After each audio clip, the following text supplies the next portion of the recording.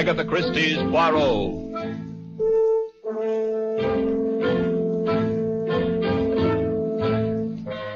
From the thrill-packed pages of Agatha Christie's unforgettable stories of corpses, clues, and crime, Mutual now brings you, complete with bowler hat and magnificent mustache, your favorite detective, Hercule Poirot, in Murder Wears a Mask.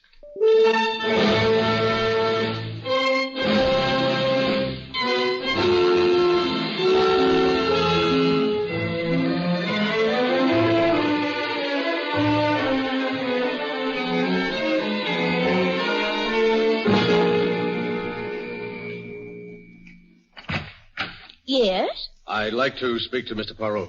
Won't you come in? Your name, please? Richard Fields. Mr. Poirot's busy at the moment. Please sit down. I'll tell him you're here. Thank you. There's some magazines on the table at your left. Mr. Poirot, it's a Mr. Fields. Eh? Well, he can wait. He's a very patient man. He only rang the bell once. Here, Abigail, I want you to taste this sauce now. It's good. Good? Oh, ma foi, Abigail, it is superb. There are only 3 people in the world who know how to prepare this sauce. And you are about to become the 4th. Now, you take 2 tablespoons... Chief, there's someone waiting. Ah, oui, Monsieur Fields, eh? Eh bien, I suppose we must see him. Come. Mr. Fields, this is Mr. Poirot. Oh, how do you do? Bonjour, monsieur. Well, it must be an important matter which calls you away from your business at the moment when it is most active. Well, as a matter of fact, I don't recall mentioning my business. But it was not necessary, monsieur. The Journal of Wall Street in your pocket tells me you are a stockbroker. Since it is only now 3 o'clock, it is obvious you left your office shortly before the closing of the exchange. Oh. Now, you would not do this for a minor matter. Oh, you're right. I've come to you on a matter that affects me very deeply. It concerns my daughter's welfare. Uh-huh. You see, Mr. Poirot, she's quite young, not quite 18. And at that, she's rather immature for her age. Yes, monsieur, but let us come to the point, please. I have a sauce cooking, important business waiting for me. Well... Now, what is the young lady's difficulty? She met this ham actor when he went up to her school to address the Dramatic Society. He's still quite distinguished-looking in a dissolute sort of way, and she promptly became infatuated with him. It's partly his reputation, I guess. He's been a matinee idol for 20 years. Well, that seems very normal behavior for a young girl of her age. Yes, but the horrible part of it is that he became equally interested in her. Why, the man's old enough to be her father. Oh, you must have heard of him. His name... Wait, monsieur, please. I should prefer to hear all the facts before you mention any names. I never like to engage in idle gossip. This is no gossip, I assure you. I was up at this man's apartment only an hour ago. He was showing my daughter a necklace he had bought her as a wedding present. Oh, monsieur, he woos her with diamonds. It is not illegal. In this case, Mr. Poirot, it's immoral. She's too young to see through him. Uh-huh. But why do you come to me? I want you to help me break up this affair. Oh, monsieur, The man has led a sordid life. You're an investigator. If you dug around, you could produce proof of some of the things he's done. Proof that even Laura would have to believe. I'm sorry, monsieur. You've come to the wrong person. My talents, such as they are not available for such enterprises. Good day, sir. I can afford to pay you well. Monsieur, no one in the world is rich enough to buy Hercule Poirot. Now, you will excuse me, please. I have important work in the kitchen. All right. I can't force you to do it, but I want you to know that you're leaving me no alternative. Eh? What do you intend to do? Something very simple, Mr. Poirot, and at the same time, very conclusive. Good day.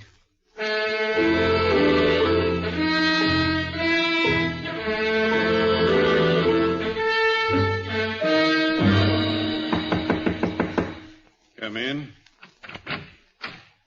Oh, Hackett. You got here fast. I was worried, Mr. Tremaine. This is the first time you've ever called me back on my day off. I suppose that's a pretty reckless thing to do to a valet these days. No, sir, just startling. Is anything wrong? I'm afraid so. You ever seen this before? Why, yes, sir. It's the jewel case you had out this morning. I gathered it contained a pearl necklace which you bought for Miss Fields. Yes. $10,000 necklace. A wedding present. Yes, sir. Open the box, Hackett. They're very lovely, sir. Are they? Oh, yes, sir. Very lovely. Hackett, you're a liar. I beg your pardon? You're a liar. You know perfectly well these are not real pearls. Mr. Tremaine, surely you're jesting. You've made a mistake, Hackett. You thought I was a complete fool, didn't you? You waited till Laura and I left for the theater at 2 o'clock and then substituted these cheap, cultivated pearls for the real ones, hoping I'd never find out until it was too late. I couldn't do that, sir. The pair of pearls were in the safe, and I don't know the combination. Who put them in the safe? I did. You asked me to. But I didn't ask you to leave the safe open, did I? I remember now that I didn't hear you twirl the knob. What did you do with those pearls? I never touched them. Very well. Give you your chance. I'm turning you over to the police. Don't touch that phone, Tremaine. Oh, you cheap, bungling thief posing as a valet. I should have realized what a bad performance it was. Well, I'm sure your experience will come in handy in prison. Drop that phone, Tremaine. Get your hands off me. All right, Tremaine, you asked for it. What are you... Put down that knife. Put down that... No!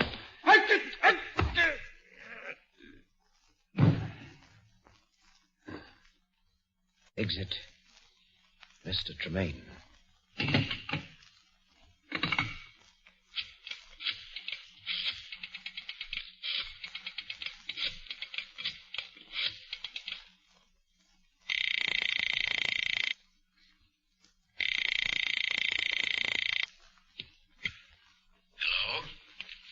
Hello, Mr. Fields. Yes.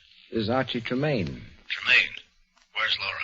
Right here at my place. You filthy swine. I told you this afternoon I wouldn't have her seeing you. Well, I don't see how you can stop her. We're getting married tonight. Married? Yes. We'd like to have your blessing. Why don't you come down? I wouldn't come down. Yes. Yes, maybe I will. Sure. I'll give you my blessing, Tremaine. Wait for me. I'll be down in 20 minutes. Don't worry. I'll be here. And so will the police.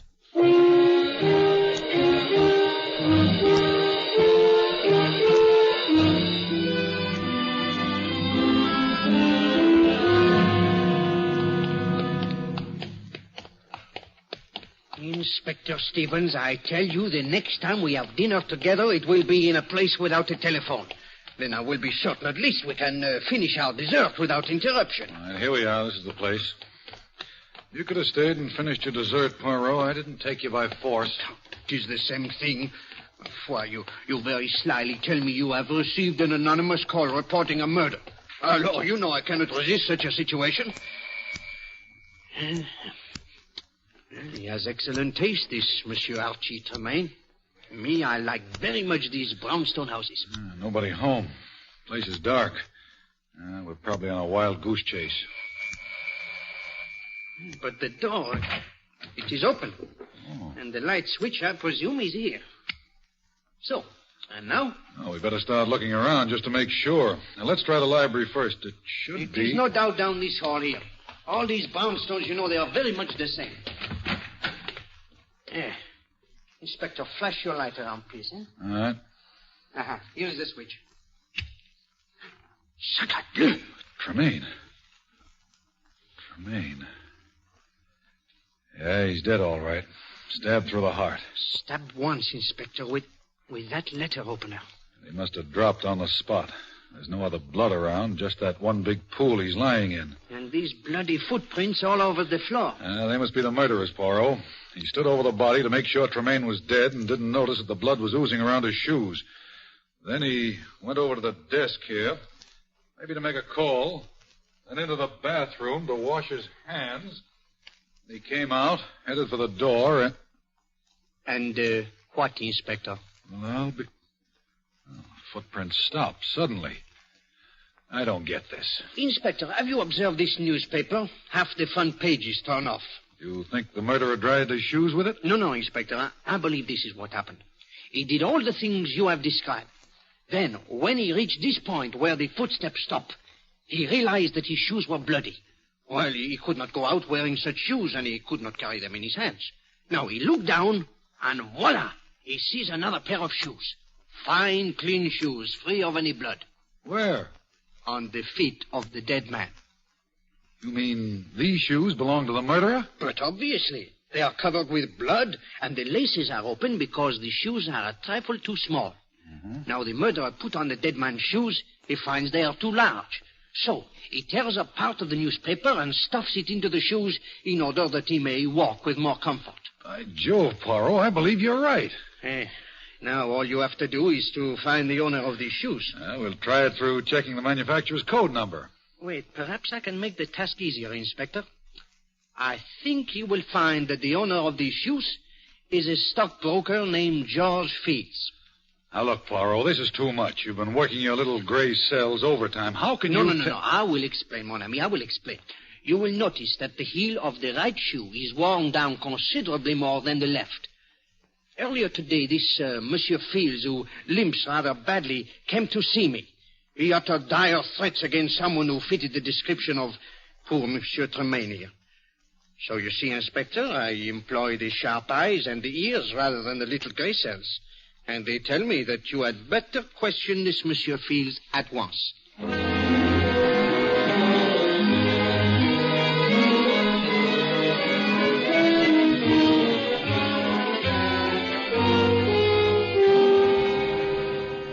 Well, Poirot, you were right. We've got Fields here at headquarters under lock and key. He's our man, all right. He was trying to burn Tremaine's shoes when we called on him. You are sure he is the guilty man, eh? Of course. He tried to tell us some cock and bull story about getting a call from Tremaine and finding him dead when he got there. Says he got his shoes all bloody before he saw the body, and then he became panicky and changed them. Just as I thought. Mm-hmm. But he's the killer, all right. You said yourself he threatened Tremaine. It's an open and shut case. Myself, I always mistrust the open and shut cases. Tell me, what of the anonymous telephone call you received? The way I figure it, Poirot, Fields called us himself, and then he thought maybe he could beat the rap, so he wiped off all his fingerprints, changed shoes with the dead man, and ducked. Oh, a very intelligent reconstruction, Inspector. Very intelligent. Alors, I must return to my office now. If anything new develops... I'll let you know. Good. Bonjour, Inspector.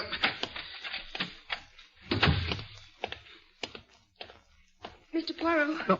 Oh, Mademoiselle Fields. Mr. Poirot, may I please talk to you for just a moment? Oh, but of course. I know how distressed you must be. Here is a bench in the corridor. I don't think we will be disturbed here. Thank you. Mademoiselle, let me assure you of my great sympathy if there is anything I can do. There is, Mr. Poirot. You can prove my father is innocent. Oh, that would be extremely difficult, Mademoiselle. All the evidence seems to point to his guilt. Well, I don't care about the evidence. He didn't do it. He couldn't. He was in my office, Miss Fields, and he threatened to take desperate measures. He lost his head, but he didn't mean what he said. And he was there in Monsieur Tremaine's apartment about the time of the murder. He admits this. Well, of course he admits it. He has nothing to hide. But at first, Mademoiselle, he did deny it. And the exchange of shoes, the removal of the fingerprints. Oh, these do not seem to be the acts of an innocent man. Mr. Poirot, he was trapped. Someone lured him down there and planted the evidence to convict him. That is what he tells us, and I will not say it is impossible, you know, but there must be proof.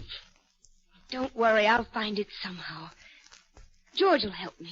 George? Oh, that is Monsieur Hackett, eh? Yes, Archie's valet. He knew a lot about Archie. He's downstairs now talking to the detectives. I'll go and get... Oh, here he comes. George! I beg you... Oh, Miss Fields. How are you? George, this is Mr. Poirot, the great detective. Well, how do you do, sir? I've heard of you, of course. Enchanté, monsieur. I have heard fine things about you, too. Oh, thank you. George, you've got to help me find the murderer. Well, Miss Fields... Go on, say it. You think my father's guilty. No, I won't say that, but I don't see how I can help you. Well, did Mr. Tremaine have any enemies? Anyone who hated him? Enemies? I don't think so. Of course, there were many people who disliked him. Why, monsieur? Well, frankly, sir, he was rather an egomaniac. He couldn't stand being in the background for a minute. It was always top billing for Archie Tremaine. But as I told the police, I can't think of anyone who'd want to kill him. Well, maybe some woman who was jealous about the necklace. The necklace? Yes, the pearl necklace he was going to give me. You were there, George, when he showed it to me that afternoon. Oh, yes, miss. I heard some conversation about it. Of course, I didn't see it. Mr. Poirot, the police found the necklace, didn't they? Matched pearls with a small diamond clasp. No, mademoiselle, I do not believe so. I myself saw everything that was found in the house, but this is the first I have heard of a necklace. Oh, Monsieur, I hope you will not be offended if I ask about your movements on the day of the murder. That was the first thing the police asked me, Mr. Poirot. It was my day off. I left Mr. Tremaine's apartment shortly after he did and spent the rest of the day and the whole evening with my parents. Oh? I do that every week on my day off. I see. Your parents, they live here in this city, huh? Yes, of course. They share a flat with me. Eh bien, I was merely curious, you know. Mademoiselle, I do not know where this matter of the necklace may lead us, but it gives one furiously to think. What say you, Monsieur Hackett? I think Miss Fields has brought up something important. Something very, very important.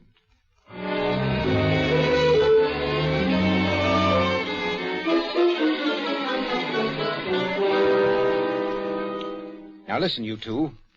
You live with me, do you understand? The date was April 5th, Thursday, and I was here all evening. Were you, George? That's interesting.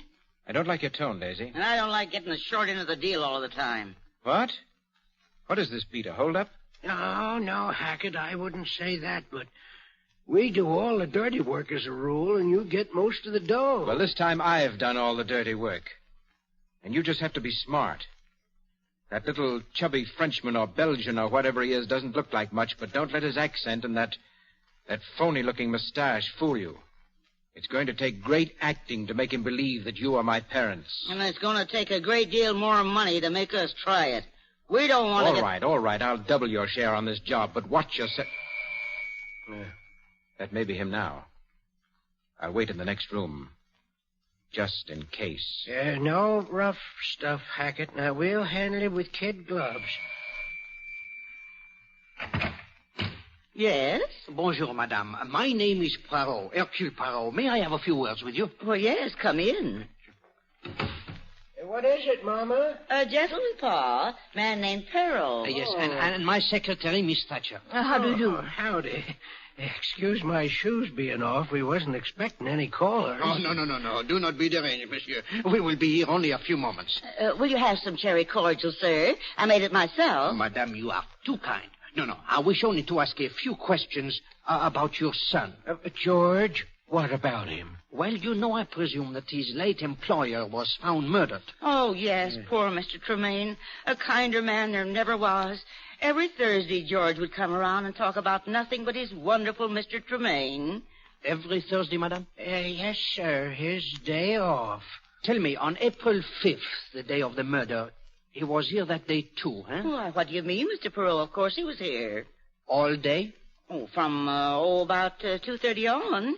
He was teaching us to play gin rummy. Do you play gin rummy, miss? No, I'm not very good at cards, and I don't drink. Tell me, madame, where is your son now? I believe he's over at Mr. Tremaine's place, straightening things up, you know. I see. Eh bien, you've both been very kind. Oh, must you go so soon? Well, I said it would only be a moment. Come, Abigail. Well, I'm sorry George wasn't home. We'll tell him you were here. Merci bien, madame. Lovely old couple, aren't they? I don't see how their son could do anything wrong. I do not see how he can be their son. What? Did you not observe, Abby, that the kindly old gentleman and his wife, they both have fair hair and blue eyes? Yes. But Monsieur Hackett, his eyes are dark brown. It is impossible, Abigail, for two blonde, blue-eyed parents to have anything but blue-eyed children.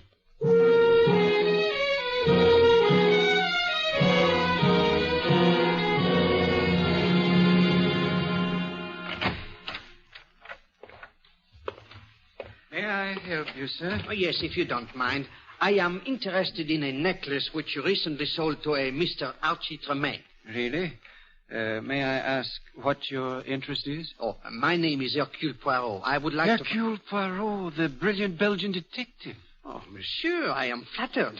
Most people take me for French. We've heard of you, the diamond people in Antwerp. They speak your name with reverence. Well, thank you. Now, about this necklace. Oh, yes. You did sell a necklace to Monsieur Tremaine, eh? Yes, a very fine pearl necklace. See, it was delivered to him on April 3rd. April 3rd. 2 days before he was murdered. Yeah, this puts a new light on everything. How so, Chief? Well, the motive, Abby. If the motive was robbery, Monsieur Fields is clear. He himself is very wealthy. He would not kill for jewels. But it's gone, Chief. Who took it? I do not know, Abby. But when we find the person who has the necklace, we will have the murderer. Why, in that case, Mr. Poirot, you'll have to arrest me. Eh? You? I have the necklace right here. Mr. Tremaine returned it on, let me see, on April 5th, last Thursday. Monsieur Tremaine himself returned? Yes, Mr. Poirot. He'd bought it on the understanding that he could return it within 10 days. He walked in here last Thursday, said he'd changed his mind about the lady and the necklace. And you refunded his money? Yes. As a matter of fact, we gave him the cash. It was just after 3, and the banks were closed. He said he was leaving town that night. Well, there you are, Chief. That brings Mr. Fields right back into the picture. Monsieur, you are quite certain that it was Archie Tremaine who was here? Positive. Why, his picture was in the papers every other week. I imagine everybody knew what Archie Tremaine looked like. The silver hair, the monocle. No, then it must be so. Come, Abigail. There is still one small matter about which I must satisfy myself. Where are we going, Chief? To the library, Abby, to do some research. The library? What do you expect to find there? The biography of a murderer.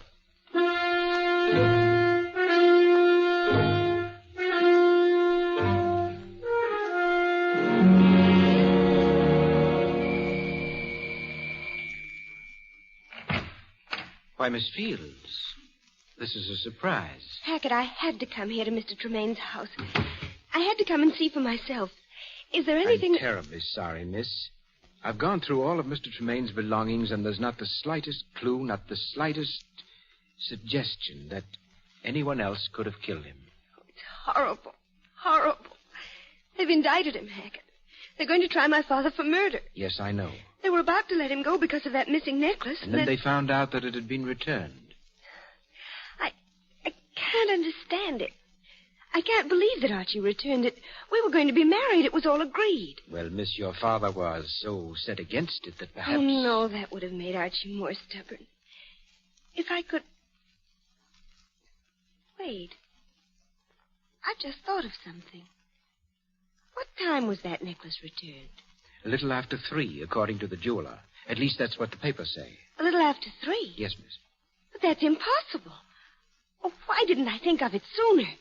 It's impossible, Hackett, because Archie was with me at the theater from 2:30 until 5. He couldn't have been at the jeweler's. You must be mistaken, miss. Oh, no, I'm not. The necklace was returned. Well, then someone else returned it. Someone else returned it and got the money for it. But no one had access to it except Mr. Tremaine. Oh, no one but Mr. Tremaine. And you. Me? You, Hackett. You had access to the necklace, and you knew my father had threatened Archie. You're the murderer. Sit very quietly, Miss Fields. I don't want to shoot you unless I have to.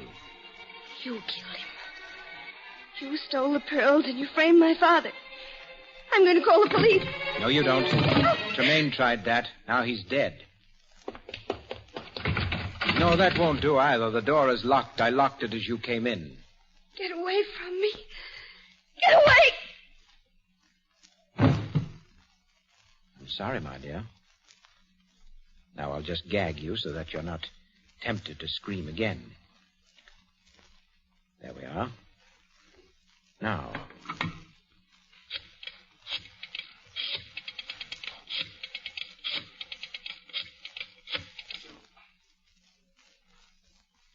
Hello, Daisy. I have a little job for you.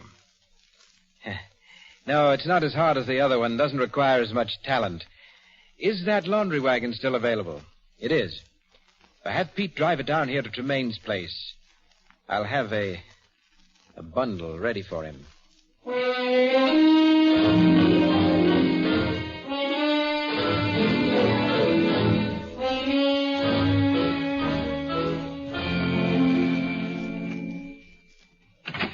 Pete. Oh. Bonjour, Monsieur Hackett. May we come in? Why, the place is topsy-turvy, Mr. Poirot. I'm in the middle of packing. Good. I may be of some help to you. You know, I have a very orderly mind. Come, Abigail. Hey, Oh, but monsieur, this is not the middle of the packing. It is barely the beginning. Yes, the other rooms are all done. I've left this one for the last. And after this room is packed away... The curtain will ring down on Archie Tremaine. Oui. You phrase it so well. Of course, there is still the small matter of punishing the murderer. Yes, I know. You know, I feel sorry for him. For whom? For Mr. Fields. He's not really a murderer. I mean, say he's not the criminal type. He was driven to do what he did. Oh? You know, that is very interesting, Monsieur Hackett. Very interesting. I see that you are quite a student of criminology. Well... Oh, come, my friend. Do not be so modest. You have many accomplishments. Have I? But of course. For example, I would suggest that you have at one time been an actor. What? Oh, do not leap so, monsieur. Look, you frightened my secretary. She has dropped your glove. Hmm? Oh, yes, my glove. You startled me, Mr. Poirot. I didn't think that anybody would remember me. I gave up the theater some years ago. Au contraire, monsieur. I do not remember you. I never saw you. But you still use the expressions of the theater. Did you not say, Monsieur Tremaine always wants top billing? You see? Tell me, what was your thought on the stage? Impersonations, n'est-ce pas? I did some impersonations. Why? No, I was merely wondering if your experience as an actor could have something to do with this case. I'm afraid I don't understand. Well, by a strange coincidence, monsieur, this case involves a very clever impersonation. Really? Oh, that's the back door. You're expecting a delivery, eh? No, it must be the laundry wagon. I'm sending out all the soiled stuff. Wait, Monsieur Hackett. I will go with you. You will... What? I will go with you. I have a tremendous interest in this laundry. Why, there's no need for you to go. The bundle is already at the back door. Nevertheless, I should like to see it. You know, I have developed an overwhelming curiosity about the laundry ever since I picked up this glove from the floor. Glove? Oui. One solitary, unaccounted for lady's glove. It was careless of you, Monsieur Hackett, to leave it lying about. You were much more methodical when you did away with Archie Tremaine. What? You don't know what you're talking about. I assure you, my friend, I know precisely what I'm talking about. You are a thief, Monsieur Hackett. You have been one since you gave up the acting 5 years ago. Ah, yes, monsieur. I looked it up. You have plied your trade by posing as a valet or butler and stealing from your employer when the opportunity presented itself. In this case, the opportunity came on the day you saw the necklace Monsieur Tremaine had bought for Miss Fields. You stole the necklace and went to the jeweler's impersonating Tremaine and received the cash for it. Why, you're mad. Unfortunately, Monsieur Tremaine found you out the very same day. He threatened to call the police. So you killed him. And then a delicious thought occurred to you, monsieur. The thought of implicating an innocent man. So you called the police to tell them of a murder. That was a mistake, monsieur. That was when I started to believe... All right, Poirot. You're clever, but you talk too much. I guess Pete will have 2 more bundles to take with him. Okay, Pete. Pick him up, Hackett. But I thought... Where's Pete? Don't worry. We've got him nice and safe in a patrol wagon. Right where you'll be in just a minute. You see, monsieur? Your goose is boiled.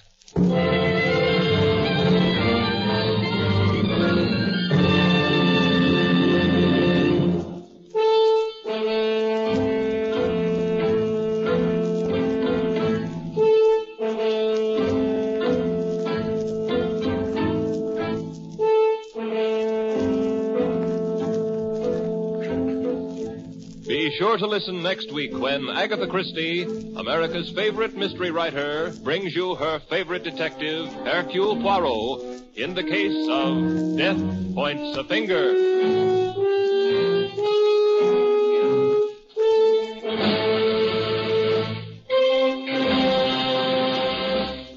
Agatha Christie's Poirot is directed by Carl Eastman. This is the Mutual Broadcasting System.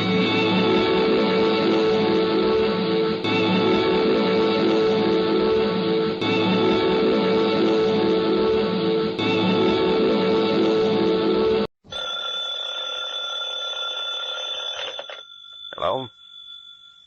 Yes, this is the Falcon speaking. Oh, Margot. You'll have to cancel me out tonight, Angel. Army Intelligence is flying me to Lisbon, Portugal. Yeah. Seems some little girl there is playing fast and loose with Uncle Sammy's secrets, and I gotta run her down if it kills me.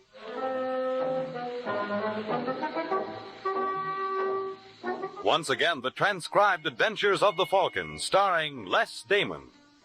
The Adventures of the Falcon, dedicated to private investigators everywhere. Those hard-hitting detectives who, like Mike Waring, risked their lives to aid law enforcement agency. So join him now when the Falcon solves the case of the silent butler.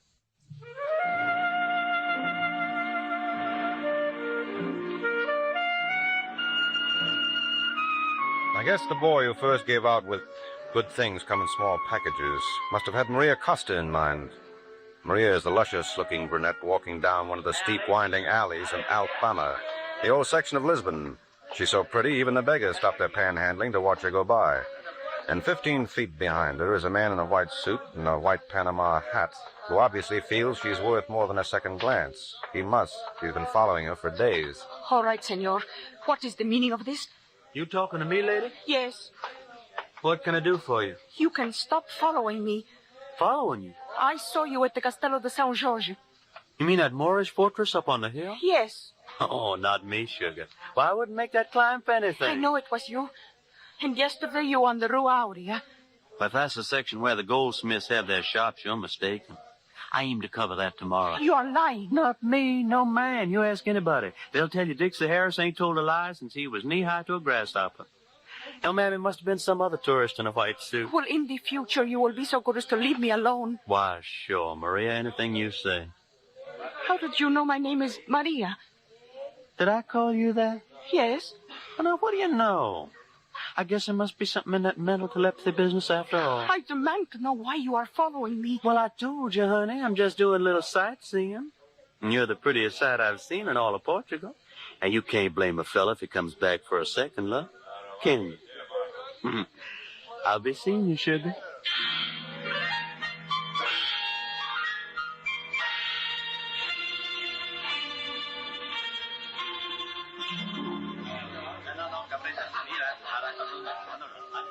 Can I help you, senorita? Please. My name is Maria Costa. Oh, yes. Senor Butler is expecting you. Just follow me. Has he been waiting long? Oh, perhaps a half hour. Maria. Oh, hello, Stephen. I was beginning to worry. Sit down. Oh, thank you, darling.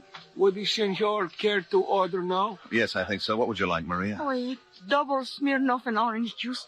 Double? I developed a great fondness for vodka. All right, Jose, I'll have the same. Very good, senor. Oh, Stephen, it is so good to see you. I cannot tell you how glad I am. Ever since you called this morning, I felt like a bird. All right, Maria, what's up? What's up? Why are you so nervous? Has my wife been bothering you again? Oh, no, Stephen, honest. Then what happened? Nothing, sweetheart. Now, don't tell me that. You're trembling all over. What happened? I do not wish to worry you, Stephen. You have enough trouble at home with Anne. Come on, Maria, I want to know. Well, some man has been following me. What? Ever since Thursday. I think his name is Dixie Harris. Dixie Harris? Was he an American? Yes. What does he look like? Well, perhaps as tall as you, but much heavier. Was he wearing a white suit and a white Panama hat? You know him? I saw him in Black Horse Square on Monday and in Alcantara on the day... I have your order. Oh, thank you. Will there be anything else? Not just now. Yes. Good, senor. What does it mean, Stephen? Hmm? Why is this man following us? I don't know, honey. But I sure intend to find out. Now drink up and I'll get with it.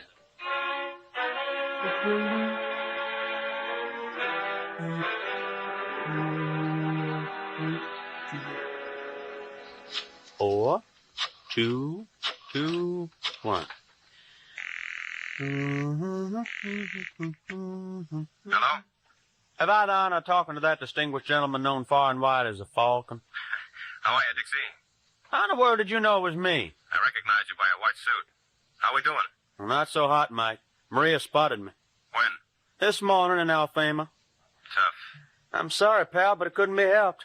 Though I managed to tail her to the Cafe Europa where she heisted a couple with Steve Butler. Always Steve Butler, isn't it? Uh-huh. You learn anything else? No, not a single blessed thing.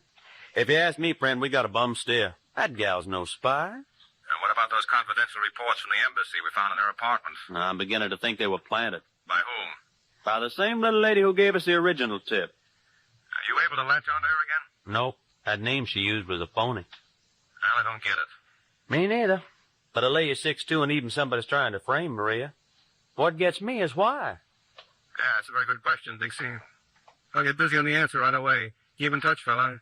I may have news for you real soon.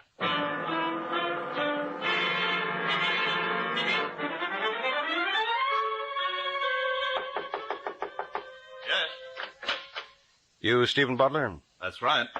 My name is Mike Waring. Oh, of course. Army intelligence informed us you'll be dropping by. You probably want to see the ambassador.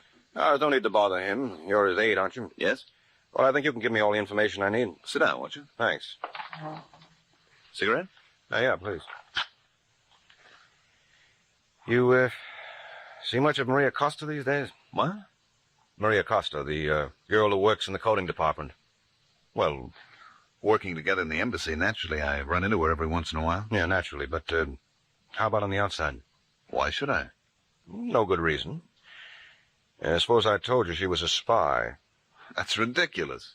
We found confidential material in her apartment. I don't believe it. Well, that's your privilege. She ever try to pump you? Of course not. You're a married man, aren't you, Butler? Oh, what's that got to do with it? Nothing. What does your wife look like? Why? I'm just curious. We got our tip about Maria from a tall, statuesque blonde. A blonde? Yeah, blue eyes, fair complexion. Little birthmark on the right cheek. You know her? No. You sure? Are you calling me a liar? Oh, heaven forbid. I was just wondering why she would try to frame Miss Costa. I have no idea. Well, if through some accident you find out, give me a jingle, huh? I'm staying at the Prince George. I'll bear that in mind, Waring, but I can't make you any promises. If I learn anything, you can trust me to do the right thing.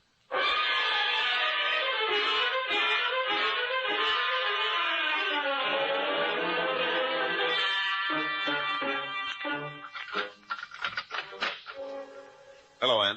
Oh, Steve, you startled me. I didn't think you'd be home. Yeah, it is kind of early for me. Oh, I gotta get off my feet. I had the most miserable day. Oh. I had a pretty lousy one myself. A fellow named Mike Waring dropped in to see me. Who? Mike Waring. He's with Army intelligence. Seems they got a tip that Maria Costa was a spy. Really? Really. According to Waring, his informant was, how did he put it? Oh, yes. A tall, statuesque blonde with a birthmark on her right cheek. Darling, you're not suggesting Yes, that... I am. You're being absurd. Why should I? Because you're out of your mind. All right, Mr. Butler, I did it. Sure, I sicked Army intelligence on your precious Maria. Why don't you ask me why? I don't have to. No? Do you think I was blind? I know you're in love with her. You know, it's a funny thing, Ann.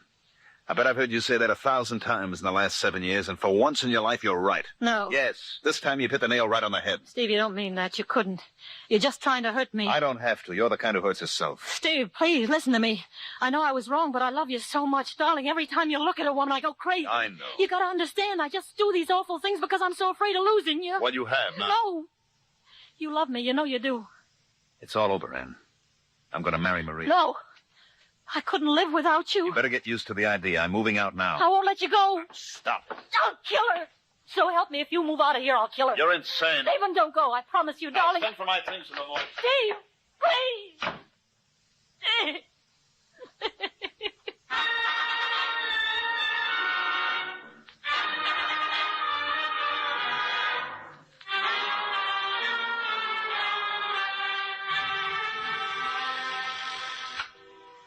Continental Hotel, your order, please. This is Louise Butler in 419. Yes, senora. What's the house detective's name? The house detective, Luis Machado. Oh, Are you having difficulty, senora? No, I just would like to see Senor Machado. Is he around? Not just now, senora. Well, the moment he comes in, will you please send him up to my room? It's very important. You might even say it's a matter of life or death.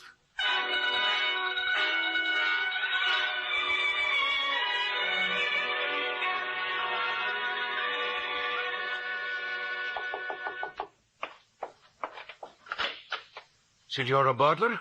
Yeah? I am Luis Machado. Oh, yeah. Come on in. Obrigado. Suppose we sit right here, huh?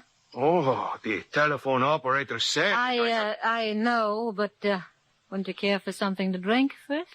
Oh, senor. I am on duty. The management expects me to do... What the management doesn't know won't hurt them, will it? See how true. There we are. The senor is most kind. If there is any way I can reciprocate... There is. You have but to command, Luis Machado. How would you like to make yourself $500 American? I would like you very much. You must know all sorts of dangerous criminals. Oh, unfortunately, yes. It is unavoidable in my calling. You know a professional killer? Hmm? A man who would commit murder for a price. Senora Butler. I'll pay him $5,000. You are jesting, no? $5,000 cash and $500 for you. I got the money right here in my purse. It pleases the senora to make fun of Luis Machado, huh? You don't believe me? Oh, naturally not. If I did, it would be my sacred duty to inform the police. You're right, senor. I was just pulling your leg. It was just a bad joke. Are you relieved? For a moment. You thought I really meant it, huh? Yes. Now, what would I want with a hired killer? After all, if you want a job done right, there's nothing like doing it yourself, huh? I do not understand. That's not important. Senor, I hate to rush you, but would you mind finishing your drink? Huh? I just remembered I got something to do.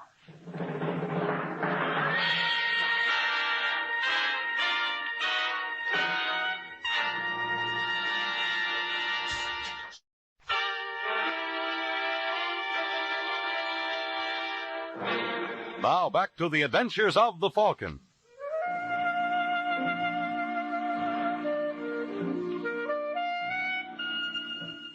Well, there's one nice thing you can say about being married to a girl like Ann Butler.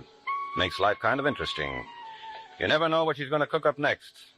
And while Mrs. Butler was comparing recipes with Luis Machado, the obliging hotel detective, Dixie Harris and I were cruising on the Avenida de Libertad, past the obelisk which commemorates the liberation of Portugal from Spanish rule. But Dixie never even noticed it. Apparently he thought I was a more interesting sight. What's eating you, Mike? You look unhappy. Yeah, that's me. Old transparent face wearing. You worried about that Maria Costa? Uh-huh. Ain't you convinced yet she was framed? She's no spy. That's what bothers me, Dixie. I don't get you. Watch it. You almost got that pedestrian. Shucks, and I thought I had him for sure. What'd you make of Steve Butler? Strictly the lanolin plus type, a real smoothie. That's where I had him pegged, too. But I figure he's real gone on Maria. Yeah, which forces us to the unhappy conclusion that the frame for Maria was staged by his wife. Hey, you think that's who our blonde tipster was? But deaf. Well, wait till she finds out a little stunt fell flat on its face. She's gonna be real annoyed. And a gal like Ann Butler believes in the old saw, if you don't succeed at first, try again. What do you think she'll try next? No telling. Yeah, I guess you're right. Douglas, I once knew a doll like that back in Atlanta. She was real crazy about a friend of mine and real jealous, too. Man, every time she blew her cork, you'd have to make for the hills, because that gal was murder. She was what? She was murder. Yeah, that's what I thought you said. Where does Maria Costa live? Right off the road to Principe. Well, turn this heap around. Let's go. Hey, you don't think Miss Butler... I think she's exactly the same type as that girl you knew in Atlanta. Step on it, boy. We got to make like the Marines.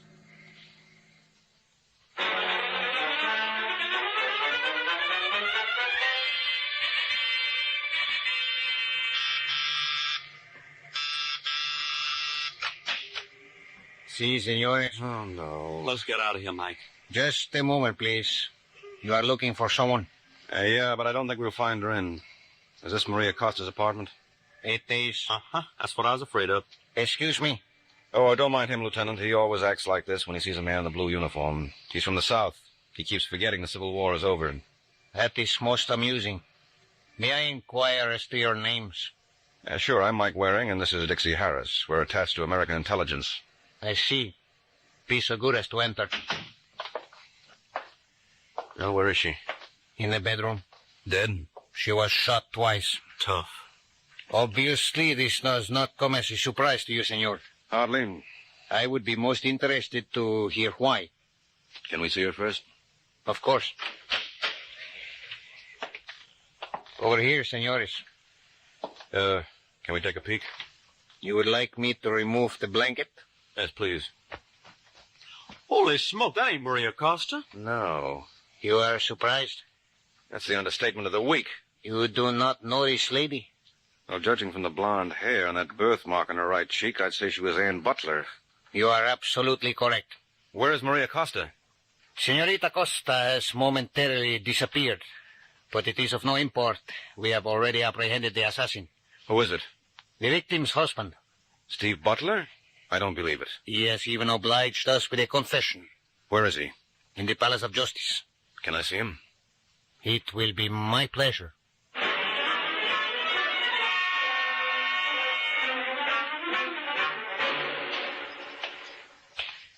This way, senor. Who's that? Hello, Steve. Waring. That's who it is. The embassy sent you over? No, I'm here strictly on my own. Why? Oh, I don't know. Maybe it's because you're a fellow American in the jam, or maybe I'm just plain nosy. Cigarette? Thanks. Well, how are they treating you? I can't complain. They tell me you signed a confession. Mm-hmm. Why did you kill her? The usual reason. We didn't get along. No, from what I hear, you haven't been getting along for years. Oh, when she tried to frame Maria Costa for espionage, that was the straw that broke the camel's back. So you picked up a gun and shot her? Twice. Well, makes sense. Thanks. But why did you pick Maria's apartment to do the job? Well, it seemed like the best spot. Well, didn't it occur to you it might be embarrassing for Maria? I guess I wasn't thinking too clearly. It's funny, you impress me as a boy who always knows what he's doing. Where's Maria now? I have no idea. You wouldn't have made that confession to shield her. To shield her?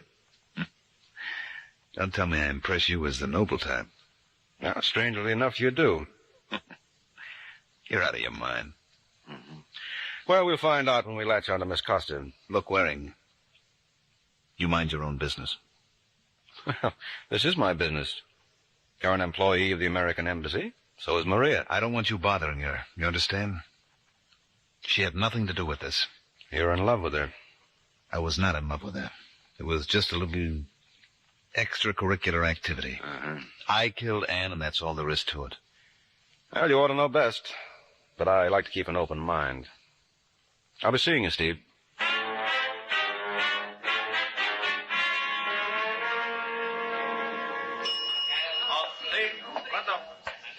Can I assist you, senor? You can if you're the house detective. I am, senor. But how did you know? You're wearing a derby. My name is Michael Waring. Me Waring? Well, that's close enough. And I am Luis Machado. Well, glad to know you, Luis. Suppose you take a look at this. You are with the American intelligence. Uh-huh. And there is some way I can be of aid? So I think so. Oh, come on, my senor. You heard about the Senora Ann Butler? Oh, yes. It is most sad. She and her husband were guests of the establishment. Yes, I know. A switchboard operator tells me a couple of hours before she was murdered, she asked that you come up to her room. Oh, yes. It was most puzzling. Oh? What did she want? Well, knowing of my profession, she wished to know if I was acquainted with someone who might commit a murder. How much was she willing to pay? Huh? Well, naturally, she didn't expect him to work for free. Oh, no.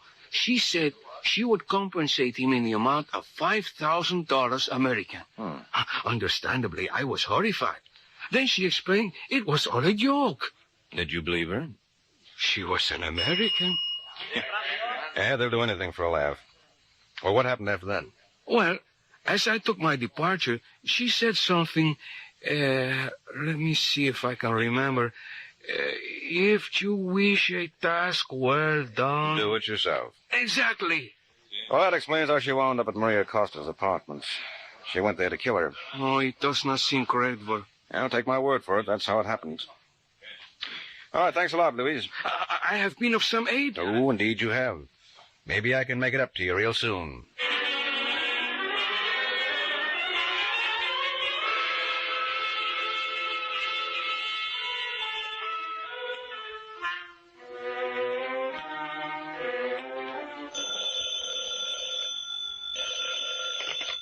Hello? That you, Dixie? Yeah? Mike Waring. Oh, what's a good word, Pappy? Look, I'm at the Continental. I just got through with the hotel deck. Was there any help? Not much. How did you make out? I didn't. Did you find out who identified Ann Butler for the police? Oh, they didn't need anybody. They found a purse right next to the body. Was there a gun in it? No, everything else but passport, driver's license, $12 and change, and her keys to the hotel. What about Maria Costa? Oh, she wasn't in there either. I mean, have you been able to locate her? Not yet. Well, now, look, we've got to find it, Dixie. Go through her application at the embassy. She must have given the name of her close relatives. Maybe she's holed up with one of them. Oh, I'll get right on it. Good boy. I'll go you back to my hotel. If you learn anything, lift a phone.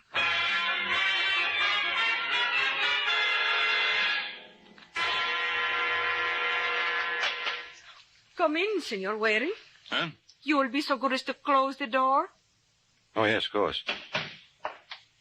Yeah, you know, you can't beat these Portuguese hotels. If I knew my room came equipped with something like you... Well, stop right there. Say, isn't that an awfully big gun for a little girl? I can manage. Please sit down. Oh, never, while a lady is standing. Oh, I insist. I just wanted to show you I never forget my manners. You're Maria Costa, aren't you? Yes. You've been giving us a lot of trouble, Maria, and we've been looking all over Lisbon for you. Obviously, you did not look in the right place. Obviously. You know Steve Butler confessed to his wife's murder? That does not surprise me. But we both know he didn't do it, don't we? Then who did? You. Your showing up here with a gun proves it. You are absolutely correct. Well, I always say if two people share a secret, it ain't no secret. Is that what you always say? Mm-hmm. Well, I think the problem is easily resolved. If I should kill you, that would leave only one. Hey, now, wait a minute. If there is a fallacy in my logic, Senor, I will be happy for you to point it out. I'll give you exactly 1 minute to try.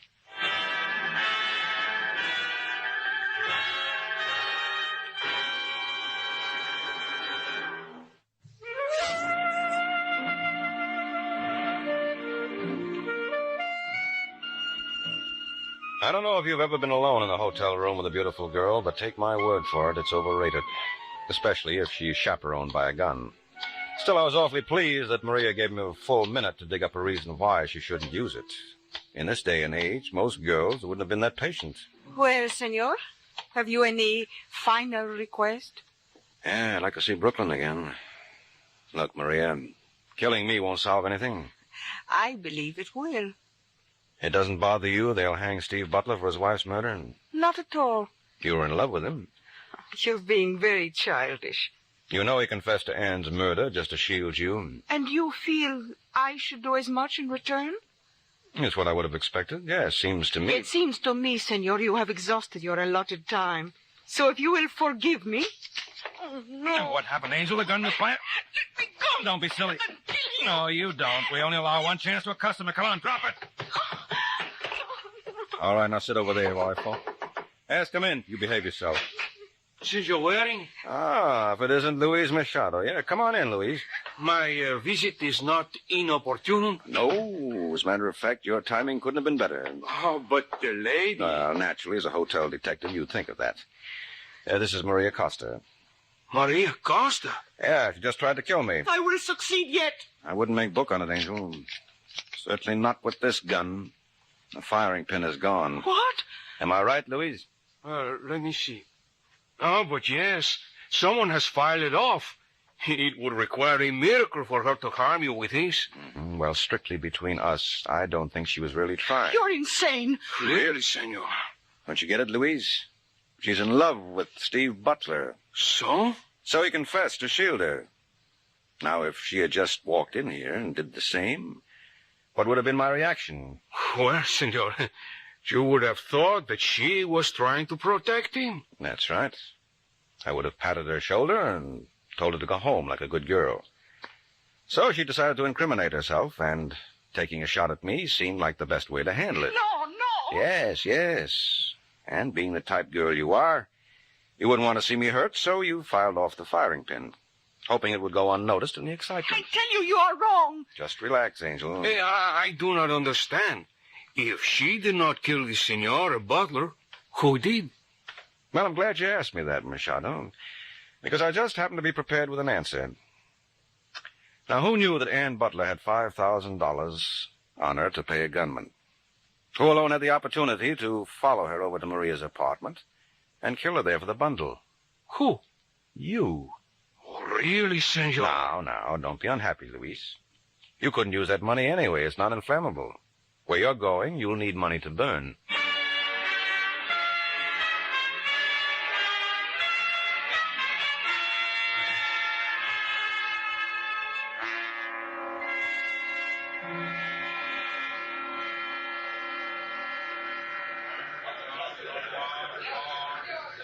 Well, Dixie, looks like my plane's all warmed up. Madrid, I'm on my way. Now, hold it, Pappy. Oh, you don't want me to miss it. You're not leaving Lisbon till you answer one question. I can see how you figured Maria didn't kill Ann. But what made you so sure Steve Butler didn't do it? Well, that wouldn't have been ethical. Ethical? Yeah. Or it may happen in detective stories and radio programs. But don't you know in real life, the butler never does it. Ooh. So long, Dixie.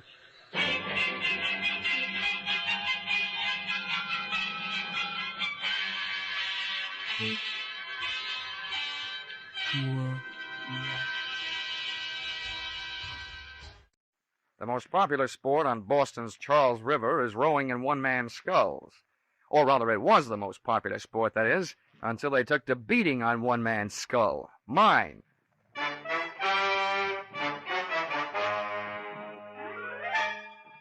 This is another in the adventures of America's fabulous freelance insurance investigator, Johnny Dollar.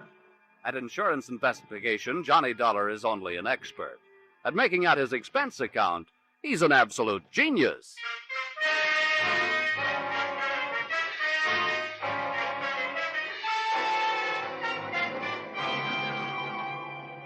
Expense account submitted by Special Investigator Johnny Dollar to Miss Melanie Carter, Pinckney Street, Beacon Hill, Boston.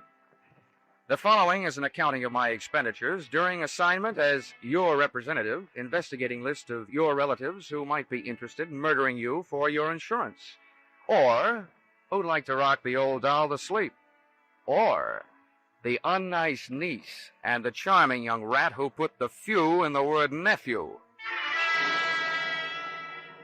Expense account item 1, $5.98. Airfare, Hartford to Boston. Item 2, $3 1/4. Cab fare, Logan Airport to your residence on Beacon Hill.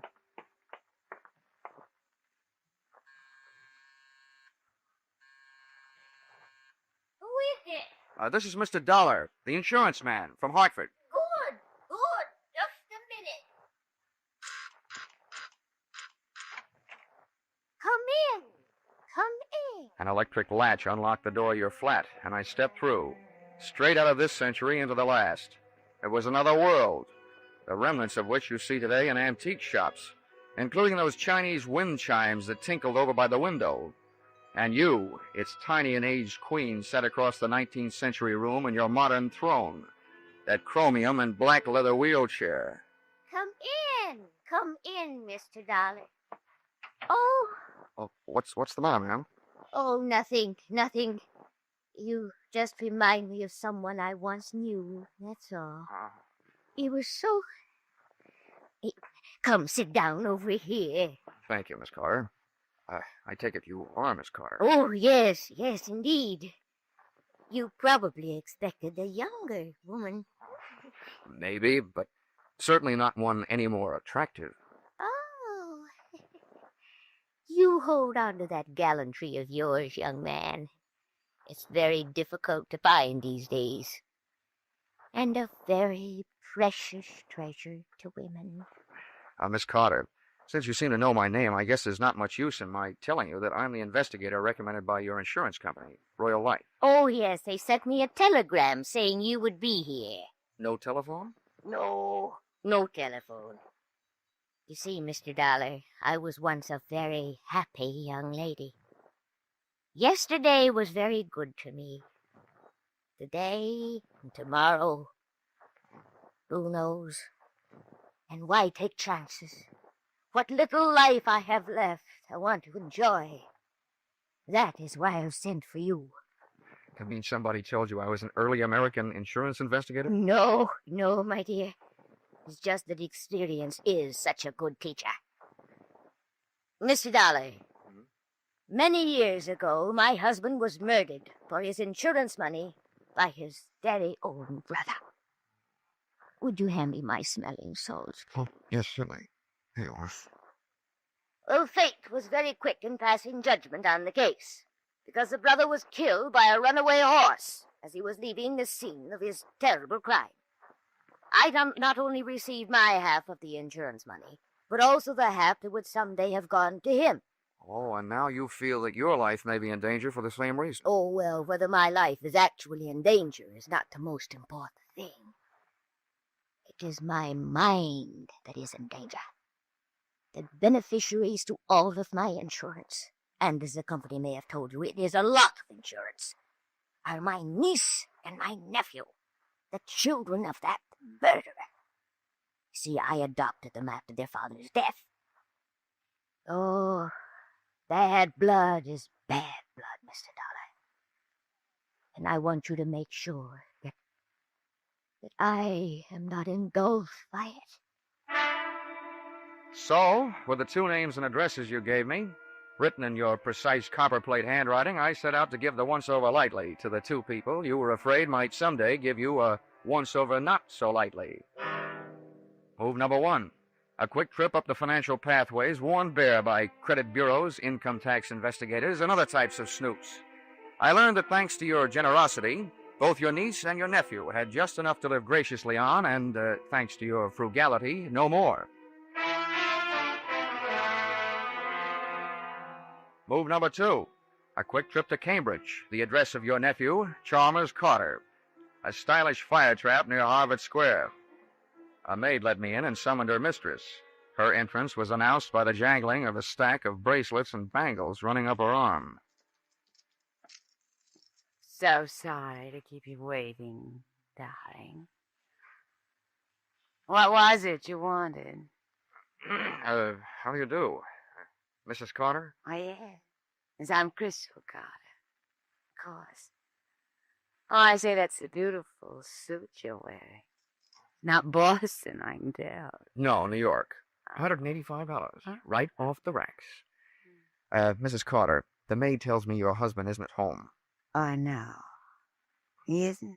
Well, when do you expect him back? He always calls me before he comes. Why? I want to talk to him. That's why. Business, you know, that old stuff. Oh, business.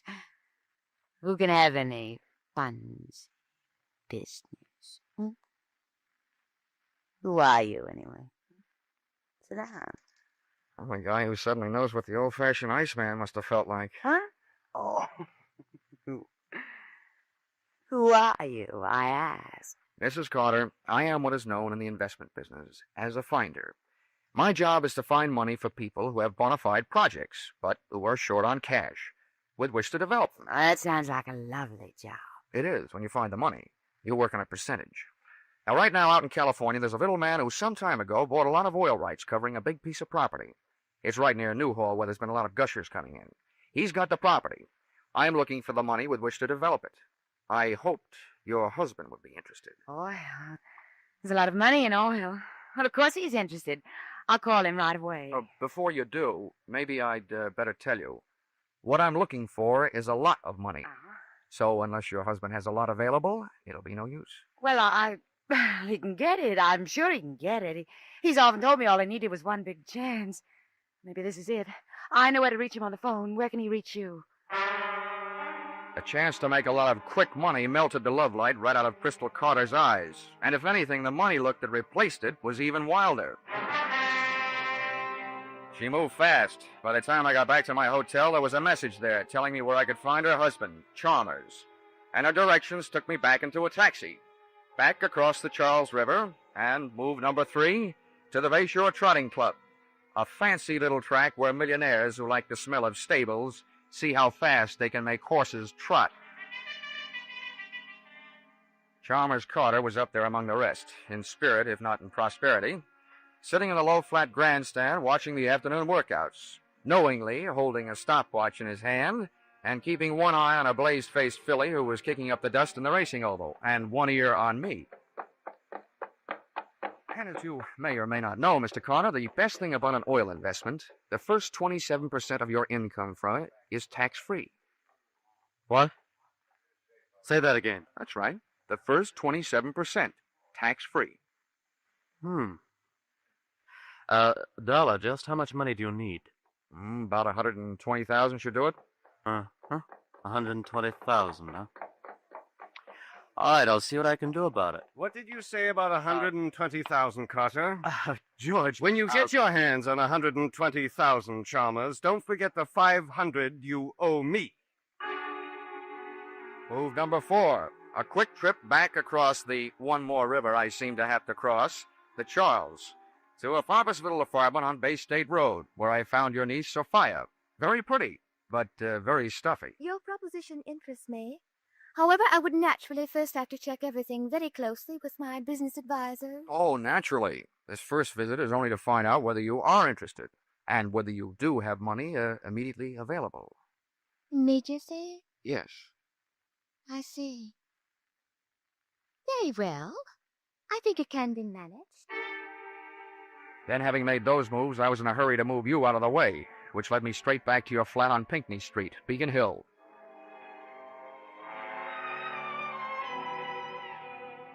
And there, once again, I bumped into what I've learned to expect in my racket, the unexpected. Your apartment door was slightly open, your wheelchair was empty, and from outside I saw you across the room, standing there talking into something that earlier in the day you had very deliberately told me you didn't have. A telephone. Oh, Joseph, I'm so glad I was able to reach you. Now listen, I have another little job for you to do. I want you to come right over.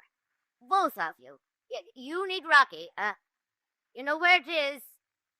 No, this time it's somebody I have to get rid of. I took up a plant in the antique store across the street and waited for your visitors. They were charming, just the sort of folks you'd expect to see on Beacon Hill, dropping in for a spot of afternoon tea. They were the kind of guys who never wear wristwatches, handcuffs being rough on watch crystals. I gave him a short lead upstairs, then pussyfooted up behind him. Oh, one of these days my right eye is going to wind up shaped like a keyhole, with my left ear shaped like a cauliflower from pressing against door panels. It's so nice having you young fellows around to depend on. Sit down. You want some nice tea and cake? No thanks, dear. We just had some pizza and beer. Yeah, Joe and me just had some pizza and beer. What's on your mind, Grandma? Yeah, what's on your mind, Grandma? Well, boys, you know how worried I've been about that family of mine.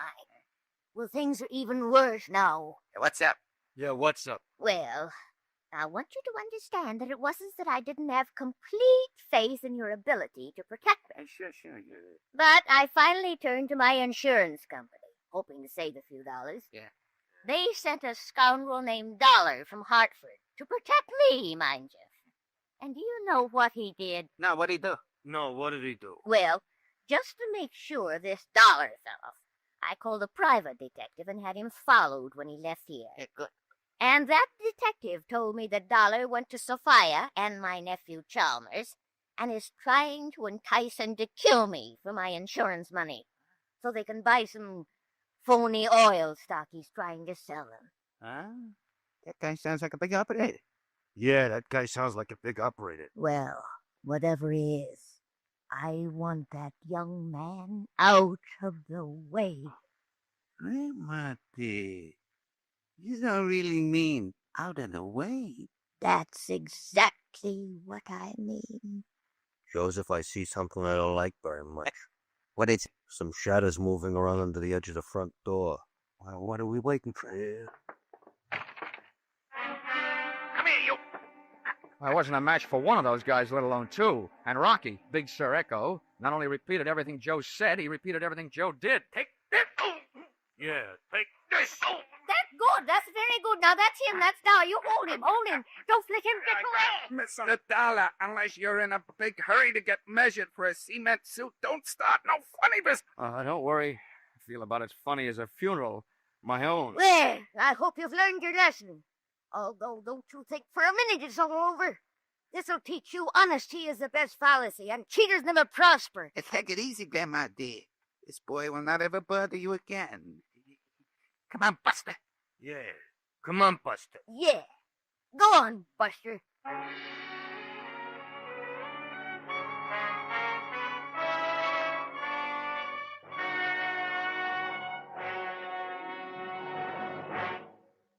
In just a moment, we will return to the second act of Johnny Dollar. But first, this fall, you hear them all on CBS, and you hear from the top mystery writers as well as top stars like Jack Benny, Bing Crosby, and the Lux Radio Theater luminaries.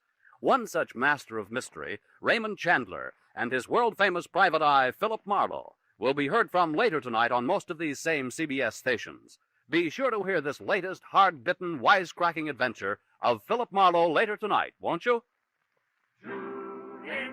Tune in this fall for the shows that you've best afford. Listen carefully, here's the address. It's CBS. Now, with our star, Charles Russell, we return to the second act of Yours Truly, Johnny Dollar.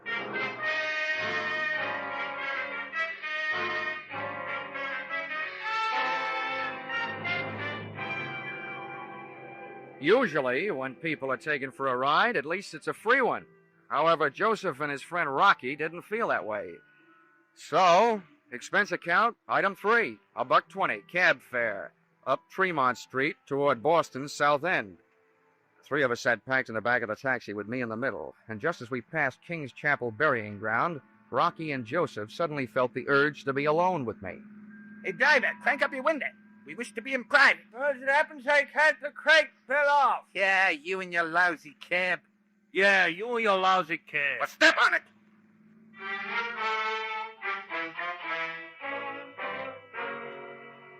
There were also things to step on in Joe's lousy hotel. Up in his room, they gave me the hot seat of honor on the edge of the bed, stood over me, one on each side, and issued me an invitation, but not to dance. We think you are a smart guy, Dollar, and we want a piece of your action. What are you talking about? Yeah, Joe, what are you talking about? That? You just keep your muscles handy. I do the thinking, and the talk. Okay, so go do it. Huh? What? Do it. Yeah. Let's see. Where was we? Yeah. Like I was saying, Dollar, you got a good racket, and we want a piece of your action. Oh. Okay, Joe. What do you think my action is? Listen, buddy, I've been around hustlers all my life, so you ain't fooling me. You set up the old lady to get knocked off just like she said. In the meantime, you got all the people who will collect her insurance nice and ready to sell them some no-good oil stock, kid. Your hands are clean, except for a bush league swindle. The most you could get out of that is from 3 to 5 years, and that's the only chance you're taking. Joe, you're a genius. Well, let me ask you one thing, though. Why should I go to all that trouble? Why shouldn't I just sell my hot oil stock to the old lady in the first place and save all that extra trouble? That's where guys like you are smarter than guys like me. You got your reasons. You ain't kidding nobody. Well, we like the way you operate.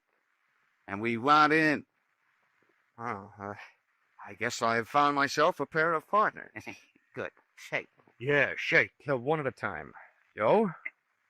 Rocky? Oh, I'm sorry. This is great. Yeah, Rocky and me have been taking Grandma for a few bucks now and then, protecting her from them squares she's afraid of. But I never thought it would turn into anything as big as this. Just out of curiosity, how'd you guys meet Grandma in the first place? We was doing a little social break-in and then one night, and it turned out to be her house, yeah? She got the drop on this, see. We seen her there in her wheelchair, pushed her into the bedroom, and went to work. Yeah, went to work. And the next thing we know, she's standing there pointing a whole shotgun at us. What? You creep, that was no shotgun. What? What are you? It's a very historical musket. Oh. Stupid. She told me. Let's see, where was we? Oh, yeah, anyway, that's how we met her. She made us a deal. She wouldn't call the cops if we done return. Besides, she paid us for it. We ought to have a bottle set up, yeah? What for? Well, all we gotta do is wait till the nephew or the niece knock off the ready. So why not have a drink while we're waiting? Oh, whoa, now hold everything. That's not the way to do it. How come? Yeah, how come? Now look, if we sit here, we blow a big chance. The chance to get rid of whoever murders the old doll. We see who do it. We turn them in. They're out of the way, and the insurance money goes to the other one. Then I go to work on them. Yeah. You see what I mean, Lucky? That's why guys like him has got more brains than guys like me. Yeah, more brains than guys like me, too. And Spade. Okay, Donna, what do we do?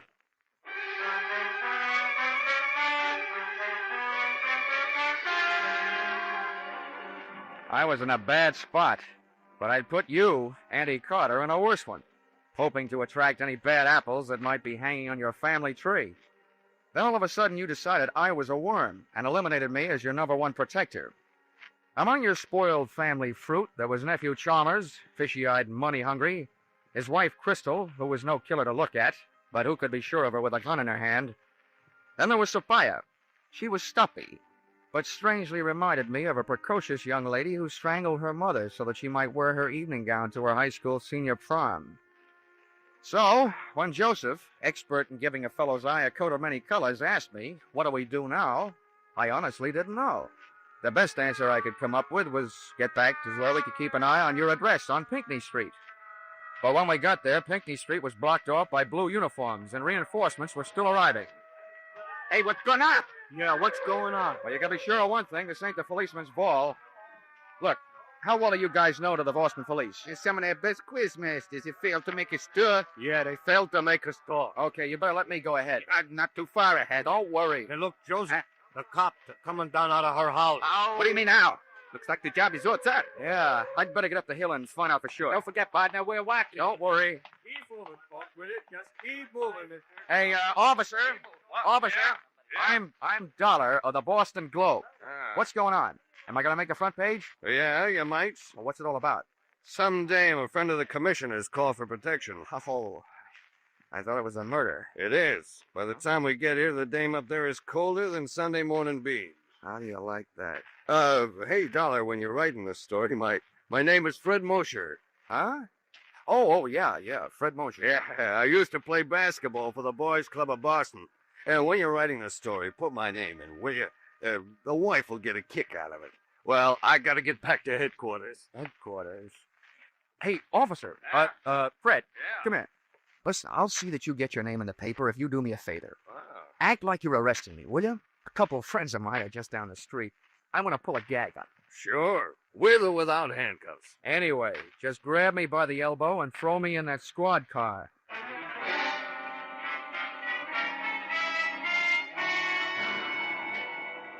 I could tell by the eyes of Joseph and Rocky that I had just successfully dissolved a partnership. At the corner of Arlington and Boylston, I swapped the patrol car for a cab. And, what do you know? I headed back across the Charles River to Cambridge.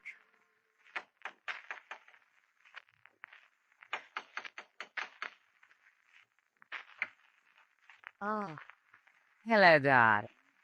I'm sorry the maid wasn't here to answer the door. I'm all alone. Isn't that fair? Money. Wow. Right in here. Would you mind, Crystal, walking just a few more steps ahead of me? It'll make you easier to follow. Oh, yeah. Well, make yourself at home. Where's your husband? Oh, stop worrying about my husband. He had to go out for a while on business. I told you before, he always calls before he comes home. In case I want to bring him something. How long has he been gone? I wish you'd stop worrying about ya. Why don't you stop paying some attention to little Skip? Hey, wait a minute now. Stop. Get a grip on yourself. Wait up. Watch it. Crystal, what are you up to? Oh, stop it. Stop it, I say. Oh, it's you, Dollar. A finder, huh? Just what are you trying to find? Now, wait a minute, Carter. Oh, Thomas, thank heavens you got here. He forced his way in. He's from New York. I am not. I'm from Hartford. It's only my suit that's from New York. Why, you despicable cad. I've a good notion to thrash you to within an inch of your life. I was certainly in no position to ask any questions around there, so I hit him a shot in the whiskers and left.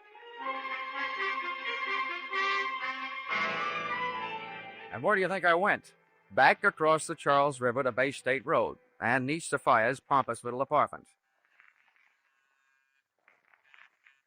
Nobody answered, so I broke rule number 3 in the book of how not to get your head split open when nobody answers the door, picked the burglar's friend type lock, and went in.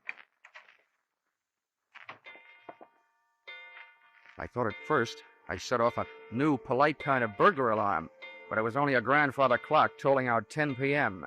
as the moonlight boffed me smack in the kisser. First thing I saw, out the window, was my friend the Charles River, over which I'd made more crosses than the X-Man in a tic-tac-toe tournament. My tongue was as dry as that was wet. The second thing I saw, thanks to my fountain pen-type flashlight, was an open drawer in a kidney-shaped desk. Sophia Carter was no housekeeper. The white paper lining inside it was dusty, except for the portion that held the vacant outline of a Junior Miss-sized revolver. Then the lights went on. Well, Mr. Dollar, you'll be the death of me yet. Auntie, what are you doing alive? Oh, you're surprised. You hoped I'd be dead, didn't you? Well, I'm not. I'm not, you see? Yeah, I sure do see. But you'll be dead if I pull this trigger. Honey, when I don't walk in on a man with a gun in his hand, it's a matter of courage. When I don't throw a flying cackle on a girl with a gun in her hand, it's a matter of etiquette. And when I don't get rough with an old lady holding a gun in her hand, it's a matter of knowing that your age, your reflexes are gone. You can be talk out of things. With me holding your gun hand straight up overhead, I hope nobody's at home upstairs. Give me that. Let me go! Let me go! Don't you kill me. Everybody's trying to kill me. Sophia was when she came to my flat this afternoon. Oh, which must mean that Sophia is the body in your flat tonight. The body I thought was yours. I know she was. She's been threatening to kill me for years. Now, what's that you've got in your other hand? No, you can't. Here, give it now. No, you can't. Come on. No. What I ripped out of her hand was a very old note written on very old paper. And reading it, what with the clawing, scratching 82-year-old woman tucked under one arm, it read like a voice from out of the past. The voice of that 82-year-old woman's long-dead husband, Eleb Carter. To my beloved niece, Sophia, in these last remaining moments of consciousness, I tell you this. My wife, Melanie, has made repeated attempts upon my life. This time, I'm afraid she has succeeded. Also, crushing the light from your father, my brother, beneath the wheels of her carriage as he rushed to my rescue. Well, I guess this means that Sophia had this letter and has been holding it over your head for years. Yes. He's been blackmailing me. Blackmailing me. Blackmailing me. Melanie, it was your conscience that first called me into this case to protect you from your relatives. It was your conscience that hired that private detective to protect you from me. And it was your conscience that got you mixed up with Joe and Rocky to protect you from the detective and me. Then again, it was that same old conscience that called in the police to protect you from your gangster friends. Now there's only one more thing, I hope. What's that? That same conscience will prevent you from making an undignified surrender. My arms. Thank you, young man. You are.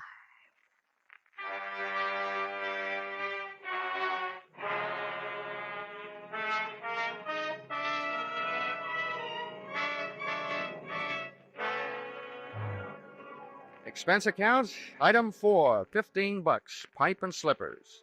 Appeasement to Chalmers Carter, nephew of the accused. To give him a symbol that all I was really trying to find was a way to straighten out his home life. Item 5, $50. A personally autographed check in lieu of his name in the paper to Patrolman Fred Mosier, so that the White would still get a kick out of the publication of his name on the payable to line of said check. Expense account item 6, $15. Gift to Joseph and Rocky. 1 roll of tickets on the River Queen sightseeing boat, which gives daily round-trip tours of the Charles River. Maybe they'll do me a favor and fall in. Item 7, $5.98. Airfare, Boston to Hartford. Expense account total? What's the use? Where you are now, Aunt Melanie Carter, you're never going to be in a position to pay. I won't even bother to sign it. Yours, truly, Johnny Dollar.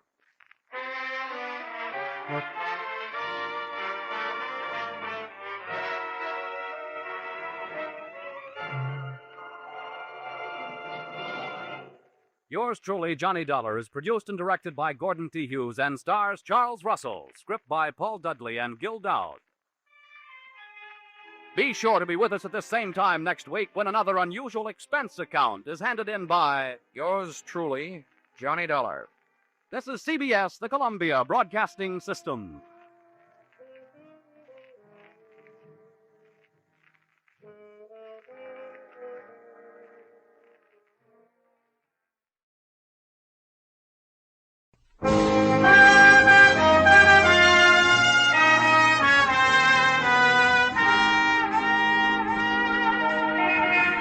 Broadway's My Beat, from Times Square to Columbus Circle, the gaudiest, the most violent, the lonesomest mile in the world. Broadway's My Beat, with Larry Thor as Detective Danny Clover.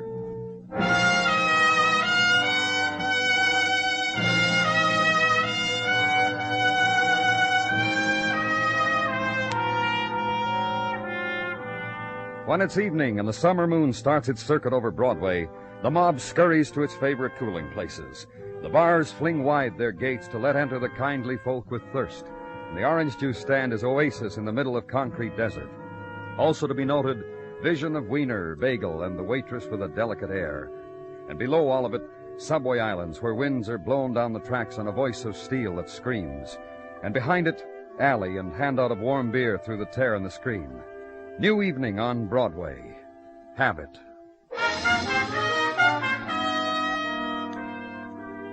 And at headquarters, last trip to water cooler on your homeward way out the door. The door is open for you. 2 men, Dr. Sinsky and the man who protests. What'd you bring me in here for? For a chat. Consider it a privilege, Mr. Nelson, that you are in condition to chat.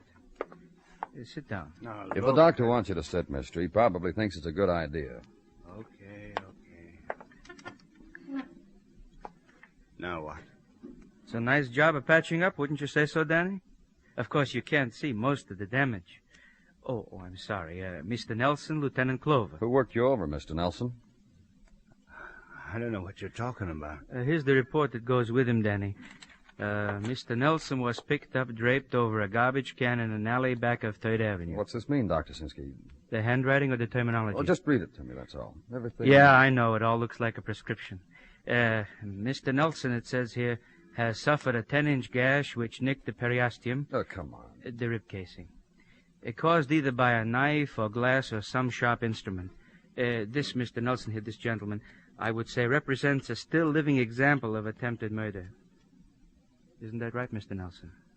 I feel fine. He feels fine. Never better. I can't remember an evening. You missing when... a ring, Mr. Nelson? Huh? On your left hand. Looks like you'd been wearing a ring. Wouldn't you say so, Doctor? Yeah, I would. Were you robbed of it? Beaten, Mr. Nelson? Over here on the report, here, it says he has his wallet with $63. So yeah, I see. Well, you're going to tell us what happened, Mr. Nelson? Then you can get out of here. Watch the man rise, then slap dust from his clothing, and gently from the places of pain, and shake the head at blood-spattered shirt, adjust the tie, assume the grin, and watch him leave. And with him, seepage of day into fall of night, and for the policeman, night break between violences, time of end to day's work, time of summer night. Time of invitation. You got nothing better, Danny. Pinochle, my house. Mrs. Sinsky will... And say no thanks to first invitation of night. Clear the desk, hit the street, drift with night current, till nighttime strands you against a doorway, which is where room is, and summer sleep. Next morning, chain reaction. Waking, which begets hot coffee, to dissolved dreaming, which begets subway, which begets headquarters and office, and Detective Muggerman. Morning, Danny. Morning. Sleep good? Mm-hmm. Ask me how I slept. I'll do that. Not good. Mrs. and I tried the park for a while. Couldn't sleep. Muggerman. Back home, still couldn't sleep. Why I came in real early today. Why I wandered around sticking my nose You got in... something, Muggerman? Just tell me, huh? I'm too beat to fence with you, Danny. Yeah, I got something. I think I got something. Because I nosed in on night watch reports. Because you got here real early. What? Well, that man Dr. Sinsky brought to you last night, that beat-up Mark Nelson, the Stillmouth. What about him? You know what he went and did after he left here? No. I didn't think you did. Muggerman, Oh, you want me, Danny. You really did. Around midnight, Mark Nelson shows up 205th Precinct, signs a robbery complaint against the Joan Parker. Go on. Nelson tells the precinct boys that Joan Parker was at a party at his house. When Joan left, the guests noticed there were things missing from their person, money and things. Nelson said he'd take care of it, said he knew where Joni hung out. Tommy's Bar, 18th and 3rd. And you know what? No. I said no, Muggerman. Precinct boy picked this Joni up. She was doing mirror sketches at Tony's Bar at the time. A precinct boy tucked her drawing finger in his palm, dragged her out of there, brought her back to the precinct where... Well, where what? Where Mark Nelson cried a little, apologized to Joan, who cried a little. Then the complaint was dropped, and the precinct boys pushed them both out the door onto the street. Well, I got Nelson's address from Dr. Sinsky's report. You got... Yeah, I've been very keen this morning, Danny, yeah. Joan Parker, 1834 West 19. We'll have a nice ride, huh, Danny? Ride now the late morning street, dappled with sun and people. Street slowed down according to the heat and according to who's walking in front of you. Broadway, and leave it. Ride to the west, and the row houses turning ragged. Brownstone becoming tenement. Process hastened by heat chemistry, chalk, boys, disintegration of plaster and attitudes, girls, rust, and jaunty landlords. Address in middle of the block. Cast of characters in the vestibule. Joan Parker, apartment 1C.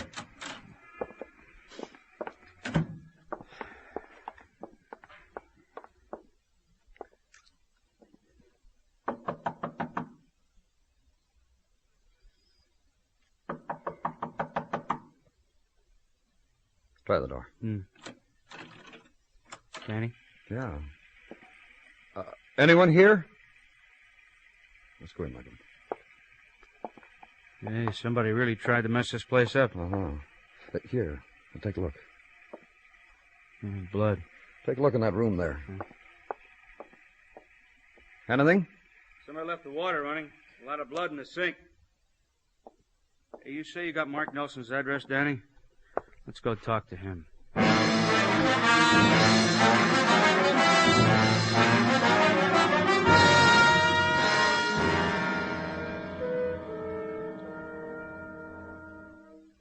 My husband isn't home, and I'm sure I don't understand Well, it's what... very simple, Mrs. Nelson. That you're of the police is a simple fact, easily understood. But that you're here, in my home, in Mark's home, that becomes confusing. Well, just a few answers, Mrs. Nelson. About the party last night, for instance, about... How ridiculous. What? I said, and very plainly, how ridiculous. What is? There was no party here last night, and no girl who robbed anyone. Mark and I have not had a party for months. Not, that is, where other people have been invited. You see... Go on, Mrs. Nelson. Well, I was afraid it would sound mawkish, but why should I be afraid, I asked myself. Mark and I are two people desperately in love. From the days of courting up until this very moment. 28 years of love and... You get along fine, you and Mark? You won't laugh. No. It was written in heaven about Mark and me. And he's not home. Hasn't been all night. No. Where is he? Well, I don't know. He was not at home last night, nor this morning. And I'm weak with grief, I can tell you. This is not like Mark. Never like Mark. Mrs. Nelson. But my Mark will explain. My husband... Mrs. Nelson. Yes? Last night, your husband was beaten, knifed. Mark? That happened to Mark? Why? He wouldn't tell us who had done it or why. Then you know where he is, and he's hurt, and you must tell me. We don't know where he is. We know this. Around midnight last night, he swore out a complaint against a girl he said had robbed his guests at a party. But so ridiculous. I've already told you. Then the girl was brought in, and your husband apologized to her and dropped the complaint. Who was the girl? Earlier, your husband told me he had not been robbed, but his hand looked as if there'd been a ring on it. Oh, of course. His wedding ring. Like mine, see? Mark and I had a double ring ceremony, and I've never removed mine. And what? Oh, so confusing. Mark's came in the mail this morning, addressed to Mark. But we always open each other's mail. No secrets ever. May I see it, please? Of course. The ring and the envelope it came in. No return address. No. Who was the girl Mark had? Joan Parker. You know her, Mrs. Nelson? Mark will tell me all about her when he gets home. All about her. Everything about her. All right. Thank you. Goodbye, Mrs. Nelson.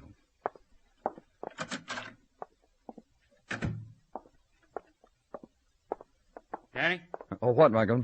Call came in on the car radio, just coming to get you. Homicide, Lexington and 50th Alley, about 3 blocks away.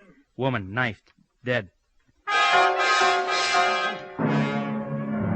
The throat of violence, the sound of death discovered and built into a mechanical device, the siren. Cover yourself with it and write it. And 3 blocks away, slow the momentum for a right-hand turn into an alley where beginning crowd has sensed death and wants a look, an up-close look. It is annoyed that authority rides the squad car, and so crowd must get out of the way. And violence is today a woman. Approximate age, difficult to determine because of facial expression. Approximate height, difficult to determine because of attitude of body. Stabbed twice. Both deep enough to cause death. That a pocketbook over there? Oh, yeah. Here. Anything? Wallet. What's the matter? Oh, take a look at her identification card, her name. Joan Parker. The girl Mark Nelson had arrested, huh? The girl who had a wrecked room. Uh-huh. Well, now we don't have to wonder why it was wrecked. Make you feel better, Danny?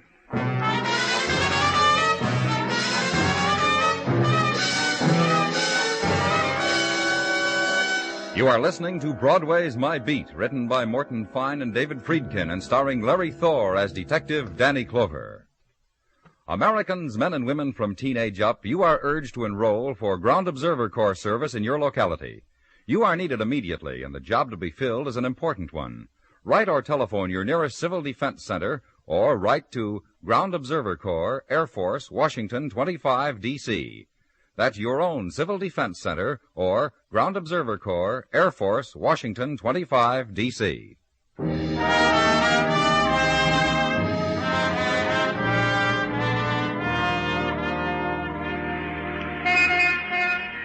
Afternoon sun hammers summer deep into Broadway's pavement, and the perfumes of the season lay in from the Catskills for mommies and the kids, and from the island of Coney, where the uke is plucked and the portable radio hangs ripe on umbrella trees, and from the beaches of Far Rockaway, where later the night fires will keep the feet warm, and also the heart, and wish you were there. But content now, because a girl just walked by in strapless raiment, and the season dances round her languid walk, and her passing reflected in chrome and steel, and suddenly between you, big crowd and loss. So order the beer, skim off the longing. Summer, too, will finally pass. But Tartaglia, Sergeant Gino Tartaglia, will forever be with you. Through thick and thin. What?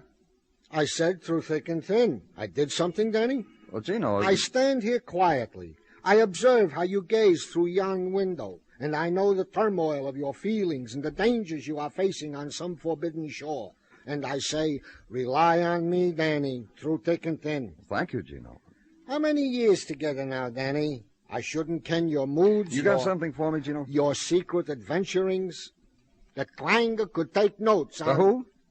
The twanger, the two-fisted guitar-strumming adventurer whose books and whose exploits I have lent to you, who could well take notes from you on exploits that are exploits. Not true to life, the twanger, huh? As of last night's book, My Colt is Hot, I have grown to hate him. He did something I won't mention. I'm sorry to hear that, Gino. Well, twangers come, twangers go. To work, shall we, Danny? All right. The all-points bulletin you issued on Mark Nelson? Yeah? It is still papering the various precincts and patrol cars and the mats of the beat walkers. And Mark Nelson is still footloose. Anything else? From Detective Muggerman on routine legwork, that the marriage of Mark and Helen Nelson was blessed 25 years ago with an offspring, a boy, now 25. Name, Richard Nelson, with a business of his own and a place of his own, which addresses I now tend you. Oh, thank you, Gino. I'm not finished. Oh. Well, you said you weren't finished, Gino. Pardon the loss of the thought. It's summer, Danny. From Lab and Technical, a report on the findings in the apartment of the deceased Joan Parker, which consist in the most part of gentlemen's watch fobs, keychains, fraternity pins, chevrons, both Army, Navy, and Marine, assorted cufflinks, also girls' jewelry of remnant sale type. Also... Also what? That Joan Parker was a constant frequenter of Tommy's Bar on 3rd and 18th. You have a word for Mrs. T? Well, tell her you were splendid today, Gino. I shall, and thank you.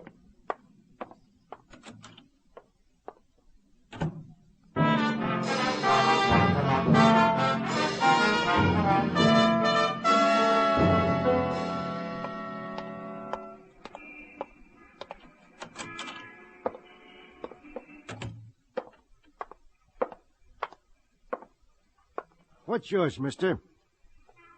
Oh, hold that badge closer, huh? P-O-L...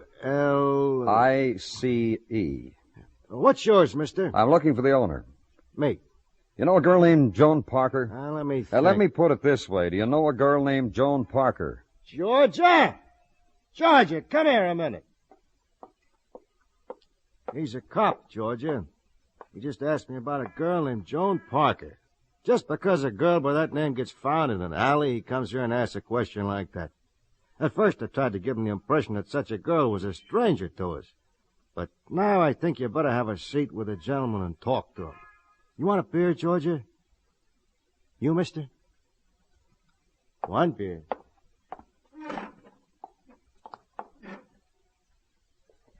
Joan Parker was a dear friend of mine. We used to date together often. I suppose that's because we have the same likes and dislikes. Thanks, Tommy. I don't like beer. It makes me fat. But I like the big glasses it's served in, to move it over the wet on the bar, all around. It's good for an afternoon mood. Joan was a nice girl. It was easy to be fond of her. She was easy to get along with. She had a habit of collecting things, mister. She collected things. There was a guy here. There was a guy here, mister. He resented the fact that Joni's collecting things. And we don't want any trouble here at all. I don't know the man's name. Do you know the man's name, Georgia? No, I don't. That's about it, mister. That what you wanted to know? Walk out of the place where summer ritual is a woman making beer scrawlings across moist of bar. Woman waiting, woman of prepared speech for any occasion. And the ride downtown now to gray building darkening under veil of twilight. Elevator ascent to 12th floor, where office of Richard Nelson is. Richard Nelson, broker on glass pebble of door. And find it locked. And be called back by the elevator man and be scolded if you had bothered to ask could have saved you and him and the whole world a lot of trouble. Richard Nelson had gone home, closed up, gone home. So uptown again and to the apartment of Richard Nelson, broker, son of Mark and Helen Nelson, son of beaten man, of wanted man.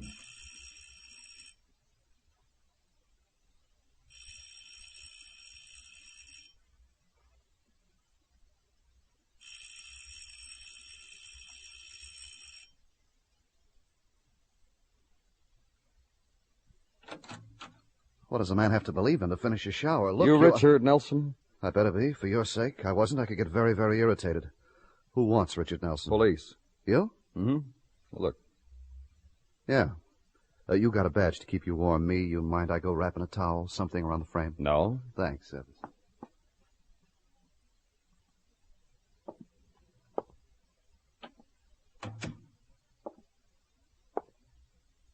In a sec, kid.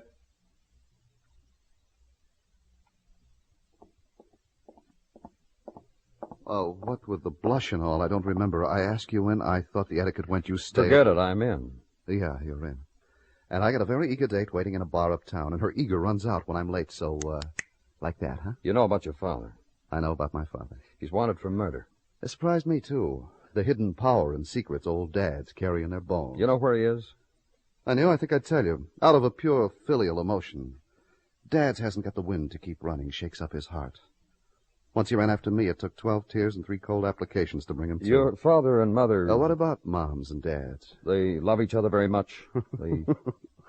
You're finagling around to that dame he stuck in the pokey, then pulled right out again. The murdered Well, just dame. answer me about your mother and... How they love? Now, don't laugh at me, son, but it was written in heaven about your father and me. My mom said that. Like that, huh? They hate each other, can't stand the sight of each other, and the honey flows out of their mouths like wine. They couldn't take it, so I beat it. Hey, look, my eager date, you used up minutes of it. Goodbye, son.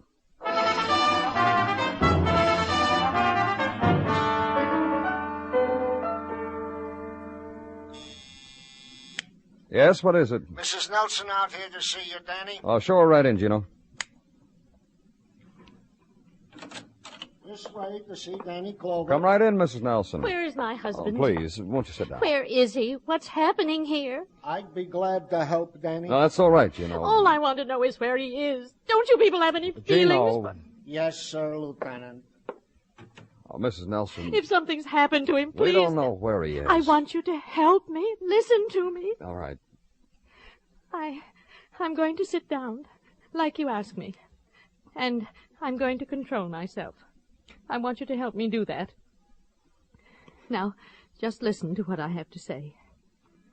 It's been inside, and What do you want to tell me, Mrs. Nelson? I don't know what Mark has done. We think he's... I won't listen to it. Whatever it is, just be gentle with him, so that when all of this is over and he comes back to me, I'll have his place all set, and I won't mention it. You're very fond of him, aren't you? When people ask me that, I always tell them that our marriage is made in heaven. You're very fortunate. And here we are together, Mark and I, at a crossroad. Somehow, Mark has been wicked. I know something. What? Tell me what you think he's done. You've changed your mind? So I'll know how to suffer with him. You mean you can do that by degrees, Mrs. Nelson? You don't have to be... I'll stick by him. I want you to know that. Whatever he's done... What is it, Gino? Out here, Lieutenant. It's important. Oh, pardon me, Mrs. Nelson. The most terrible thing you could think of, and I'd stick by him. They found him, Danny. Spotted him in a room near the East River docks. Muggavan's got the address, waiting in a squad car downstairs. Thanks, Gino. Now you can go in and talk to her. Now I don't know what to say to her.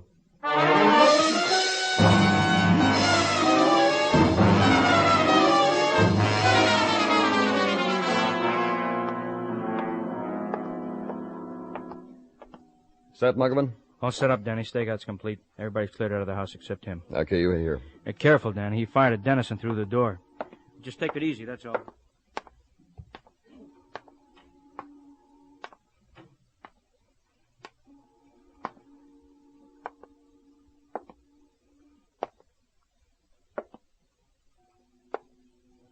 Nelson, this building... Don't be a fool! I'm saving the last bullet for myself. Listen, Nelson, you know me. I don't care who you are. Danny! What do you want, Muggavan? Look what... Please, let me talk to him. Officer Curcio brought her here. She tried to crash a stakeout. He's my husband. I have more right to him than you. What about it, Danny? I'm very calm. I know now Mark has done something enormously wrong. I want to talk to him. Let her come up.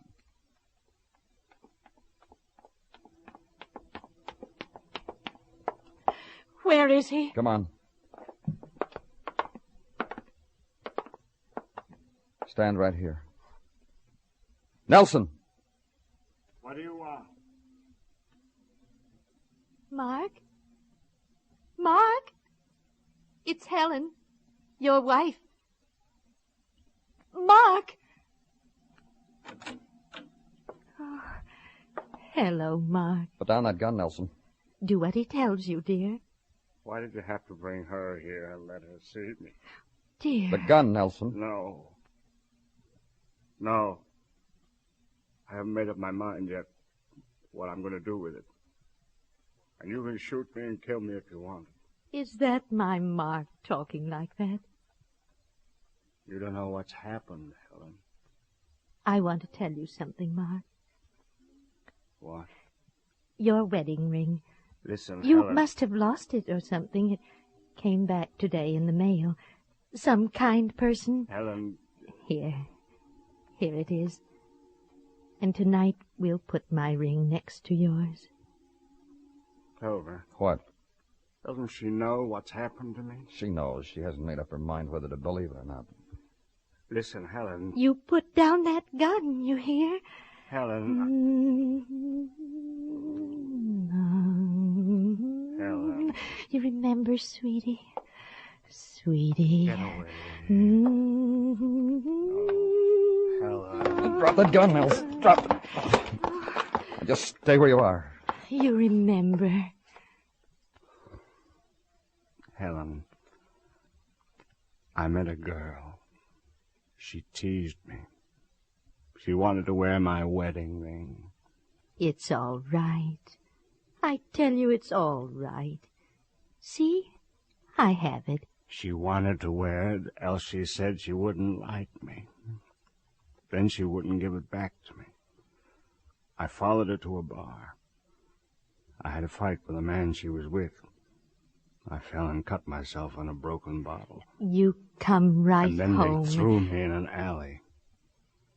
Later, I had the girl arrested so I could get close to her, so I could kill her. That was foolish. She sent the ring back. Do you know what I'm saying? I gave her my wedding ring. Don't you understand? Mark. What? I have to stop pretending now. Don't I? Really pretending. After 28 years of pretending. Helen. Helen. Helen!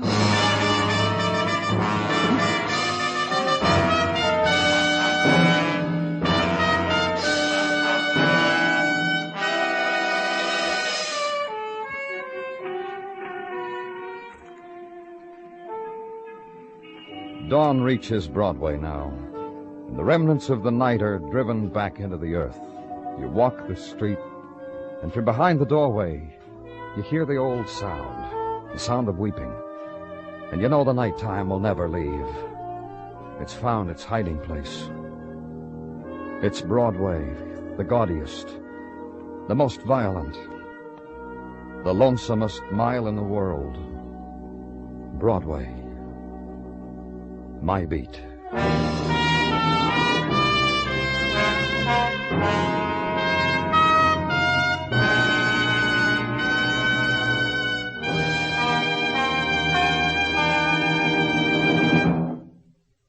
Broadway's My Beat stars Larry Thor as Detective Danny Clover, with Charles Calvert as Tartaglia and Jack Crucian as Muggavan.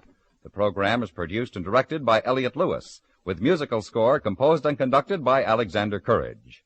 In tonight's story, Paula Winslow was heard as Helen and Jay Novello as Mark Nelson. Featured in the cast were Charlotte Lawrence, Clayton Post, and Hy Averback. George Walsh speaking.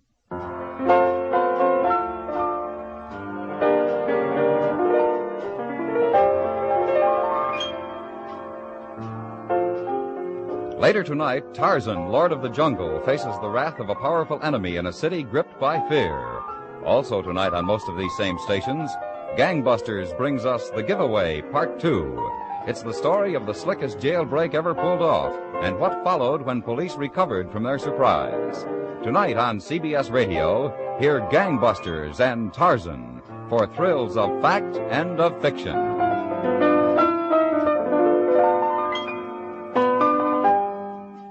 Sunday nights, Dick Powell is rough, tough Richard Diamond, private detective, on the CBS Radio Network.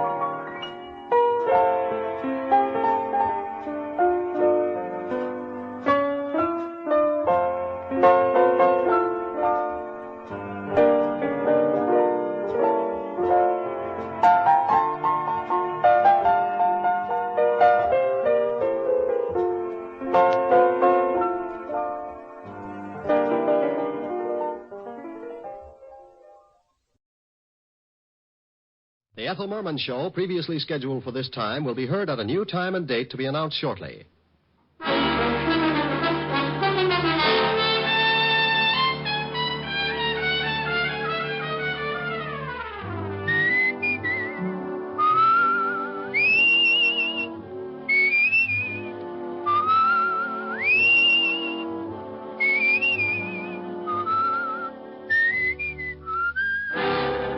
Transcribed is Dick Powell as Richard Diamond, private detective.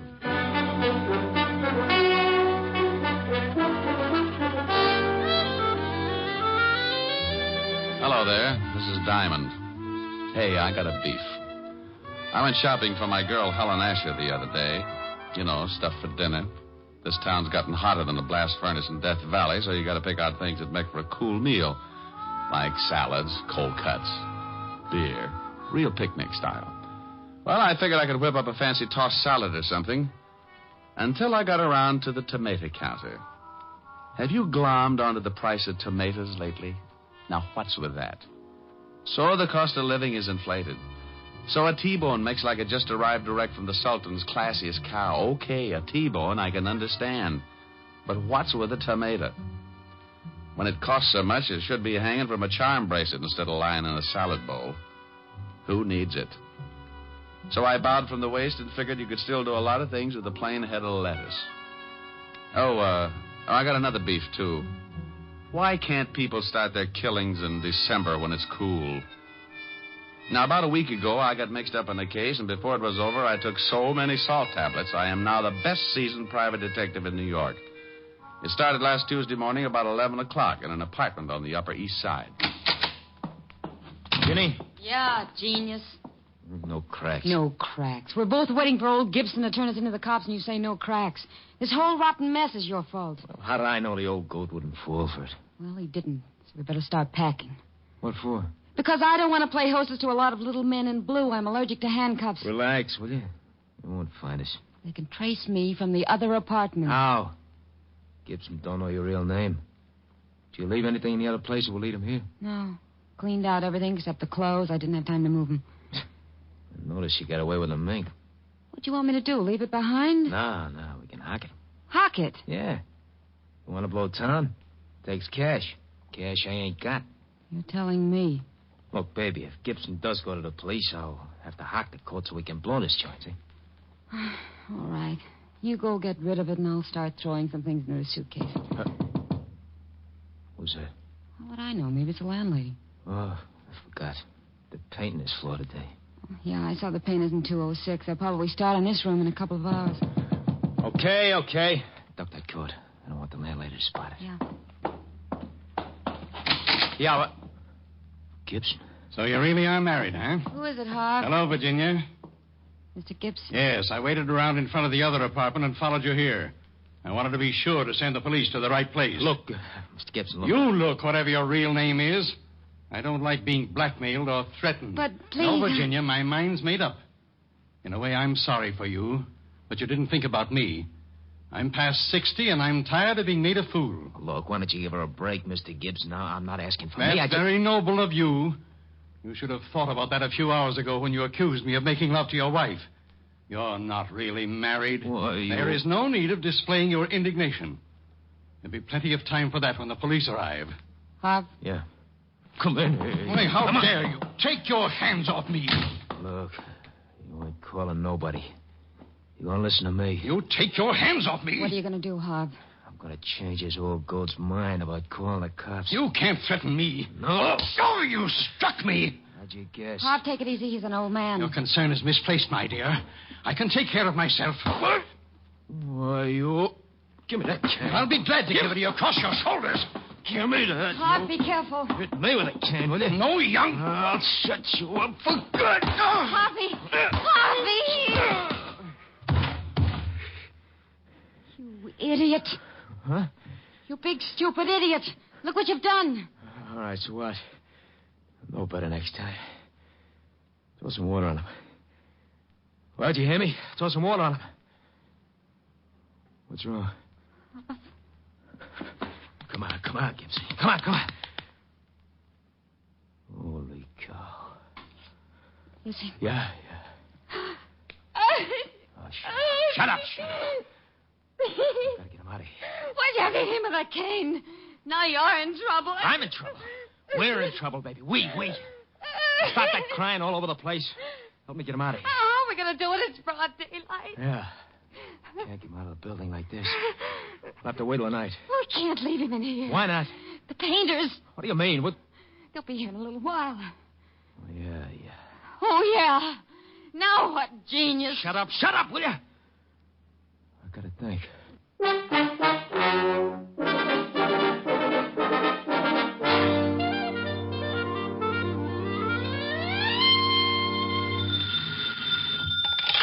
Diamond Detective Agency, murders financed while you wait. Oh, you idiot. Oh, is this Toodles Asher, the belle of Park Avenue? This is Helen Asher, the girl that goes steady with the Diamond Detective Agency. Sounds like a fine organization. Are they reliable? Very seldom. Oh. I'll tell you better as soon as I find out what I'm going to do tonight. You're going to give your butler the evening off, and the Diamond Detective Agency is going to march through your front door, single file, and show you a shortcut to spend the bottle. What time does all this begin? How long will it take you to pucker? About 2 seconds. Well, I won't get there until 8. Don't hold it, or you'll end up looking like a Ubangi. You're terrible. Yeah, but I'm pretty. So's a baboon. Oh, what you said. You won't be late, will you, Rick? I don't know. After that last crack, I think I'd better start going steady with King Kong. Rick. No, I'm mad. Ricky, I love you. Only because I can hang by my tail and my fangs have that toothpaste smile. I think you're the most wonderful man in the world. Well? I think you're the handsomest, the strongest, the smartest. Well, all right. Now tell me something I don't already know. Rick. Bye, baby. See you at 8. Bye. A, I'm adorable. B, I'm so beautiful. C, I'm... Now, look, honey, I can't make it till 8 o'clock. I got a fan dancer who's a client. She wants to go out and trap an ostrich this afternoon. Is this the Diamond Detective Agency? Huh? Oh, yeah. Is this Mr. Diamond? Yeah, what's the matter? You sound like you're standing on a body. Oh, Mr. Diamond, please, you've got to help me. I just don't know what to do.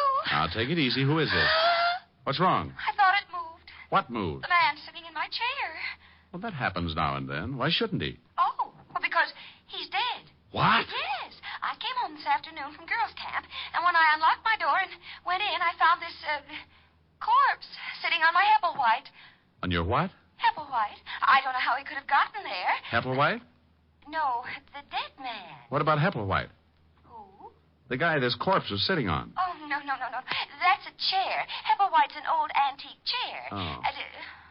Now I'm so confused. Well, move over, honey. Now, take it easy and give me one thing at a time. Who's the dead guy? Well, I don't know. I never saw him before in my life. Okay, now why haven't you called the police? Well, I thought about that, but I'm a school teacher, Mr. Diamond, and I was afraid of the scandal. I read a lot of detective stories, and the first thing that came to my mind was calling a private eye. Private eye. Mm-hmm. You had the biggest ad in the phone book, so naturally... Naturally. Well, give me your name and address, and I'll be right over. Oh, Esther Blodgett, 419 East 79th Street, apartment 108. Okay, Esther. Now, don't let anyone in and don't touch anything. Oh, I know that, silly. After the initial shock wore off, I found myself in complete control. What's the matter? I'm so nervous. I just lit a cigarette. It tasted so good, I offered one to the dead man. Well, if he takes it, remember how you did it. I'll be right over. Hepplewhite. Oh, is Walt going to have fun with this? Homicide, Sergeant Otis. Hello, Otis. Let me talk to the lieutenant. Diamond? No, this is Black Beauty. I just did a mile in 1:12, and I want to report that I've been doped. Very funny. I thought so. I didn't win the race, but I was the happiest horse on the track. Now, put the lieutenant on the phone. Lieutenant Levinson. Diamond, Walt. I don't want any. You take your killings to another precinct. Oh, now, don't be a sorehead. Giving you business is just my way of showing my friendship. Can't we just be buddies at a distance? I'm getting tired of chasing corpses. Well, grit your teeth and get over to 419 East 79th Street, apartment 108. Homicide? Yeah. A dame named Esther Blodgett reported it. She lives there. Who's dead? Well, I don't know. Yeah. A guy named Hepplewhite. Hepplewhite? You ask Esther about it. She'll put you straight. Are you coming over? Yeah. Bye.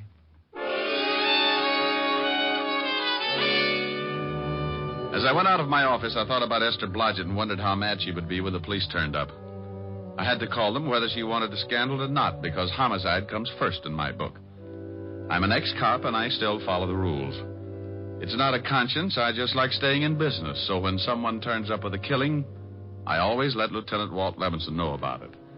I grabbed a cab, and 20 minutes later, I was standing in Esther's apartment along with Walt, the dead man, and Hepplewhite. Oh, you're a swell fella, you are. What's the matter, Walt? I've been going through that Hepplewhite routine for the last 10 minutes. I just found out it was a chair, that one right over there, the one that stiffs in. Mr. Diamond, why did you call the police? I thought you'd ask that. Because that man's been murdered, Miss Blodgett. That's what good citizens do when they find a dead man in the apartment. But the scandal.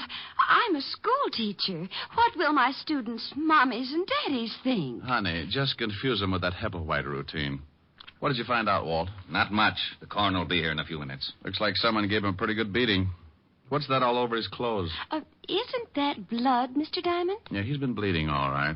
I mean that brown stuff, Walt. Looks like lint or something. I noticed that, too. I don't know what it is. We'll have the lab analyze it. Tell me, Esther, you said when you came in you unlocked the door. Yes, that's right.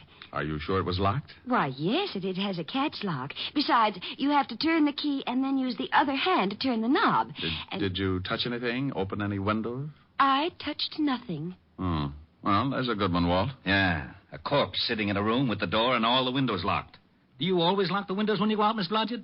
Well, I've been away for several weeks at a girls' camp. Aren't you a little old for that sort of thing? Oh, I've been counseling. One of the teachers who goes along to take care of the young girls. What do you think, Rick? Well, he wasn't killed in this apartment. No signs of a struggle. There's only blood around the chair and on the body. He must have been carried in. There would be blood trails on the floor. Not if he was carried in something. You say you never saw this man before, Esther. Never in my life. Any identification in his wallet? Yeah, name's Gibson. Leland Gibson. No money taken either, so that eliminates the robbery angle. Any address? Yeah, he's got an old driver's license. 12 East 64th Street. Pretty classy district. Judging by his clothes, he was well fixed. Tailored? Good store? As soon as the coroner arrives, I'm going to check this apartment building. Maybe somebody heard something or saw something. Walt, let me check the 64th Street address for you. This is a police job. Why do you want to check it?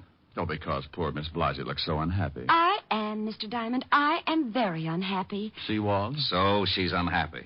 If you want to check the place on your own, go ahead, but I'm sending some men over anyway. Mr. Diamond, I like you. Well, thank you, Esther. No. I want to hire you to catch the killer and free me from this awful policeman. Awful policeman? Do you know how I got this way, Miss Blodgett? Oh, I'm sure it wasn't easy. Good for you, Esther. I got this way because of this private detective. Just call me Blue Eye. Ever since he stopped working with me and left the force, I've gotten mixed up in more screwy cases than an alcoholic in a whiskey truck. There isn't 1 week that he doesn't turn up with 1 or 2 killings. My, he gets excited, doesn't he, Mr. Diamond? And in his spare time, he intimidates my sergeant. Just call me Rick, dear. I've taken enough bicarbonate in the last year to stop Vesuvius erupting. And if he doesn't give me a little peace and quiet, I'm going to end up solving a killing of my own. Rick, my, that's a nice name. How did you ever get to be a school teacher? You don't look the type. Are you listening to me? Oh, what makes me so different? I've seen signs on highways that say it better than I can. What are you two babbling about? You mean the ones that say, danger, stop, look, and listen? Well, that fits, but I was thinking about curves and soft shoulders. Oh, no. Now, you listen to me, Diamond. This is serious business. A man's been killed in Miss Blodgett's apartment. If you want to take her on as a client, go ahead. But any questions from here on in will have to be gotten down at police headquarters. You are taking me in, Captain? Lieutenant. Yes, you'll have to come down for questioning. Rick? You go along with the big bad policeman, dear. I'll have you out in no time. Well, all right, if you say so, but this has never happened to me before. Oh, that's unfair. Wolf, stop blubbering. Yes, what is it? Oh, you get out of here. Oh! Otis! Where the devil is Otis? I left Walt jumping up and down in front of Esther and the corpse and headed for 12 East 64th Street. It was an old brownstone in one of the wealthier districts. And when I rang the doorbell, I got another surprise. Yes? Yes. Don't tell me you're a school teacher. I beg your pardon. You forget it. It's the landmarks that threw me. What do you want? Oh, do you know a Mr. Leland Gibson? Yes, he's my father. Now, just who are you? Name's Diamond. I'm afraid I've got some bad news for you, Miss Gibson. It's Father. Something's happened to Father. May I come in? Oh, I'm terribly sorry, yes. Now, please, what is it? What's happened to Dad? Well, he's dead. Oh, no. No. Look, I know this is tough, but you've got to help me. The police will be here in a minute. The police? Yes, your father was murdered. Oh, I knew something like this would happen. You did? Well, tell me about it. Well, I don't mean that I expected Dad to be... Okay, now, just take your time. Cry it out. I'm sorry. Have you a handkerchief? Sure, here. Thank you. Now, think you can talk about it? Dad left the house about 3 weeks ago and moved into a hotel. Did you have a fight or something? Oh, no. Everything was fine, but... No, hang on. Things couldn't have been better, and he was in wonderful spirits when he left. No arguments, no hard feelings? He didn't leave mad? Oh, no, nothing like that. Then, have you got any idea why he suddenly packed and moved into a hotel? Well, I'm not sure, but I think it was a woman. A woman? Yes, he told me one day that he'd met someone he liked very much. The day after that, he moved to the hotel, but I never saw her, and he never said anything more about her. Weren't you a little worried? Naturally. Father isn't a young man anymore. I mean, wasn't. Just one more question. What hotel did he move to? It was the Adams on Madison Avenue. He used to go there 3 nights a week for dinner and a game of bridge before he decided to move in. Well, thank you. Are you all alone? Yes. Got any friends you can call? A few, I guess. Well, call them. It's better not to be alone. And bawl your head off. It'll do you some good. I'll send you your handkerchief, Mr. Diamond. Richard Diamond. It's in the book.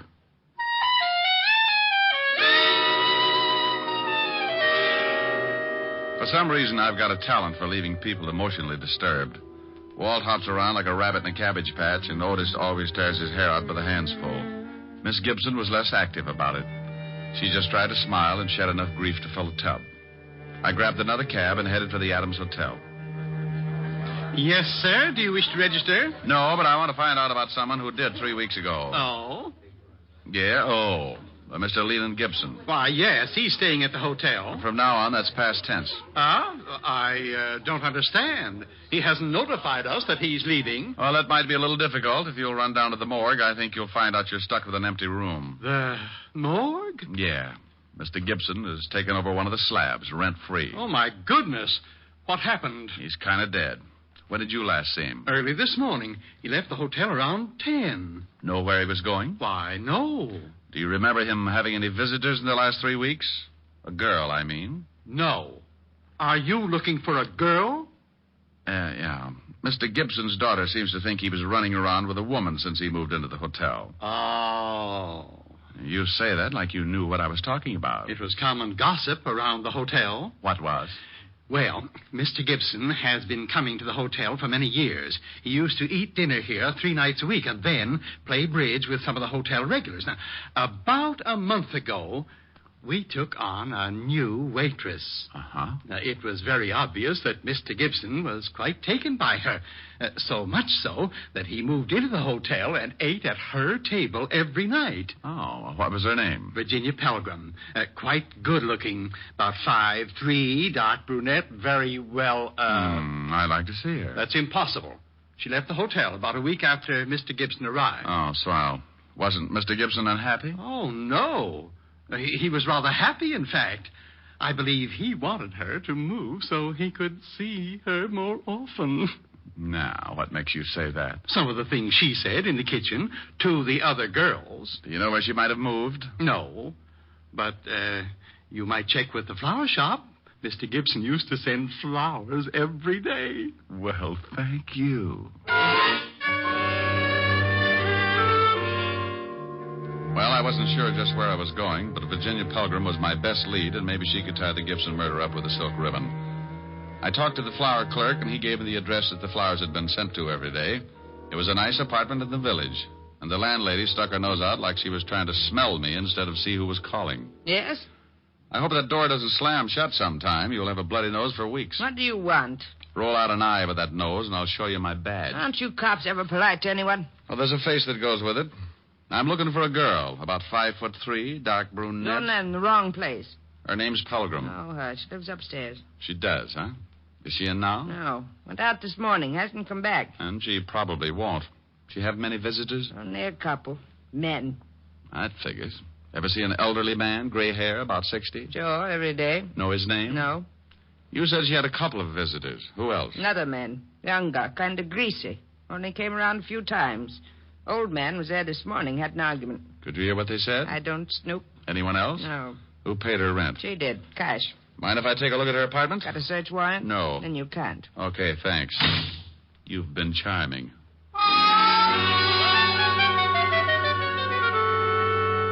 I left the old bat and headed back to the schoolteacher's apartment. If I was right, I'd seen setups like this before. But there was still the problem of finding out how Gibson was killed and how he got into a locked room. When I pulled up, I saw the wagon, complete with corpse and coroner, pulling away for the morgue. And when I went in and knocked on the door, I was certain that they'd forgotten one of the bodies. Oh, it's you, Shamans. Why, Otis. They're leaving without you. Who is? The hearse. Shouldn't you be lying down or something? Now you stop that Rick and get in here. Hello, Walt. What's new? Well, Rick. Well, Esther, has Otis been using his rubber hose on you? Oh, no, but I was getting lonesome. I'm glad you got back so soon. You are. As soon as you two stop rolling your eyes, maybe you can tell me what you found out, Mr. Diamond. Yeah. Walt, send Otis down to the station for a search warrant. Then tell him to get over to 9 West 12th Street and see what he can find in the Miss Virginia Pelgrim's apartment. Who's Virginia Pelgrim? The only person who was mixed up with a murdered man. There was another man who used to see her, but I can't find out who he was. All right. Otis, go get the warrant. Yeah, Lieutenant. Thanks, Diamond. A pleasure, Sergeant. What did you find out, Walt? There were 11 people in the building at the time of the killing. None of them ever saw the guy before. Here's a list of the names. 3 people on this floor, 5 on the second, and 3 more on the third. Have you talked to the landlady? Certainly. She doesn't know any more about it than the rest. What about that funny brown lint on the dead man's clothes? We're checking on that right now. The lab said they'd call me. Did the landlady say she had a key to this apartment? Sure, but she hasn't used it but once since Miss Blodgett was away at girls' camp. When did she use it? 3 days ago, when she had let the painters in. And she says that the windows and door were definitely locked, because after she aired the paint smell out, she locked them herself. Painter, huh? Yes, and I've been looking. You know, I think they did a terrible job. Why, the kitchen alone... Esther. Yes, Rick? Later, dear. Yes, Rick. Walt, did they paint the whole building? They finished the second floor today. Oh, I'll get it, Miss Blodgett. Probably the lab. Rick, Yeah? do you know who did it? Yeah. I got a hunch. Oh, I see. you're wonderful. Yeah. Okay, thanks. Lab, Walt? Yeah. That lint you spotted on the dead man's clothes is from the mat that they put under rugs. Mm-hmm. Walt, you were on all the floors. Did one of the apartments have a rug missing? They're all missing from the second floor. The tenants took them down to the basement when the painters moved in. Any off this floor or the third? No, just the second. Well, your killers are on the second floor, Walt. How do you figure? Well, let's look at what we've got. Dead body in a locked room. Blood on body and floor around body, but nowhere else in the room. Carried in a rug. Bullseye. Oh, this is so exciting. Esther. Sorry. Yeah, but how does a dame called Pelgrim figure into it? There's no Pelgrim listed in this building. Well, there shouldn't be if I'm right. The dead man met Virginia Pelgrim while she was working as a waitress in his hotel. She gave him a pitch and he fell. He put her up in an apartment so he could see her more often. So what? I think she was working with another man. A man who was seen around her apartment by the landlady. Then how did the body get over here? The guy the dame was working with probably lives here. What about the motive? Well, my guess is that Gibson was being blackmailed, and he followed the girl here. He was probably going to yell cops, so they killed him. Okay, now what about the locked room? Explain that. Now, let the landlady of this building explain it, Walt. Go ask her one question. Who had this apartment before Miss Blodgett? Esther. Oh, I'm sorry, Esther. Well, I can tell you that. A Mr. and Mrs. Austin, they moved to a smaller apartment and let me have this one. It's more rent, and they couldn't afford it, I expect.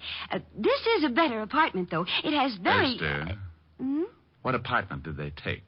Oh, it's on the next floor, apartment 209. According to this list of people who were on the second floor at the time of the killing, the Austins are the only couple.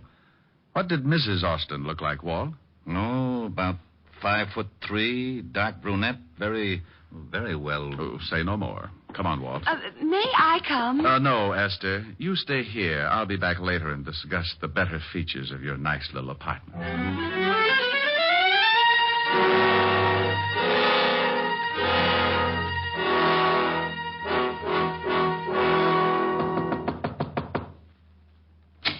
Yeah? I want to talk to you again, Mr. Austin. Why? Told you everything I know. Where's your wife? In the back. We're coming in. Okay, you don't have to shove. Who is it, Harv? Them cops again. Well, hello, Virginia. Do I know you? Where's your rug, Mr. Austin? What? It's down the basement. Miss Pelgrim, how long have you been married to this man? About 3... Hey, how'd you know me? Shut up. Know your name? You might as well tell the lieutenant everything. Why did you lie about knowing Mr. Gibson? I didn't. I never saw him before in my life. I didn't tell you the dead man's name was Gibson. How'd you know that? Don't answer that. Oh, shut up. You and your husband killed Mr. Gibson and carted him downstairs in a rug. Why'd we do that? Because the painters were on their way to paint your apartment. You had to get him out without being seen. You dumped him in Miss Blodgett's apartment because you knew she was out of town. And you used to live there, so you still had a key. You shut up. We've got enough to hold both of you on. The rug will have bloodstains on it. Oh. Get out of my way. Get out, Walt.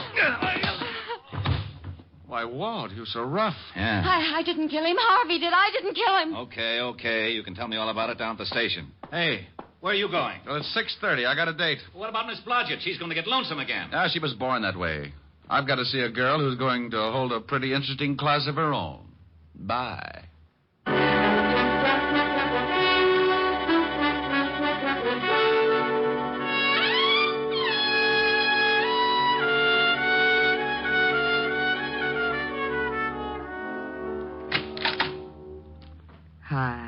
Hi. Well, don't you look comfortable? Where's Francis? I gave him the night off, like you suggested. You're cute. I've got a cool dinner in the library. School day, school day. You sound happy. Well, I was just thinking about a school teacher I knew once. That looks mighty toothy. Sing for your supper. What? Got a new tune on the piano. Oh, honey, I'm hungry. You sing first, and then you can eat. Oh, all right. What is it? Right here. So in love. Oh, okay. Strange, dear, but true, dear. When I'm close to you, dear, the stars fill the sky. So in love with you am I. Oh, keep going. I'll get it. Even without you, my arms fold about you. You know, darling, why so in love with you am I. Some girl asking for you. Oh, some girl. Wow. I told her there was no one here but the piano tuner. Oh? She leave her name? Uh-huh. Hepplewhite. Hepplewhite. Yes. Who's she? Come here, baby. No. I want to know who she is. I said come here. No, Ricky. Mm-hmm. Who's Hepplewhite? Oh, just a chair, baby. A cute blonde chair.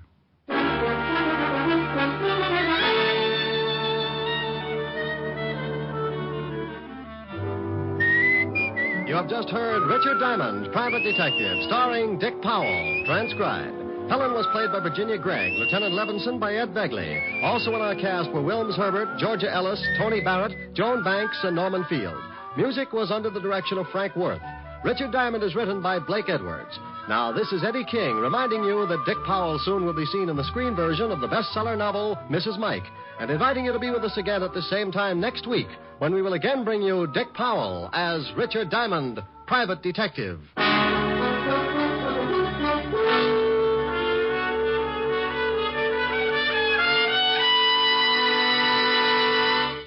Saturday night brings some of the week's best radio entertainment when you tune for the stars on NBC. Stay tuned every Saturday for a great lineup of programs, including Hollywood Star Theater, Ralph Edwards' Truth or Consequences, Your Hit Parade, A Day in the Life of Dennis Day, The Judy Canova Show, and Grand Ole Opry. All the best on NBC.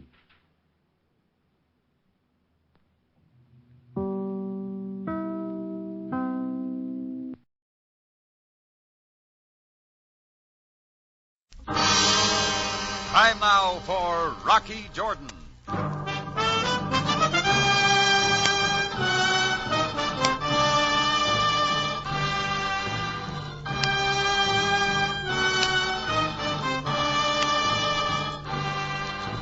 Not far from the Mosque Sultan Hassan in Cairo stands the Cafe Tambourine, run by Rocky Jordan. The Cafe Tambourine, crowded with forgotten men, alive with the babble of many languages. For this is Cairo, where modern adventure and intrigue unfold against a backdrop of antiquity. Tonight's story, The 2 O'Clock Man.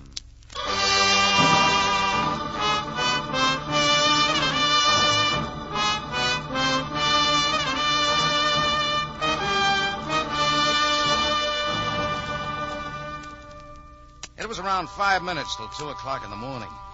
I was in bed trying to catch up on some sleep when I heard noises out front. I rolled over, ready to forget the whole thing, when the sound became too loud and too familiar. I slipped on a pair of trousers and headed for the bar. It was dark, but not empty. Somebody was playing Halloween out of season. From somewhere behind the bar, I could hear his breathing as he scratched around at my register. I moved around the end of the bar toward the short, panting breaths. Then he saw me and made a dart. You're going no place, buddy. Let me go! Let me go! Sure, buddy, you're going. Ow! I hit him, and he crumbled like arches on a fat man. I flipped on the light to see what he looked like. He was small and wiry. He wasn't Egyptian or Arab or European, but he seemed like a mixture of all.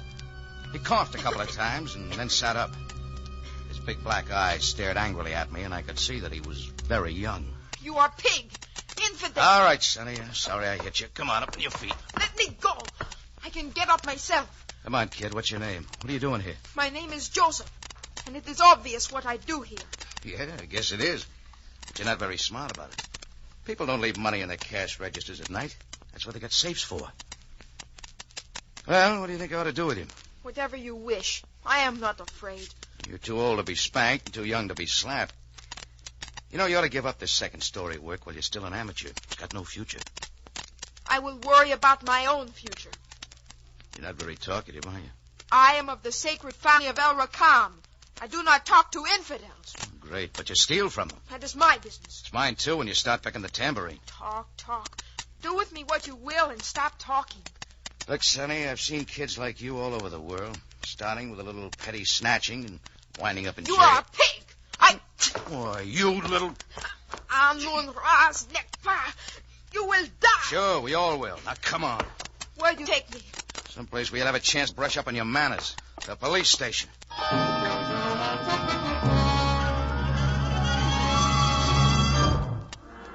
Inside half an hour, we pulled up in front of the Cairo police station and got out. Joseph, member of the sacred family of El Ricard, whoever he was, hadn't spoken. We went inside. Sergeant Greco, underling to Captain Sam Sabai, was sitting behind the desk dozing. When he heard us come in, he snapped to life real fast and became very official. Oh, Mr. Jordan, I was not expecting you. Yeah, I could see that. Did you have a pleasant dream? I was not sleeping. I was simply resting my eyes. Sure. Bet she was a brunette. Will you please show some respect for a servant of the people? Now, what may I do for you, Mr. Jordan? You can get me Sam. Captain Sabai has had a very difficult evening. He is very tired. He is preparing to leave for his home this very moment. What may I do for you? I told you, get me Sam. Mr. Jordan, I have just I got someone I want him to meet. This boy? Yes, this boy. Now turn up Sam for me, or do I have to go in and get him myself? What is going on out here, Sergeant? It is Mr. Jordan. Jordan, what are you doing here this time of night? Business, Sam. He has brought this boy for some reason. I told him, Captain, that you are too Yes, tired Sergeant. Yes, that is enough. Now, what is it you want, Jordan? Sam, I caught this boy doing a one-man floor show at the Tambourine about an hour ago. Jordan, I am not interested in your entertainment problem. You will be, Sam. This kid dropped in after hours on his own. I found him scratching around my cash register. Oh, I see. What is your name, young man? You're a pig, too. Of all the... I forgot to tell you he had a nasty habit like that. Never mind. If he does not choose to talk, we can wait. Sergeant. Yes, Captain. Lock this youth up until morning. We will interview him then. Yes, Captain. Come along, boy. You do not have to push. Come along, boy. I wanted you, Sam, because I didn't want to leave the kid in Greco's hands. He's overeager. Yes, Jordan, I know what you mean. You do not like taking children to police stations, do you, Jordan? What do you think? I think that I am very tired. Hey, he said he was a member of the sacred family of El Ricam. That mean anything to you? El Ricam? No, does not. But suppose we discuss this young man's family tree in the morning. Oh, but Sam... Jordan, you are concerned for nothing. This boy is what you Americans refer to as a juvenile delinquent. There is nothing more to it. Now, please go home and get some sleep so that I may do the same. Yeah, I'll do that. Good night, Sam. I walked out of the police station and started up the street. I'd taken just about 6 steps when I heard it. It started from somewhere inside the police station and sounded like a cyclone on a weekend spree. By the time I'd taken a few more steps, the door of the police station flew open and Joseph came running out fast like a super chief on a holiday weekend. He darted toward the corner full blast, and Sam and Sergeant Greco came running 10 paces behind him. I followed. We were halfway to the end of the block when the kid turned the corner. The 3 of us stepped up our pace, turned the corner after him, and Greco pulled his gun. Before I could yell at him, the thunder broke.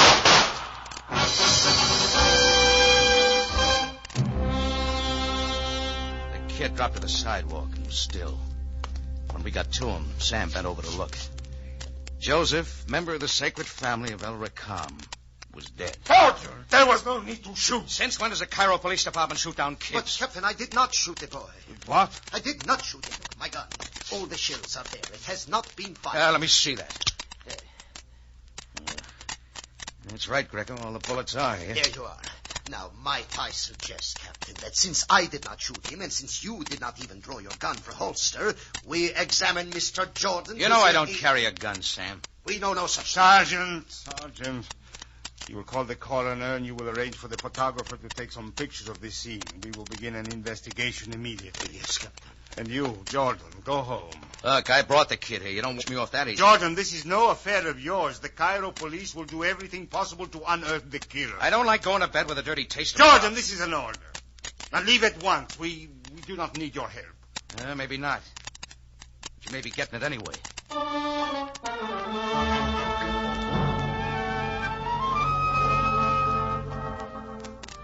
I left, headed back to the Cafe Tambourine, and went to bed. But I didn't sleep. The sight of Joseph, a fresh kid, crumbled in the street, stayed with me. It was a long night.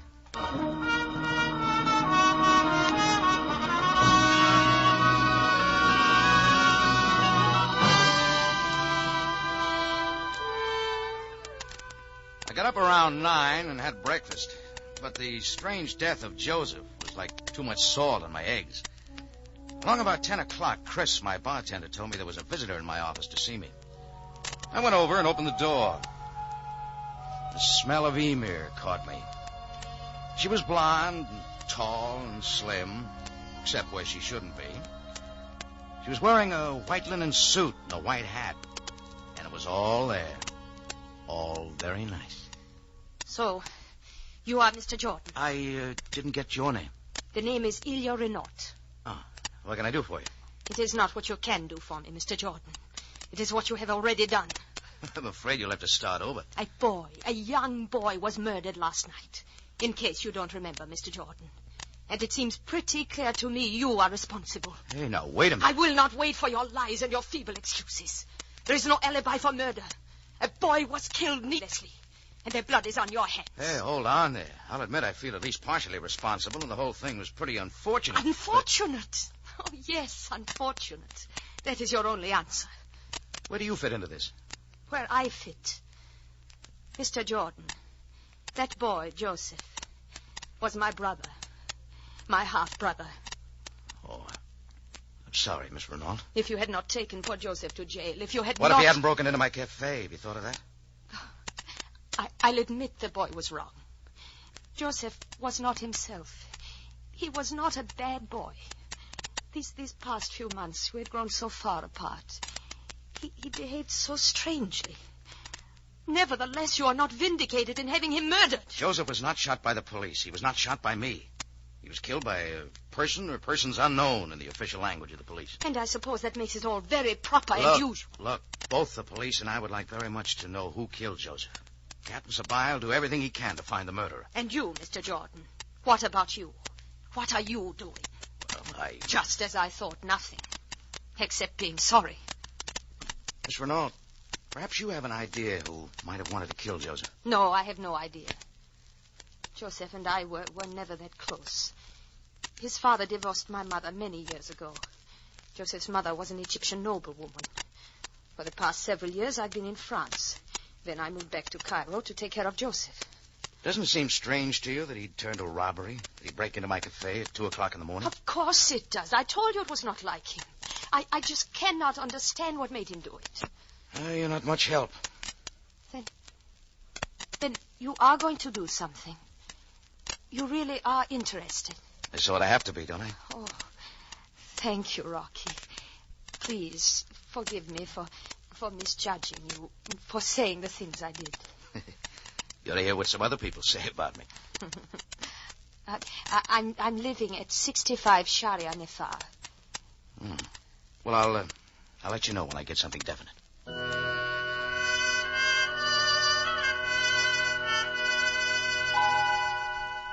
She left, and later in the day, I had visitor number 2. A man I wanted very much to see. His name was El Rakam. He was tall, lean, and dark. He wore purple robes and a silver chain with a fancy emblem around his neck. And he had a muscle man with him. Peace be unto you, noble sir. My card. Oh, thanks. Have a seat. My assistant is known as the Turk. He will join us. Yeah, sure.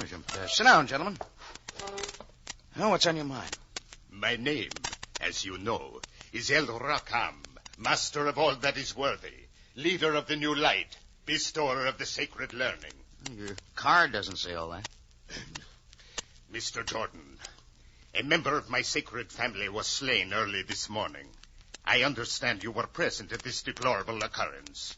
You would tell me how you are involved and exactly what you have done. Do I make myself clear?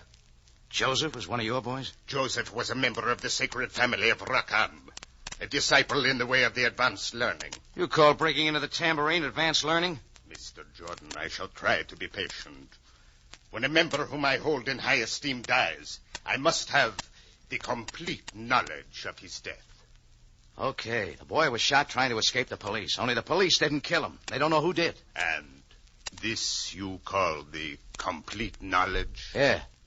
Mr. Jordan, these facts I have learned from the police myself. I would like to know your connection, please. Also, why you found it necessary to take Joseph to jail. Look, Rakam, I've told you all I know. I'm a busy man. Maybe you better talk to somebody else. Mr. Jordan, I had hoped I would not have to come to this. However, you obviously refuse to cooperate. It is the desire of El Rakam and his followers that all matters be settled in peace. Violence is barbarian and uncivilized. Yet you force me to act.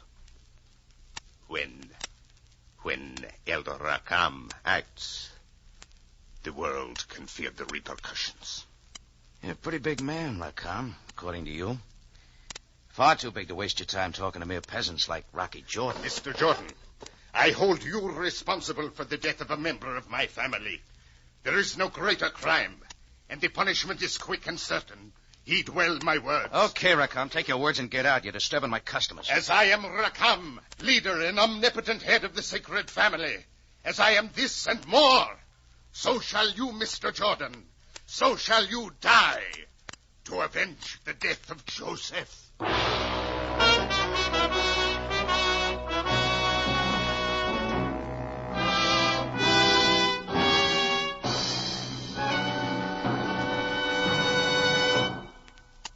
You are listening to The 2 O'Clock Man, tonight's adventure with Rocky Jordan. If you like radio mystery, thrilling stories, exciting characters, and the kind of suspense that keeps you absorbed until the final gripping moment, you'll want to spend your radio listening time with CS. Because at the CBS spot on your dial, you'll find that kind of mystery.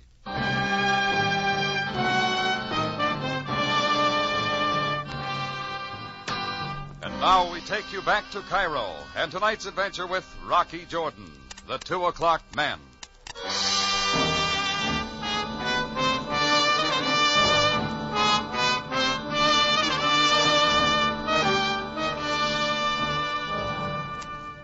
It all began when somebody shot down a kid who I turned over to the police for breaking into my cafe tambourine. Then a couple of people showed saying I was responsible. The kid's sister, and a guy who called himself El Racam. That joker was thirsting for revenge. Well, El Racam and his silent sidekick, the Turk, made a grand-type exit out of my office. Just outside the door, they were joined by two burly-looking bodyguards who could have passed for the Tarzan twins. Then the four of them marched out of the cafe. As far as I was concerned, El Racam, spelled backwards, was phony. And it also spelled answers to questions concerning murder. I decided to follow. It was as easy as tailing an elephant in a clothes closet. The purple robes drifted down Sharia El Reyes, turned left 3 blocks up, and entered the lobby of the Hotel Continental. The two bodyguards split off, and El Racam and the Turk took the elevator to the 5th floor. I waited and caught the next car. The trail ended before a door marked 505. I was debating my next move when suddenly the door opened. Come in, Mr. Jordan. We have been expecting you. Standing in the doorway was 6'4" of man, El Racam's right-hand man, the Turk. I went inside. He was there alone. You are a fool to be trapped so easily, Jordan. You were led here as one might lead a sheep for slaughter. Maybe, friend. Time will tell. No, the time is now. We will teach you to murder. The big man was on top of me like a tent in a windstorm. His hands grasped at my throat and his fingers dug in. I gave him a kick and another one, but the fingers dug in deeper. I was seeing red and then blue and then purple. I brought my knee up and caught him in the belt. He rolled back from me. Then a shiny object came flying into the room. Turk doubled up, grabbed at his middle, and pitched forward to the carpet. Everett got suddenly quiet, like visitor's day at the morgue. I bent over him. He was dead. Protruding from his stomach was a knife, an ordinary kitchen knife, but one I'd seen before. It was from the cafe tambourine. It was too perfect, too well set up to stick around. Everything neat and in place for Rocky Jordan to take the rap. It took me 2 minutes to decide where to go next. A guy named Bill Morley, a reporter at the Cairo Record, might be of some help. Inside of 10 minutes, I was sitting across from him at his desk. Nothing but trouble when you walk in here, Rocky. What's up? You know most of the characters in this town, Bill. I need some information about one of them. Yeah? Name's El Racam, the sacred family of Racam. You know him? No, I wouldn't touch him with a 10-foot pole. He's dynamite. Oh, why? Look, Racam arrives in town a couple of months ago. One of the papers gets a front-page interview with him. They play him for all he was worth. And what happened? Racam slapped $1 million libel suit on him. And he'll probably collect. Well, doesn't like publicity? Wants no interference at all. Not like the rest of these phonies who do anything to get their photos on a big spread. This guy works in the dark, and he does better that way. That's all you know about him? Well, what he's got isn't a new religion or even vaguely connected with it. It's pure mystic and pure hope. He just talks to the customers, and they shell out. They never know what hit him. That good, huh? The 2 o'clock man is darn near perfect. What'd you call him? 2 o'clock man. That's what the papers have labeled him. He holds his meetings in an old temple at 2 o'clock in the morning. Nobody has anything on him? Well, just once. They got a picture of him and a kid during a riot in Alexandria a few months ago. Cop was killed. El Racam had a gun. That sounds almost too good. What happened to it? Yeah, take a look yourself. You'll see why nothing happened. I see what you mean. Everything about it points to El Racam. Except he happened to have his back turned. Sure, it's Racam, all right, but you can't see his face. And no court in the world would count that photo as evidence. What about the kid in the picture? Well, that's Joseph, the kid who was shot the other night. You knew him. Yeah. How about letting me borrow this photo, huh? Just for a day. I'll bring it back. Sure, it's no good to me. Oh, excuse me, Rocky. Sure. Hello? Yeah. What's that? The Turk? Yeah. Yeah. Oh, yeah, I'll be right there. One of our reporters calling in a story. El Racam's right-hand man, a guy named the Turk, has just been knifed in the Continental Hotel. Really? Yeah, you want to come down with me and take a look? No, I'll buy a paper. Thanks for the photo, Bill. Oh, and by the way, if I should happen to run into the murderer, let you know.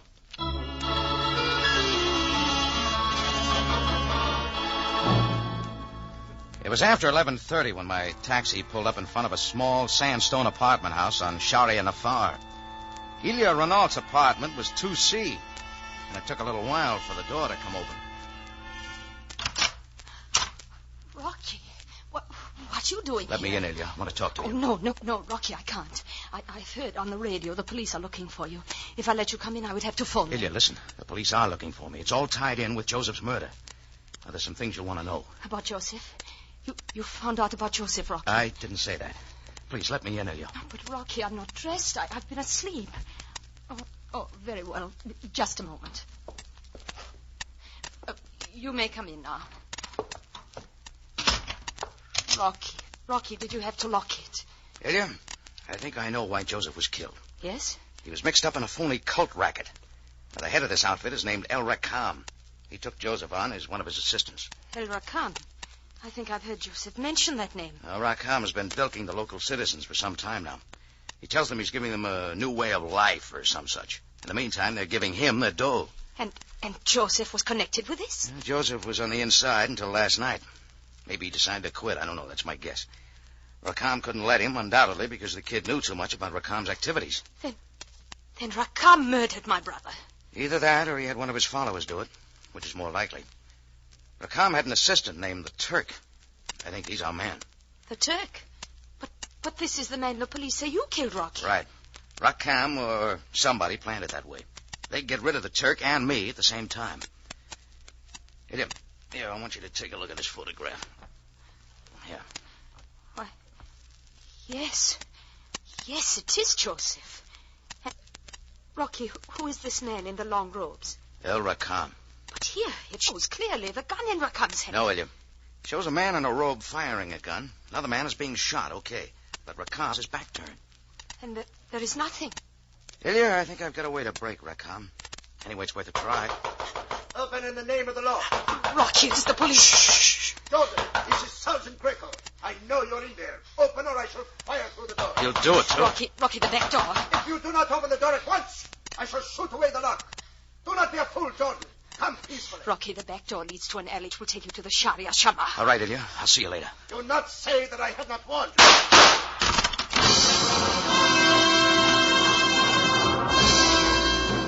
As Greco came through the door, I went out the window and down the alley fast. Greco yelled at me to halt, but I wasn't stopping for anything. I had a date for a showdown with a 2 o'clock man.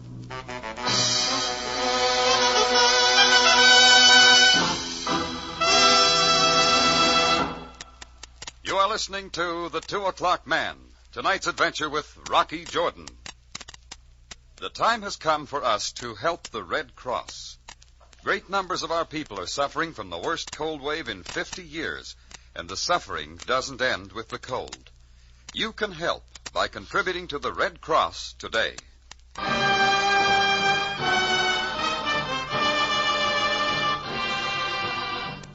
Now we take you back to Cairo and tonight's adventure with Rocky Jordan, the 2 O'Clock Man.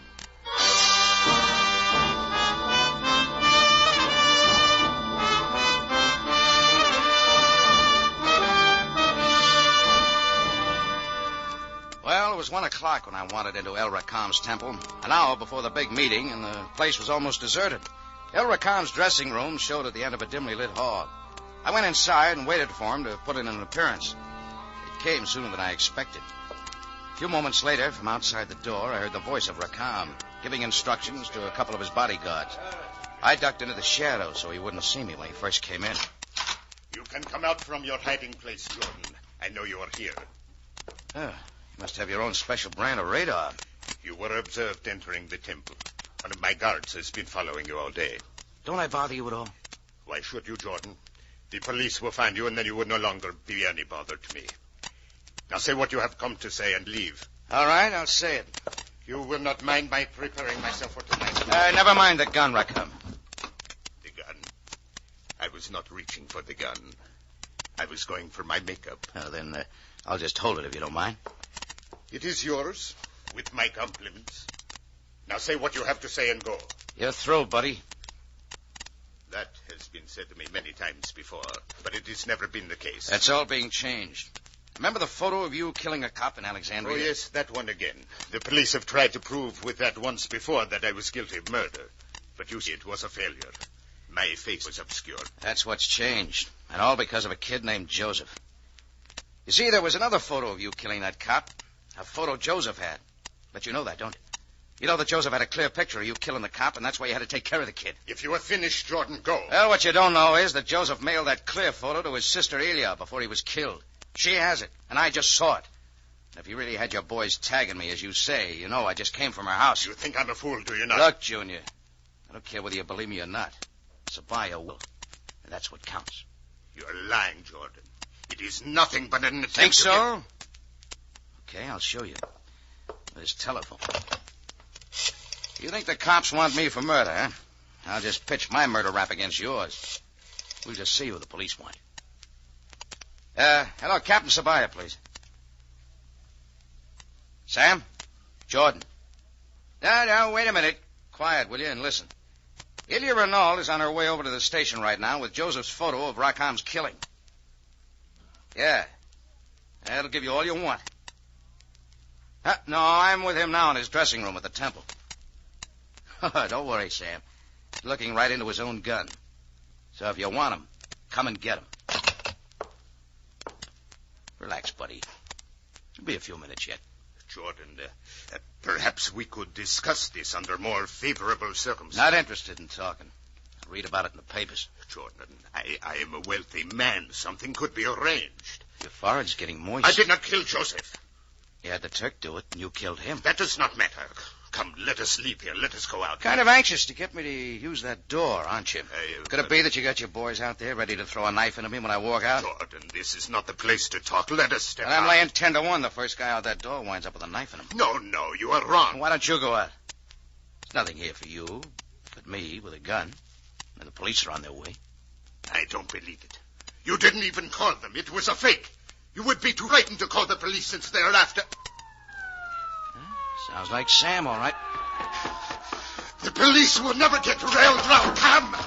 No, it is I, El Rakam, your leader, master of the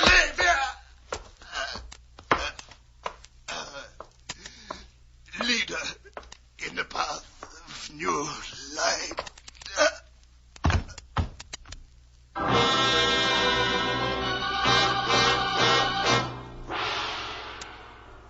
Well, that was it. El Rakam got it from his own men. And that was the end of his organization. Sabaya showed up in a few moments and rounded up the knife throwers, and everything was cleared up. The Turk killed Joseph on orders. Rakam killed the Turk to set me up, and then his followers took care of him. It was a regular round robin.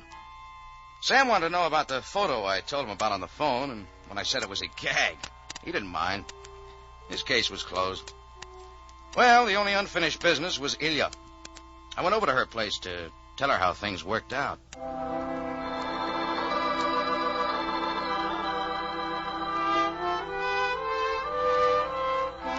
I guess it must have been a long story. Took me quite a while to tell it all.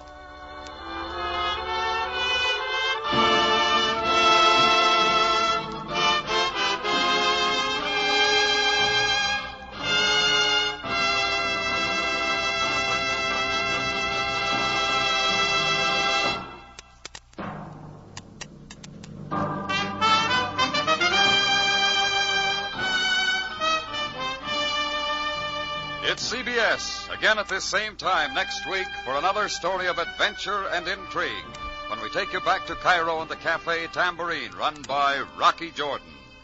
Jack Moyles plays the title role, with tonight's story by William Frug, edited by Larry Roman and Gomer Cool. Rocky Jordan is produced and directed by Cliff Howell, with original music by Richard Arant.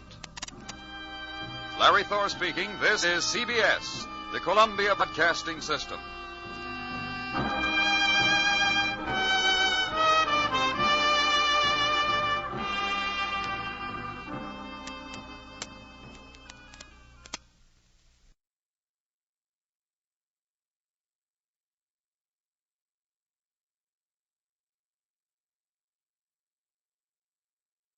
D-24.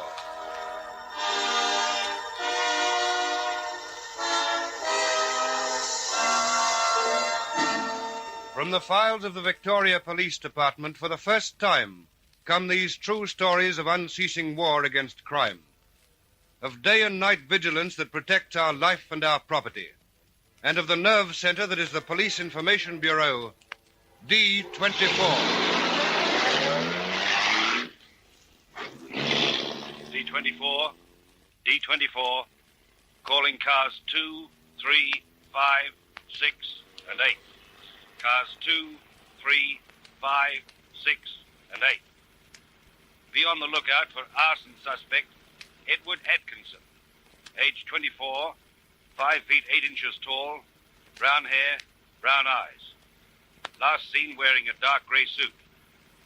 This man is not to be questioned. Over.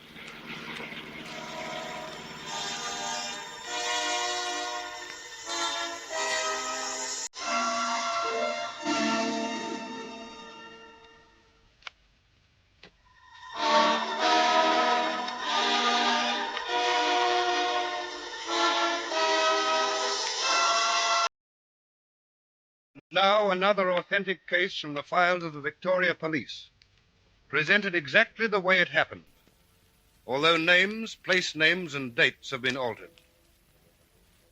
This case, one of the most puzzling on record, is the story of a man not only returning to the scene of his crime, but actually repeating it in every detail. A night early in January 1942. As the hour approaches midnight, a faint glow is seen through the windows of a large engineering firm in South Melbourne. The glow becomes brighter. Suddenly, tongues of flame lick hungrily skyward. In a matter of seconds, one section of the huge factory is enveloped.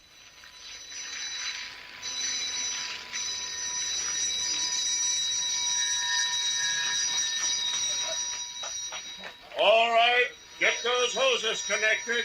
Coming over, Tom. Swing the ladder over this way. We've got to stop it from spreading. Number 1 hose is right, Mac. Open her up.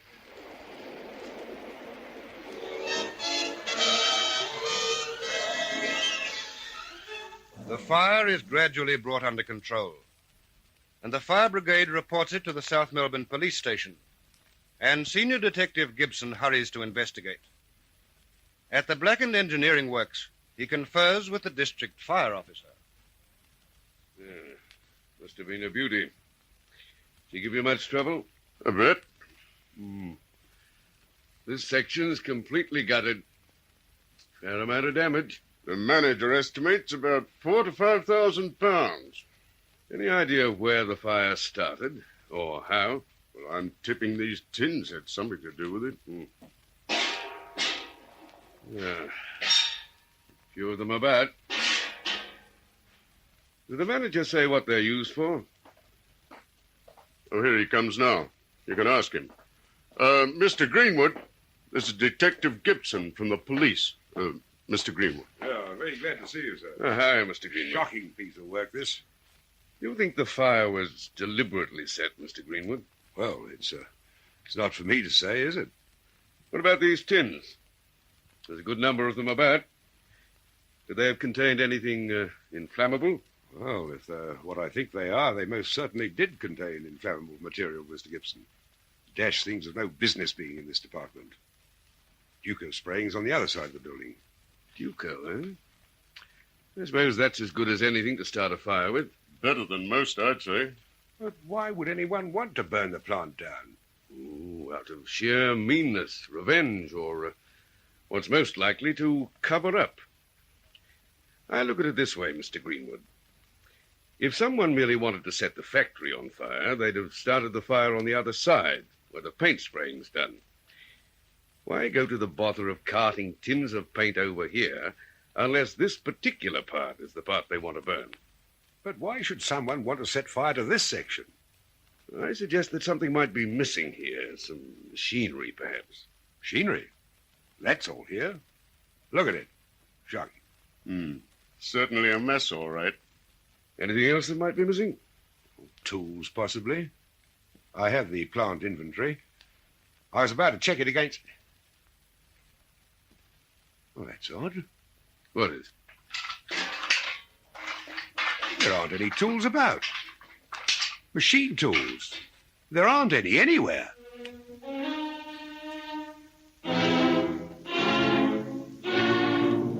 Yes, a further check disclosed that a large quantity of machine tools, valued at nearly £1,000, was missing. Detective Gibson immediately telephoned D24.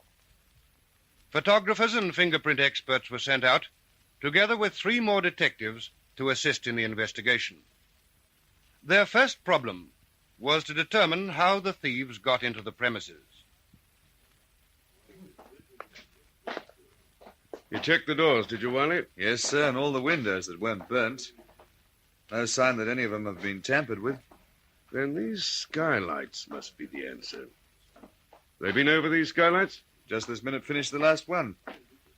There's not the sign of a clue anywhere. But whoever did it must have got in through one of these. They open easily enough. Yeah. Will you get them to go over the insides carefully? Oh, they're one ahead of you, Mr. Gibson. They've been over the insides. They're clean, too.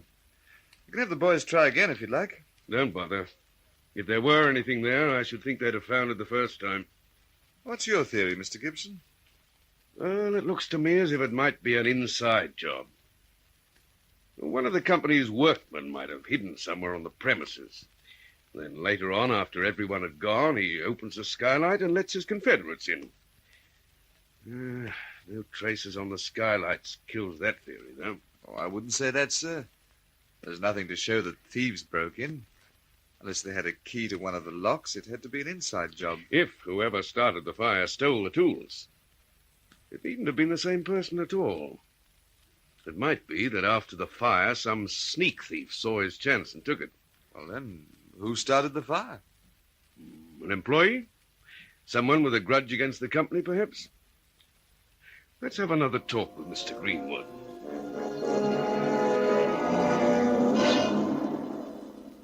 The position's this, Mr. Greenwood. One of your employees might have remained behind after closing time last night. Perhaps he hid himself. And then, when he thought it was safe, he set the place ablaze and escaped. With the tools? Not necessarily. Mr. Greenwood, have you had at any time some employee who was not happy with his job? Sorehead, short-tempered, perhaps? No. As far as I know, all our employees are reasonably well satisfied. I can't recall a case of actual dissatisfaction in the past, either. Could it possibly have come to some other man's attention and not have been passed on to you? Our shop foreman, perhaps. But he's fairly new. Been with us only a few weeks. Huh? What happened to the last one? Oh, he left our employ. Why? Oh, usual reason. Some other company offered him more money. Mr. Greenwood, I'm convinced this was an inside job. I'm afraid we'll have to question your employees. All of them? All of them.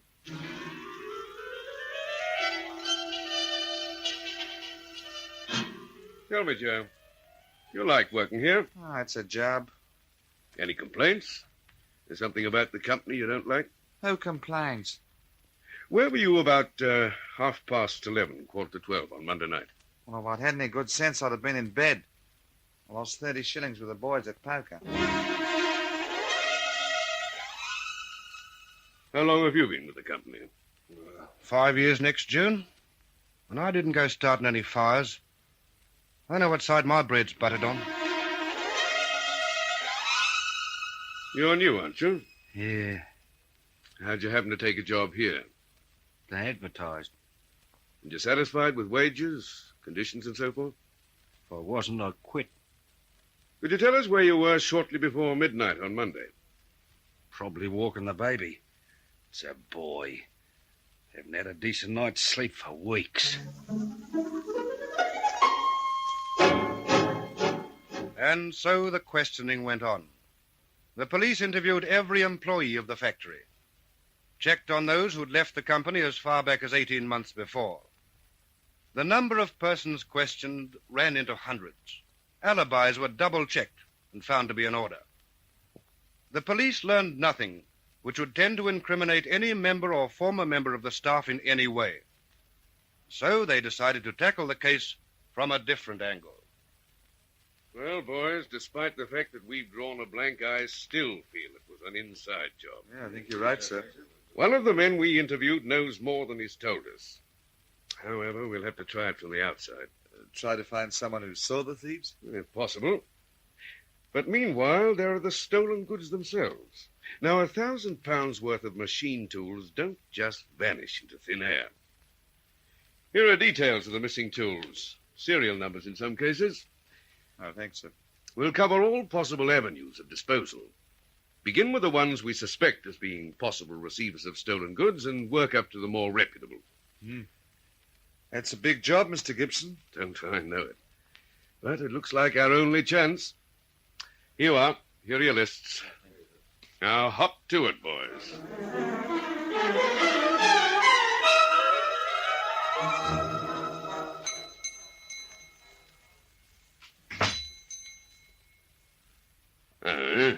Good day, Charlie.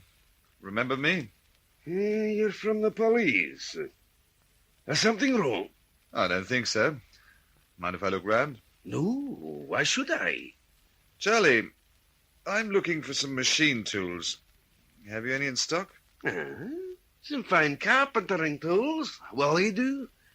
A nice plane, any number of saws, a few levels. Cut it, Charlie. I'm after machine tools. Afraid I haven't a machine tool in the place. The police visited hundreds of places in the course of their inquiries, but always received the same reply. The department's property tracing section circulated a description of the missing tools throughout the state and in other states as well, but no clues were forthcoming. To all intents and purposes, £1,000 worth of machine tools had vanished. And then one night a few weeks later, at approximately 11:30, a window at the engineering works is raised cautiously.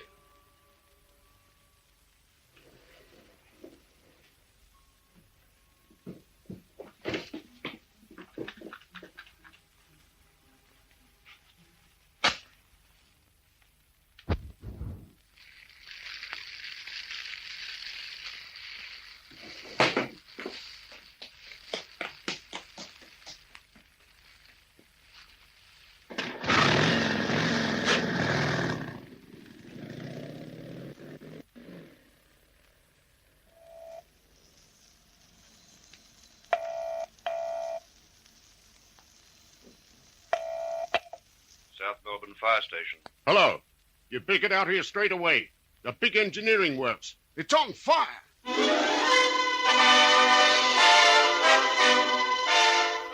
Yes, the engineering works was once more ablaze. It had been set on fire exactly as before with tins of Duco. And again, more machine tools were missing.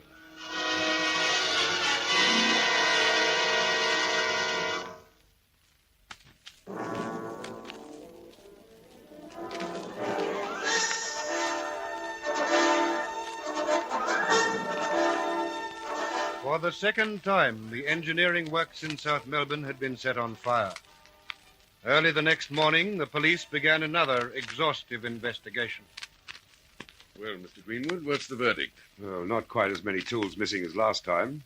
Just under £800 worth. £800 worth of machine tools. 1,000 the time before. Same story on the windows and doors, Mr. Gibson. Nothing. What about in this burn section? Well, it's hard to tell. We've covered the place, including the skylights. I can read the answer in your face. Not a sign of anything. Confound it, these fires are happening, the tools are missing. Someone's getting away with it. They've got to be caught and punished. That's right, Mr. Greenwood, but until we get some sort of a lead... How bulky would the missing tools be this time? Could one man carry them off? Or if he made 2 trips, perhaps. I should say they could be packed into 2 small crates. Could they be hidden elsewhere on the premises? Oh, it isn't very likely. Well, suppose we make a search. But painstaking search revealed no missing tools. Once more, the detectives began the slow process of questioning employees, past and present, checking their movements on the night of the fire. The property tracing section of the department gave the fullest possible cooperation, but the stolen machine tools could not be located. Well, Mr. Gibson, I'm sorry, Mr. Greenwood. We've drawn a blank, a complete blank. That anyone could pull a job like this and get away with it once is unusual, but to do it twice in exactly the same way, well, it's a miracle. Well, my company doesn't like this sort of miracle. Now, we're not dropping the case by any means, Mr. Greenwood. The search for the missing tools will go on until we find them. But otherwise, the best we can do for you is to see that it doesn't occur again. A patrol car will check these premises at intervals day and night until further notice. Consistent with its other duties, a divisional patrol car maintains a 24-hour watch over the buildings. The times of inspection are varied each day. A month passes, 2 months, and then one night shortly after midnight, the phantom firebug strikes for a 3rd time. But this time, it's the cruising patrol car which turns in the alarm. The fire is brought under control much more quickly.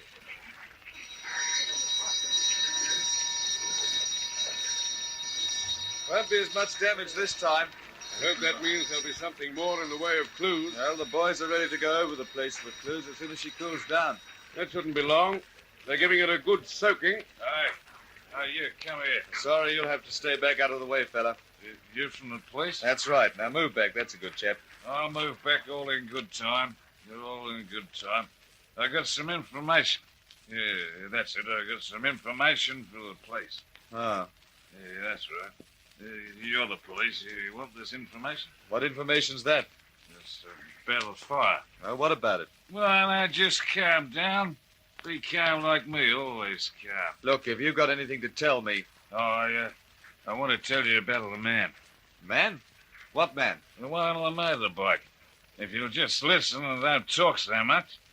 All right, I'm listening. It was a man on a motorbike. He was sitting right down that little street, watching. Yeah, that's what he was doing, watching. Watching what? Watching that. Only there was nothing to watch. You mean there was a man on a motorbike parked in that side street before the fire started? Well, didn't I just say that? And what were you doing? I was watching him to see what he was watching. Then all of a sudden, those jokers in the brass helmets came clanging in the ups and starts his motorbike, and away he goes. Only it wasn't a regular motorbike.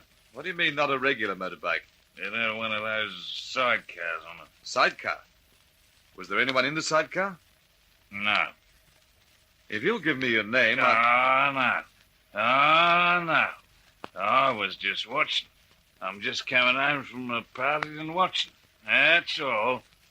Now I've done my duty, I'm going out.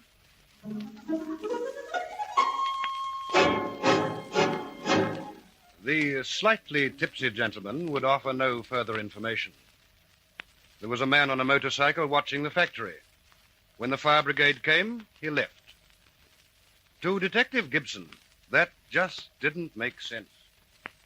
Oh, confound it. The man is not going to steal 800 quid's worth of tools and then sit in the street on a motorbike waiting for the factory to go up in smoke. Unless he were using a fuse or something of that nature to start the fire. Well, there's no fuses or timing devices about. Only these darn Duco tins again. Oh, maybe the Duco itself was the fuse. See, he leaves a trail of paint. Up she goes. Where does the trail go, Wiley? Oh, to one of these windows. He lights the paint, closes the window behind him, and off he hops on his motorbike. Yeah, that leaves just 3 things to explain. Why we didn't find a Duco tin near a window or on the ground outside. Why all the windows were still locked. And how he got in the first place. Well, he could throw the tin back in the middle of the floor with the others. The other times the windows were all burnt. Hey, Mr. Gibson. Hello? Up above you. See the skylight? Yeah? This looks like the lead we've been looking for. How good is it? Very good. And it's on the outside. Oh, there's your third answer, Mr. Gibson. He or they got in through the skylight.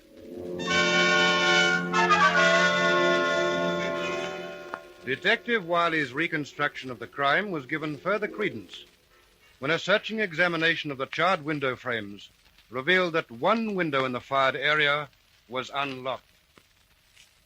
Good morning, Mr. Greenwood. Morning. Well, we've got something to go on this time. A fingerprint, an unlocked window, and a witness who may have seen the man responsible. Oh, thank heaven for that. If this keeps up, we'll be ruined. I mean, we're insured, but this is crippling our production. Yes, of course. Now, have you checked the missing tools, Mr. Greenwood? Nearly £1,000 worth gone again. Right, we'll get property tracing onto it. But meanwhile, we'll want to question the staff. Again? I'm afraid so. I want to find out how many, if any, own motorbikes. Especially those who own motorbikes with a sidecar.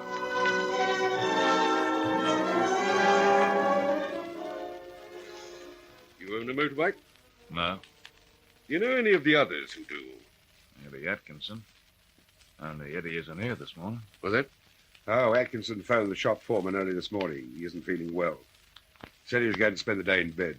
Any of the other employees absent from work today? Not as far as I know. Tell me, has Eddie Atkinson's motorbike a sidecar? Now, let me think here. Yeah, one day at lunchtime he had a sidecar hooked up. Thanks.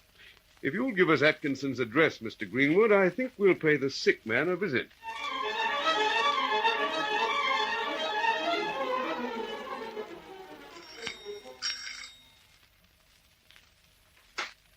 Yes?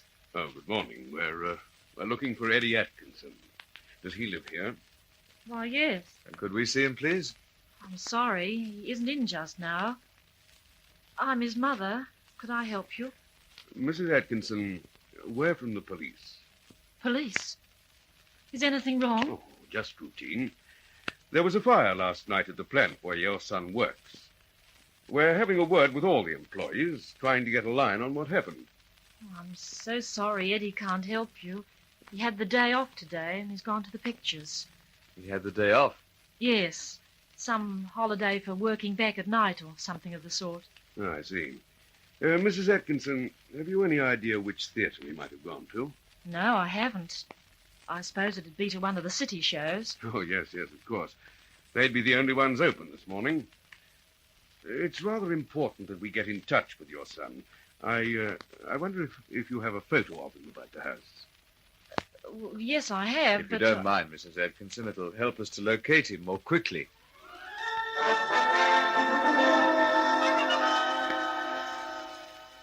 D24 calling cars 2, 3, 5, 6, and 8.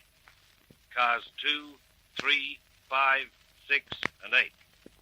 Be on the lookout for arson suspect Edward Atkinson, age 24, 5 feet 8 inches tall, brown hair, brown eyes. Last seen wearing a dark gray suit. This man is not to be questioned. He's thought to be attending a city picture theater. Over.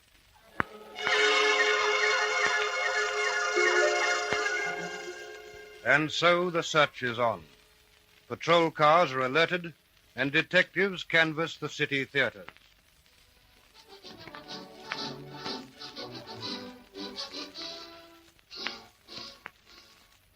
Will Mr. E. Atkinson please call at the manager's office? I wonder, is that going to bring him out? I think so. So far as he's aware, his mother is the only one who knows he's at the picture show. Curiosity should bring him out, if nothing else. That's if he actually went to the pictures. No one showed up at the other theater. Well, if we don't get any response this time... Hey, Wiley. Somebody's coming. Yes. That's Atkinson. Mr. Atkinson? That's right. Police here.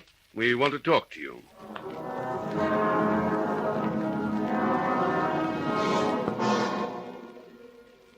All right. So I lied to them. I wanted the day off. Is there any law against that? No, none whatsoever, but there are laws against theft and arson. If you mean the fires, I've got nothing to do with them. What kind of a country is this, where you can get a bloke out of a picture theatre, ask him a lot of questions for no reason at all? Eddie, you own a motorbike and sidecar. So what?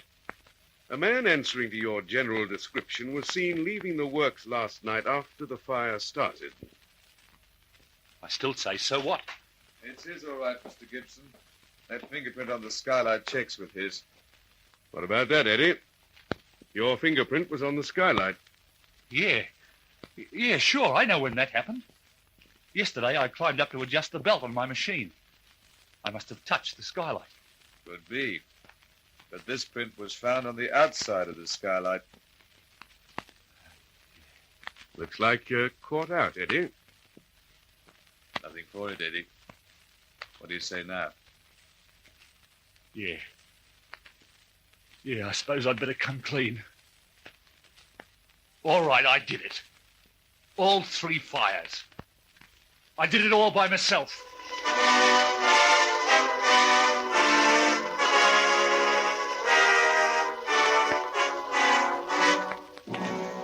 Yes, Edward Atkinson had set all 3 fires. His method was simple. He entered through the skylight, gathered the machine tools in sugar bags, and opening a window, carried them to his waiting motorbike.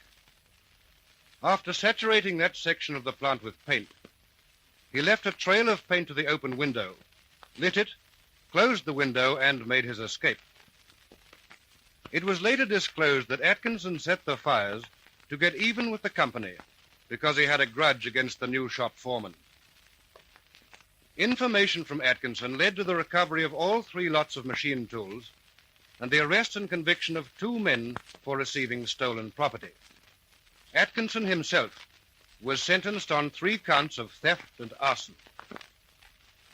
But for the persistent efforts of the police, this unusual case might never have been solved. If the wireless patrol had not been on the alert, the fire might have made too much headway, and the clue of the unlocked window possibly lost. After the discouragement of previous failures, the fingerprint men could have been just a fraction less painstaking and missed that one fingerprint, but they found it. The importance of the information concerning the parked motorcycle, however, is well worthy of a mention. That was the clue which enabled the police positively to get onto the right trail. As with this case, so with hundreds of others. You, the people of Victoria, are the link between the police and the criminal. By helping your police department wherever and whenever possible, you're helping them to serve you. The case you've just heard is true and was written for radio by Warren Grasser from facts supplied by the Victoria Police Department. Only names, place names, and dates have been altered. And now this is Roland Strong reminding you to listen again next week for another authentic case in this series, D24, which is produced in the studios of Hector Crawford Productions by Dorothy Crawford. Stay tuned for Nero Wolfe, transcribed. Later this evening, the unique Mr. Monty Woolley stars once again in the new comedy series, The Magnificent Montague, the delightful saga of an embittered Shakespearean ham. After many triumphant years on the stage, the Magnificent Montague now portrays Uncle Goodhart, the hero of a radio serial, and his trials and tribulations are 30 minutes of delightful listening over most of these NBC stations. And today being Friday means another visit to Duffy's Tavern, where Archie the manager presides over another sparkling session of mischief and madness. Ladies and gentlemen, the ringing of that phone bell means adventure. Hello? Hello? The young man answering the phone is Archie Goodwin. Yes, this is Nero Wolfe's office. The mountain of a man in the oversized armchair, staring at Archie with a beady eye, is Nero Wolfe. Mr. Wolfe is in. Mr. Wolfe is always in. Would he stay in until... He would. Archie, what on earth? Boss, she sounds blonde. Phooey. Don't believe I can tell over the phone? Okay. Excuse me, miss, but are you blonde? Oh. Go ahead and laugh. Thank you. Mr. Wolfe, we'll see you. Goodbye. I did not say. No, but you will. Besides, she wasn't blonde. And I want you to see red. Oh, Archie, better think of some new ones. Ridiculous.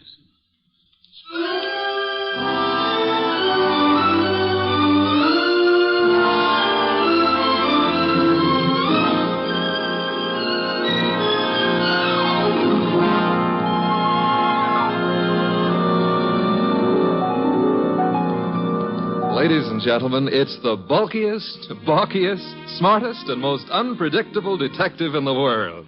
That chair-borne genius, Nero Wolfe, created by Rex Stout and brought to you in a new series of adventures over this NBC network in the person of Mr. Sidney Greenstreet.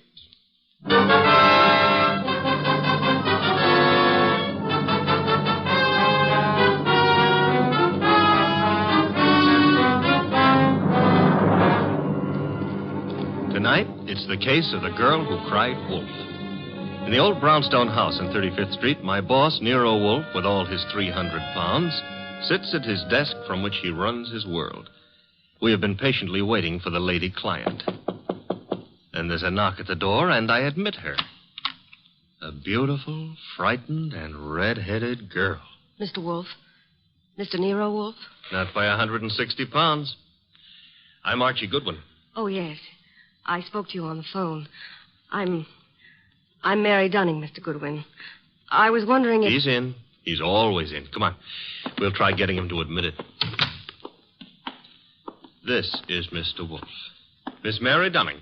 How do you do, Miss Dunning? Here, take this red leather chair. It's a nice match for your hair. You know, as old Dr. Titmouse has said to me, beware of a red-headed woman. But I never could believe Thank you, them. Mr. Goodwin. Your business, Miss Dunning? Do you mean what I do or why I've come to you? Both, if you please. Well, I'm Mr. Stevens' secretary at the Tolliver Ecological Foundation. Our offices are down on East 12th Street. Ecological? Field research as to factors operating on plant and animal development and survival, Archie. Animal development, huh? Miss Dunning, the foundation has several agricultural research projects throughout the country, hasn't it? That's right, Mr. Wolfe. And Donald Stevens is executive director. Or was until... Was? He's disappeared. It's been 3 days now. He's not been near the office nor his apartment. No message or... Apartment? Stevens been living alone? He's a bachelor. He's engaged to Laura Tolliver. She's a cousin of the original Tollivers. But she doesn't know where he is either. Have you come to me on Laura Tolliver's account or on behalf of the foundation? Well, neither, Mr. Wolfe. I'm just worried, and I'd heard of you as one of the finest private detectives in New York. You've heard of me, Miss Dunning. We see that you're here. I still fail to understand why. But I've told you. Mr. Stevens has dropped out of sight. And there's another thing. The last time I saw him, he had a caller with him in his office. Caller? Male? Female? I don't know. We're in a converted old brownstone house, and, well, the way the offices are laid out, I don't see all the people who come in unless they make a point of coming to my desk. Mm-hmm. I see. All I know is that Mr. Stevens stepped out for a moment, looking either scared or angry, I couldn't be sure which, and asked me to see if there was a policeman at the corner. Which corner? Archie, continue, Miss Dunning. Well, I started to go, and there were low voices arguing from the inner office. And then Mr. Stevens called me not to bother. Then what? He said I could go ahead and take my lunch hour then. So I did. And when I came back, he was gone. Leaving no message? Leaving no message. And you've neither seen or heard of him since? I've tried all over. By phone, going out myself. Miss Dunning, has Mr. Stevens been in the habit of making extended business trips? Well, once in a while to our research stations in Pennsylvania, or New Jersey, or up in Vermont, but not without letting me know. I have to make out his travel vouchers. Has there been any recent trouble at the foundation? Trouble? Financial trouble? Personal trouble? No, there's been no trouble. Miss Dunning, you're wasting my time and yours. This is a problem for the police, if there is a problem. Oh no, Mr. Wolfe. I'd have gone to the police, except, well, if there should be an innocent explanation, it didn't seem fair to the foundation to risk the unpleasant publicity I said for the police. Wait a minute, Mr. Wolfe. It's your say-so, but when a girl walks in here and asks... The young lady can depart by the use of the same rather trim legs that carried her here, Archie. Oh, now, look, boss, just because I look Miss Dunning, I can think of a dozen reasons that might take your bachelor director out of town for a few days without the formality of explaining his actions. Then you won't look into this? Despite Mr. Goodwin's frowns, no. Should Mr. Stevens not turn up tomorrow or so, I suggest you advise the police or whatever attorney acts for the foundation. There is such a person, of course. Yes. Jonas Dowd is counsel. He's also a Coke trustee. Consult him, then, by all means. But you don't seem to understand. If you'll excuse me, I'm overdue for an important conference with my cook. We have just received a shipment of truffles from France. Well, of course, if Mr. Wolfe, if you ask me... Precisely what I've refrained from doing, Archie. Would you be good enough to escort Miss Dunning to the door? To the door, Archie. Good night, Miss Dunning. Good night. Good night. And thanks just the same. Look, Mr. Wolfe, it's your shop and you can get as surly as you please. But can you give me one excuse for that high-handed brush? One thin shred of an excuse? Miss Dunning was sitting in this chair... The girl was lying, Archie. Lying? How can you say that? At least twice. And possibly from the moment she opened that undeniably pretty mouth. Now, if you'll excuse me, Archie, I have an appointment with a truffle.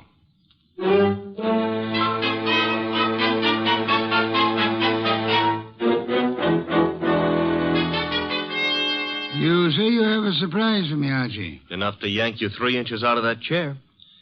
Remember the girl who was here last night, Mary Dunning? You seem unwilling to let me forget her. Well, I took off on my own this morning to check up on that foundation setup. Good, Archie. I ventured a small bet with Fritz that you would. All right. See if your bet included this. I found Stevens down there right in his office. Missing executive director. Yes, and the missing Mr. Stevens claimed he had just been on a business trip. Delayed getting back because his car had been smacked by a hit-and-run driver in New Jersey. Now, here's the payoff. He even tried to make out that he'd been thinking of calling you in a problem. Hit-and-run accident? No, something about the foundation. But I didn't waste time letting him cloud it up for us. The point is... Archie, you brought him here, of course. Stevens? No, he's still down there. We'll want to grab him before the day is out, but I had something more important to run down first. It took me 3 calls on the way up here, but you can take it as confirmed. We've still got a disappearance case, and this one you're not sitting out. Indeed. And who has disappeared now? Mary Dunning. Stevens is back, but Mary's gone. Not at the office, not at her rooming house, and none of her clothes are taken. How'd you get going? Put a police call out on Mary? Back to 12th Street and get Stevens out of that office and up here as fast as you can. I'll phone him. You are on the way.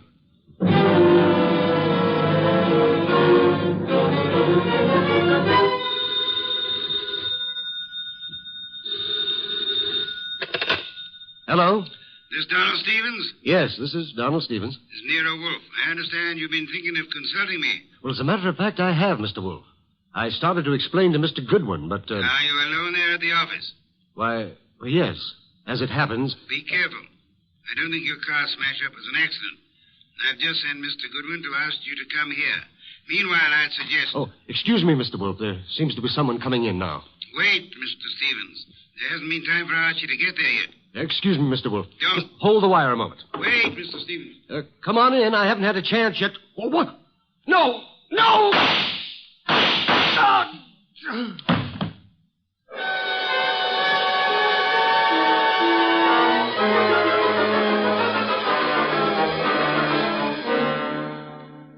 And that's all Inspector Kramer has been able to make of it, Archie? Not to hear him tell it, but that's all he's got. Stephen dead and the girl still missing. Did you find anything helpful at the office? I think the murderer started to tear up some account books and project ledgers, but I must have scared him away when I rang the bell. Couldn't have been more than 3 or 4 minutes after the shooting when I got there. But you saw no one? The murderer can cover a lot of ground in 3 or 4 minutes. You, naturally, by accident, since it is mildly illegal, you had a good look at the dead man? A very good look. Not to mention his pockets. Anything particular? Well, there was a half-eaten package of lifesavers in the left-hand trouser pocket. What's particular about that? The flavor was lime. I hate lime. Phooey. Archie, I called Jonas Dowd last night. The foundation lawyer? Yes, he set up the original charter under which Donald Stevens operated, with an annual fund of $90,000. Ecology has its attractions. 90,000 attractions, to be precise. It indicates a possible reason for Stevens' murder. He was in sole charge of that money. Somebody donated 338 caliber bullets to him. Hardly a token of appreciation. Perhaps not. However, the shooting followed the attempt to stage an automobile accident. Archie, I've sent Saul Panza on an errand for me. Saul, huh? He's expensive. True, he's the best man in the shadow job there is, but you've got something, huh? Possibility. An angle I can't handle? Apart from your natural preference for curves, you've more than work enough here in New York. Finding Mary Dunning for a starter. Or, her body? Or her body, as it may be. Is that what Saul's on, picking up a line on Mary? Among other chores, Saul is buying me some special groceries at the city market. You frown, Archie. I glower. But okay, play it cozy. You can send Saul off to Stockholm for smorgasbord for all I care. I'm still asking, what about Stevens and what about Mary? Where do we start? I'm expecting Laura Tolliver, the heiress, and the son of Jonas Dowd here within a few minutes. Jonas Dowd himself proved as difficult to pry from the office as you generally are from this one. Oh, good for old Jonas. Wait a minute, though. You said a son was coming. Would that be Peter Dowd? It would be. Could I trouble you to pass that second bottle of beer? It's your third. Stop auditing me, Archie. You reacted to the name of Peter Dowd. May I ask why? Kramer is ahead of you on that pitch. He's had Peter Dowd downtown already. And learn? Playboy, used to be in love with Laura Tolliver, now in line to take over Stevens' tidy $20,000 a year salary as executive director. To take over Fooey. Peter Dowd's no ecologist. He's got more important qualifications. His old man and Laura Tolliver are co-trustees under the Tolliver will, and the director can be anybody they name. Archie, you sound prejudiced against young Mr. Dowd. Yeah, that's what Kramer said. I'm just naturally suspicious of anybody who stood to pick up $20,000 a year, plus a whack at the $90,000 a year in house money, just by throwing 338 caliber slugs into Stevens. Particularly after getting rid of Mary Dunning to clear the way. The police still have no leads on Miss Dunning? A for effort, Z for results.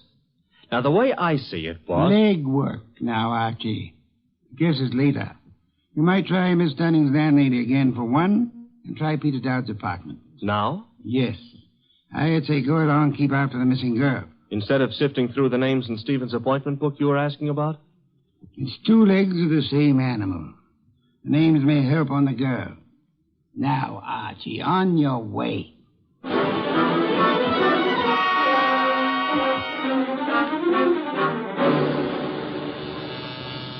Come in. Mr. Wolfe? Yes, come in, Miss Tolliver, Mr. Dowd. Sit down. It's good of you both to come. Miss Tolliver, I'm profoundly sorry of your loss. You were to marry Mr. Stevens, as I understand it. Yes, 3 weeks from today.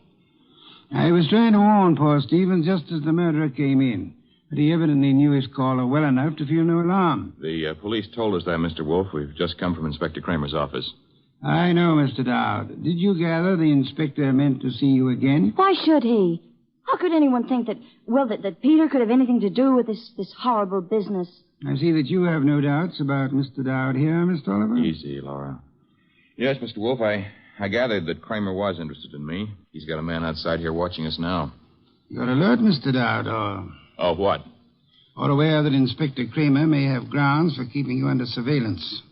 Look, Mr. Wolfe, I didn't come here to be put through the jumps again. First Kramer and now you. I'm acting for the Tolliver Foundation, Mr. Dowd. I have been since your father retained me last night. Well, why jump on me, then? Young man, at my age and weight, the chances of my jumping on anyone are about as likely as, as unlikely as to expect that you're not still in love with Miss Laura Tolliver here. Mr. Wolfe, we haven't admitted that we... Miss Tolliver, your concern a moment ago at the possibility that this young man might be charged with Stevens' murder. Now, wait a minute, Mr. Wolfe. Climb back on me if you want, but let Laura alone. If you're trying to I'm no longer trying, Mr. Dowd. You both confirmed the point for me. All right. I am still in love with Laura. And I think Laura's known ever since she accepted Stevens' ring that their engagement was a mistake. What are you going to make of that? Did Stevens know you hadn't given up on Laura? I told him twice. I even went down to the foundation just... Just when, Mr. Dowd? This morning while I was telephoning Stevens, for example? I haven't been near the foundation office for days. I've been out of town. Mr. Wolfe, you've no right to twist and turn everything Peter says. I do love him, but Laura. Well, that's the first time you've come right out with it since... I'm sorry, Peter. I've wanted to tell you 1,000 times. But, you kept going away on all those trips, and I never knew whether it was for some other girl or... Mr. Dowd, Miss Oliver, could this tender exchange be postponed till you two find yourselves alone? Go ahead, Mr. Wolfe. Ask anything you want, as long as I know it's all right with Laura here. Roundly spoken, Mr. Dowd. May I ask about Mary? What's Mary Dunning got to do with this? I'm glad you're aware of the Mary I meant. Well, I've met her at the foundation, of course. We've all heard she's missing. You couldn't suggest where she might be. How would Peter know? Let's return to Mr. Stevens. Can either of you explain his 3 days' absence from the city? I've been out of town myself. Mr. Oliver? He could have been inspecting any one of the research plants. He didn't tell me, if that's what you mean. Stevens said this morning he had been wanting to consult me. You can't suggest why? Well, no, I can't. About foundation business or personal business? .338 caliber bullets kept Mr. Stevens from making that clear, Mr. Oliver. Mr. Dowd's father is sending me over some material, but as yet it's not in my hands. Are you familiar with the personnel at the research stations? There aren't any more than 4 or 5 project managers. Halsey in Vermont, Schwartz down in Pennsylvania. Excuse me. NERO, Wolfe? Archie, Yes, Archie. you can take it back about Mary Dunning. If she's a liar, she's just gone to a lot of trouble to make it look good.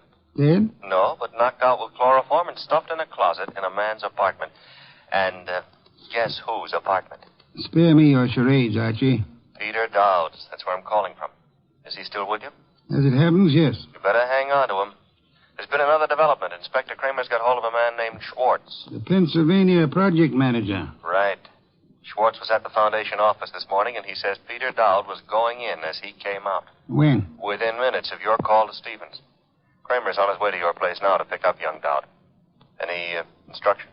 I'd like more company. Well, the ball game is all wrapped up, isn't it? I'd still like more company. Right. Mary and Schwartz? If you can get them here. And Archie. Yes? Get them here.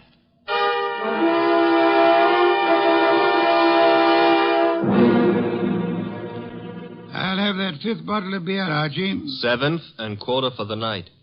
And when do you get around to calling in Mary and our friend Schwartz? In a moment, Archie, in a moment. After all that scramble to get him here. I've been studying these project reports that Jonas Dowd sent over. Fascinating field ecology. I know. The factors playing on the development and survival of living organisms. Too bad poor Stevens didn't figure on a factor named Peter Dowd. Archie, I'm ready for Mr. Schwartz now. No Mary? I'll risk you in the next room with Miss Dunning for the time being. Okay. One Schwartz coming up. Oh, come in, Mr. Schwartz. Mr. Wolfe? How do you do, Mr. Schwartz? My apologies for this long wait you've had. And I'll try to make our business brief. Yes, sir. Mr. Schwartz, you managed the Tolliver Agricultural Research Station in Pennsylvania for some time. 2 years. I am not sure I didn't once enjoy a shipment of mushrooms that came from your place. You've experimented with Maya arenaria. Maya arenaria? Yes, of course. Yes, we've done some work with mushrooms. They were excellent. By the way, I understand you saw Mr. Stevens just before he was shot down. If I'd stayed 10 minutes longer, he might still be alive. May I ask the purpose of your call? I was delivering the monthly reports. No special trouble you came to discuss? No, sir. You met Peter Dowd coming in at the foundation as you were going out. How did he look? In a hurry. How so? He just pushed past with his face turned away. You sure it was he? Yes, I had seen him at the foundation maybe 2 or 3 times before. Were you aware that Mr. Stevens and Mr. Dowd were both apparently in love with the same young lady? I'm a research worker, Mr. Wolfe. I wouldn't know about Mr. Stevens' personal affairs. Just an hour ago, before Inspector Kramer took him from here, young Dowd admitted that he'd been there today. I didn't think I could be mistaken. But he said only because Stevens had phoned him to come. Were you there when that call was made? No, there was no call to Dowd while I was there. Excuse me, Mr. Schwartz. Yes, NERO Wolfe speaking. This is Saul Panzer. Yes, Saul, you're still... Yes, still down here at the city market. Looks as if you were right. Indeed? One of their trucks just pulled in with a load of full crates. Top quality produce. I'll try not to wince when you send in the expense sheets. Any other confirmation? Internal Revenue records show no taxes paid on income by the Tolliver Foundation. Thank you, Saul. Phone any information as you get it. You'll forgive me again, Mr. Schwartz. Archie, Yes, boss? would you ask Miss Dunning to step in now? Coming up. Come in now, Miss Dunning. Good evening, Miss Dunning. You've quite recovered from the chloroform? Mr. Goodwin's been helping me. He's been rubbing my forehead, and I'm Spare beginning me to... any further details. Miss Dunnings, would you mind telling me again how it was you came to find yourself in Mr. Dowd's apartment? Well, it was the phone call that got me to go over. It was a man whispering. He didn't give his name, but he said if I came to that address, apartment 4C, I could learn something about Mr. Stevens. You went to apartment 4C, and then? That's really all I know. Just after the door opened, before I could see him, his coat was thrown over my head, and then he must have given me the chloroform. It was Peter Dowd, of course. Dowd? Who else could it have been? It could have been Mr. Swartz here. Mr. Wolfe, you're joking. Am I, Swartz? Joking or drunk? Why should I... For the ancient reason, Swartz. Money. For the racket you had and wanted to keep. Racket? Mr. Schwartz was in... Swartz is no more of an ecologist than Mr. Goodwin here. A moment ago, he accepted Mara arenaria as a mushroom. It happens to be a common clam, common on nearly any beach, rare in inland Pennsylvania. Stevens knew I didn't go in for all that Latin stuff. I could understand that you might be useful without it, Swartz. But to get away from your station operations, you faked the scientific knowledge you never had. All right. Suppose I am more of a farmer than a fancy scientist. Our job at the research station is to raise vegetable crops, isn't it? As you worked it, Swartz, of course. You turned the agricultural research project into a commercial farm. All expenses met from tax-free funds, and not a cent of return shown for the produce sold. So that's why Saul Panzer drew the rutabagus run. Stephen had the innocence of a specialist interested in his own field only. But even Stevens finally began to get onto those doctored reports of yours, Swartz. And when was it the Internal Revenue men began asking questions? Look, Goodwin, is this fat guy out of his mind? You had to get rid of Stevens after the last inspection trip. Were you even counting on taking over his job after Peter Dowd was put away for Stevens' murder? Mary, if you'll just explain to this lunatic... Watch it, Archie, watch it. I've got his gun.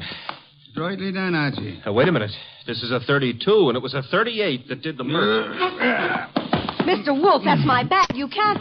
Take this pistol from it, I have, my dear. This extraordinary effort you put me to, of actually leaving my chair to secure this weapon, we'll add that to the score against you.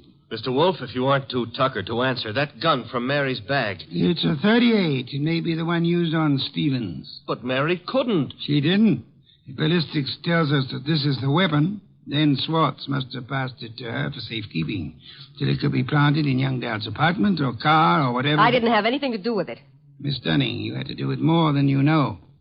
Do you realize that if Mr. Goodwin hadn't found you at the Dowd apartment when he did, that you might not be alive at this moment? You were the one person who knew Swartz's crime. Mary, don't listen to him. She's listening, Swartz. Miss Dunning, you thought the chloroform scheme was directed solely against Peter Dowd, and so you let Swartz talk you into it.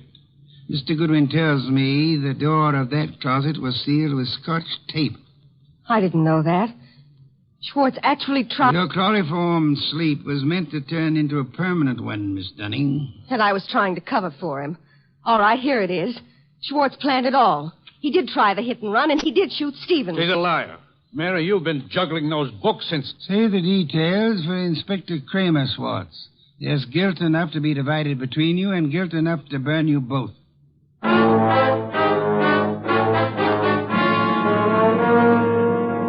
All right, you're being noble and not rubbing it in. Don't I merit a full explanation? Archie, I'm concentrating on truffles.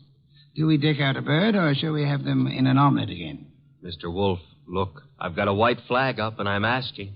All right, Mary and Schwartz wanted Stevens out of the way. And all right, they tried to hang it on Peter Dowd. But why'd Mary come here and try to get you into it in the first place? As far as she knew that night, Archie, Stevens wasn't to get back to New York alive. Swartz hit and run ambush in New Jersey was supposed to take care of Stevens on his way back from Pennsylvania. By luck, Stevens survived the accident, and Swartz had to follow him here to finish him off.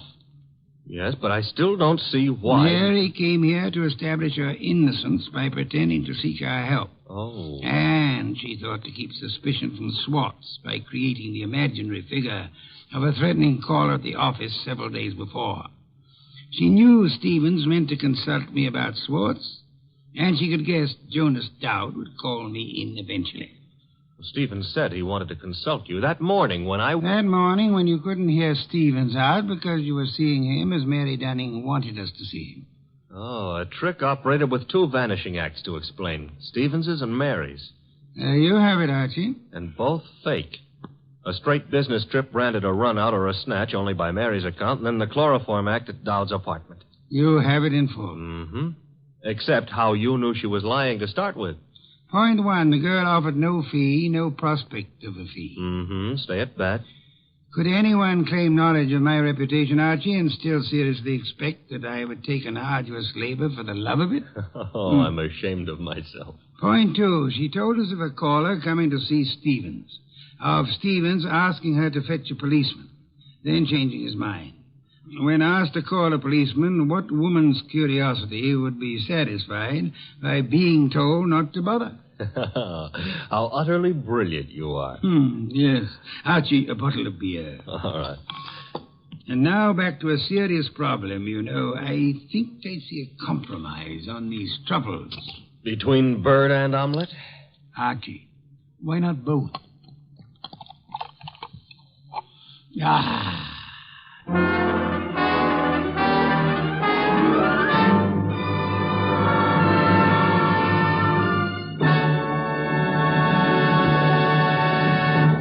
You have been listening to The New Adventures of Nero Wolfe, starring Sidney Greenstreet.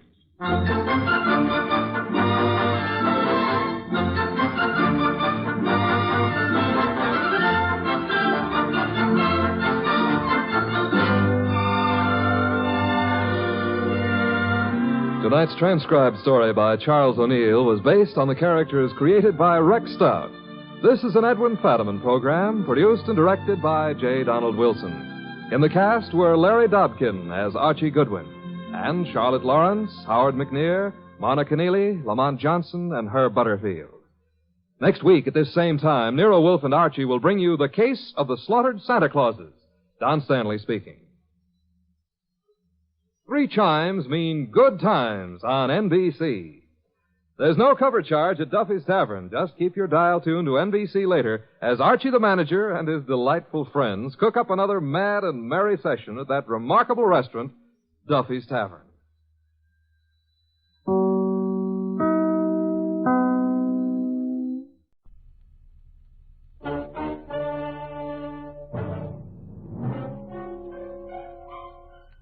Box 13, with the star of Paramount Pictures, Alan Ladd as Dan Holliday.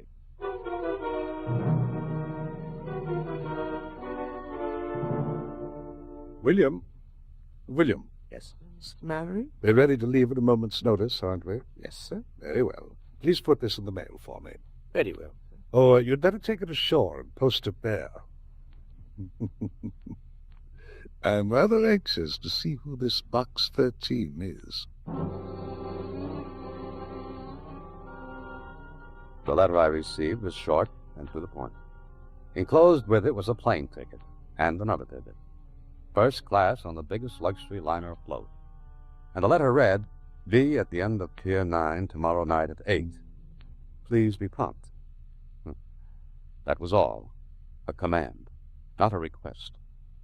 When I received it, I wondered who'd written it.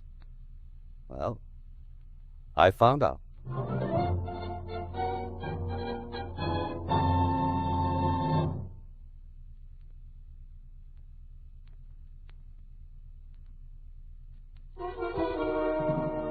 And now, back to Box 13 and Dan Holliday's newest adventure, One of These Four.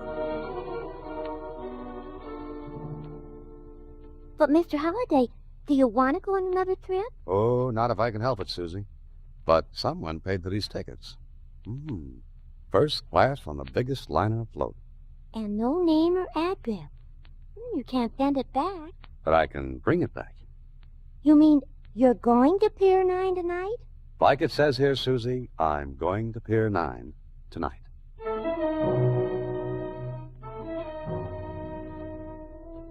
I got to Pier 9 promptly at 8 o'clock. There was no liner there. There was nothing but a cold fog that penetrated to my skin and made me shiver in the dim, hazy light from a half-hearted street lamp a block away. I looked at my watch. It was exactly 8. Are you Mr. Holliday? Yes, I'm Dan Holliday. Do you have the letter that's sent to you? Huh? Who are you? My name is William, sir. I'm a steward. Steward? On what ship? If you'll be so good as to show me the letter, Mr. Holliday, we can talk later, if you please. Okay. Here you are. Very good, sir. If you'll come with me. Where? There's a boat waiting, sir, to take you out to the yacht. Yacht? What yacht? Look, what about this ticket? That will be explained later, Mr. Holliday. Now, will you come with me, sir? He stood there waiting for me to follow him. I wondered whether to or not. Well, I'd advertised for adventures, and who blames whom in a case like this? Then... You coming, sir? I think you've talked me into it. Okay, William. Lead the way.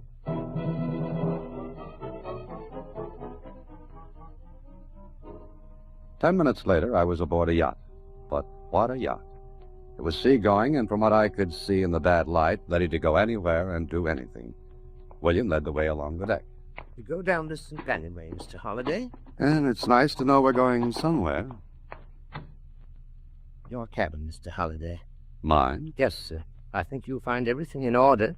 Pajamas, toothbrush, everything that you'll need for the night. Oh, now, wait a minute, if you're hungry, there are sandwiches and coffee. Good night, sir. Hey, now, just a minute, you... Hey, open up. Come on, open this door. William? William? And that, as they say, was that. I was locked in. I thought of breaking in the door, but one good look put that idea out of my head.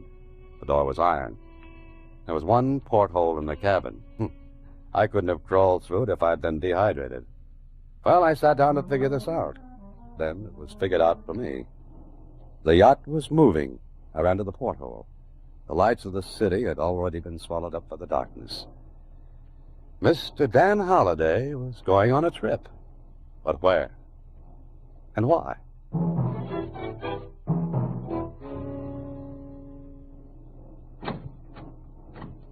Mr. Holliday. Surprise, funny man. I always hide behind doors that people lock on me. Now talk. My arm, sir, it breaks easily. I'm glad to hear that. Now come on, talk. This will do you no good, Mr. Holliday. We've been underway all night. Maybe you're right. Oh, thank you, sir. I hope you slept well. Oh, sure. Now, what's all this about? Breakfast is being served in the main dining salon, sir. I get great answers to my questions. You'll soon find out, sir. Now, if you please. Go ahead, I'll follow. As you wish, sir. Down this way, Mr. Holliday. I followed him down the passage, then into the dining salon. And there, seated around a table, were 2 men and a woman. They looked up as I entered, and one of the men spoke. Look here. What's the big idea? You talking to me? I certainly am. If I may have a word. Go ahead. All 4 of you are in the same position. You mean each of us was kidnapped? No, sir. Invited. Invited my foot. I was locked up in the cabin. So was I. And me, too. Well, well, well. And when do we learn why, William? As soon as Mr. Mallory wishes to tell you, sir. Now, breakfast is served. I shall lock the salon door. Well, I'll be... Wonder what the gag is. Oh, if it is a gag. We may as well get acquainted. My name is Holliday, Dan Holliday. I'm Stanley Waring. How do you do? I'm Philip Clayton. Hello. My name's Lansing. Catherine Lansing. Well, so we know as much as we did before. We gotta get out of here. Obviously, this is some sort of insane joke. I wonder if it is, Waring. Well, what person in his right mind would kidnap 4 people like this? What do you say, Clayton? Well, I don't know. Well, take a look out the porthole. We're obviously far at sea. How well can you swim? Well, maybe we could get to one of the lifeboats. I don't think so. Oh, why not? Something tells me the rest of the crew are like William, the steward. I don't think we'd be able to get to a boat even if we got out of the salon. I guess you're right, Holliday. Well, what do we do? Mr. Waring, I suggest we have breakfast. I think better on a full stomach.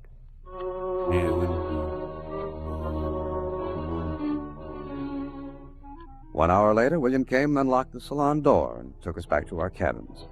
I caught sight of some of the crew. They paid no attention to us, but went on with their work. Lunch was the same, locked in the salon, then back to the cabins. But at dinner time... Good evening, Mr. Holliday. Hello, William. I see the dinner jacket fits you, sir. Very thoughtful of someone to provide the correct size. Dinner is being served, sir. Thank you. And will we be honored by Mr. Mallory's presence this evening? I can't say, Mr. Holliday. Perhaps. Hey, William, where are we? I'm not a navigator, sir. I have no idea. There's still an ocean under us, isn't there? When I last looked, it was there, sir. I'll lead on, William. Thank you, sir.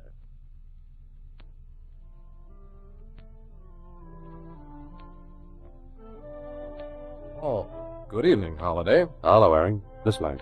Good evening. Say, look, we've got to do something about this. We've got to. What do you suggest, Peyton? Well, I don't know, but we've got to think. What are they going to do with it? Why did they bring us here? Dinner is served. Why, I'll poke it out of you. Let him go, Peyton. Come on, let him go. Let him go. Let him go. What good will that do you, Miss Clayton? Mr. Mallory, sir. That will be all, William. You may go. And turn that thing off, will you? Very good, sir. You're an impetuous man, Mr. Clayton. So you're Mallory. Sit down, please. We'll have dinner. Just a minute. Before we have anything else, we'll have an explanation, now, we? You're, Holiday, aren't you? That's right. Fiction-writer, aren't you? What's that got to do with this routine? Please, sit down. Miss Lansing, on my right, please. Mr. Wearing that chair, Mr. Clayton on my left. Mr. Holiday, sit at the other end, facing me. Please, you want an explanation. I promise you'll get one. After dinner. Or would you rather wait another night and another day? I'll sit down. Thank you, Miss Lansing. All right. Yes, the explanation had better be good. Oh, it will be, Mr. Clayton. And, Mr. Holiday. Yes? I'll wager you've never written anything to match it. Well, we sat down. Mr. Mallory enjoyed his dinner. We didn't. I watched him. He was a big man. His huge head was covered with a shock of iron gray hair that matched the mustache under his sharp, thin nose. And he was charming and cultured. In spite of the fantastic situation we found ourselves listening to him apple dinner as we sat in the salon. The 18th dynasty was Egypt's greatest. Its pharaohs conquered and reconquered. Its art reached a beauty and subtlety never before or since reached. Ah, yes, great people. But maybe I'm boring you. Not at all, Mr. Mallory. You're very kind. And now, Mallory, the explanation. Of course, Mr. Waring. Well, Mallory, I'm choosing my words carefully, Mr. Clayton. They'd better be good. They will be. Miss Lansing, gentlemen, I investigated each of you before inviting you aboard my yacht. Mr. Waring? What? You advertised in the paper for a job, preferably in a foreign country, but you had no family. Is that correct? Yes, that's right. You answered my ad. Correct. Miss Lansing? Yes? You advertised for a companion position. You, too, have no family. No. And Mr. Clayton, you ran an ad offering your services in any capacity. You're, sort of a soldier of fortune. If you want to call it that. I shall. Lastly, Mr. Holliday. Box 13.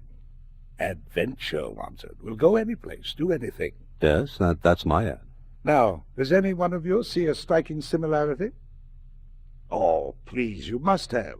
You mean the prolonged absence of any one of us would go unnoticed? Exactly. All right, you're clever, Mr. Mallory. We'll admit that. You've got us in a spot where you could do anything. Now, would you mind telling us why? Mr. Holliday, you're a fiction writer. Have you ever written a story about a perfect crime? Crime? Don't be alarmed, Miss Lansing. Well, Holliday? No, I've never written one. But there have been perfect crimes, murders in which the killer has never been caught. Yes, I suppose so. Yet suppose someone knows the killer in such a murder. Then it would no longer be perfect. What are you driving at? Just this. One of the four of you is a murderer. What? Murderer? I use the word murderer in the sense that it can be either masculine or feminine. You know that? I do. One of you here is a killer.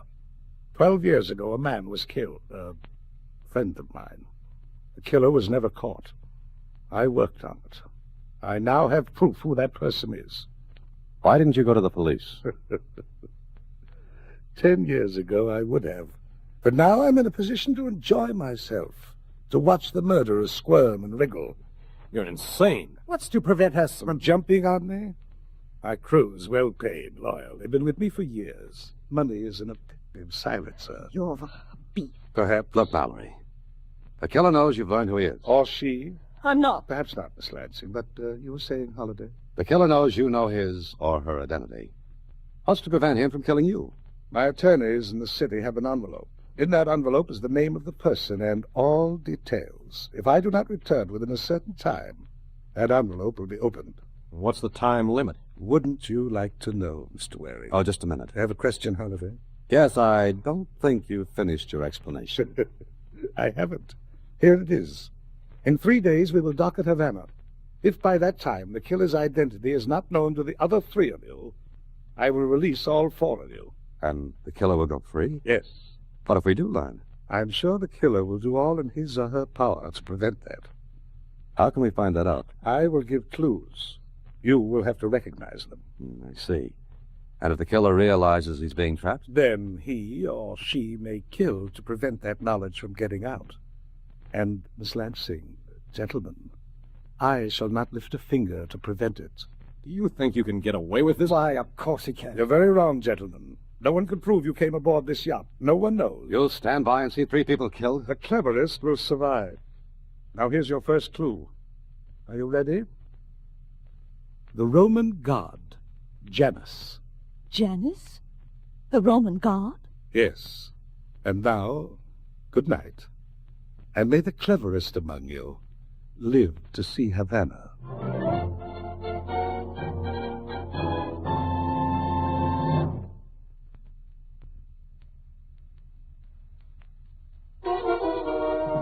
And now, back to One of These Four, another Box 13 adventure starring Alan Ladd as Dan Holliday. So, there we were, the 4 of us. And one of us a murderer, or so Mallory said. Was he lying? If he wasn't, then he'd cook up a fantastic situation. After dinner that same night, I went to my cabin and sat down, trying to figure out what the Roman god Janus had to do with a killer when... Come in. May I come in, Mr. Holliday? Please do, Mr. Mallory. It's your yacht. Mind if I sit down? It is also your chair. I like your sense of humor. I like yours. It's just like an open grave. Don't you think you could get a story out of this, Mr. Holliday? What else will I get out of it, Mallory? Do you believe my explanation? I don't. Here, take this. What? Here, Huh? take it. Take it. It's loaded, too. Why the gun? To protect yourself. Against what? Whom? Against the murderer. It is loaded, isn't it? Yes. Yes, and it's pointed right at you. So I see. But strangely enough, I'm not worried. That's to prevent me from forcing you to order the shot back to land. Your sense of adventure, your own willingness to see this through, your desire for a good story. Aren't you placing too high a value on your ability to judge people? I made no mistake in you, Holliday. That's why I gave you the gun. You mean you're actually going through with this incredible thing? Yes. One of the other 3 is the killer. Miss Lansing, Mr. Waring, or Mr. Clayton. Suppose none of us learns who the killer is. I intend to keep my yacht on the high seas until you do. But you said we'd be in Havana in 3 days. We don't have to be. You'd better be. Holliday, I have my own reasons for this incredible thing. I've come to you because I've watched you, listened to you. Of the 4, you are the one who seems the most resourceful. You alone acted with calm and sense at dinner. Like you, Mr. Mallory. Not at all, Mr. Holliday. Now I'll leave you alone. And, Mr. Holliday, the cabin doors are no longer locked. They cannot be locked because the keys are gone. Good night.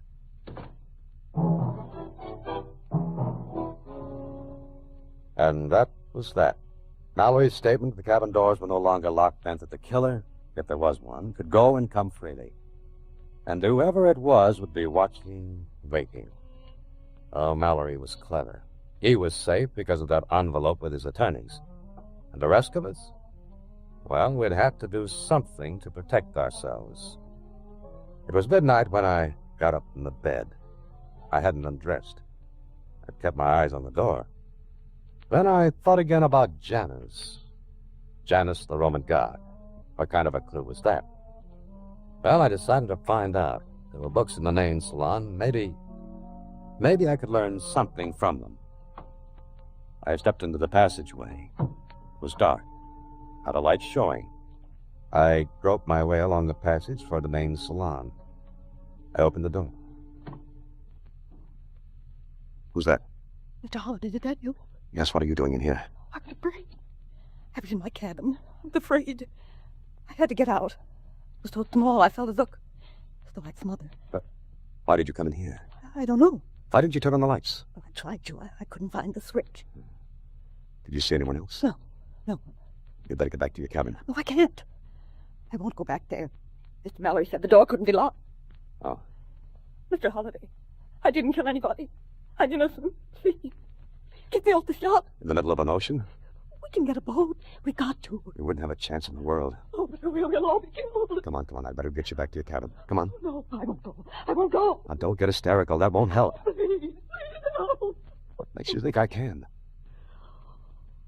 You mean you won't help? I didn't say that. You're the murderer. You're the one. Oh! Be quiet. That's good advice, Miss Letts. Be quiet. Mallory. The lights will go on in a moment. Turn them on now. I can't. The main switch is off. I had it turned off because... Ah, there we are. I turn up the main switch, Mallory. Added protection and... What's the matter? Who's that screaming? Ah, Mr. Waring. Did Mr. Clayton come with you? Yes, if I'm here. What happened? Well, it seems that Mr. Holliday and Miss Ladd... Holliday? What about it, Waring? What were you doing in here? Yes.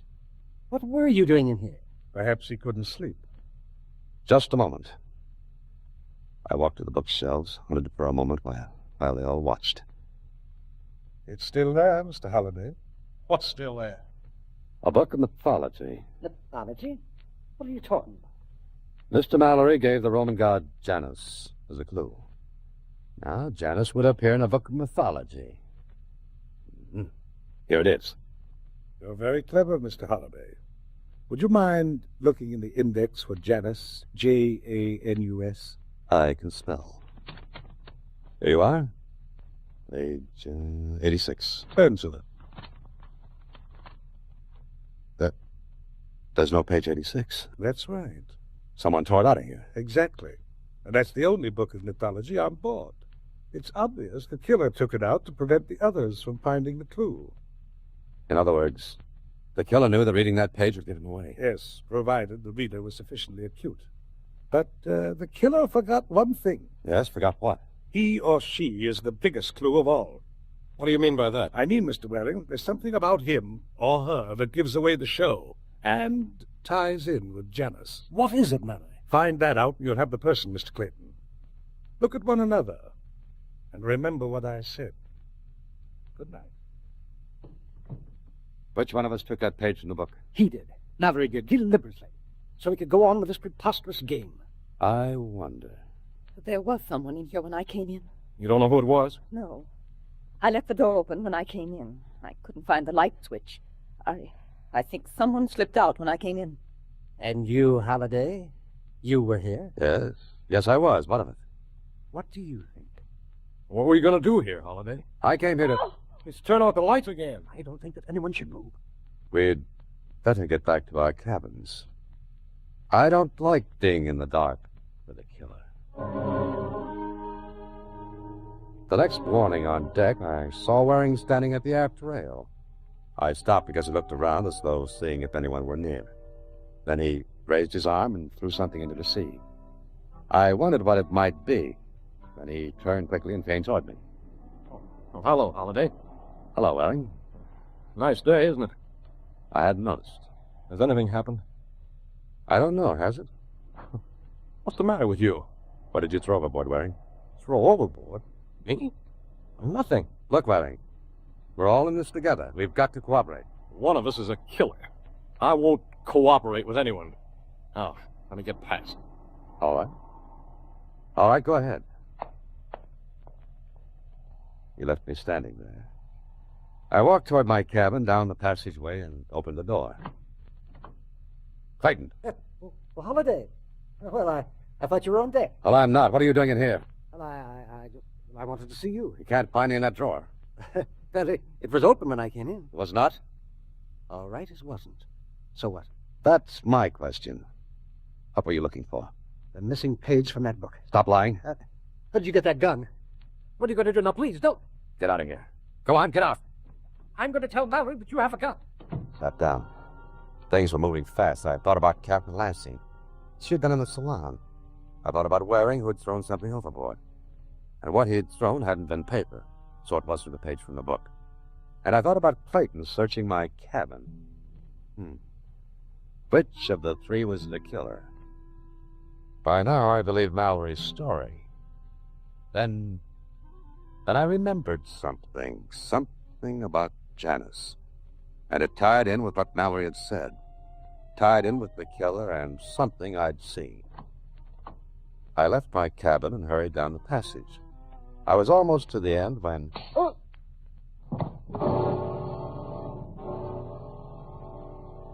Feeling better, sir? Who hit me? We don't know, Holliday. Whoever hit me took the gun you gave me, Mallory. You, Mallory?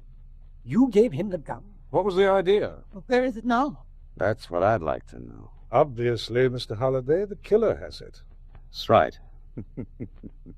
This is going to be an interesting lunch. You may serve, William. Very good, sir. Mallory, I know who has that gun. Of course you do, Mr. Holliday. Who is it? Miss Lansing, when were you born? What month? Month? Go ahead, Holliday. Go on. Oh, Miss Lansing?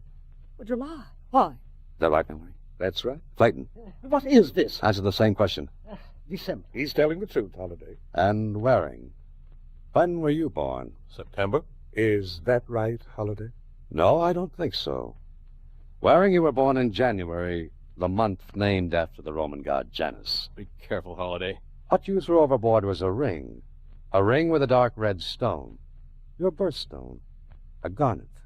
That's perfectly true, Holliday. Keep your hands on the table, all of you. And thank you for this gun, Mr. Holliday. You are not welcome. What do you intend to do, Waring? Kill all of us? I'm not that stupid. You killed my brother. Yes, but I'm not going to Havana or anyplace else on this yacht. Now stay where you are. I'll shoot the first person who gets up from that taste. And I'll shoot to kill. Hey, William. No. Sit still. Let him go. Let him go? Yes, the crew has instructions to let anyone go. They won't see him take the lifeboat. They'll let him go.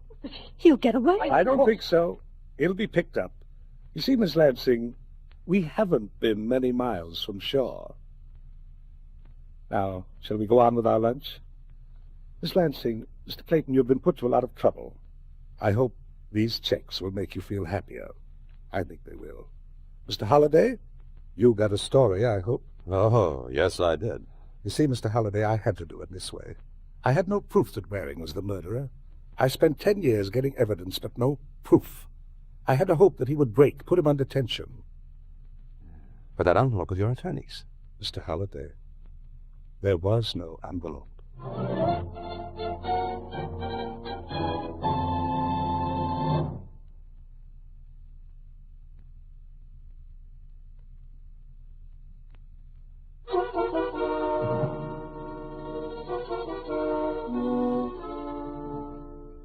They picked up that Waring, huh? Yes. Mallory radioed the police. If he'd kept quiet, no one would have known. Yes, I know. But Mr. Mallory is a very clever man. So are you. Well, thank you, Susan. Okay. What about that ticket on the liner? Oh, I never thought about that. Hey, Susie, maybe I can still use it. Here it is. Uh-oh. Mr. Holliday. Huh? What's the matter? Look, the date. The boat sailed yesterday. Oh, fine. Good night, Susie. Next week, same time, through the courtesy of Paramount Pictures, Alan Ladd stars as Dan Holliday in Box 13. Box 13 is directed by Richard Sandville, with this week's original story by Russell Hughes. Original music is composed and conducted by Rudy Schrager. Part of Susie is played by Sylvia Picker, and production is supervised by Bern Karstensen. Box 13 is a Mayfair production from Hollywood.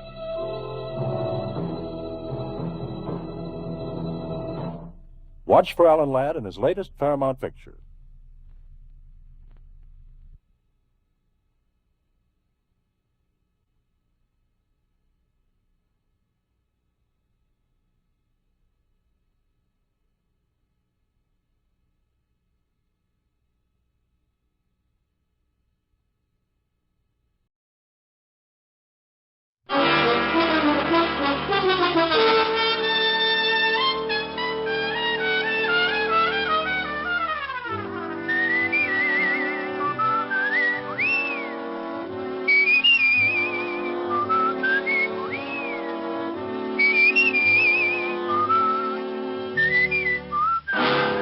Dick Powell as Richard Diamond, private detective.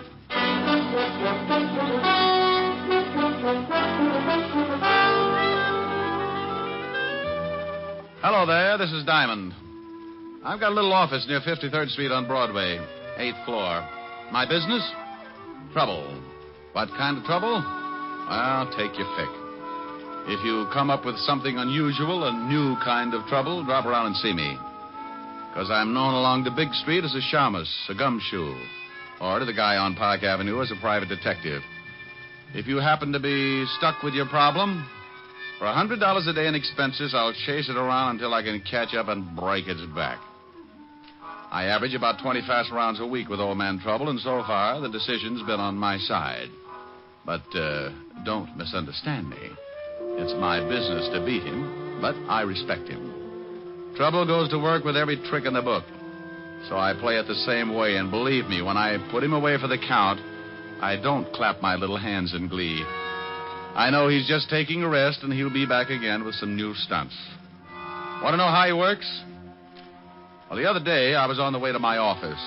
I stopped at the corner newsstand, 53rd and Broadway, to buy a paper and to say hello to an old friend. Hi, Mr. Diamond. Well, hello, Jeff. How's the newspaper business? Oh, swell. How's the detective racket? Oh, swell. Hey, you don't sound too happy. Jeff, I couldn't be happier if my hair was on fire. Take my advice, son. When you grow up, be sure and get a job that pays off every week in that little white envelope. Don't ever become a private detective. It's like a penny getting lost in a gum machine. Well, I'm going to stick to the newspaper business. Good for you. Say, I was just about to go across the street to Mary Lou's and get some ice cream. How about it? Can I buy you a cone? Now, that is a beautiful idea. Let's go. Aren't you coming to work a little late, Mr. Diamond? Well, you see, Jeff, I was up kind of late. Research, you know. Yeah, I know. I see him going into your office all the time. That blonde last week stopped traffic all the way to 42nd Street. Yeah, she was lovely. Got tired of social standards and shot her husband right through his morning cup of coffee. Was that the one in the headlines? That's the one. Hello, Jeff. Hi, Mary Lou. Take a seat, Mr. Diamond. Well, what do you and your friend have? Well, I'm going to have a double strawberry. How about it, Mr. Diamond? Sounds great. 2 double strawberries. This is Mr. Diamond, Mary Lou. His office is in that building across the street. Oh, how do you do? How are you, Mary? Well, all right, I guess. Business could get better, and I wouldn't mind at all. Here are your cones. This is on me, Mr. Diamond. Oh, no, now put it away. Oh, now, come on. I asked you over, and that makes it my treat. Here's a 5, Mary Lou. Mr. Diamond's money isn't any good today. Tell you what I'll do, Jeff. Give me a 5 a minute. Sure, here. Now, if you can tell me whose picture's on this bill, you can buy the cones. That a deal? That's a deal. Lincoln. Well, what's the matter? That's right, isn't it? Hmm? Oh, yeah. What's wrong? Where did you get this bill, Jeff? Well, I just made change for it a few minutes. Hey, what's the matter with that dough? You two act like you'd never seen a $5 bill before. Well, this thin's counterfeit. What? That's right. Good job, too. You sure? Yep. One of the best engraving jobs I've ever run across. Paper's not too good. Oh, that's swell. That's real great. I get just out of a whole $5. Who gave it to you? I remember the guy, all right. He came by just before you did. Made change for him, the heel. Yeah, $5 is a lot of papers. I'll say it is. Well, maybe you're wrong. You could be. Not Mr. Diamond. He's a private detective. Used to be a cop. Look, Jeff, mind if I take this bill along with me? Nah. What good's it going to do me? Oh, it's not so bad. Here, I'll give you a good 5 for it. No, sir. You only learn by mistakes. I made a big one, so I'm out 5. I'll get along. Look, it's worth the 5. I'm just buying it from you. Sure, Jeff. Go ahead and take it. Thanks a lot, Mr. Diamond, but I just can't. Okay, Jeff. Maybe I can find the guy who slipped this to you.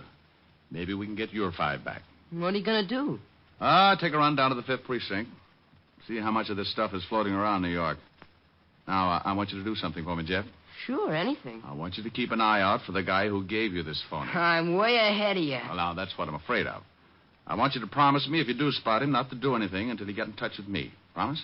Yeah, okay. Well, I'll be at the station. Ask for Lieutenant Levinson's office. Right. Here's for the ice cream, Mary Lou. Good ice cream, too. Oh, thanks. I make it here. Right in back. Take a quart home some night. I always do, but it generally has a cork in it. I left Mary Lou's ice cream parlor and headed for the 5th Precinct Police Station. I don't usually start something like that, but when a kid gets fleeced out of a whole day's pay, I get a little hot under the collar. I walked into the squad room and spotted Sergeant Otis putting shine on his big shoes. Oh, it's you, Diamond. Now, what good is that going to do you, Otis? You can lose a whole can of polish in the cracks. What do you mean? My shoes ain't cracked so bad. Well, maybe not, but I've seen bacon that look better. If you want to see the lieutenant, go on in. Thank you, Sergeant. Until we meet again. Why don't you stop trying to be so funny? Sergeant, I'll do it if you'll do something for me. What? Cut off your head. That face could start a Harry epidemic. Hello, Walt. Now, what the devil's the about? What do you mean? That bilious explosion you just popped up with. Sound like you just swallowed a whole pineapple. Why? What do you mean, why? Who's dead? Huh? The body you said you found. The body I said... No, Walt. You're not built for it. Who? No, Walt. It's my routine. It won't work for you. Oh, I don't know what you're talking about. Well, sure you do. You wanted to know who's dead. Well, I'm not going to tell you. Huh? Don't try to be cute with me. You know what it's all about. I'm not going to be the fall guy. You just hunt for the body. Wait a minute. I don't know anything about a body. You wanted to know who's dead, didn't you? Sure, but that was just a gag. Okay, have your fun, but I'm not going to tell you. Tell me what? Who's dead? You mean somebody really is? What are you talking about? Well, I'm talking about what you just said. Now, who's dead? That's a stupid question. Why is it? Well, if you don't know who's dead, what the devil are you doing in charge of homicide? Go on over to the robbery detail. Now, you wait a minute. You said... Yes, Walt? Oh, get out of here. I did not. I never said, oh, get out of here. When I came in, I said, hello, Walt, and you said, uh-huh. Then I said, what do you mean, uh-huh? And you wanted to know where the body was. I did not. I said, who's dead? Why? Oh, no, please. I'm an old man. Oh, Walt, get away from that window and take a look at this. Oh, please. Do I have to? It'll probably explode. Now, be a good boy and open your little eyes.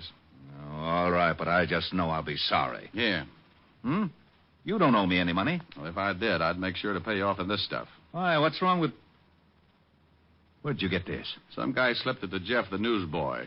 He got change for it. Oh, that certainly is a nice stunt. Well, maybe the guy didn't know he was passing counterfeit. I doubt it. You don't give a newsboy $5 for a paper. Okay, tell me about it. Well, the stuff has been flooding the city. You can't get a lead. Picked up a couple of passes, but they won't crack. How do they work? Look, Rick, this isn't my department. The Treasury boys are working on it right now. Why don't you go over and talk to them? Well, if you want to be snooty about it. Now, you wait a minute. Diamond. Yeah? Lieutenant Levinson, homicide. Is Mr. Diamond there? Now, wait a minute. Rick, it's for you. Yeah, wait just a minute. Here, Diamond, and if you're mixed up in something... Walt, be quiet. Hello? Mr. Diamond? Yeah, Jeff? Yeah, I just spotted the guy who slipped me the phony bill. He went into the bar next to the ice cream parlor. You stay where you are. I'll be right over. I'll be at the stand. Rick. Yeah? Please. Walt. Yeah? Bye.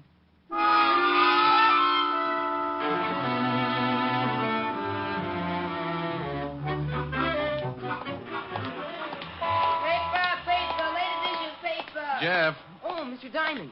He hasn't come out yet. He's still in the bar. Come on. Where are we going? Leave your papers for a second. I want you to point him out. Okay. He's a big guy. You better be careful. Big guys always make me careful. You want me to go in with you? Just stick your head in the door and point him out, and then go on back to your papers. If I start bleeding, I'll scream. See him? No. Yeah, there he is. Over in that booth. Well. You know him? Yeah. Go on back to your stand. Oh, golly, Mr. Diamond, can't I? No, Jeff. Go on back. Okay.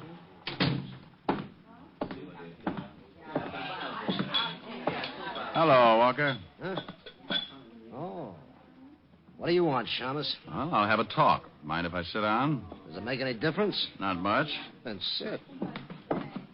You passed a phony 5-spot this morning. I did? Well, shame on me. How many more you got on you? I don't know what you're talking about. You want me to turn you upside down and shake it out of you? Diamond. Yeah? Bo. Walker. Yeah? Oh, hey, you. Let go. Oh, you busted my arm. You want it back? Yeah. Now, let's see your pockets. Okay. Get on your feet. I want to see what you're doing. All right. Okay, dump them. Hey, what's going on here? Just relax, bartender. I'm taking care of some business. There ain't going to be any rough stuff in my joint, so you better relax, sonny. Yeah, make this guy take his big paws off of me. He's trying to shake me down. Oh, yeah? You want me to call the cops, sonny? Maybe that's not a bad idea. How about it, Walker? You want him to call the law? I don't care who he calls. Just get out of my way, Diamond. You're not going anywhere. Now, I told you to lay off, sonny, and I meant it. Now, let him go, you hear me? Look out, he's making a break. Just let him be. Get out of my way, Pop. You're too old to lose another set of teeth. I ain't turning you loose until that guy makes the street. Sorry, Pop. You better take a chair.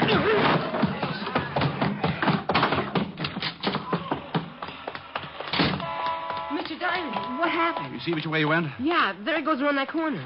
Stay at the ice cream parlor, Jeff, so I can get you if I need you. I took off like a seagull in a hurricane. I turned the corner and spotted my man jumping into a cab, so I did the same. He led me across town to a little dive on 13th Street and got out of his cab. My boy parked up the block, and we watched while Walker looked around for a tail. When he was satisfied he'd given me the shake, he went in. I paid off my cabbie and followed.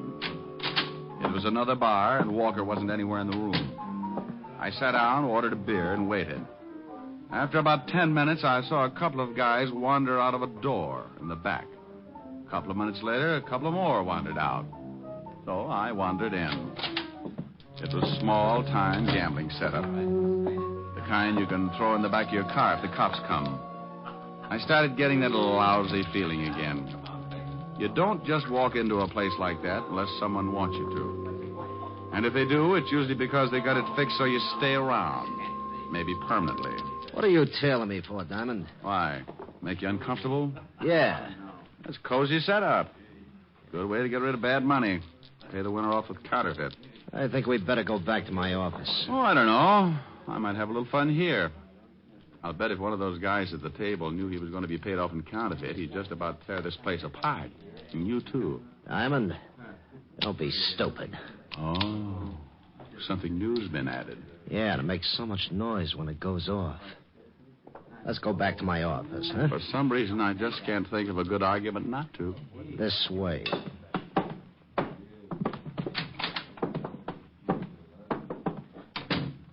Have a seat. My ankles get lumpy when I sit down. Bad circulation. Then stand on your head. It doesn't work. I keep talking to toes all day. How'd you get onto this setup? Oh, luck. You passed a bad bill to a newspaper boy. He spotted you for me. You know what happens to you? No. As a matter of fact, I was thinking what's going to happen to you. What do you mean? Treasury boys, homicide, 5th Precinct. And tomorrow we're taking a full-page ad in the Times. You should do a big business. You're lying. Okay. I think I'll sit down while you wrestle with it. You mean the team I know about this place and me? The only way they'll get to know you any better is when they give you a room number at Sing Sing. Oh, you mind if I put my feet up? Oh, go ahead. He kept asking questions, not waiting for answers. He was good and worried. And as long as I could keep him that way, the longer I was going to keep on breathing. I don't believe one rotten thing you said, Diamond. Okay. He kept trying to convince himself that I was lying. He wanted to shoot me in the worst way. He moved around behind his desk and sat down. Bless his little heart. I had both feet on the front of his desk, so I shoved out as hard as I could. I pinned him against the wall with the desk and jumped up to get better leverage. I shoved so hard the front of the desk nearly cut him in two. He was stuck and he couldn't use his arms. I can't breathe. You want to tell me about it? I don't know a thing. Okay. You look pretty silly from the waist down. Come on, Walker. If I mash you anymore, they'll be able to use you for wallpaper. Yeah. Okay. Now, leave the gun in your pocket. When I pull the desk back, put your hands on top of it. You try a stunt and you end up in halves. Okay. What do you want to know? Who's the big wheel behind the counterfeit ring? You give me a chance if I tell you? No deals. I can't blame you for trying. All right, you tried. Now, you want back in the vice? No. I'll tell you. Walker! He died with his head rolled back and his eyes staring up like he wanted to starve for trying. Whoever shot him had been out in the alley and had nailed him through the window. I looked out, but the killer had disappeared, so I put in a call to homicide, and finally Walt and his boys arrived. Diamond, don't you ever get tired of corpses? Well, of course not. I just do my bit and then try to make you happy. Hey, you want me to call the wagon and get the coroner down here, Lieutenant? No, Otis. I thought we might all sit around and wait for the dead man to say something. Oh, I was only asking, Lieutenant. Well, start using that mallet head of yours, you mallet head, and make a report. Okay. Now, Diamond, I want to know how you got mixed up in this thing. Well, the dead man was the one who slipped the paper boy the phony-5. I tailed him, and he was just about to tell me who was behind the ring when he got a hole in his head. Oh, he was going to tell you, was he? Just like that. What did you do? Set his clothes on fire? No. We were playing truth and consequences, and he fibbed, so I... Now, you stop that. This guy was the only link we had on the counterfeit ring. And you have to fix it so he dies. Rick, there's enough phony money floating around New York right now to start another Black Friday. This is the best setup we've run into since Dad Foster operated in 1937. Dad Foster? Yeah, Dad Foster. You remember hearing about him? Yeah, is he still doing time? No, he served his sentence and he's gone straight ever since. How do you know? Where is he? He runs a little saloon on 53rd Street. 53rd? Thanks, Walt. Oh, now, you wait a minute. Who the devil are you calling? A quiz program. I want to win an electric chair. Oh. Mary Lou's Ice Cream Parlor. Is Jeff the newsboy there? Why, yes. It's for you, Jeff. Thanks. Hello? Jeff, this is Mr. Diamond. I want you to do me a favor. Sure, anything for you. Okay, now, you know the saloon next to the ice cream parlor? Yeah? You know the bartender? Yeah, old guy. Buys the paper from me every night. All right. Now, stay in the parlor and keep an eye on the front of the saloon. If the bartender comes out, find out where he goes. But for Pete's sake, be careful. Sure, Mr. Diamond. I'll do what you say. Is something up? Well, could be. Now, if anything happens before I get there, call Lieutenant Levinson. I'll tell you all about it when I see you.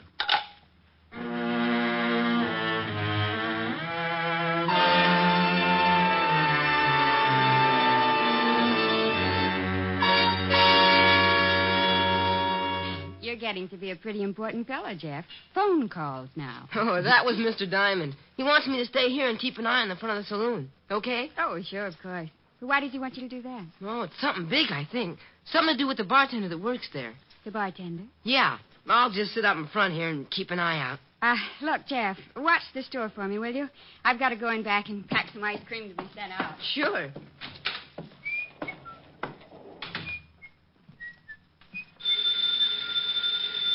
Mary Lou! Mary Lou! Guess I'd better get it myself. Mary Lou's Ice Cream Parlor. Can I talk with Mary Lou? And she went and back. I'll get her for you. Just a minute. Thank you. I tell you, it's getting too risky. That Diamond's a private detective. Yeah, he came in the bar and started to rough up Walker. Well, that stupid Walker should have been more careful about passing out that money. What if Diamond catches him and makes him talk? He caught up, but he didn't make Walker talk.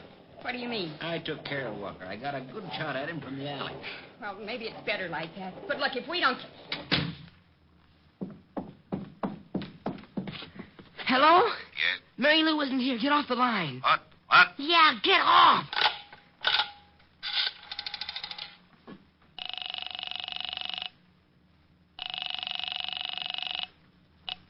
Operator. Get me the 5th Precinct Police Station. It's a matter of life and death. I'll connect you. Oh, golly, please hurry. I'm ringing. 5th Precinct. Is Mr. Richard Diamond around there? He said to call Lieutenant Levinson. Oh, Diamond isn't here. That is the lieutenant. You know where I can reach them? Yeah, but that's about it all. Who's this? I'm a friend of Mr. Diamond's. I'm in an ice cream parlor. Ice cream parlor. Look, son. No. I just heard someone say that they'd killed a man named Walker, and I think I know who's behind the counterfeit ring. What's the address? It's... Hello. Hello, kid. What's wrong? Hello. Good lucky we came out this way. I wonder how he hurt us. Walked back and opened the door. What are we going to do with him? Well, tie him up and gag him. There's a closet in the back, and we can put him in there until it's safe to take him out. Oh, but he's making too much trouble the way he is. Okay. I can get him back there. You better go on over to the bar in case someone shows up. All right. Later tonight, I'll take the kid down to the river and teach him how hard it is to swim when he's dead.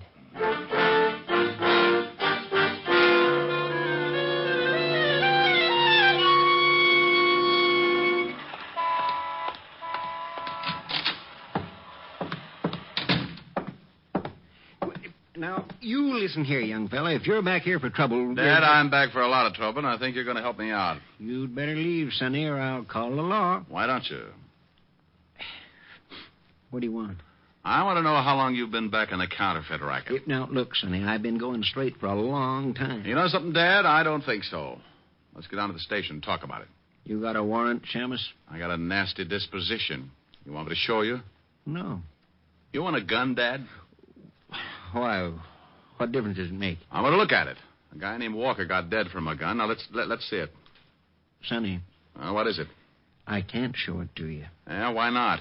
Because I got it under the bar, pointed right at your belly, If I drag it out, it might scare the customers. Oh, it's like that, huh? It sure is. You see that door there in the back? I know. That's a good boy. You just keep walking along your side of the bar and don't try anything. I just had my floor scrubbed. It'd be a shame to spill you all over it. Okay. Open the door. Go on now. Up the alley. You shoot Walker? I might have. Oh, where you got your printing presses? You're just full of questions, aren't you, Sonny? Okay. Stop here. Behind the ice cream parlor, huh? Well. Mary! Make mine hot fudge with the nuts. Mary! For just a minute. Say, what's the idea? I thought you... Oh. Good afternoon. I'm selling a new brand of Indian nuts, great for banana splits. What's the shamus doing here? He's too smart. I gotta cut off his education. Are you crazy? This guy's got friends. That kid was calling the 5th precinct, remember? Kid? Yeah, your little news hound. What did you do with him? He's all right until tonight. We got him locked up. Dad, I think I'll make you eat that 38. I don't think so. No difference if I kill you right here. Oh, hold it, Dad. We can't have a gun going off back here. Even if we could hide the shamus, they'd find the presses. Oh, so that's it. Those ice cream machines, the cover-up. Ain't he smart? What do? Ship the stuff out in ice cream cartons? What's with you? You want a tour of inspection? Come on, now, take it easy. He won't be smart for long. Well, how are you going to do it? We're going to take a walk, aren't we, Shamus? Oh, I have the most horrible instep. I'll never make it without skates or something. You'll make it. Come on, the car's around front. Hi. Hey, what's happening in the street? Dad. Yeah, it's only some drunk come out of the bar the wrong way. Funny, I didn't see him in Oh, this is very confusing. If this is 53rd Street, somebody's stolen some buildings. Oh, hi. Hello. No, take it easy, Shamus. I'm putting the gun in my pocket, but it's still right in line with your belt. I'm going back inside. No. Play it straight. Just like we were talking. Well, you're pretty unsociable, to say the least. What's the matter? Can't you even say hello? I'm lost. Sure. You're in an alley. The entrance is right out there. Oh, yeah? Oh, would you mind showing me? I seem to be a little confused. Now, look, it's right up there. Just keep going. Hey, where'd you go? Oh, no. Oh, there you are, Lieutenant. Lieutenant? The cop. Look out, Walt. Get the girl, Walt. Come on, Dad. Give me that gun. Let go of me. Let me go, you lousy copper. You got him, Rick? He won't play. There. Now he will. Just take it easy, lady. Hey, what's going on? Otis. Yeah? Go out and start walking around the block. Huh? You hear me? Go on. Okay, but I don't get it. What do you want me to walk around the block for? I want you to get used to it, because that's what you're going to be doing for the rest of your time on the force. Oh. In Flatbush. Flatbush? Yes. No.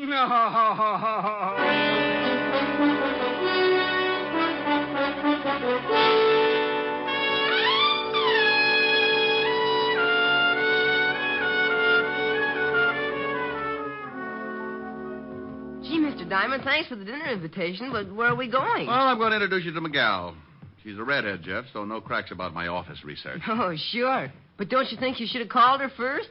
How do you know she's got enough dinner? Jeff, this girl's got more steaks in her deep freezer than a bullfight arena sees in a year. Here we are. Yes? Oh, good evening, Mr. Diamond. Good evening, Francis. This is Jeff, Francis. He's going to have dinner with us. Hi. Oh, hi. Come right in. Miss Asher's in the study, Mr. Diamond. Thank you, Francis. Mr. Diamond. Yes? You know the various items that you've left with me for safekeeping? Look, Francis, I promise I'll get them out of hock as soon as I get a paying client. Oh, no, it's not that, sir. I didn't really want to hold them as security in the first place. But as long as you insisted in such a fine collection, I'd like to show them to my girls, sir. Why, sure, Francis. I didn't know you had a girl. Oh, yes, sir. She's the upstairs maid in the apartment below us. Oh. I'm afraid I told her a wee fib to get acquainted, as it were. She thinks I'm an undercover agent, and I'm afraid I'm going to have to prove it. Well, my gun and the badge should do the trick. And if it doesn't work, just get under a cover. Oh, by George, that was a real... Yes, sir. Good evening, sir. Come on, Jeff. We're not appreciated. Rick. Oh, hello. Hello. Helen, this is Jeff, the boy who's helping me send Dad Foster and Company back to prison. Jeff, this is Helen Asher. Yes, sir. Well, thank you, Jeff. They had him locked up in the closet for a couple of hours, and he looked kind of hungry when he got him out. How about it, honey? You think you can grind up another cow? Oh, well, there's plenty for Jeff and me, but you've got to make up for 3 things. 3 things? Yes. First of all, you haven't called me in 2 days. Second, you're half hour late for dinner. And third, well, I'll tell you later. I'll leave the room if you want me to. No, Jeff. You stay right here. You're going to literally see a man sing for his supper. Helen. All right.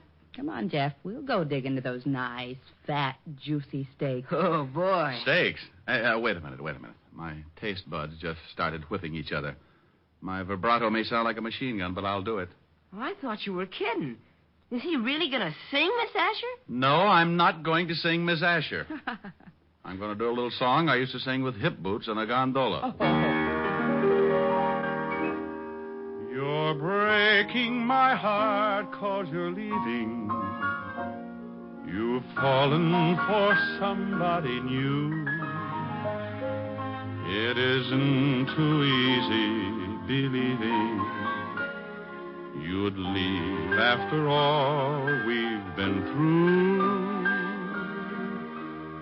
It's breaking my heart to remember the dreams we depended upon. You're leaving a slow dying ember. I'll miss you, my love, when you're gone. I wish you joy, though teardrops burn. But if someday you should want to return, please hurry back, and we'll make a new start. Till then, you're breaking my heart. Mr. Diamond, did you really sing in a gondola with hip boots on? Yeah, that's right, Jeff. Well, I know you don't need the hip boots anymore. Will you loan them to me? What for? I want to wade out of here. Well, get him. For that, you get 2 desserts.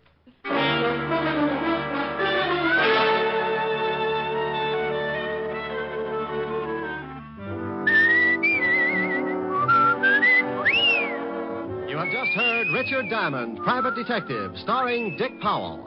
Helen was played by Virginia Gregg, Lieutenant Levinson by Ed Begley. Also in our cast were Wilms Herbert, Tommy Bernard, Sammy Hill, Lou Krugman, and Parley Bear. Music was under the direction of Frank Worth. Richard Diamond is written by Blake Edwards and directed by Richard Sandville. Dick Powell soon will be seen in the screen version of the best-selling novel, Mrs. Mike. Now, this is Eddie King inviting you to be with us again at the same time next week when we will again bring you Dick Powell as Richard Diamond, Private Detective.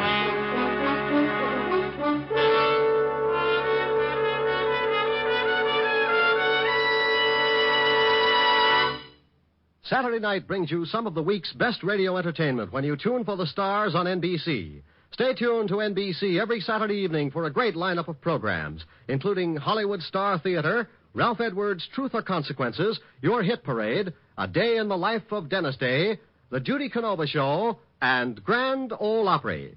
All the best on NBC. Stay tuned now for Victor Mature and Hollywood Star Theater on NBC.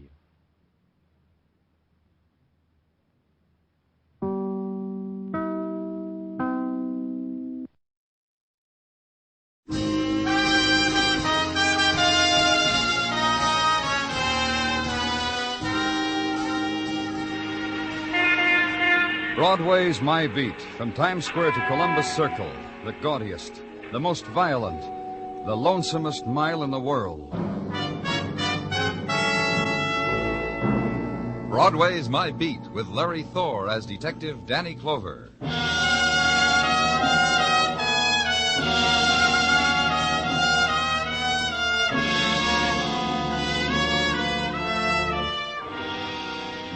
In the midday of summer, the sun plumps down and kisses Broadway's cheek, and Broadway loves it. The minutes are warm at the lunch counter, and the salami and cream soda never tasted so good. And walking by, the day's entertainment, the red smiles and the summer dresses and the sandaled girls with the legs of tan. And winking at you, the man with a potato peeler, which also cuts glass. Also, if held just so, will scale a fish. Free to whoever buys a pack of marked cards to play tricks on your friends. Slice of Broadway at high noon. Good time.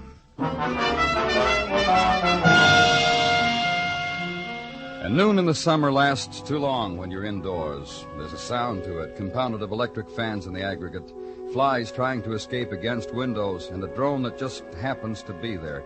Noon at police headquarters. The opening door. Danny? Come on in, Mugman. Oh, thanks. You'd have had the Coke a couple hours ago, only I got stopped. Oh? Yeah, Dr. Sinsky grabbed me. Well, I'm happy for both of you, Mugman. What's on your mind? Dr. Sinsky grabbed me and walked me into the lab and handed me a report. Yeah, I'll read you on the paper what it says under comments. In my considered opinion, subject died of alkaloid poisoning, which I doubt was self-administered. Signed, Dr. Henry L. Sinsky, MD. Okay, Mugman, run it down for me. Subject's name, John Rand. Address, here. John Rand. Name mean anything to you? No. Cotton importer and processor. I looked him up. Very rich. Very sickly, I thought. Well, what do you mean you thought? Well, I just talked to his physician, Dr. Montoya, who refused to sign his death certificate, which is why we performed an autopsy. Dr. Montoya said, wait a minute. Well, Just take it easy for a minute, will you? I want to make sure.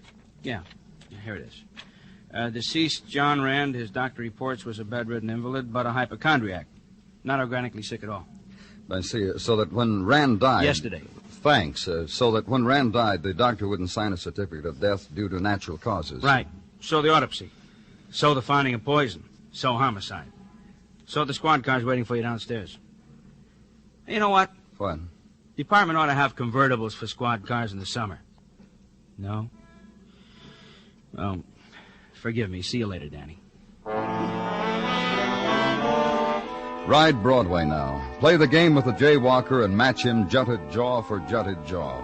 And into Central Park, where sit the nursemaid and the powdered child, where stroll the couples, and further on where they got tired and the grass is very green. And right turn into Avenue again, where wealth is, quiet street, where siestas have been heard about and are being taken. Downstairs from which diamond bracelets still sparkle as brightly in small shop windows. And the single mannequins in Parisian style curve a wrist at each other from across the street. And the address you're looking for...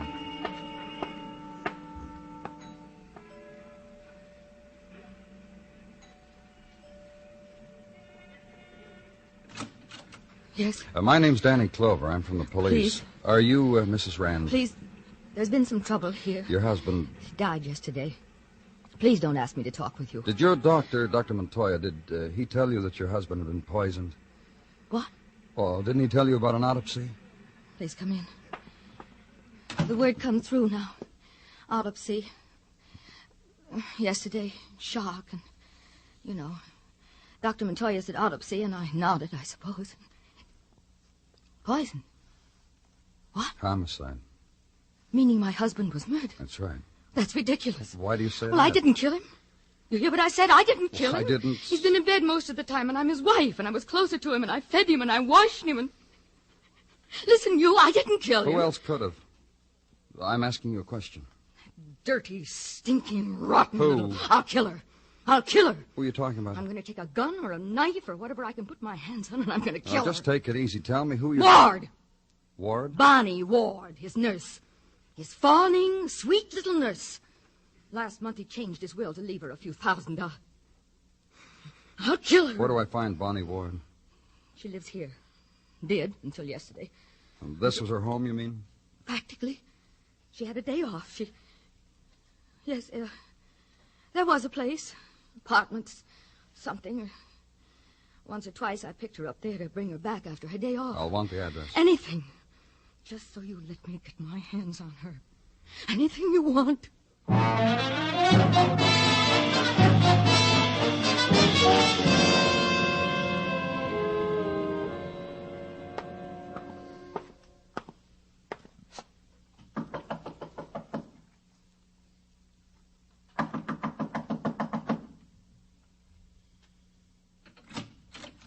Yes? Miss Ward, you're Miss Bonnie Ward? What do you want with her? I'm from the police. Leave her alone. Just leave her alone. Look, I'll say it however you want, in anger or pleading, or if you want me to, I'll beg. Leave her alone. Well? Is she here? Doesn't touch you, does it? How a woman Well, will just lower answer herself, me. Is she here? demean herself, crawl, grovel before people like you, and it doesn't touch you. Makes no impression. Because you're police. And a woman must scrape Let's and go bow inside, and... huh? I can't reach you, can I? Of course. Let's go inside. You didn't tell me who you were. No. Whatever hurt you have about the police. It's a simple question. Who are you? Angela Kenny, age 43, 5 feet 4.5 in height, weight 112. And Bonnie Ward, who is a practical nurse, says I'm thin and that it's an emotional Live thing. here with Miss Ward? An emotional thing that I'm skinny. That I'm eaten up with all sorts of private bitterness. Bonnie says that. And what, Miss Kenny? Bonnie says that about me. And it is Bonnie who is ill and troubled and persecuted and driven. Driven.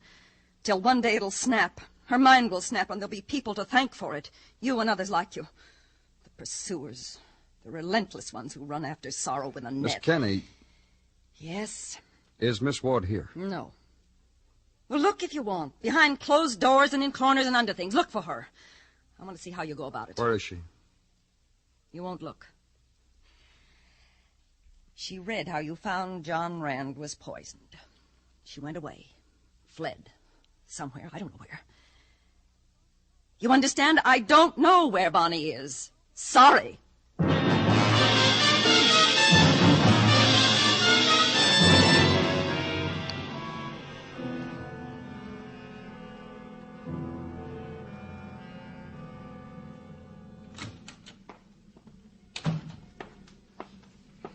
Danny? Yes, Gino? Hello, Danny. Gino? You are looking well?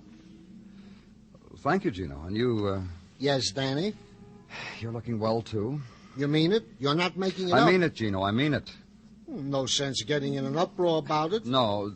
You have something, Gino? One chap to tell another chap that the other chap is looking fit. This is common courtesy. As we had not passed our accustomed greetings to each other earlier today, you and I thought only... Well, why make a federal case out of it, Danny? Well, I'm sorry, Gino. Now, may I... Of me to ask, may I? Danny. Concerning the All Points Bulletin on one Bonnie Ward, this is what you wished with your may I? Yes, Gino. I saw it coming. Concerning the All Points Bulletin on Bonnie Ward, she is still at large. A female answering her description was brought into the 12th precinct. However, said female averred not to be a practical... Don't bother with an excuse me, Detective Muggavan. Thanks, I won't. Danny just came in over radio. What did, Muggavan? There's a woman on the ledge, 12th floor of a building on West 23rd Square. She'll jump, drawing a crowd. Don't they always look, Muggavan? Why don't you Just listen, huh? This woman, she's screaming her name. Bonnie Ward, she screams. Watch Bonnie Ward die. We haven't much time. No, we haven't. Come on.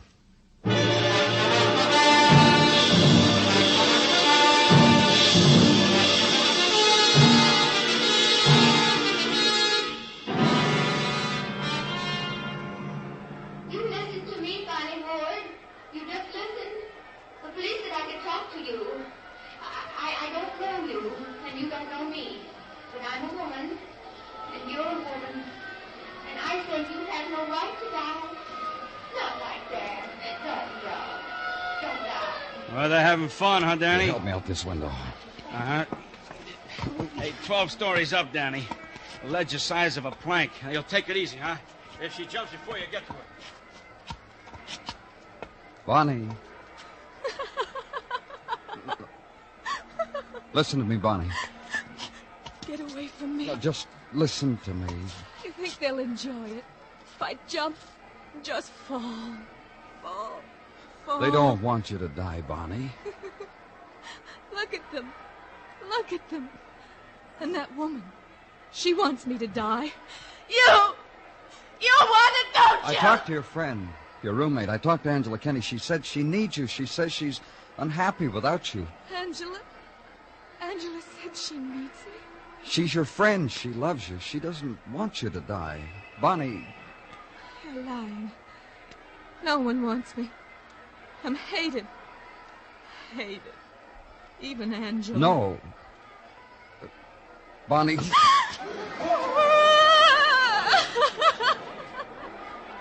I want a job, and I can't. I can't. Come on, Bonnie.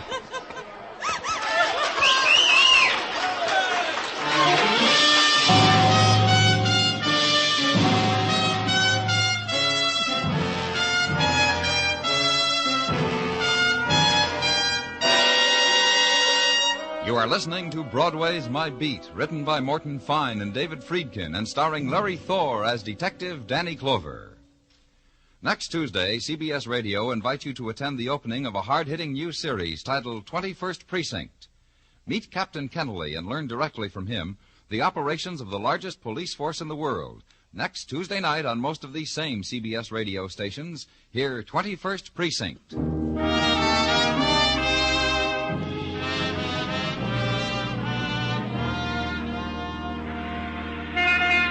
The July winds, heavy with heat, begin their unraveling, and Broadway lolls against a doorway, submits to the drifting warmth of their touch, lifts a throat to them, bares a shoulder, cocks an ear to summer whisperings, and the word eases down the street. This summer, no regret.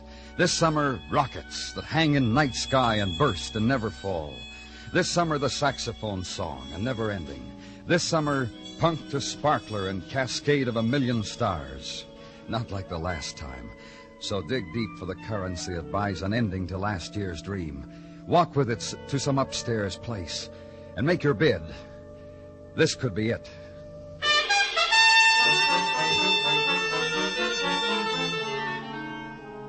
And in office at police headquarters, the summer talk also. Of a woman held on suspicion of murder. Of a woman who had tried death 12 floors above July pavements. Summer talk concerning Bonnie Ward. Psychotic hysteria, Danny. That's what Dr. Sinsky calls it. When she isn't laughing, she's crying. Then she shivers. Laughs some more. Anyway... Anyway what, Muggavan? Nothing. You were going to say something. What? You just have to probe, huh? Forget it. You wanted to know what I was going to say. Forget it. I was going to say anyway... Any way you look at it, I'm sorry for her. Sorry a woman wants to kill herself. Sorry for a lot of... Well, now you know. Yeah. Anything on... I tried to get through to her. You did. So did Dr. Sinsky. So did the department psychiatrist. Bonnie Ward's going to need a lot of help. That's the consensus. You were going to check records, Muggavan. Yeah, I did. I also did that little thing. Well... Yeah, we got a record on Bonnie Ward. We sure have. Charge of murder. What? February 1948. Bonnie Ward was charged and held for the murder of a man, rich man, name of Charles Raymond. Very rich man. Old. Invalid. Bonnie Ward was his private nurse. Just like with John Rand. Same kind of circumstances. Go on. Rich man died, left Bonnie Ward, was just a private nurse to him, left her $10,000 in his will. John Rand left her money, too. Mrs. Rand said a few thousand. Yeah, Bonnie must have been quite a nurse. Wouldn't you say? A two-time winner like that? Wouldn't you say? Well, what else you got? Well, this Charles Raymond, the man Bonnie took care of 5 years ago, doctor wouldn't sign his death certificate either. Call the police. Bonnie was arrested, brought to trial. Every piece of evidence they had pointed to her guilt. Still, she got off. Jury acquitted her. Danny? What? Maybe I'm crazy, huh? The heat, huh? What are you talking about? Crazy to feel sorry for a woman like Bonnie Ward. A two-time winner like that. Crazy, huh? Muggavan doesn't wait for an answer. Throws the report on your desk. Turns, walks away from you. And for a while consider documents in the matter of the State versus Bonnie Ward. Time, February 1948. Occasion, suspected murder of an invalid. And acquittal for Bonnie Ward. And $10,000 for Bonnie Ward. And restaple the documents and file them neatly. And pick up the $4.95 Panama and the sweat-crumpled jacket. And leave.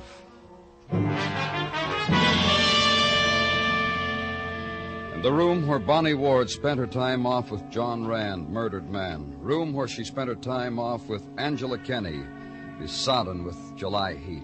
Here by the window, Mr. Clover. It's cooler. Move to the window through a room littered with newspapers and front-page photographs of Bonnie Ward's attempt at death. Closer now to Angela Kenny, who stands at the window with a pair of scissors and carefully snips the late edition, the 5-column photo of Bonnie Ward screaming from a building's ledge. There. It's the best of the lot, don't you think, Mr. Clover? I chose it because it was the best. Why? I don't understand. Well, I asked you why you're cutting out a news photograph of Bonnie Ward doing... I told you it was the best of the lot. Gonna enjoy it? Pin it to the wall where you can look at it any time that To you... remind me. To make me remember to what depths you've degraded a human being, all of you. Bonnie is a very human being, you know. And this picture will forever prove it to me. 5 years ago, she was charged with the murder of another man. Did you know that, Miss Kenny? Yes. And received $10,000 from his will, and was acquitted. And hounded and vilified and pointed out by idiots on the street who had nothing better to do than destroy. And shriek with laughter because they recognized a woman who had been proved innocent. She had $10,000 to wave in their faces. Which she squandered. With which she tried to buy back some compassion, a little love from idiots. $10,000 squandered on filth of the streets. $10,000 to buy herself a husband. What? A husband. A man who grinned at her. Who had wavy red hair. Who was younger than Bonnie. You know him? Bonnie told me about him. Told me about Tom Pryor, husband. Her lost husband. Told me how he and I had so much in common. No use for the police, for instance. And the kind way we reacted when Bonnie felt very low. And surely you don't wish to prolong this, Mr. Clover? Then why don't you just go? Name, Tom Pryor. Description, red-headed and no use for the police. Implication, police record. So run it through the IBM at records and come up with a punched card, which in translation means this. Age 34, 5 feet 9 1/2. Profession chauffeur, one-time driver of racing cars. Red hair, ruddy complexion, distinguishing marks, none. Last known address, Hotel Lorenzo, a flea bag in the Bowery. List of arrests, May 1950, disturbing the peace, fined $50, 60 days in lieu of fine. March 1952, drunk and disorderly, 30 days. April 1953, drunk, disorderly, vagrancy, 90 days. What else? Place of each arrest, bar attached to Hotel Lorenzo on Mott Street. That's about all.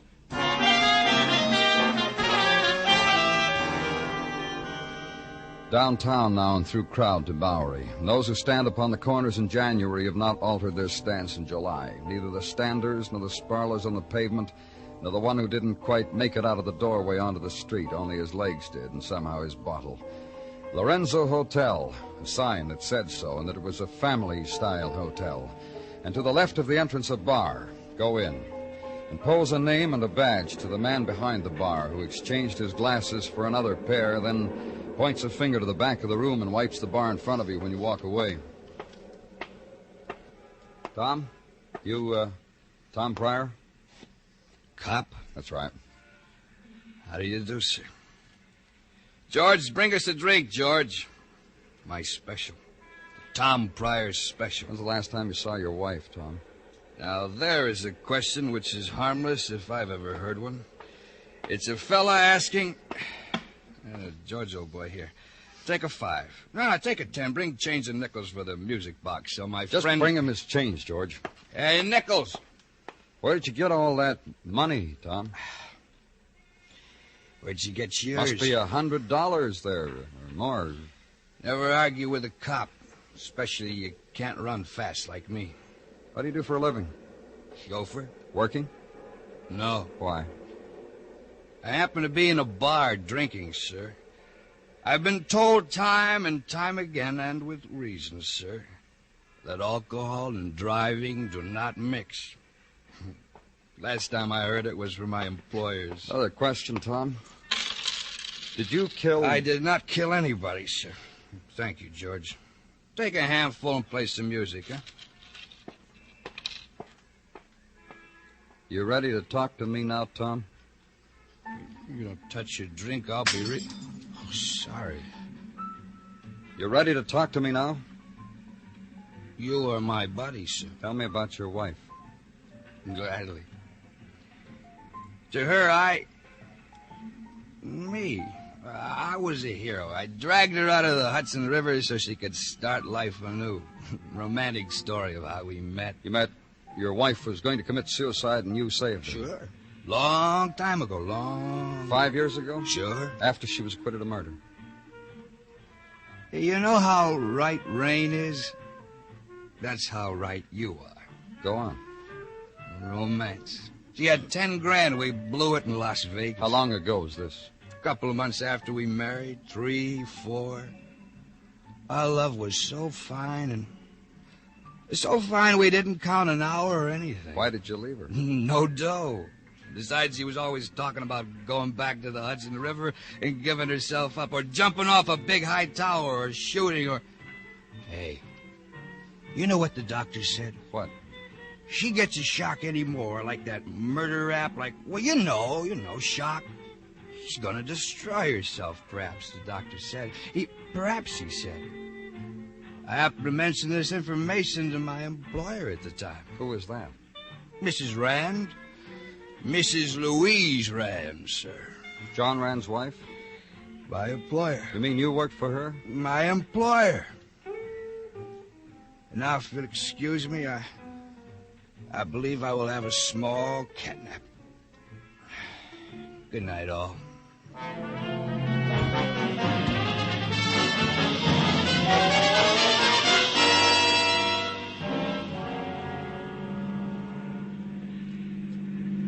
How do you feel, Tom?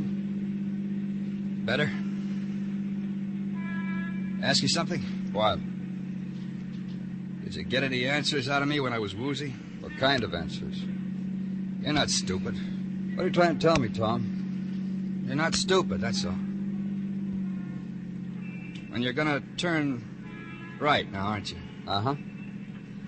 Figure. And stop right here. You don't have to hold on to me.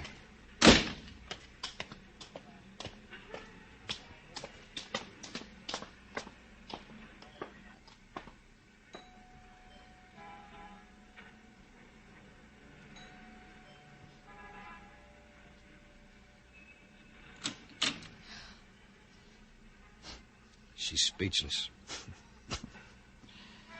I warned you a long time ago, Mrs. Rand, this was liable to happen. Let's go inside.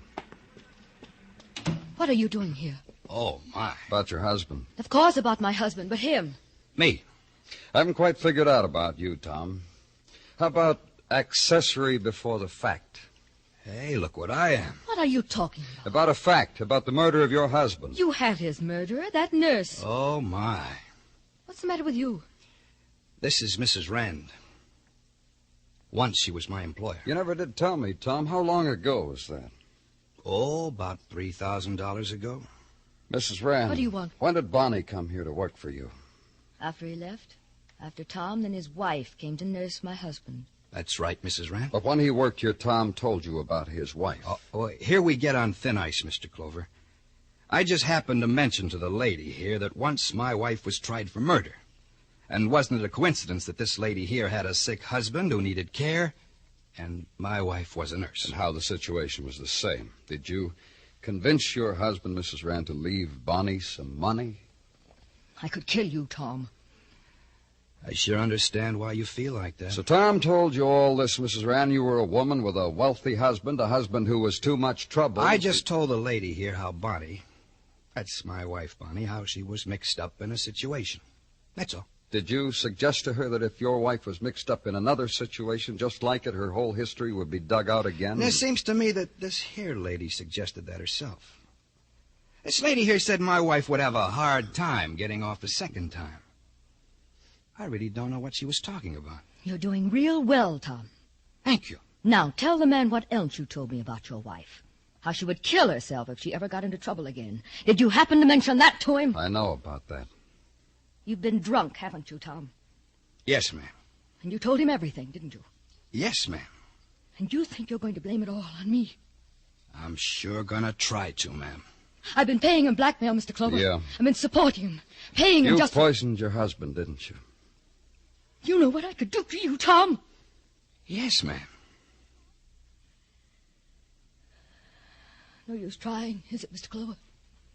We better go, Mrs. Rand. Hey, I'm going too, huh? That's right.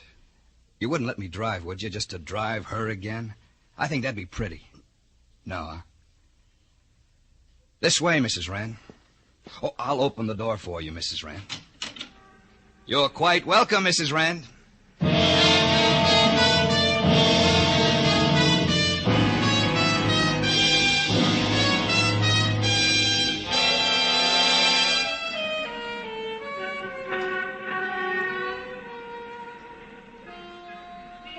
In the minutes before dawn, Broadway lies huddled in a dreamless sleep. It's the time of the long night and no stars and the muted wind. And from far away, listen, the whispers gather and take away the night. It's Broadway, the gaudiest, the most violent, the lonesomest mile in the world. Broadway, my beat.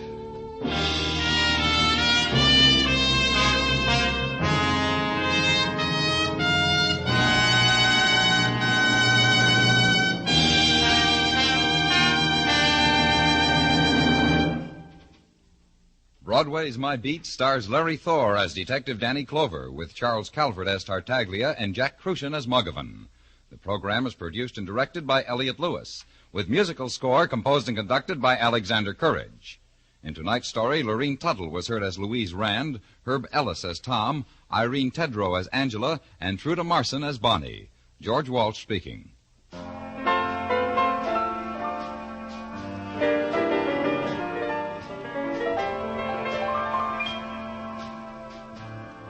College men, you now have an opportunity to build your future in the exciting new field of jet aviation. Prepare for leadership in the jet age by serving as an Air Force aviation cadet. You'll get 18 months of thorough training in all phases of jet operation, learning under the finest instructors in the world's most advanced Air Force. Jets are easy and safe to fly when you learn the aviation cadet way. The training is rugged and intensive, the discipline rigid, but you come out a skilled jet pilot with a lieutenant's commission in the Air Force and earnings of more than $5,000 a year. These are things worth working for. To qualify, you must be between the ages of 19 and 26 and a half, single, and have a college education. Visit your nearest Air Force base or recruiting station for details. Act today. Stay tuned now for the Gene Autry Show, which follows immediately over most of these same stations.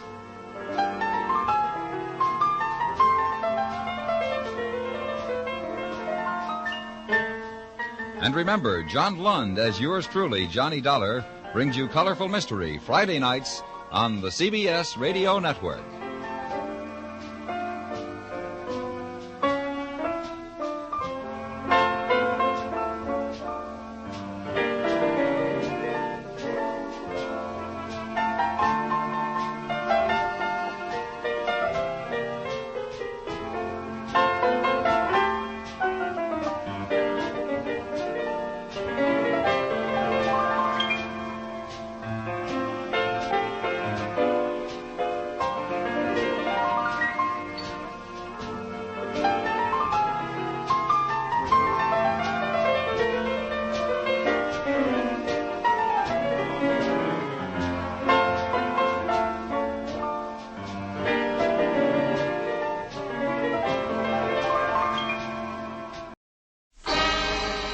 Time now for Rocky Jordan.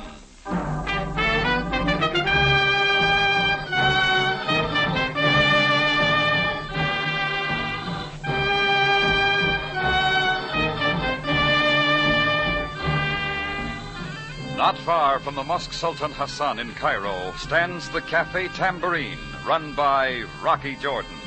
The Cafe Tambourine, crowded with forgotten men, alive with the babble of many languages. For this is Cairo, where modern adventure and intrigue unfold against a backdrop of antiquity. Tonight's story, the St. Louis Blues.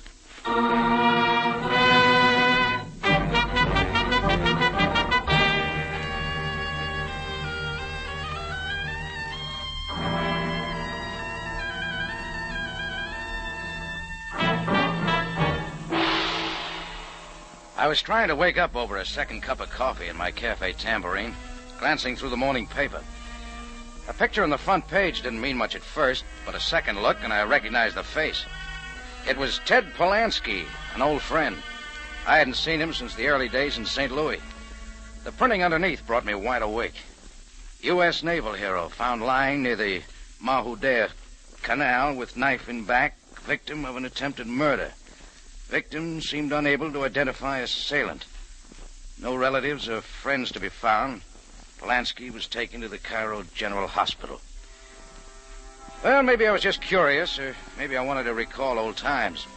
Anyhow, I went to the hospital right away to see Polanski. The nurse showed me into a hot little room that had an overhead fan. I found Polanski's bed behind a screen. Hello, Ted. Rocky Jordan, remember me? I remember you. It's been a long time, Ted. All right, it's been a long time. What about it? Well, I'm just sorry you didn't look me up when you came to Cairo. I'd have warned you they play rough with knives around here. I don't need your help. You or the cops or anybody else. What do you want with me? Well, not a thing, Ted. Then leave me alone. Listen, Ted, I know my way around Cairo a little. I don't know what this is all about, but somebody tried to kill you. Maybe if you told me... Why don't you mind your own business? I've got nothing to tell you. Okay, if you don't want to. Am I asking you why you left St. Louis? We'll skip that. Then shut up about me. Just leave me alone. Get out of here. That suits me fine, Polanski. Don't bother to come back.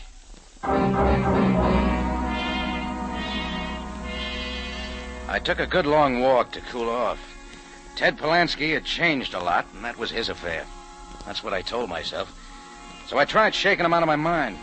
Too many times you try remembering things, and then you get hurt.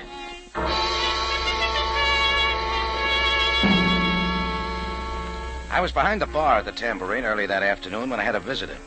And for the second time that day, my mind went into reverse.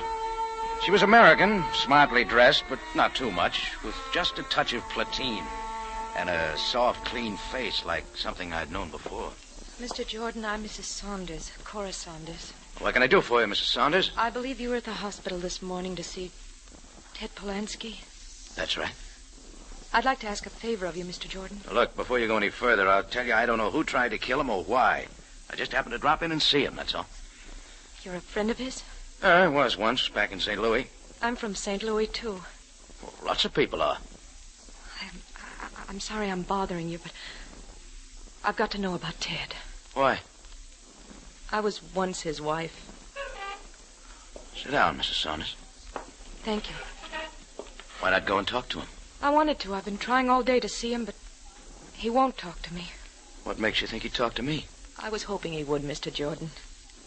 Ted and I were very happily married before the war, but the war seemed to change him.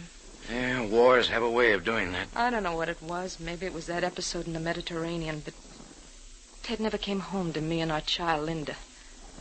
That was 5 years ago. I've never seen him since. Maybe you ought to keep it that way. I was able to trace him for a while, the Riviera, Casablanca, Alexandria, but it was as though Ted had turned his back on everyone who had ever meant anything to him before. I couldn't wait forever. I divorced him and married Evan. All right, you got a husband. Why don't you forget about Polanski? You know things aren't that easy. Yeah. Did you come to Cairo to see Ted? Oh, no, Mr. Jordan. My husband is here on business. He's in textile.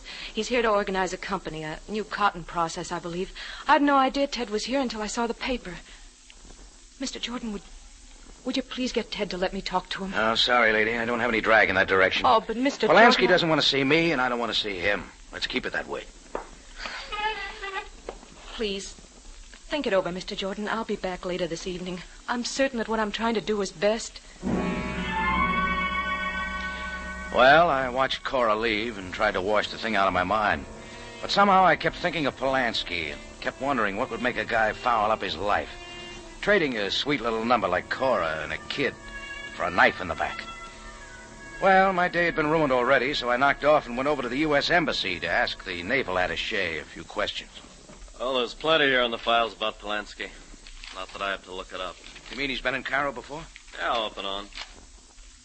You say you knew him back in the States? Quite a while ago. What do you got on him? Yeah, here we are. Sit down, Jordan. Thanks. Now, let's see. Theodore Robert Polanski, Lieutenant Junior Grade. Decorated March 7th, 1945. Heroism over and above the call of duty. Delayed parachute jump from burning reconnaissance plane to save valuable photographs which enabled Allies to advance on a broad front at minimum loss of life. Anything wrong with that? For a guy like Polanski, yes. Got too loaded down with metals. He cracked up under the strain. I still don't get it. Well, look at it this way, Jordan. Polanski's just a nice guy from the Middle West with a wife and kid. He goes off to war, and suddenly he's a hero. Headlines everywhere, big shots hanging ribbons on him, dames with soft shoulders falling all over him. Went Hollywood, you might say. Well, that's the way we figured it. He began to like it too much, so now he's a celebrity. Couldn't he be forced to go back home? We tried. But when a guy gets that big, he can pull strings. Oh, his wife almost drove us nuts for a while. But she's lucky to be rid of him. He's gone from bad to worse, knocking around in scrapes with the police, women, and now they find him on the streets with a knife in his back. Yeah, that brings me up to date. You got any idea why someone would try to kill him? I don't follow him that closely. Well, thanks. I'll be seeing you. Well, I left the U.S. Navy going through a racing form of some sort and went out into the street. One of the big questions the naval attaché couldn't answer. Why the knife in Polanski's back? I was working on that, walking up the Sharia NERO, scouting for a taxi, when a shiny red car with plenty of chrome pulled up to the curb. The back door opened, just a little. Step over, Jordan. I knew the native in front with a gun was covering for the voice that came at me from the back seat. The voice must have had a face, but I couldn't see it. All I saw was a shoe wearing spats and a hand filing fingernails. Been keeping busy, Jordan? With my business? Maybe I don't like your business. Forget it, then. Wait, Jordan. We going somewhere? That all depends. Well, let me know when you decide. That's up to you, Jordan. You've been having a lot of conversations today. I know a lot of people. Like Ted Polanski? Maybe. You had quite a talk with him at the hospital. All sorts of questions. He's an old friend. Polanski's got no friends. I'm way ahead of you. What did he tell you? Nothing. Let's keep it that way. He don't want you talking to him. Neither do I. About what? Keep away from him, Jordan. Stop asking people questions that don't concern you. If I don't? You know what'll happen. Come here, Jordan. Little closer. Yeah? Here's a sample. He gave the door a quick shove right into my face. I went back and down like a kingpin in a bowling alley. My breath was gone, and for a second I couldn't move. When I got my eyes open again, there were a million sleek red cars pulling away from the curb. Cars that finally narrowed to one and roared down the street and out of sight. I knew right then and there, Ted Polanski was a hot article.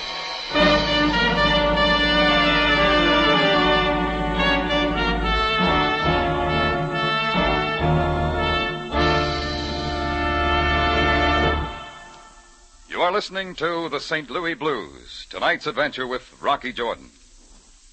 The day of miracles is not done, and one way to work miracles today without leaving your home is to contribute to your Red Cross. Your contribution will go out doing the yeoman's service to your fellow humans that you would like to do yourself but cannot. Your contribution will perform miracles of aid for the homeless, the wounded, the hungry. Send your contribution out today to work miracles.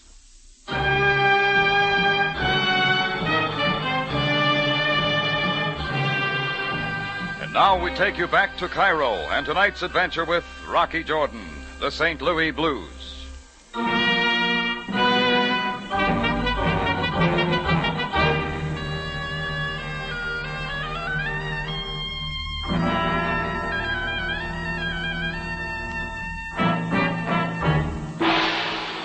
When I learned an old St. Louis friend named Ted Polanski turned up in the hospital after a knifing, he didn't want to see me or anybody else, including his former wife. That was the end of the line for me, till a man with a homemade manicure and spats moved in and warned me to lay off Polanski. Advice like that just doesn't sit well with me. I was back at the tambourine patching up my face when Chris told me I had company. When I came down, I spotted him at one of the tables. Slightly bald, friendly face. Before he introduced himself, I knew who he was. Cora's husband, Evan Saunders, St. Louis. Mr. Jordan, being frank about my personal affairs isn't easy for me. Well, then maybe we can just have a drink. Why, yes, of course, thank you. Straight, if you don't mind. Couple straight, Chris. Mr. Jordan, you'll pardon me if I come right to the point. First, I'd better tell you that your wife was here ahead of you. Yes, I know. That's why I'm here. Cora keeps nothing from me. She tell you why? About Ted Polanski.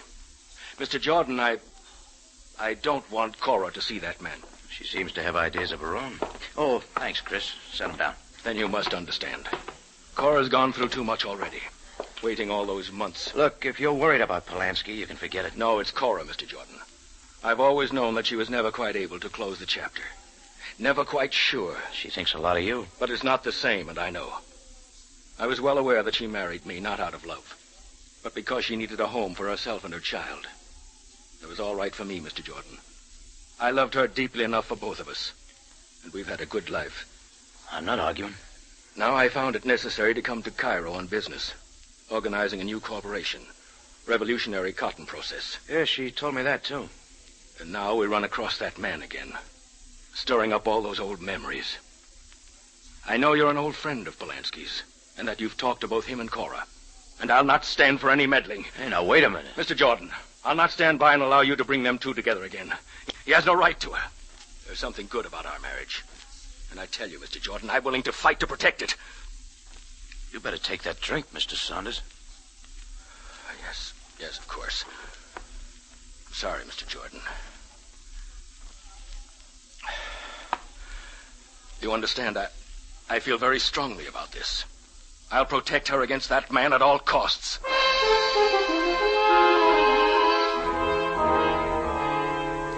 After I got rid of Evan Saunders, I broke my rule and had another straight one during business hours.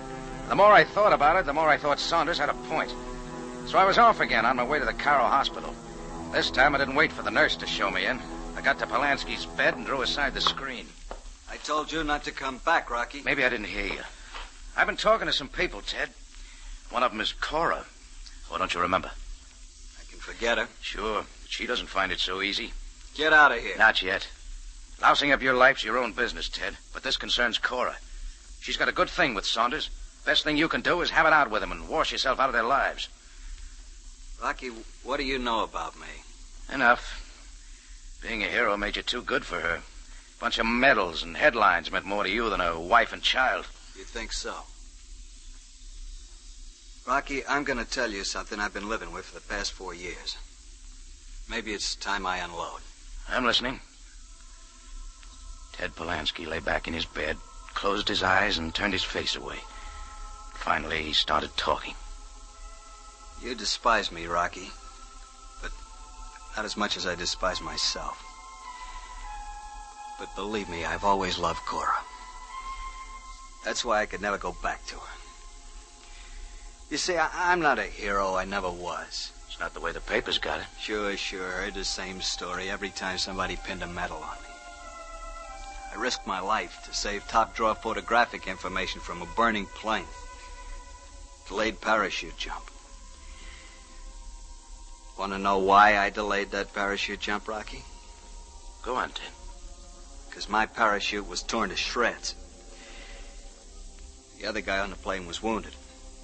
So I took his parachute. He died in a crash. I parachuted to safety. I killed him, Rocky, as sure as I'm lying here. Now you got it all. Yeah. Somehow I couldn't go back to Cora and the kid knowing in my own mind I'd killed somebody. You know how I spent my time since then, bumming around.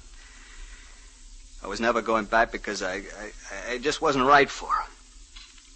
All I knew was that the best thing to do was to keep away from Cora. But now it's not so easy. What do you mean? Her life's not what you think it is. That husband of hers, Evan Saunders, a big cotton man's a crook. He's rotten crooked, and so's that phony corporation he's setting up. Where'd you get that? That's what's behind that knife in my back. He's in with a crumb named Vance Marco. Shiny car, Westbacks? That's a guy. They're promoting a phony cotton refining process, starting a company selling a lot of stock, and after enough money comes in, Saunders and Marco pull out with their pockets full. How do you know all this? Because there was a third guy in the organization, Ted Polanski. Only I pulled out when I found out that Saunders was Cora's husband. I hoped I could stop the deal before Cora got hurt. All I stopped was Marco's knife. Now I'm flat on my back and can't do a thing.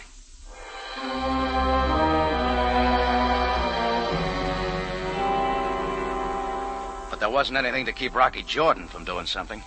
I wasn't flat on my back, yet. So I started out spoiling for trouble.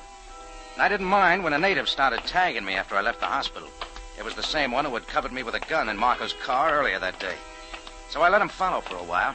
I took him down a dark side street a couple of blocks. Then I suddenly doubled back and he ducked into a doorway. This was a good time to let him make his move, so I kept coming.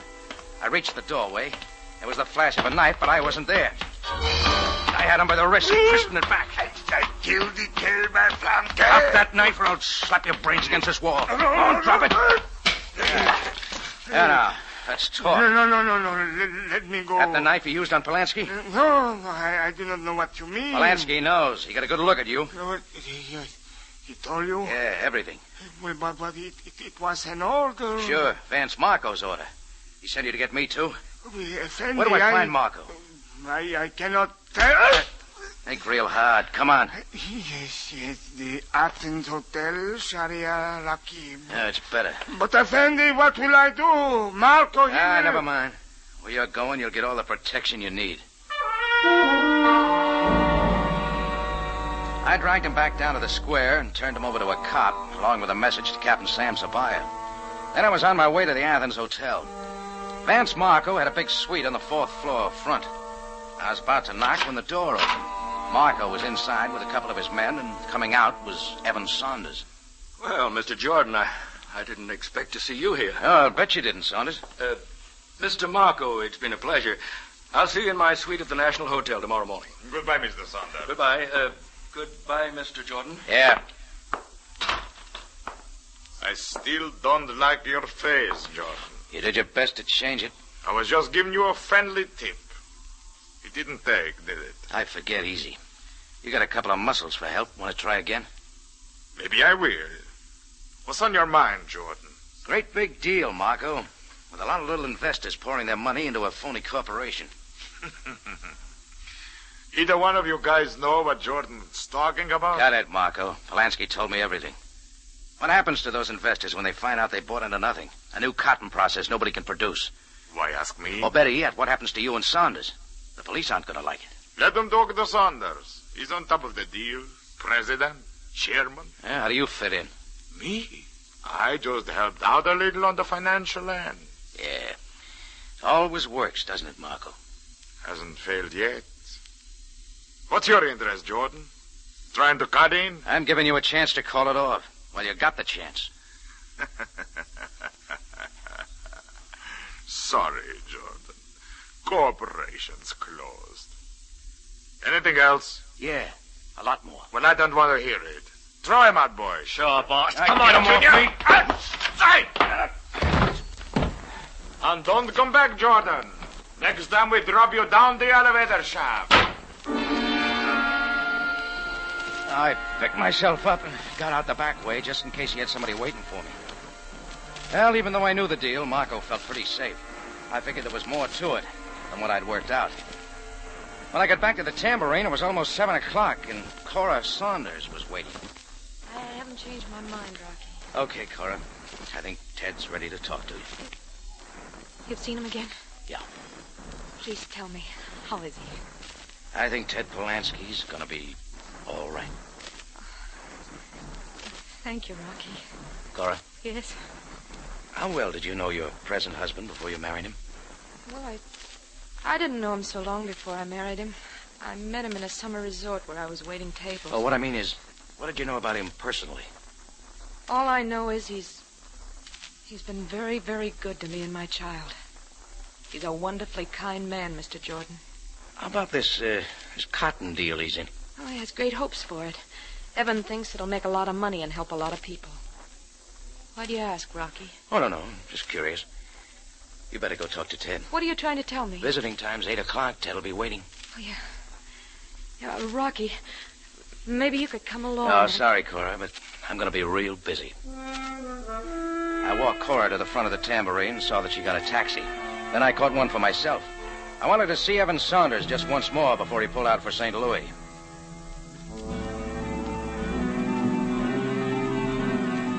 At the National Hotel, I got Saunders' room number and went on up without being announced. I found his door open. Saunders was there, pacing the floor. Oh, Mr. Jordan, come in. Yeah, that's my plan, Saunders. Where's Cora?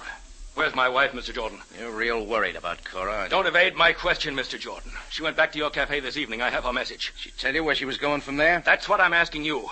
I demand to know where my wife is. Where she is at this minute, I don't know.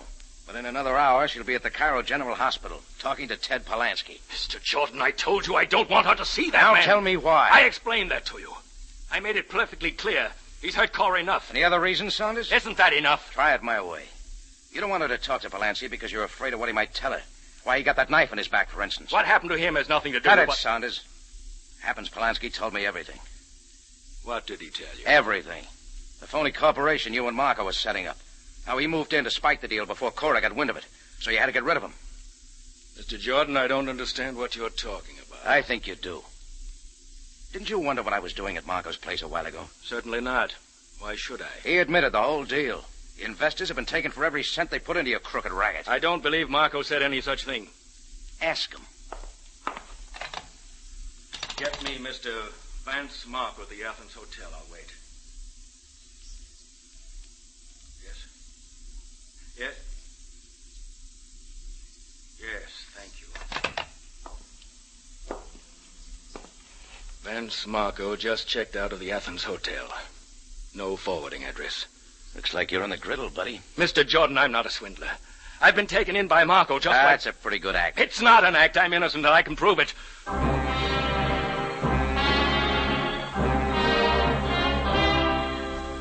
Well, Evan Saunders started out to prove his innocence and prove that my thinking had been wrong. Mine and Ted Polanski's.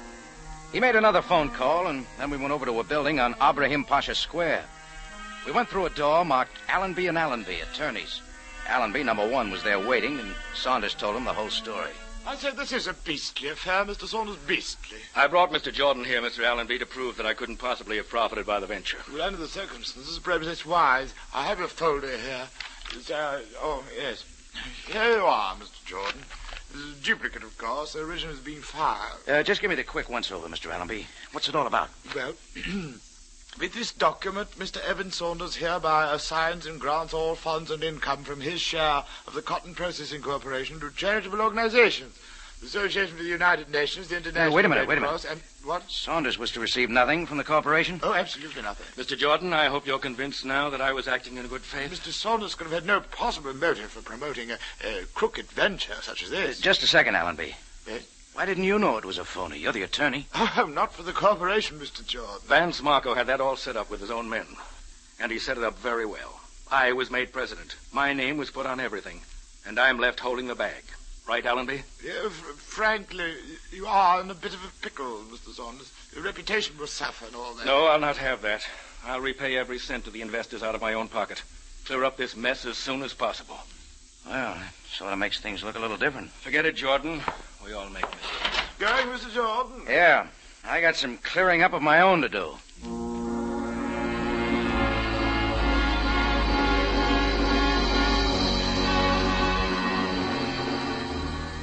It wasn't yet 8 o'clock, and I had to talk with Ted Polanski just once more.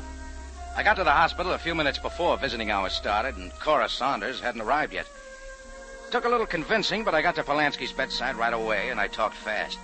I made him see that Saunders was okay, that he was a good husband for Cora and good father for their daughter, that if Cora had a chance for happiness, it was up to Ted. And it was 8 o'clock, and Cora was standing at the foot of his bed, her face pale and tight. Hello, Ted. Hello, Cora. How are you feeling? All right. Cora, I'm glad you came. There's some things we can clear up. I'll wait outside. No, Rocky. That's not necessary. This won't take long. Cora? Yes? I want you to know I'm glad you married Saunders. Oh, but Ted... The thing that bothered me was that I left you flat with no one to take care of you. Take care of me? Is that all I meant to you? Somebody to be taken care of? Yes. But I was your wife. Mother of your daughter. What about her? I'm sorry, Cora. The child was just a weight around my neck, too. I stopped loving you long ago. going away to war was just a good excuse for getting away. After it was over, I just couldn't go back to you. Well, I guess there isn't much you can do when there's no love left. I'm just sorry it took so long for me to find this out. Well, now you know. I never felt so good as when I left you in St. Louis. Thanks, Ted. Thanks for what? I never realized until this moment how fortunate for me it was that you did leave. I see now how lucky I was to find a man like Evan. He's a strong man and an honest one. And he loves me and our child like you never could. Goodbye, Ted. I don't think there's anything more we have to say. Goodbye, Cora. Goodbye, Rocky. I won't be bothering you anymore about Ted Polansky. So long, Cora. Have a nice trip back to St. Louis.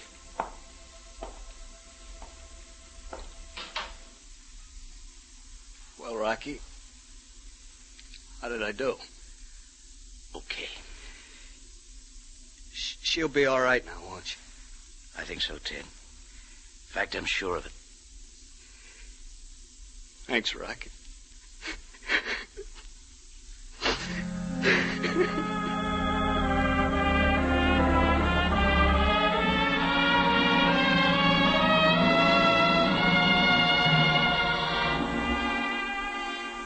Well, after a while, I left him.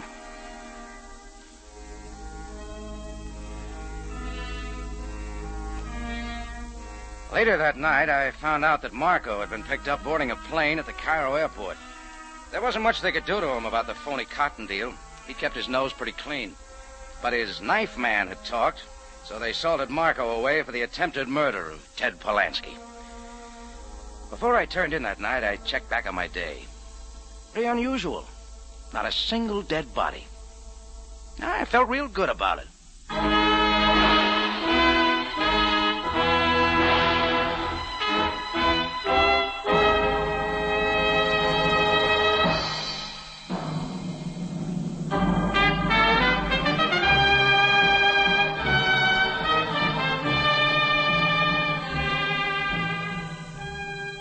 It's CBS again at this same time next week for another story of adventure and intrigue when we take you back to Cairo and the Café Tambourine run by Rocky Jordan.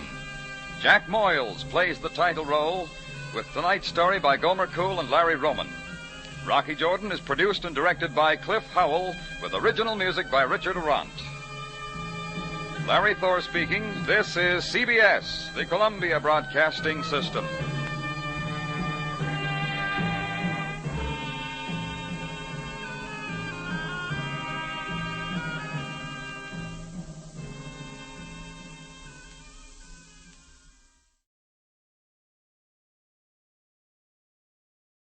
Time now for Edmund O'Brien as Johnny Dollar. Dollar, thank goodness I found you. Why, what's up? You've got to leave for New York, Dollar, immediately. A policyholder, he's afraid for his life. Here we go again. Who's he afraid of? Well, he wouldn't say over the telephone. All I know is, to us, he's worth $100,000 alive. Well, that makes it simple. He must be afraid of somebody to whom he's worth $100,000 dead.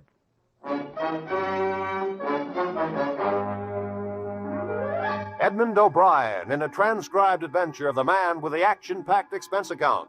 America's fabulous freelance insurance investigator. Yours truly, Johnny Dollar.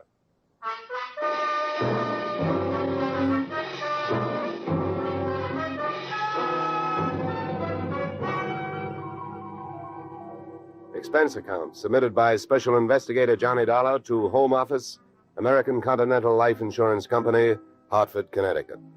The following is an accounting of my expenditures fulfilling your assignment as a bodyguard. The body being that of your late policyholder, Robert W. Perry.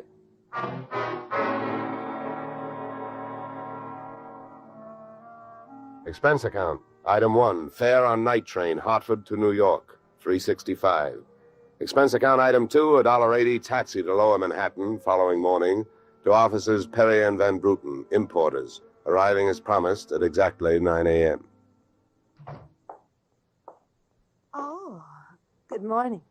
May I help you? Yes, you certainly can. My name is Johnny Dollar. I have an appointment with Mr. Perry for 9 o'clock. Oh, yes. From the insurance company.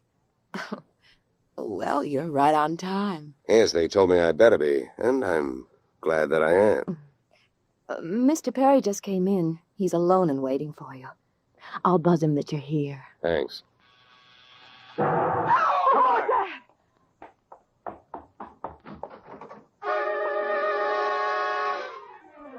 What was left of your policyholder, Mr. Perry, was just sliding out of a swivel chair as I hit the room. The top of his desk had erupted, and splinters of mahogany pointed their sharp fingers upward through lazy circles of smoke swirling toward the ceiling. The buzzer from his secretary's desk had been rigged to a booby trap. Oh, no. Oh, no. Mr. Perry. Stay away from him. Come on, there's nothing you can do. He's dead. Oh. What happened? What happened? Whatever happened? Let's go. Let's get back out of here. Here you are. Sit down. I'll get you a drink of water.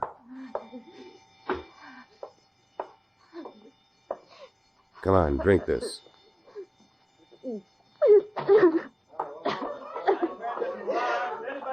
There's a doctor on the 3rd floor. Shall I call in? Never mind the doctor. Go call the police.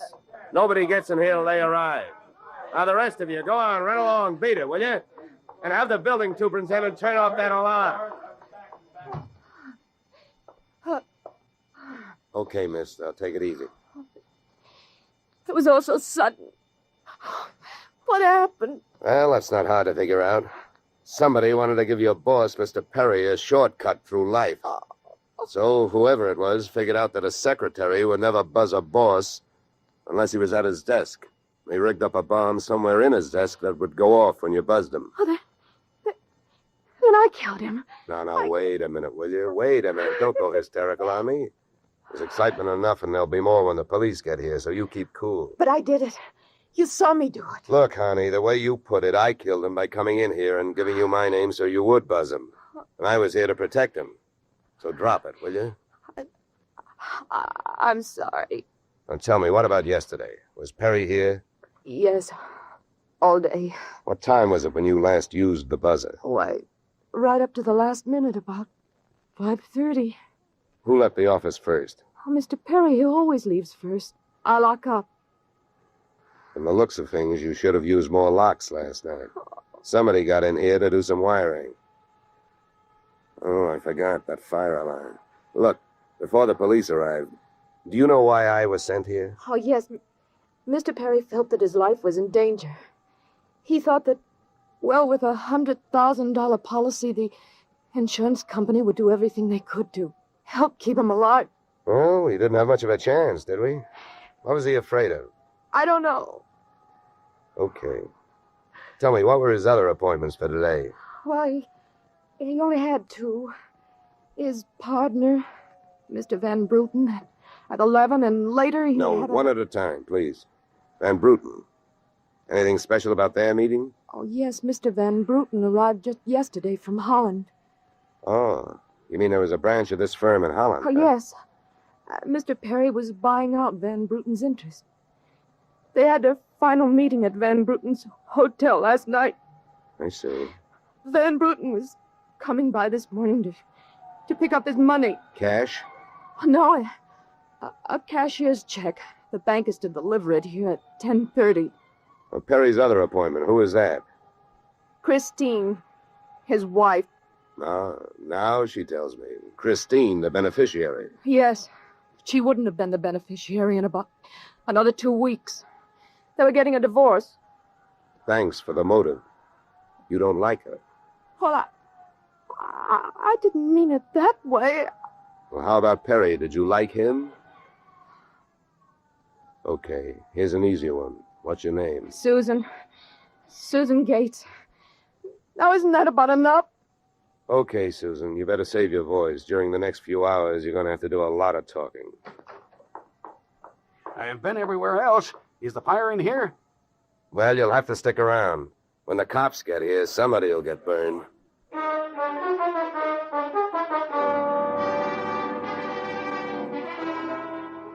The firemen should have stuck around because the cops arrived in a blaze of glory.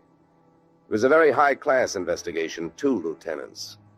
Finally, after about an hour, the police photographer ran out of flash bulbs, the office of the deceased ran out of fingerprints, and the lieutenants ran out of questions. So the on-the-scene phase of the investigation was closed. At about 5 minutes of 11, I left the police packing up their notebooks, their clues, and the body, and went into the outer office. Susan looked like she could use a big, broad shoulder to weep on, but unfortunately I was wearing my light gray suit. About then, a dark blue suit and a deep green voice entered the room from the corridor. There. There's a fellow out here says he belongs here. His name is Van Bruten. What do you think? His name is on the door you just opened. Oh. Well, now, my name happens to be Murphy, and it's on bids all over the country. But that don't mean I'm stuffed with feathers, does it? Well, never crossed tongues with an Irishman. All right, send him in, officer. All right, you can go in. There's a policeman out there. There's trouble here? I am Brian Van Bruten. There's Mr. Perry. What? He is waiting for me, no? No. But my appointment... He's not keeping any. He's dead. Dead? This is not possible. Last night I saw him. He was well. What happened? He was hit by a buzz bomb. A buzz bomb? Oh, please. You mean there was foul play? Yes, it was very foul. Oh, please. I may sit down. My first visit in all these years since before the war. It was to be so happy. But now tragedy like this. He was a good man, a good partner. I understand that as of last night, you were no longer partners. Yeah. I am glad you mentioned that. I realize, of course, that it is indelicate to speak of such things as money at a time like this, but that is why I am here, to receive my payment. Just because Perry got his, there's no reason for you not getting yours, huh? Oh, but you misunderstand me. I am deeply grieved, but, well, since the transaction was consummated, what is there to do? A delay would be a needless waste of money. I have already paid for passage back to Antwerp tomorrow. Your check is here, Mr. Van Bruten. Oh. Here you are. Yeah, thank you. In all of my years of business, this is indeed the saddest moment. Yeah. Well, if I didn't have some work to do, I'd sit down with you, and we'd all have a good cry.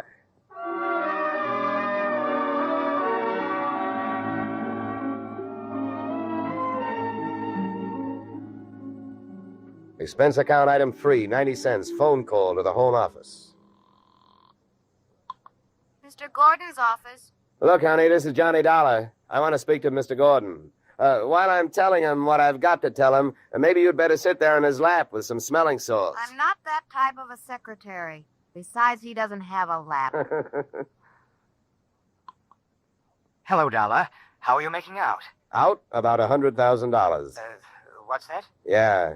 You know, you should have sent me earlier. Somebody turned Mr. Perry into a firecracker just after I got here. He's dead. Oh, that's bad news. Big policy. Yeah, what I want to know is, shall I stay on the case? Well, certainly, Dollar, by all means. Is there a chance of proving suicide? There's a non-payment clause. Yeah, to make this one a suicide, there'd have to be a Santa Claus. Nobody could hate himself enough to do it this way. What are the fraud possibilities? Well, there's an estranged wife. She's the beneficiary, but she wouldn't have been in a couple of weeks. Divorce coming up. I'll start with her. All right, Dollar. Good luck. But watch those expenses. Why, Gordon, I'm surprised. I think an insurance man would be the first to want to see a fellow live a little.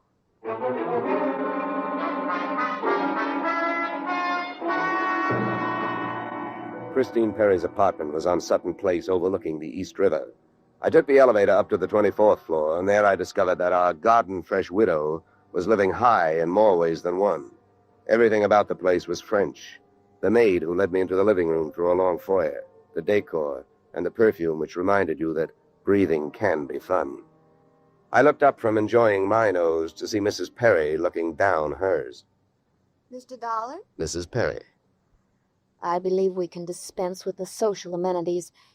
You're an insurance investigator. interested in the death of my husband. So naturally, you're here because you've jumped to the conclusion that I killed him. You're the one that's jumping to conclusions, lady. And careful you don't break your leg. What do you want? The policy's in order. Premiums are fully paid. I'm not quite sure what I want. I know that you've got a great motive. So far, the only motive I've found. You haven't had much time to look, have you? Check. This is my first stop. Maybe you can help me. Do you know anyone who would be happier with your husband out of the way? I know very little about my husband's friends. For that matter, his activities for the past 6 months. That's when I left him. Well, that's not much help for either of us. Without someone else to suspect, I may just have to concentrate on you. Mr. Dollar, I picked the men I want to concentrate on me. I hope you're as long on alibis as you are short on temper. Where were you last night? With a friend, Al Donovan. For a while, the same place my husband was. And I have witnesses to prove who was with him. Anybody at the Clover Club can tell you. Save me a trip. I can't afford the prices they get over there. Certainly. A pleasure. My husband was with his beautiful little secretary, Susan Gates. Well, I wouldn't be more surprised if your late husband walked through that door and said... All right, mister, that's enough. Al! Yeah. How much did you hear? I'm a big guy, baby, 6'4". I've got big ears to match. Al, please. Would this be Mr. Donovan, your companion of last evening? I'm getting you out of here, Christine. Al, you don't know what you're saying. You lie to me. How can I help you if you lie to me? You call me stupid. The way you're playing this, you'll alibi yourself right into a cell. Now, I'm getting you out of here. What are you doing to me, Al? You're crazy. Come on. She's right. You are stupid, Donovan. She was doing just fine till you dropped in. Mister, you've been asking a lot of questions. Now I'm going to give you one answer. All right, Christine. So much for the wise guy. Now about you and your alibi. You wasn't with me at the Clover Club last night. And if it's so easy to prove that your husband was there with his secretary, who were you there with? Remember, baby, you told me you were going to be with your husband. When Al measured me for that swing, I measured my chances with him. To me, he looked like one of those corporate assets of Murder Incorporated. So I rolled with the punch and kept my eyes closed and ears open. What I heard was Christine's alibi flying out the window, Mr. Donovan giving her a few loving cuffs, and finally, the pair of them flying out the door. Just then, the noon whistle blew somewhere in New York, and I decided to allow myself the luxury of 1 full minute for lunch.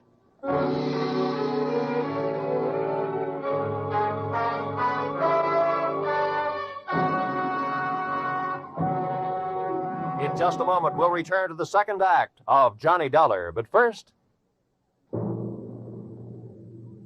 And now we return to the second act of yours truly, Johnny Dollar, starring Edmund O'Brien.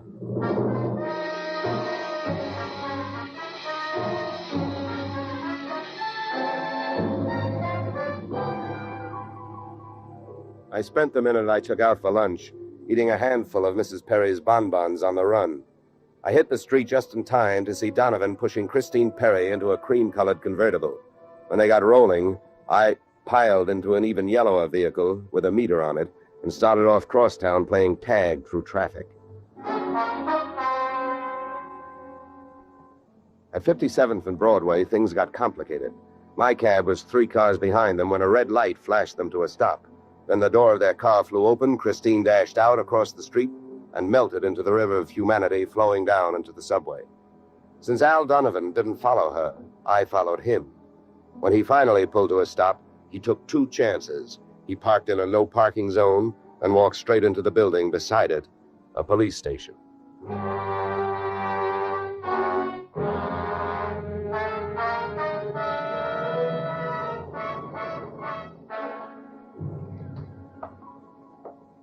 This is Mr. Dollar, Lieutenant. He's been waiting for you.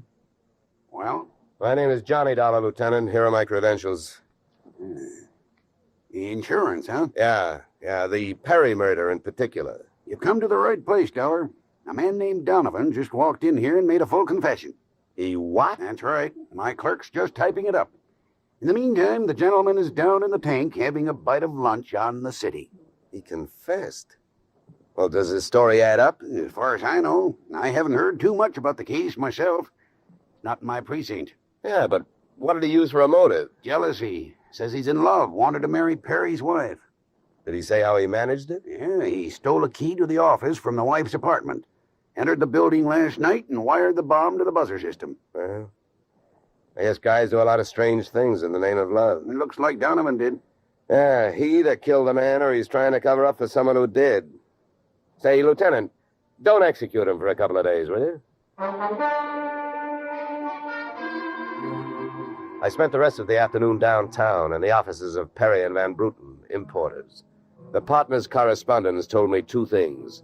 They had been extremely friendly, and Van Bruten was extremely bold. Perry had been sending him toupees from a famous Hollywood makeup firm. At 4:30, I got to the employment files, which rocked me with two minor explosions of their own. First, I learned that Al Donovan had been employed over a period of years as Perry's bodyguard, and that he had been canned the day before the murder. That confession of his, which had been a little hard to swallow, was suddenly more digestible. On top of this came blast number 2. The employment application of Perry's secretary, Miss Susan Gates, informed me that during the war, she had worked in a munitions plant, her specialty, wiring bomb fuses. When Miss Susan Gates reached home at 8:30, she found a visitor, me. Oh. How did you get in here? Professional secret. Oh, you scared me. What do you want? Why did you come here this way? I wanted to bring you the good news. I heard on the radio that Al Donovan confessed to Perry's murder. Al? I can't believe it. Why not? Who do you like for the spot? Why, Christine. Al is covering up for her. Well, I'd like to agree with you. If it turns out that Christine wound up her husband's life with a bang, the company that hired me saves $100,000. But I don't know. She claims she has all kinds of alibis. One of them is you. Me? Yeah. Did you see her at the Clover Club last night? Oh, yeah. Well, yes, Yeah, I know who you were with. Your boss. There's nothing wrong with that. No. I'm not preaching a sermon. I want to know who she was with. I don't know. A man I'd never seen before. Mr. Perry knew him, but he wouldn't tell me who he was. Why not? I don't know. He said I might get the wrong idea. About what? I don't know. We didn't sit there and talk about it all night, so why should we sit here and talk about it all night? All right. Good heavens, when a census taker shows up and asks a lot of questions, people answer them. When an investigator tries to do his job, they make the proverbial clam look like a blabbermouth. Look, Mr. Dollar, believe me. This has been a greater shock to me than to anyone else. Yes, excepting, of course, your late employer, Mr. Perry. How long did you work for him? 4 years. Where'd you work before then? Well, I worked... Let me help you. Bombs, huh? Wiring fuses. Remember? All right. I remember. Good.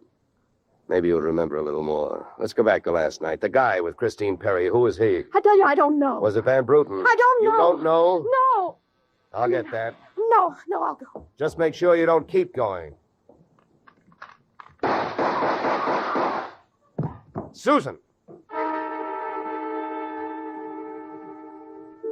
When Susan snapped the spring lock to open the door, the gun outside opened up. The first slug caught her in the left shoulder, spinning her out of the way of the rest of them. It was getting monotonous. Every time a buzzer went off, things started booming. Susan was sprawled out on the floor in front of the door, and to open it, I had to move her. By the time I did, the hallway outside was empty. Okay, now take it easy. Come on. Don't start hurting for a couple of minutes. We'll have a doctor here by then. He'll give you something. Please, try to keep calm. Here, throw my coat open. Now, try not to move. You're going to ruin this rug. Never mind the rug. What we want to worry about is who tried to ruin you. What'll they do to me? What'll who do to you? They'll arrest me. They don't arrest people for getting shot. You have any idea who it was? That man in the office this morning. The one who picked up the check. Van Bruten? No, he wasn't Van Bruten. He was a phony? Yeah. And you still gave him that check? Yes. Well, I won't ask you why. You gave him that check and then tried to blackmail him. Is that right? They'll arrest me. I wouldn't be surprised. Who is this guy? Where can I find him? Come on, don't pass out on me now. His name, quick, come on. Then Sam. Where's he live? Marsden Hotel. Under his own name? No, I don't. I don't blame you. I could use a few moments of unconsciousness myself.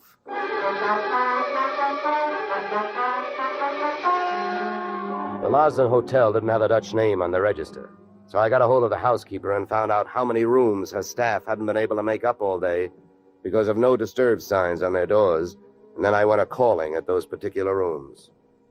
On the 9th floor, I wakened one old maid. On the 7th, I startled a bunch of poker players who thought they were being raided. And on the 4th, I struck the door of 427 and the jackpot. Who's there? Don't you see the sign? I do not wish to be disturbed. Sorry, I must have the wrong room. I started up the hall after the Pyrax. When I got to it, I changed my mind. Out of the few things I learned about this guy, Van Sant, was that he loved to shoot people through doors. So I decided against trying to chop his down. Then I remembered the way those people came pouring out of those offices earlier in the day when they heard that fire alarm. So I picked up the little red hammer next to the big red fire axe, broke the little glass window, pulled the little brass hook, and set off a big brassy noise. And then I rushed back to 427. Fire! Fire! Hey, fire! Fire! There's the fire. Right here in my eyes, sweetheart. Why you come here? You wish you don't? Never mind the dresser. You're through shooting gun. What do you think, Van Sant? You want to try some more? You cannot make me stay here. So fire, we will all die. You look good, barbecue, but I'll make a deal with you. You talk, and if I like what I hear, I'll show you how to get out of here alive. How I know this? You don't think I'm going to stay here and fry, do you? And if you don't start flapping that tongue in a hurry, I'll probably just tie you to a chair and run. So first, where is the real Van Bruten? You will find him in the bedroom. Yeah? He'd better be alive. He's out cold. What's the matter with him? He will be all right. He's under sedatives. Where did this identity switch start? Come on, hurry up, talk. I smell smoke. I knew Van Bruten from Antwerp. I know about the sale of his interests. I know the girl in the office here had never seen Van Bruten. Look, we go now. Don't get up. Come on, keep talking. I can feel it getting warm in here. Ah, the firefighters. We will be safe. Don't be too sure. They always start at the top floor and work their way down. Come on, I can hear those flames crackling. You know the rest. Last night, when the transaction was all finished with Perry, I gave to Van Bruten some sedative in his cocoa. So you set up that bomb so Perry'd get it before you showed up to pick up the check, huh? Yeah, I told you that. How the girl knows I am an imposter, I don't know. Well, let me tell you. She's been sending old Van Bruten toupees for the last 4 years. Gray ones, my red-headed friend. Oh, sure. I can stand up now. We go out from here, no? We go out from here, no? Yes, out cold.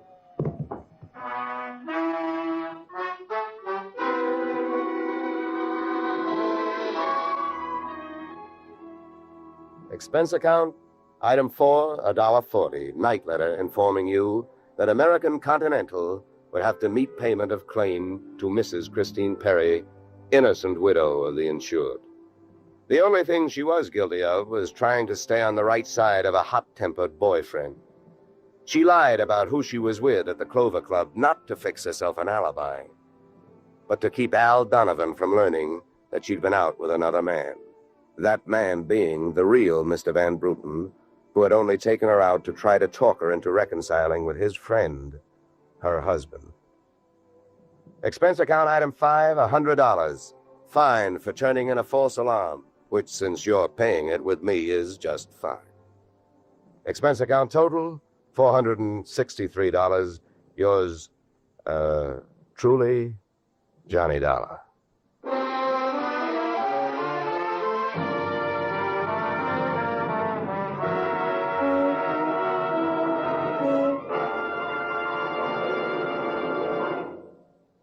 Yours truly, Johnny Dollar, stars Edmund O'Brien in the title role and is written by Paul Dudley and Gil Dowd, with music composed and conducted by Leet Stevens. Featured in our cast were Walter Burke, Gene Bates, Joe Duvall, Ted DeCorsia, Joyce McCluskey, and Raymond Burr. Yours truly, Johnny Dollar, is produced and directed by Jaime Del Valle. Beginning next week, we are moving to a new time and day, and we hope you'll join us on Tuesday evenings when Edmund O'Brien returns in another transcribed adventure of yours truly, Johnny Dollar.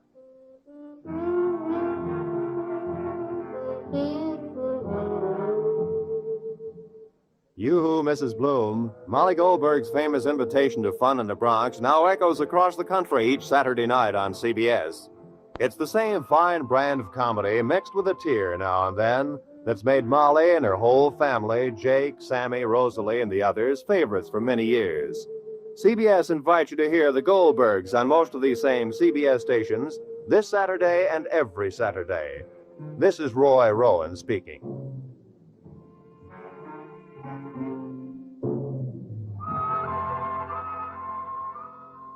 Disaster is no respecter of persons, and it can strike any time. But your Red Cross never sleeps. It has to be ready constantly in case of an emergency. This is your protection. Keep it strong. Now is the time to support Red Cross for your sake.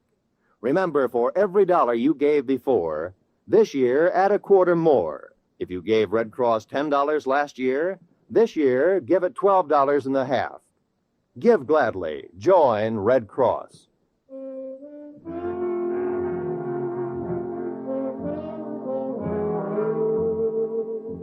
This is CBS, where yours truly, Johnny Dollar, meets adventure next Tuesday night, the Columbia Broadcasting System.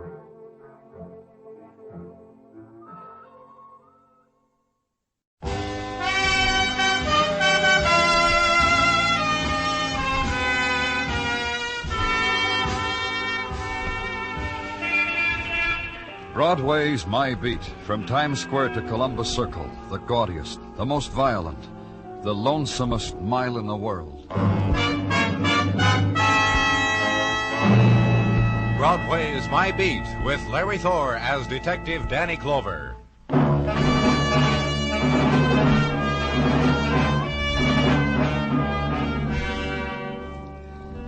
When October dies and the river wind takes over, Broadway is arranged in clots of crowd and coldness. There's a new quality on Broadway, shrill, having to do with top coats and early darkness and frosty sounds.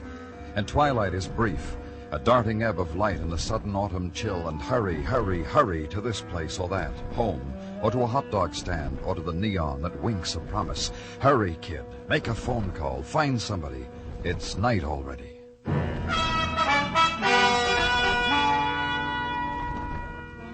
And it seems the night comes sooner in the tenement district, or somehow it never quite leaves, in the barrio, in Spanish Harlem. That's why the people gather together sooner and start their music earlier, in a small nightclub like La Cantina, where I was, and Detective Gomez was, and the man who led us across the floor. Through here, senores. Down these steps. He's in the cellar. You were the one who found him? See, I went down here to my store bin to replenish the beer for my customers. Well, you will see. Is there any other entrance to this cellar than those steps we just came down? You will see, senor. Look, don't make a drama out of it, Luis. Just tell us... Take it easy, Gomez. There, and the beer cases stretched out, muerte, dead. Now tell us, Luis, how did it get in here? Perfume, senor. You see a window through which deliveries are made from the alley. Mirror, the window is broken through, so... Take a look in the alley, Gomez. Okay. You know who he is, Luis? See, he's Ricardo Miguel, a boy who lives near, a boy who works at the pasteleria, Arsenio Loca, the bakery shop, also not far. Stabbed. 4 places that I can... It's the floor show, senor. Be gone. Yeah? It is sad you cannot take the time to see, senor. It is exciting.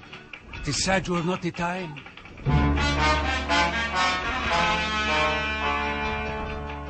And beating against the cellar tune containing a boy's death, the rhythmed clack of a woman's high heels, dancing in measured frenzy, to a nimble passion plucked from the guitar, to the percussion of men's applause, to the olays, hoarsely whispered deep in the throat.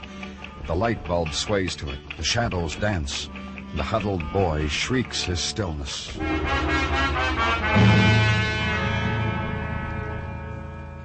And into it after a while, Gomez with information. There were bloodstains in the alley outside. The boy had been knifed there, had fallen or was pushed through the cellar window. Leave Gomez to the official gathering of the dead. Walk a barrio street to the bakery of Senor Lorca. Try it. Find it closed. Then walk some more. Scavenge the barrio night for scraps about the murdered boy, about Ricardo Miguel. And from an alley wall, moist with autumn's night mist, a form detaches itself, whispers into your ear that Ricardo loved a girl much. Reina Martinez. Lives alone in a room on 110th. Alone. Try her, senor. Go there to a numbered room in a tenement hall. Try.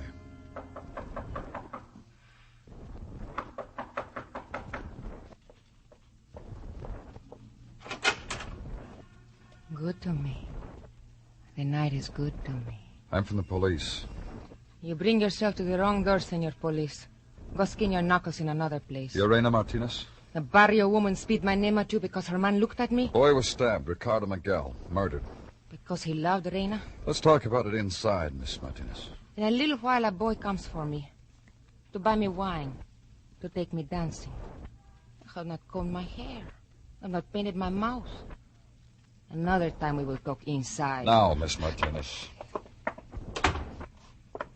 Tell me about Ricardo. I told what there is. He loved me. He was knifed in an alley. We found him in a cellar. Maybe you can tell me why something like that had to happen to him. You will not mind if I make myself ready for the boy who comes for me, eh? I fix my hair for the flower he always brings for it. Ricardo Miguel, let's get back to him. Ay, pobrecito. Poor boy. Poor dead boy. You like my hair so? It won't matter at headquarters. So impatient, Senor Police.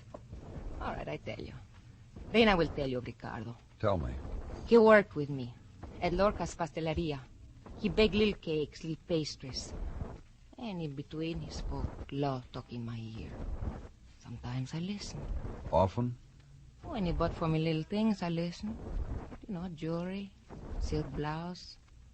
This that I wear now, he gave to me. I made a promise when he brought it to me. No, I cannot keep it.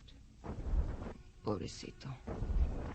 Poor boy. That's all there is about Ricardo? He worked with you, loved you? And now he's dead. Sometimes it's the pattern in the barrio, Senor Police. Why should Ricardo be... Donald! Mono, little monkey. Who is he, Reina? Of the police, Mono. I have finished with him. Do you like Reina? How she looks for you? What does he want here? A boy was murdered with a knife. A boy who loved me. Ricardo of the pastries. What do you want with her, mister? What's Reina got to do with it? She just told you. When was he killed? Maybe 3 hours ago, more or less. Who are you? Donald Jordan. College boy with an alibi for Reina. 3 hours ago and a sack full of hours before that, Reina was with me. It took that long to show her the ducks in Central Park Lake. That's where you were, Miss Martinez? Donald told you. My mono told you. In other words, you're each other's alibi. Mm-hmm. Each other's. Come to Reina, Donald. Come on, little monkey. Ven. Ven aquí. Come on.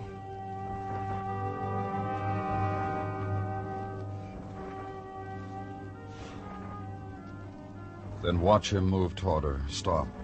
And the girl considering him, and the gesture, her hand sleeking her black hair before she went into his arms. And see a thing, her eyes open, looking over his shoulder and out into the night. And turning to the boy, smiling to him, kissing him, her hands smoothing her hair again, and her eyes watching me as I left.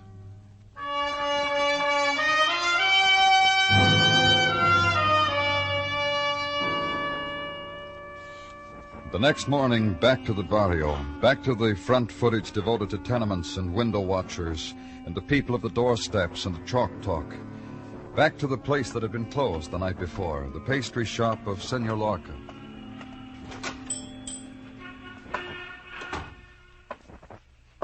Buenos dias, senor. Good morning. I am sorry, senor. Sorry about what? This morning, my stock, it is scarce. However... Because Ricardo didn't show up for... My baker Ricardo is muerte, dead. So for the next few days... I know. I'm from the police. See? You know that Ricardo was murdered, don't you? Seguramente. Of course. Of his dying, I know all about. Oh? See? It has been told all around the barrio. I see. I need some information. I want you to help me. Seguramente. Why not? I want you to tell me all you can about Ricardo and about Reina. Of Ricardo. A boy who bakes pasteles, who lived alone and baked between the hours of 9 and 5. Excellently. Who I will miss. How come Reina isn't here this morning? I will ask her the identical question when she will come in. Was she here yesterday? For a time. Then a young man took her to look at ducks. Such a girl as she to look at ducks. Loco. If you would see her, you would... I've seen her. But then you understand. Is there another such one as she, senor? I ask you this because in your profession you must go about the city and see women sometimes of exquisiteness. Yet I do not believe you have seen such a one as Reina. The face of her, the form... You married, Lorca? In truth, senor, and because you are of the police who enjoy to listen to truth, I wait for Reina to grow up to enjoy me. Then I will be married. Quite a few men seem to be in love with her, Lorca. Ricardo, for instance. Si, for instance, Ricardo. Why should anyone want to kill him, Lorca? Quien sabe, I shrug. Shrug to denote I do not know. I do not know. Why, indeed? Another question, senor police? No, that's all for now. Gracias, senor. Gracias. Adios, mi amigo.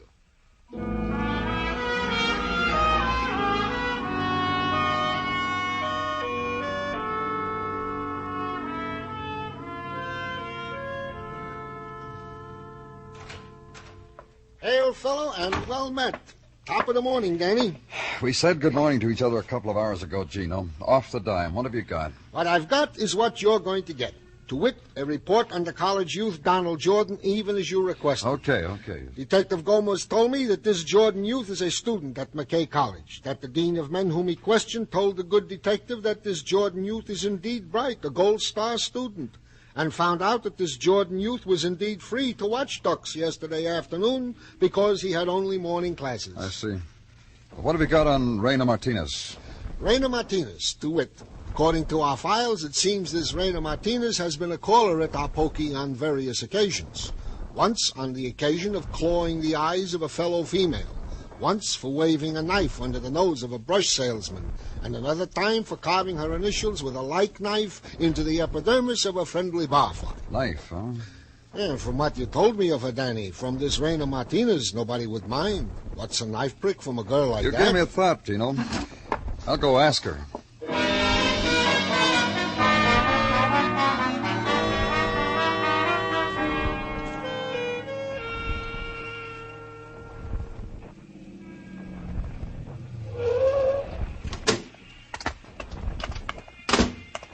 What does this girl look like, Danny? You'll see. Come on. To this house. One side, friend. Take it easy, Buster. What's the hurry? I said one side. He's a big one, Danny. Okay, friend, you asked. Yeah. Come on, settle down. It's a lot better, young fella. I ask you something. What's the hurry? You guys crazy, take your hands... Why were you running? In a hurry, I run. Police. Huh? Police officers. Look, I didn't have anything to do with it. To do with what? Look. Bring him along, Gomez. Come on, kid.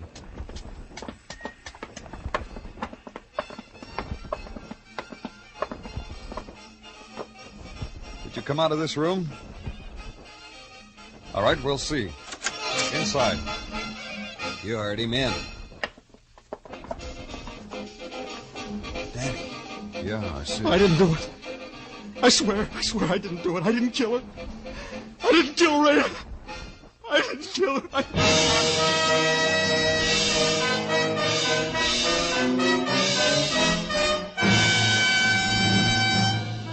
You are listening to Broadway is My Beat, written by Morton Fine and David Friedkin, and starring Larry Thor as Detective Danny Clover.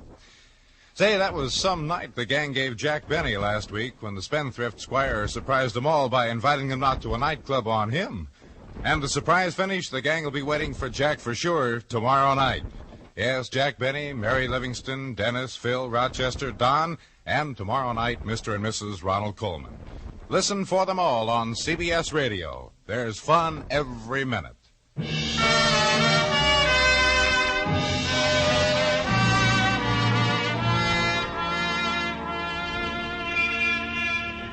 The winds of October begin their departure from Broadway, and departing, leave in their wake the gutters choked with regret, the corridors echoing lament.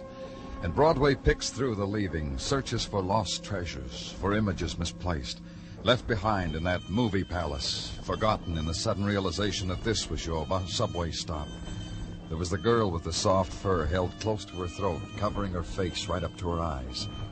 The way she looked at you, that was one you'll remember, kid, right through the fall season. And there was that late time on Broadway when the bar was closing.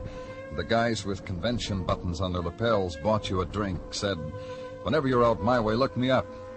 That was October, the image and the farewell. So why look for anything else, kid? That's all there is.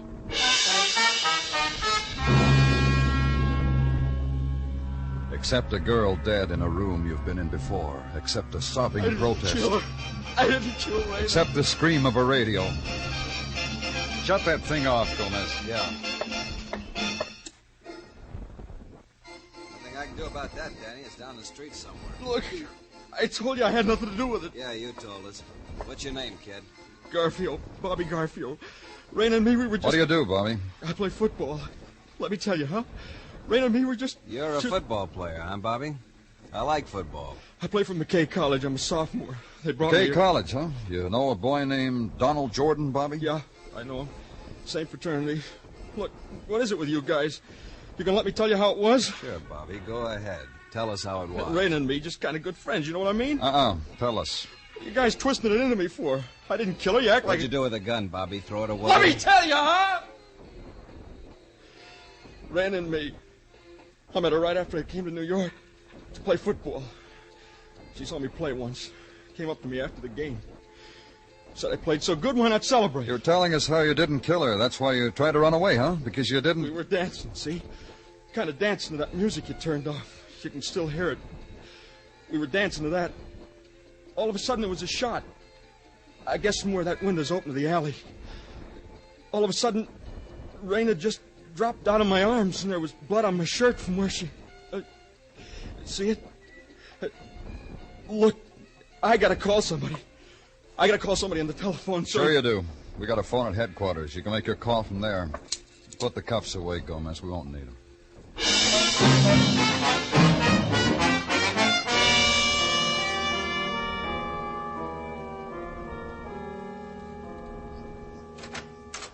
You've got a gentleman caller, Danny. Huh? Who? A gentleman who comes and answers to Bobby Garcia's phone call. Oh, show him in, Gino. This way to see Danny Clover. Oh, that'll be all, Gino. How do you do, sir? Very well, thank you. Sit down. My name's Clover. Douglas, sir. John Douglas. Bobby Garfield called you. Bobby's in a lot of trouble. The trouble, Mr. Clover, is a thing youth is prone to generate for itself. You and I understand that. The trouble is murder. Oh, sure. May I ask, Mr. Douglas, why Bobby called you? Of course you may. Didn't you know? I'm a football coach. No, I didn't know. Bobby comes under my tutelage as an end, an excellent one. McKay College's pride. Offensive end, of course. Of course. What else about Bobby? What else about him? I found him in New Mexico, prevailed upon the McKay regents to make his way to New York easy. They certainly agreed with me. He's very fast, is Bobby. Got his speed racing the super chief across the New Mexico deserts, I tell sports reporters, for color. He was found running out of a room where a girl was shot to death. This, sir, is confounding. I told my squad, I keep telling them, no dates until after the season. So, surely there must be a mistake. Bobby listens to me. There's no mistake, Mr. Douglas. Who was the girl? One of those flirts from Greenberry School across the river, I'll wager. Reina Martinez, a barrio girl. Of course, if there's anything... Well, what am I expected to do? Answer another question. Do you know a McKay student named Donald Jordan? No, he's not football. I wouldn't know him. I still don't know what I'm expected to do about this altercation that Bobby has gotten himself into. Just talk to him, Mr. Douglas. He's under suspicion of murder. He asked for you. Of course. You'll pardon me, sir. Thank you.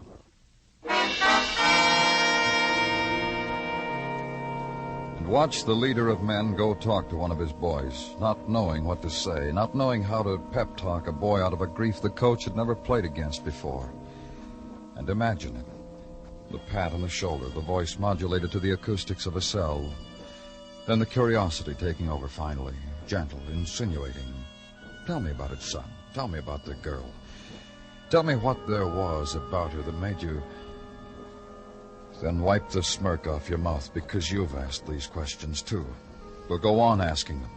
And because you're a policeman, ask them with the official stamp of approval.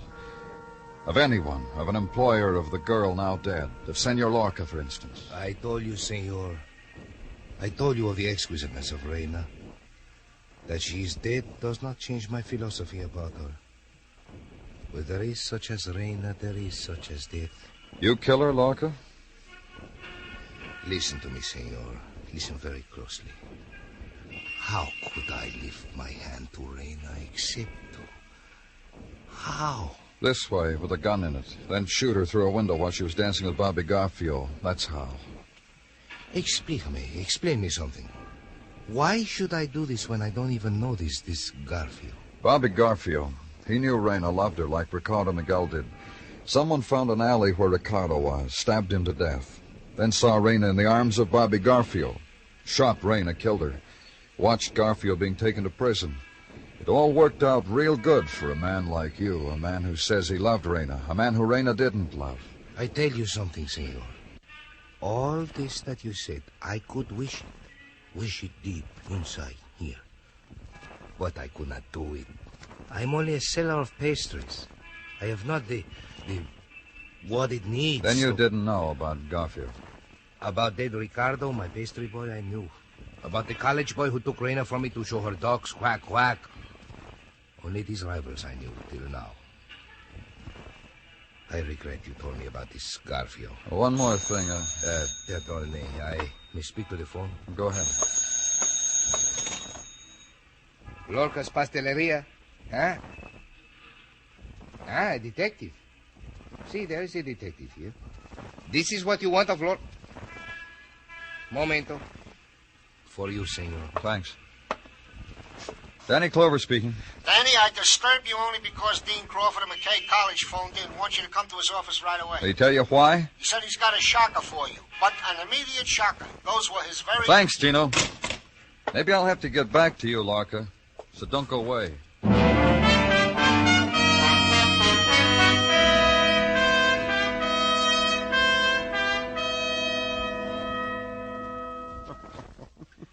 Did I say something funny, Dean Crawford?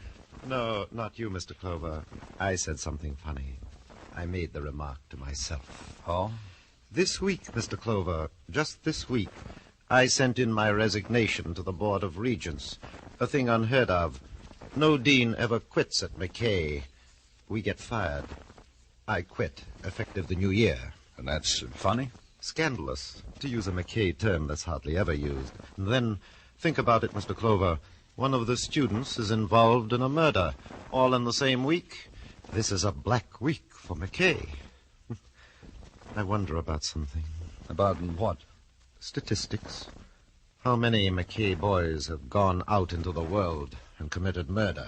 As still Dean of McKay, I'll match my boys against anybody. Look, Dean Crawford, you called me, said it was urgent. Suppose you tell me something urgent. I got a letter a while ago from a daddy. A daddy who is sending his son through McKay. He's a worried man. What are you talking about? The daddy of Donald Jordan. Worried about the bills his son has run up. No wonder. Lingerie, jewelry, baubles. For a sex we only mention in psychology, too. Female. The letter came after your Detective Gomez had left. How close was Donald Jordan to Bobby Garfio? I'll tell you how close. We have an arrangement here. Assign a football player to a scholar. Arrangement: Garfio was coached in his studies by Donald Jordan. This is known as intellectual freedom. Donald writes Bobby's themes, does his assignments, which leaves Bobby free to think about nothing. Admirable? What else can you tell me about them? Which one of those rascals do you think killed that girl? I asked you a question. I've told you everything I can, Mr. Clover. Well, McKay semper fidelio, as we always say. Don't you always say? No? I don't blame you. Bye, Mr. Clover.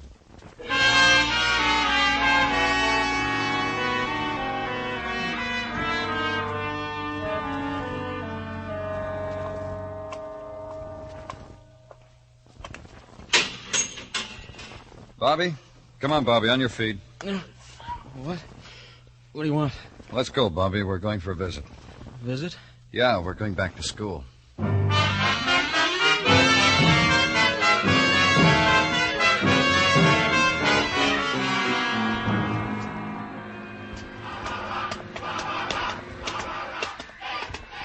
rooms on this floor, Mr. Clover, right across the hall from mine. He never goes to the bonfire rallies. He's probably in. This one. The most studious room in the fraternity house. Who is it? You, Bobby. It's me, Bobby Garfield. Bobby, I thought... Oh. Let's go inside, Donald. Sure. Gee, I'm glad to see you're out, Bobby. Yeah, I knew you would be. That's why I came right to you, so you could be glad. That's right, Donald. Bobby told me a lot about you on the way over here. I don't understand what you're doing here. We'll get around to it. I got bad news for you, kid. Bad news? Yeah. You remember something? The day we were inducted into this fraternity? What are you talking about? The day we put 4 fingers up in the air and gave the secret hand clasp and said the words. The second finger meant loyalty. You haven't been true blue. What did they do to you in jail, Bobby? You talk crazy. Yeah. Crazy. Frat boy. Crazy. Cut it out. Yeah. I'll cut it out. Pardon I didn't have a paddle, fraternity brother. Is this how you police act? Bring a crazy man into my room and have him beat me up? I'm sorry, Donald. I told him a few things on our way here. I didn't know it would upset him this way. Look, I don't know what this is all about. Why don't we all go down to the bonfire? Sure, let's do that. It'll make a big impression, Bobby. You being out of jail, gonna play tomorrow. Come on, guys. We're going, all right, but not to a football rally. You're under arrest, Donald. What? 2 crazy men. The policeman and me. What do you mean I'm under arrest? For what? Well, what reason? Murder. Ricardo Miguel, Reina Martinez. You're kidding. Especially Reina Martinez. Now, there was a dame. Take my word for it, fraternity brother, there really was a dame. You talked about me, didn't you? You and Reina. Oh, we had a few chuckles. Whenever your name came up. You ready to go, Donald? What did you say about me? You know what we said. What you say to yourself. Leave him alone, Bobby. I didn't kill anybody, Mr. Clover. You killed one of Reina's boyfriends, Ricardo Miguel, to prove something to her. That she couldn't have anyone but you. That you wouldn't let her have anyone but you. You don't know what you're talking about. Believe me, he knows. 4 fingers in the air. Ricardo Miguel was killed. You had an alibi for that. You were with Reina. That's right. She told you I was with her. She lied for you. She alibied for you. Because for an instant, she admired you. She did. She did it. What are you laughing at? Nothing. Nothing at all. What are you laughing at? I laugh because I remember something. A couple of Saturdays ago, right after a football game. When Reina waited. Until I came out of the stadium. Came up and told me who she was. We celebrated the occasion. You took her to that game, didn't you, Donald? I'm only sorry I didn't kill you, too. You almost did at that. Who were you aiming at, Donald? Reina or me? While you were peeking at us from the alley. While you were... Who were you aiming at? Reina. I wanted to kill her, and I did. What she did to me. The things she made me do for her. The things I got for her. And she laughed.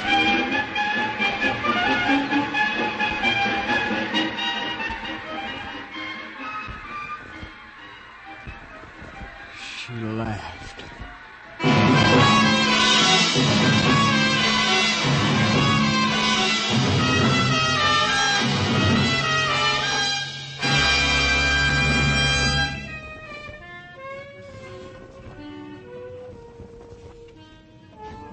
The neon spins, and Broadway blares out an 8-beat rhythm, the tempo of hunger in dance time. Grab yourself a dream and get with it. Close your eyes and pretend you're holding something special. Keep them closed. Dreams last longer that way. It's Broadway, the gaudiest, the most violent, the lonesomest mile in the world. Broadway, my beat.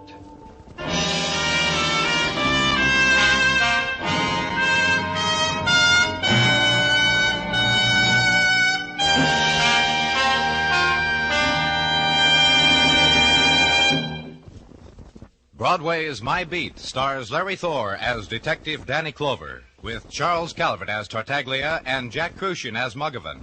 The program was produced and directed by Elliott Lewis, with musical score composed and conducted by Alexander Courage. In tonight's story, Dick Crenna was heard as Bobby Garfio and Sam Edwards as Donald Jordan.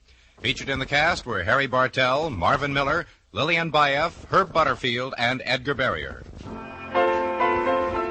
Looking for a lively date for tomorrow night? She's on the younger side, but her appeal is to all. Interested? Then meet Corliss Archer, CBS Radio's atomic teenager with her fun-making gang on most of these same stations tomorrow night. Bill Anders speaking, and remember, the Frankie Lane Show is your date with slick syncopation every Sunday afternoon on the CBS Radio Network.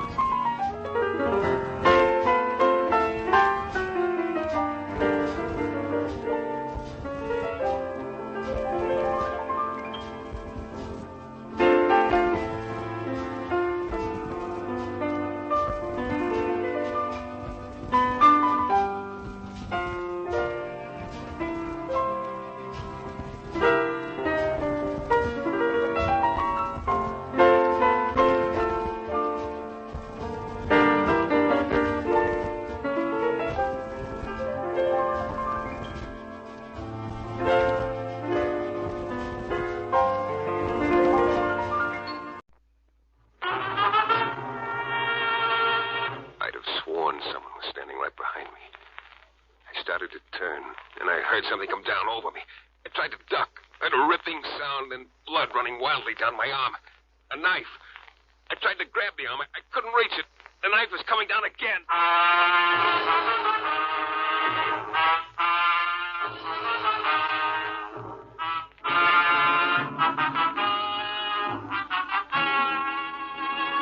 The New Adventures of Michael Shayne, Private Detective. This is your director, Bill Russo, inviting you to listen to another transcribed episode with Michael Shayne, that reckless, red-headed Irishman, back in his old haunts in New Orleans. We call it The Case of the Blood-Stained Pearls.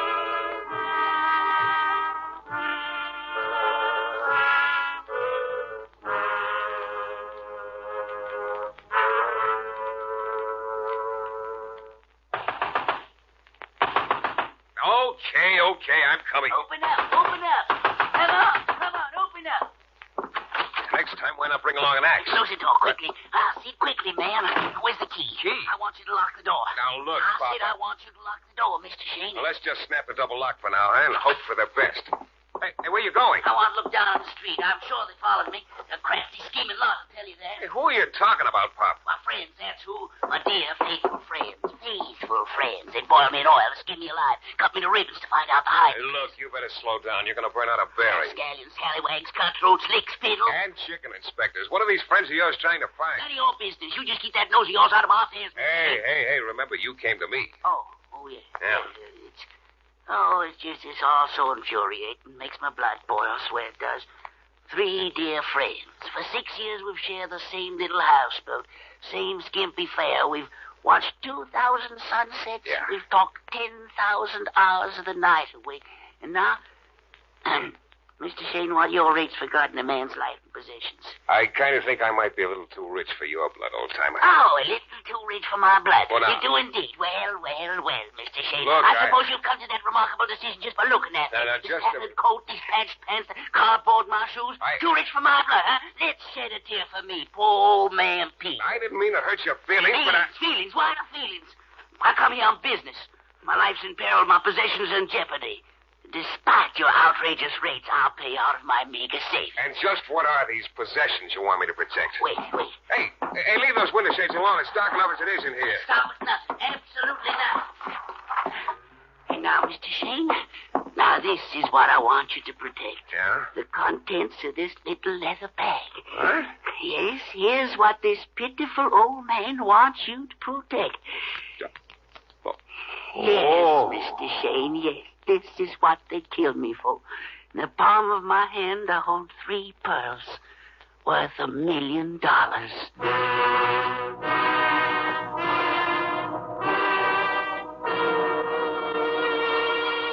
In a moment, we will return to Mike Shayne and the case of the blood-stained pearls.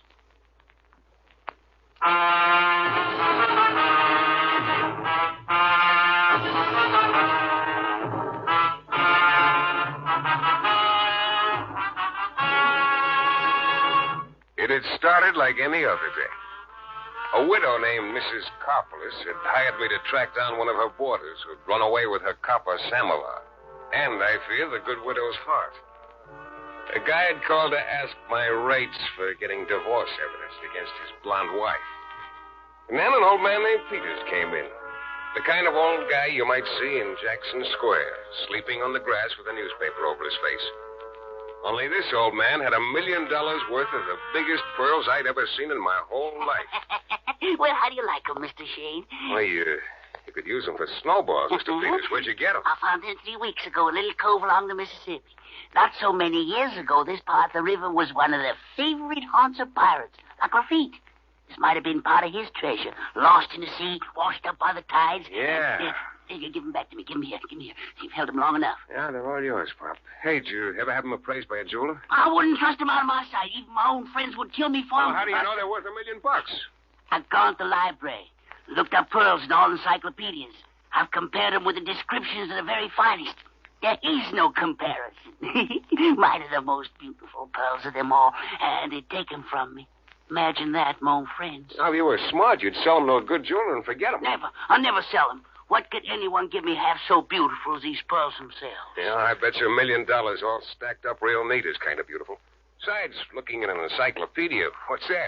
For all you know, these pearls came out of a popcorn box, and you're all upset about nothing. Oh, you think so, eh? Nothing. Well, all right. Let's go to a jeweler. I saw one down the street. Oh, yeah, Mr. Forrester. Mind you, I won't sell them no matter what the price. But let him look at them, Mr. Shayne.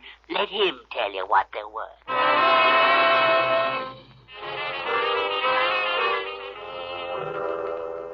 Well, Mr. Forrester? Well? Go on, tell us, Mr. Shayne, what they're worth. He thinks they might have come out of what was it, a popcorn box. Tell him, go on, tell him. I've never seen anything like them. Mm-hmm. They're priceless. You hear, Mr. Shayne? You hear? Now, give them back to me. Give me here. Yes, of course. My beautiful little ladies. Now, Mr. Shayne knows your worth. Yes, now he won't mock you with it. Well, what would you say they were worth, Mr. Forrester? Well, I wouldn't even try to give you an estimate, Mr. Shayne. Thanks, Mr. Forrester. Come on, Pop. Back to my office.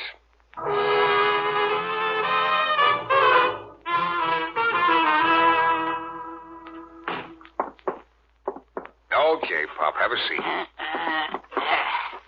Now, you take me seriously, Mr. Shayne. These people who you think are trying to take the pearls I from you... don't think. I know. They kill me for it. Yeah, all right. You say you live with them on a houseboat, huh? Yeah. Off Pier 22 on River Highway. And did you tell them about the pearls? No, of course not. But I know they're spying on me continually. Now, wait. Excuse me. All right. Yeah? Mr. Shayne, this is Forrester, the jeweler. Yeah? I thought I'd better call you as soon as you got back to your office. Why? Is the old man still with you? Yeah. Then don't let on who's talking to you. What's that? I didn't want to break his heart.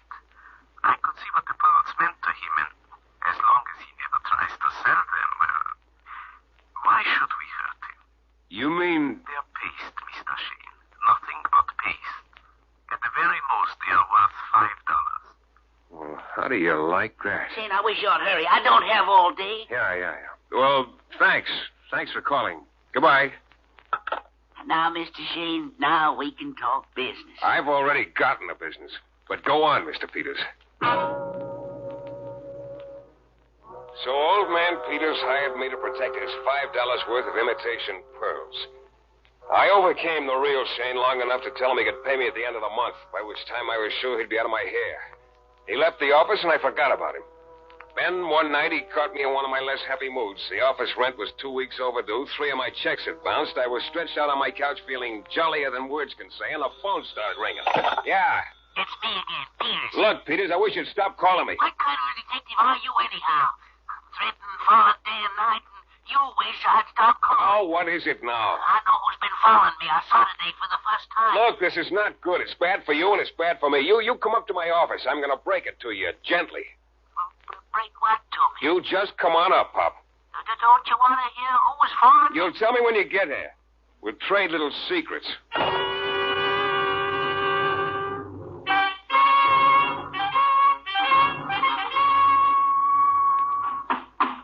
Okay, Pop, okay. Do you always have to knock like that? Look, if you break the glass, you're going to have to hock all your pearls to pay for it. Come on in. Shayne. Hey, Pop, what's wrong? Old man Peters was dead before he hit the floor. I don't know how he ever lived to reach my office. There were 4 bullet holes in his back. As he fell, his left arm flung out wildly. His left fingers doubled into a fist. I bent down to see what was in that fist. It was his most priceless possession, a bag of phony pearls. Before calling the cops, I put the pearls in my pocket, because now I was going to make it my business to find out who'd killed the old man. After the cops finished questioning me, I really felt beat. I went home to my hotel room and arranged my weary bones around the lumps in the mattress and drifted off to sleep. Then I had to drift right back again. Yeah. Hello.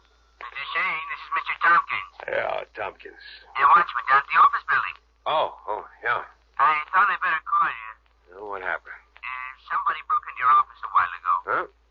When was this? Well, it must have been between my rounds. I heard something. I came and looked. Everything sure was torn to pieces. Fine. I hope they didn't get anything of value, Mr. Shayne. No, that's what makes it so wonderful to be poor. Good night. I hung up and started going back to sleep. Just before I made it, I suddenly started thinking about the little bag of phony pearls that was right now in the rear pocket of the pants hanging over my dresser. All of a sudden, I wasn't nearly as sleepy as I thought. I reached for my cigarettes under my pillow, and then I heard the tiniest sound. Someone was trying to fit a key into my door. The tiny grating sound continued. A couple seconds more, and the door would open. I started for my gun on the dresser. I heard the lock snap back. I ran for the dresser. Oh! I stumbled over a chair. I heard a quick movement in the hall. I grabbed the gun and raced to the door. All was empty. Nothing but closed doors with numbers on them. The only sound was a guy in one of the rooms whimpering in his sleep. A nice, peaceful scene. 5 seconds ago, I'd been close enough to death to smell it. Who had it been? Who had old man Peters been afraid of? That was an easy one. His 3 pals on the houseboat. I remember how I'd laughed to myself when he told me they'd kill him for the pearls. Funny thing, I wasn't laughing anymore. I had the pearls now.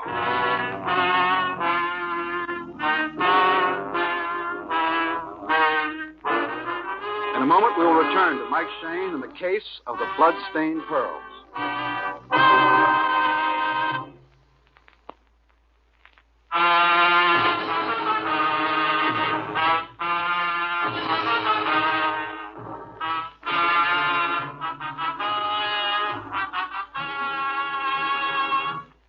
Started when a little old guy named Peters came to my office with a wild story of 3 pearls worth $1 million. Forrester, a jeweler, said they were worth $5 at the outside. Yeah, they were paste. Anyhow, somebody thought enough of the pearls to kill the old man. Now I had them, and somebody was trying to kill me. The next morning, when I went down to my battered old office, I found a telegram among the ruins. Would like to see you this evening regarding the death of our friend George Peters. And there was an address. It was dark by the time we got there. The cabbie had worn out 3 maps and his smiling disposition. 5 miles out of town, right in the middle of nothing. A rotting wooden pier sticking into the water maybe 20 feet. And at the end of it, a battered old tug. That'll be $275. Okay, here you are. Sure sorry I dragged you out this far. You ain't half as sorry as I am, friend. Oh, wait for me, will you? I'll be right back. Drop dead. Hey, wait! Hey! Wait! In the darkness, the lights of New Orleans seemed 1,000 miles away. I started down the wooden pier. There were lights somewhere on the tug. There didn't seem to be anything living around here, except the mosquitoes. I hopped onto the tug and started looking for somebody. And I heard someone singing. I followed the sound. Found a stairway leading down into the hold of the ship. The old guys were sitting on orange crates near a big pot-bellied coal stove. The one who was singing looked like Moses must have looked, complete with a flaming red beard. Thank you, Brown. Just hearing it makes me feel a little better. Who are you? What do you want? I'm Michael Shayne. Shayne. Listen, Shayne. Brown? Mr. Brown was just singing poor Mr. Peters' favorite song. Old George never got tired of hearing it. What can we do for you, Mr. Shayne? I got a wire asking me to come down here. I sent the wire, Mr. Shayne. Where'd you come? Oh. My niece, Mr. Shayne. Why'd you send for him, Eve? To his side of it. His side of it. Mr. Peters died in your office, according to the papers, Mr. Shayne. Well, that's right, Eve. Papers also say they can't seem to find a motive for the crime. He wasn't robbed. They say they found his wallet and his watch. That's all they found. Oh, is there something else to find, Mr. Bryant? Eve, you see? Yeah. I think you better go, Mr. Shayne. Yeah, but I've got some questions to ask, too. Last night somebody... Long trail. Hey, will you tell this guy to shut up? Get out, Mr. Shayne. Get out of my sight. I can take a hint as well as the next guy. Besides, there was something in old Brown's eyes when he turned on me. Or maybe it was the crazy red beard. Anyhow, all of a sudden, I wanted to be in the open air again. With the cab gone, there was nothing between me and New Orleans but a long, long trail of winding, like the man said. I started hiking down the road. Must have walked 2 miles before I came to the gas station. It was all locked up for the night, but there was a phone booth outside. I called for a cab. Then as I hung up, I'd have sworn somebody was standing right behind me. I started to turn. I tried to duck. I heard a ripping sound, a knife. I tried to grab the arm, and instead my fingers closed around the blade. I felt the blade cutting into the flesh. There wasn't any pain, just a warm wetness. I couldn't reach the knife. I found his wrist with my teeth. I bit down hard. Hard! The knife hit the ground. Then I grabbed for the guy. My fingers closed around a handful of hair. He tore himself free, running off down the road. I just flopped down on the ground. After a while, I lit my cigarette lighter to take inventory of the wreckage. That was some mess. One hand looked like second-quality hamburger. The other hand was okay, and it still held a fistful of hair. Red hair. Yeah, I'd just given Mr. Brown's beard a trim. The hard way.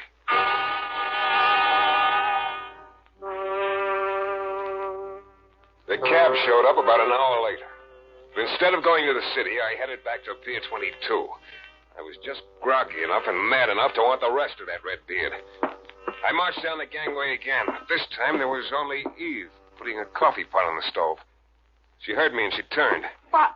Mr. Shayne. Where is he? I'm going to kill him. Where is he? You're hurt. Look at you. Oh, never mind that. Just tell me where I can get my hands on that bearded old You've goat. got to let me help you now. Here, sit down, please. Yeah, maybe I better. Only for a minute, though. Let me get your coat off now. Good heavens, Mr. Shayne, just look at you. Yeah, nice old man, you're Mr. Brown. Hey, easy with the coat. He'll take the arm right with you. Mr. Brown didn't. Yeah, he sure did. I've got half his red beard to prove it. I was afraid something like this was going to happen. I don't know what to say. You better say it with mercurochrome and bandages. Yeah, didn't think it was this bad myself.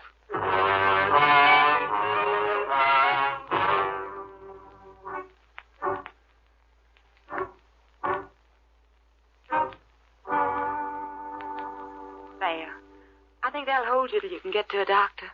Yeah. Regular Florence Nightingale, aren't she, Eve?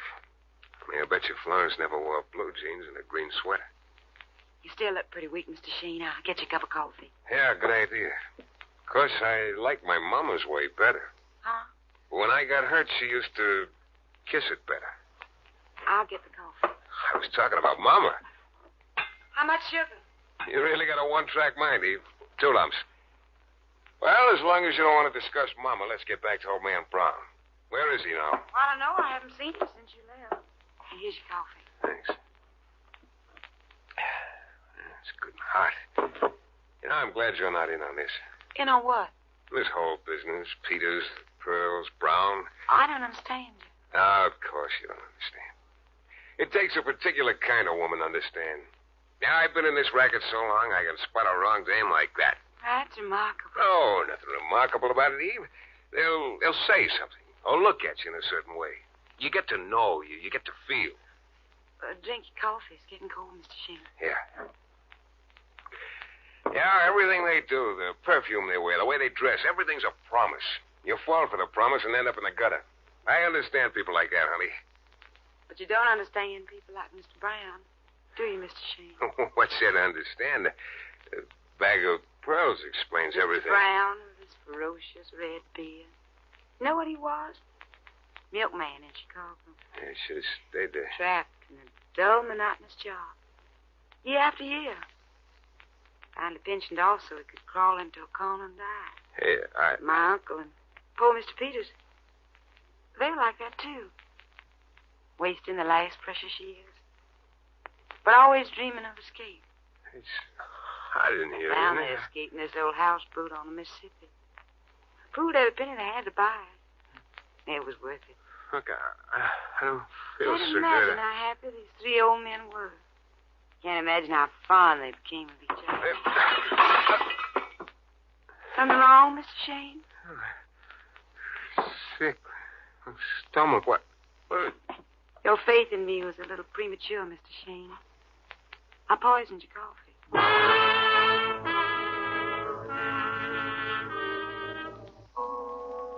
I started for the gangway, and then the gangway subdivided like something under a microscope, and there were 2 gangways. Then there were 4, and then there were gangways everywhere.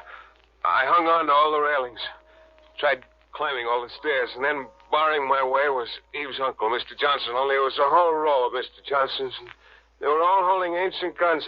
I remember rushing past, rushing through the cold air. I remember falling to my knees just as I heard all the ancient guns go off. Last thing I saw in all the world were the headlights of the taxicab I'd told to wait. My last thought was how funny. Most taxicabs had only 2 headlights, but this one had 500,000.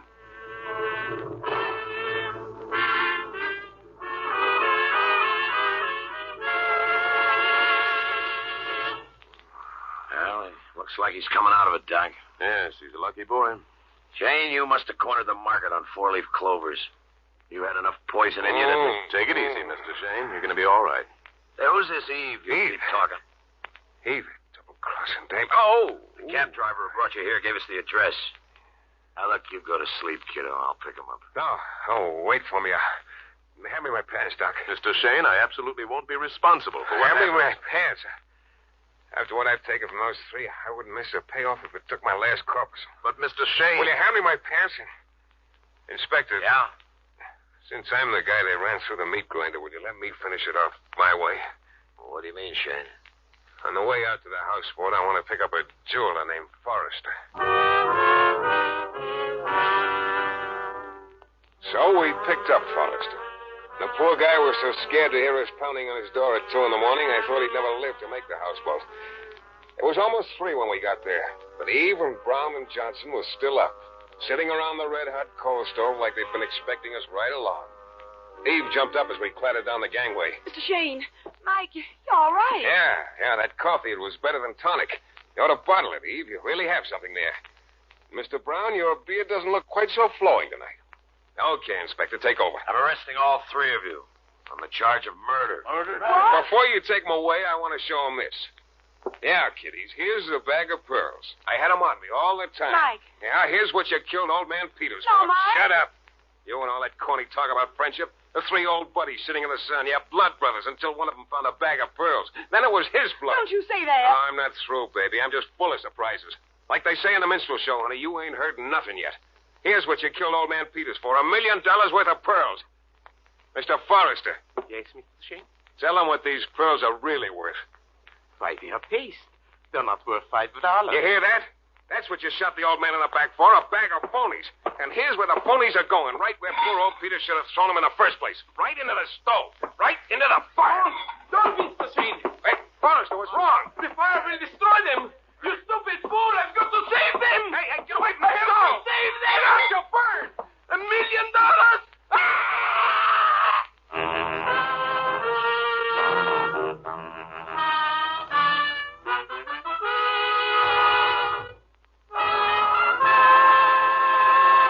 In a moment, we'll be back with the thrilling climax to tonight's Michael Shayne adventure.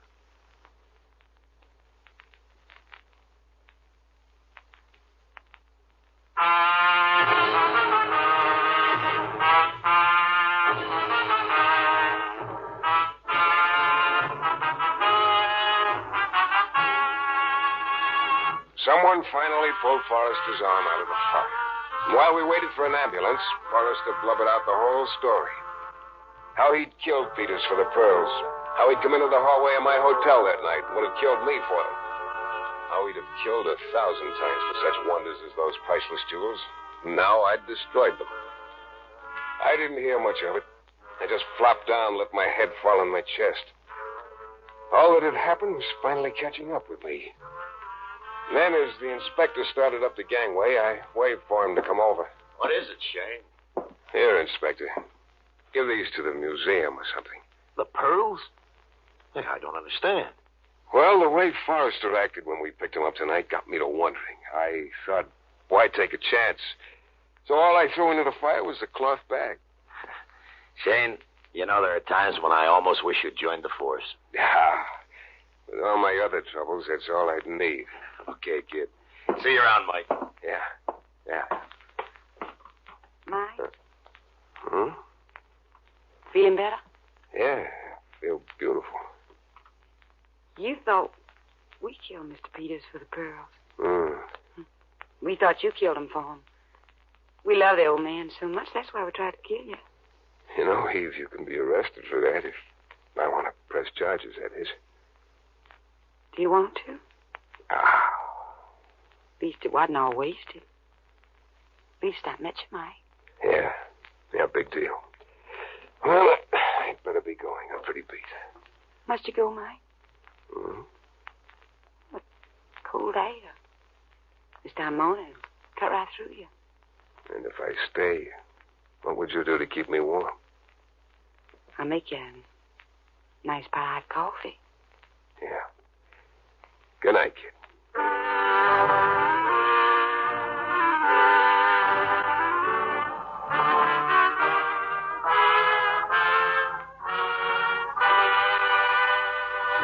This is your director, Bill Russo. Michael Shayne is written by Larry Marcus and based on characters created by Brett Halliday. Music is composed and conducted by John Duffy, and Michael Shayne is portrayed by Jeff Chandler.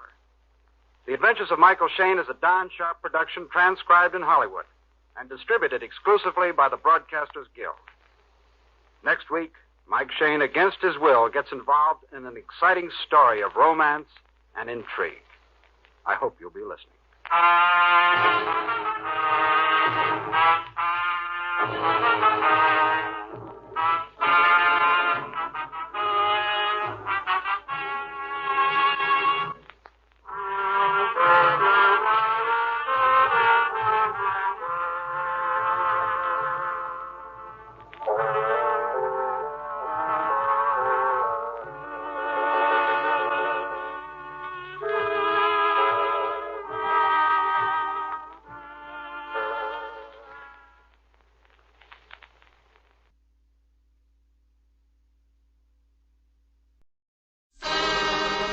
Time now for Rocky Jordan.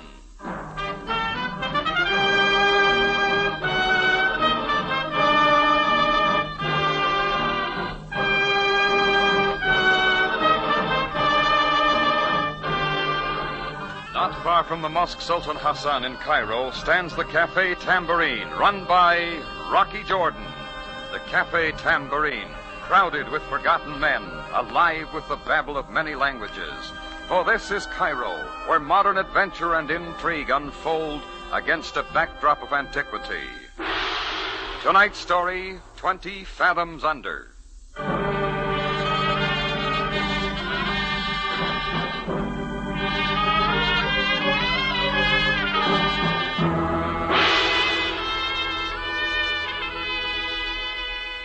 I was standing out in front of my cafe tambourine getting a little of the afternoon sun.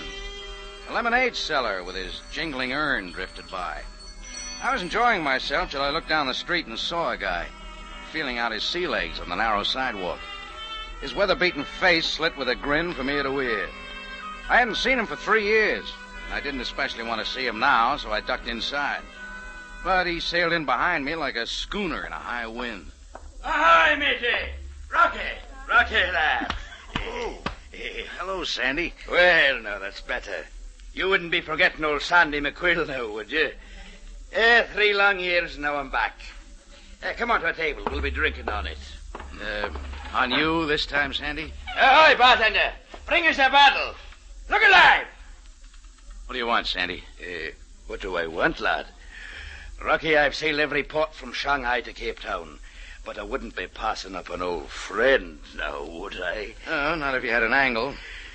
I know you to be an honourable man, and I'll give the belay and pin to the man that says different. Here we are. Sandy's paying for this, Chris. Aye, lad. This is a great day for us, Rocky. Now then, lad, to the old days. It'll cost you 24 piastres. You'll get it, lad, and plenty more. Scud up alongside, Rock. Oh, I can take it from here. What are you asking for, Sandy? Asking, Rocky. Nothing of the kind. Listen, did you ever hear the Mandara? She was sailing for the Suez 3 months ago, loaded to the gunwales with a cargo worth a king's ransom. Oh, save the yarn, Sandy. Wait, lad. The Mandara sailed into bad luck. Rocky, didn't you read of this? A stray mine from the war blasted the Mandara, and it went down off Rosshaben Funderek and all its cargo with it. Maybe I did read about it. Well, why tell me? It's ours, Rocky. Free booty of the high seas for them that gets it. It's there, waiting for us. Salvage? Oh, no. I can handle it, Rocky. And I'm letting you in. 50-50. Of course, nobody else thought of bringing the Mandara up. That's just it, lad. The brig was off its course. It went down in a fog. Nobody knows exactly where it is. But you do. Aye, Rocky, that I do. Right to a compass point. How'd you find out? A man sailing the 7 seas has ways of learning things, lad. Here, I'll show you the map. Who gave you that, Captain Kidd? Cast your binnacles on this now. Look, there's the Suez. The Mandara followed a course through the Red Sea. And there's Rosshaben Funderek. The Mandara went down there. See the mark? There's what Davy Jones got her. 20 fathoms under. Oh, sorry, Sandy, but my money's all tied up in Abyssinian grasshoppers this year. You don't follow me. It's not money I'm after. What else? You've got a motor launch still tied up at Port Said, I'm thinking. The one you sailed down from Istanbul. Yeah, only because nobody'd buy the tub. Is that all you want? Aye, Rocky. It's good enough. I'll rig it for diving and man it with a couple of buckos from the Said wharves. That's all I'm asking for, Rocky. What do you say? Sure, why not? And I hope it sinks before you get out of the harbor. Never you worry. Sandy McQuill can sail any brig with a hull. You'll sign the papers to get me out of port? Yeah, and out of the tambourine. And there'll be some papers for you to sign. Wait. This map, Rocky. Look at it well. Just get it off the table. Now, only you and I know, lad. We'll keep it that way, eh? Sure, but... Hey, what are you doing? There. Just a little precaution, lad. The map's spun merrily. That calls for a chaser, I'm thinking. Look, burning a map gets too corny, Sandy. Suppose you move along now, huh? Aye, Rocky. I'll hoist anchor. You'll wait for me here? Sure. Come back in another 3 years. You'll hear from Sandy McQuill again, lad. And so... Hey, wait a minute. What about the drinks?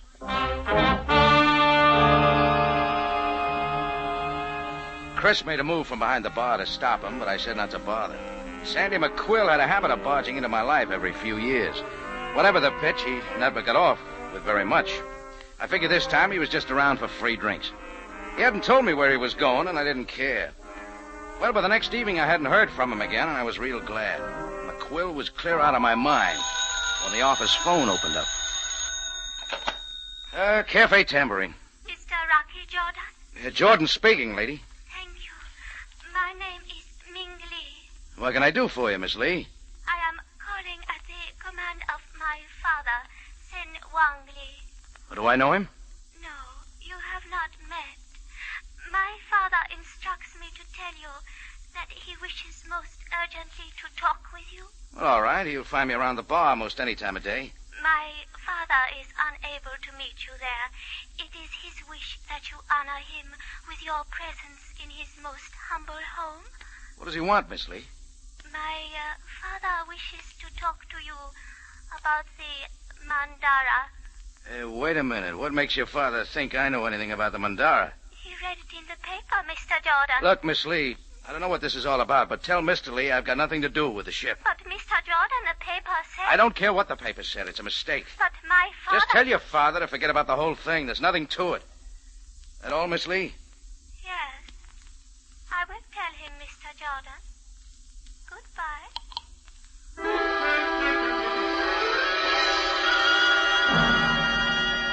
I made it out to the corner in 10 seconds flat. I grabbed the evening edition of the Cairo Mail, flipped a couple of piastres to the newsboy, and started looking. Didn't take long. When I turned to page 3, my picture jumped out at me. And the story below my picture, written in newsy Arabic, didn't miss a thing.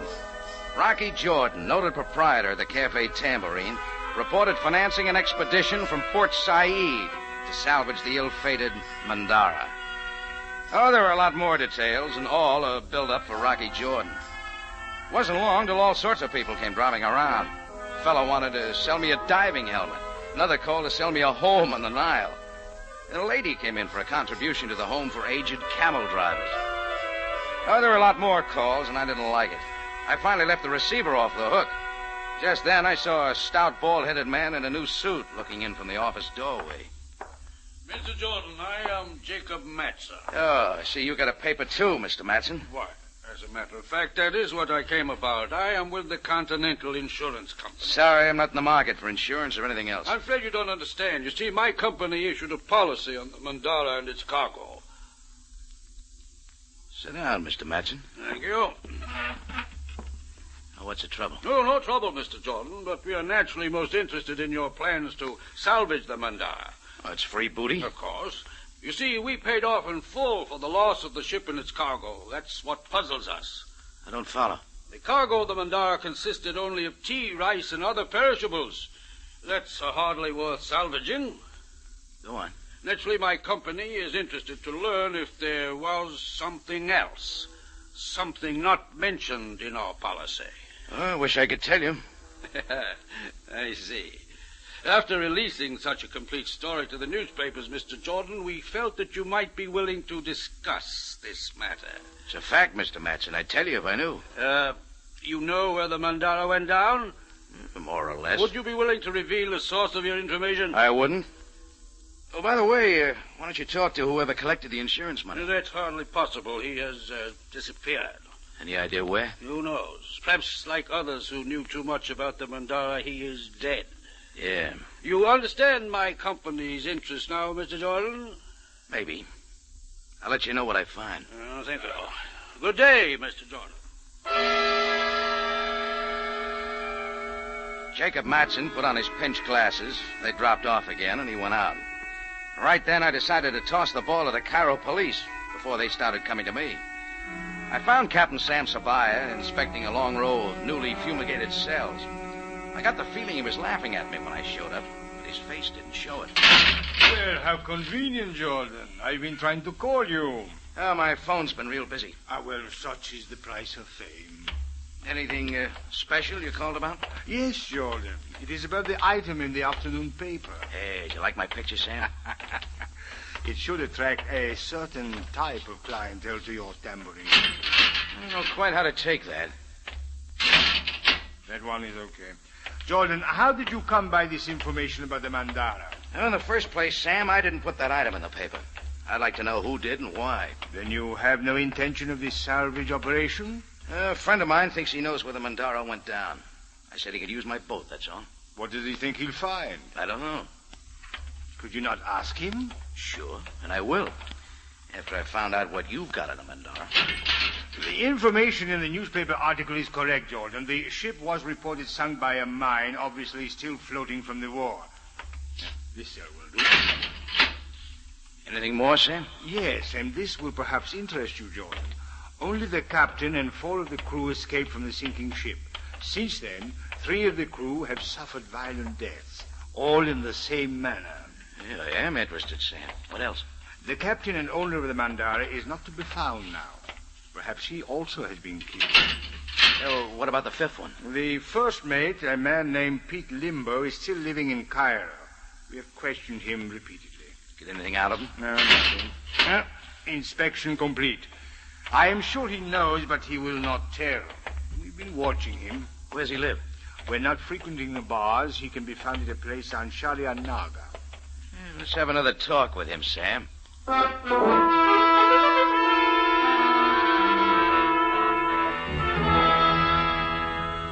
Sometimes Sam surprises me, like this time. Without batting an eye, he called for his black limousine. In about 15 minutes, we were driving down Sharia Naga, trying to miss the bumps. An excited cluster of natives were crowded around an open doorway as we pulled up to the curb. When they saw the police car, they scattered like ducks in hunting season. It looks like something's up. Better get in there, Sam. Perhaps you're right. Come along, Jordan. Here, this is Limbo's room. Open up! Open up in there! Shut the door.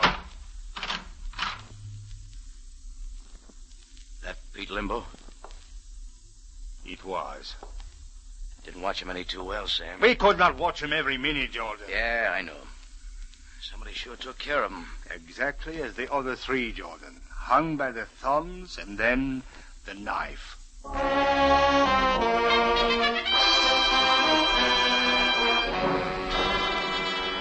Sam began rounding up the other folks in the building, but there was nothing to be learned from them. Me, I wanted to round up a certain Sandy McQuill and get a few answers. So I went scouting for a taxi. It was dark by now, with no traffic along the narrow Sharia Naga. I spotted a dim light a couple of blocks up and made for it. As I passed an alley, I knew I should have stayed with Sabaya. 2 powerful shadows moved out quick and pinned me to the wall. I tried to make it interesting, but right then I felt a cord wrap around my neck. A silken cord, drawn tight.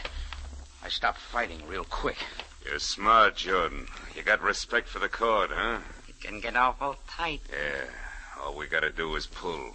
A little too hard. Maxie pulls his end, I pull mine. Look, what's the big idea? Shut up. All you gotta do is listen. Yeah, we got information. So get it, Jordan. Keep away from the ocean. You might get seasick. I'm not going anywhere. That's right, Jordan. You know something about the Mandara? If you do, forget it. Forget real fast. Nobody's diving for the Mandara, Jordan. Especially not you. Know why? Because there's nothing there you want. Nothing. Go back to the tambourine, Jordan. Stay there, you'll live longer. Do you know what if you don't? Next time, we'll twist the cord. Tighter! Tighter! And tighter!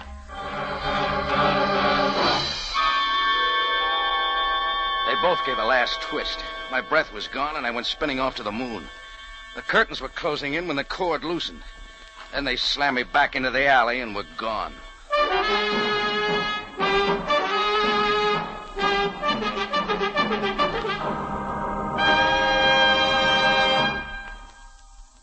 You are listening to 20 Fathoms Under, tonight's adventure with Rocky Jordan.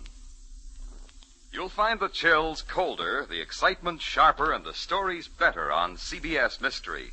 At 9 tomorrow night, enjoy thrilling mystery on Inner Sanctum when the creaking door opens and exposes a man returned from the dead. Then on Tuesday night, remember Mr. and Mrs. North at 8:30, followed by Mystery Theater at 9. Yes, you'll find colder chills, sharper excitement, and better stories on CBS Mystery.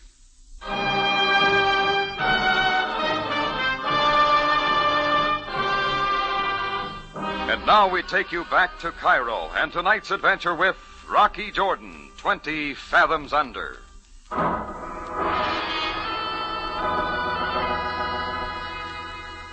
was all started by a sea dog named Sandy McQuill who wanted to salvage the sunken freighter Mandara.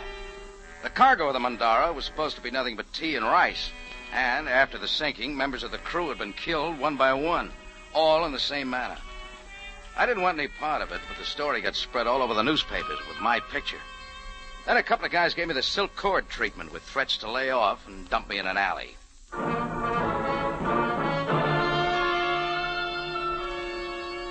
I finally got my breath and was working on the idea of trying to get up, and I noticed a round, soft face looking down at me. Her eyes were curious, but not afraid. What is it that has happened here? Don't you know? Your neck. The silken cord. And you live. Say, haven't I heard your voice before? I do not know. I am Ming Li. Ming Li. You called me on the phone this afternoon.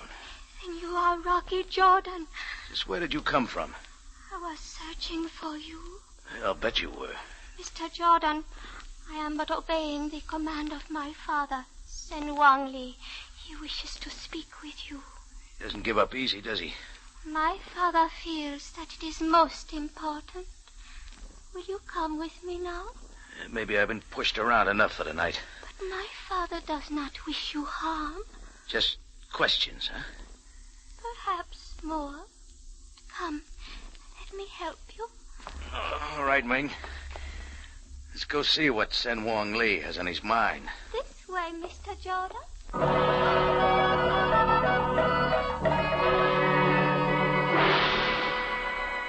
Ming Li tripped ahead, and I followed her down a twisting lane.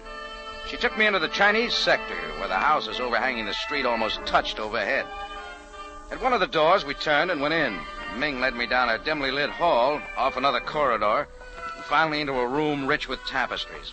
A little heavy on the incense for me, but furnished in the dignity of the upper-class Chinese. Standing in front of a teakwood desk was an old Chinese in Mandarin dress. But something else caught my eye as he took a couple of steps toward me. He was the first Chinese I'd ever seen with a peg leg. I have obeyed your command, my father. You honor my house, Mr. Jordan. That is all, Ming. I am Sen Wang Li. Look, Mr. Li, I'll clear up a couple of points real quick.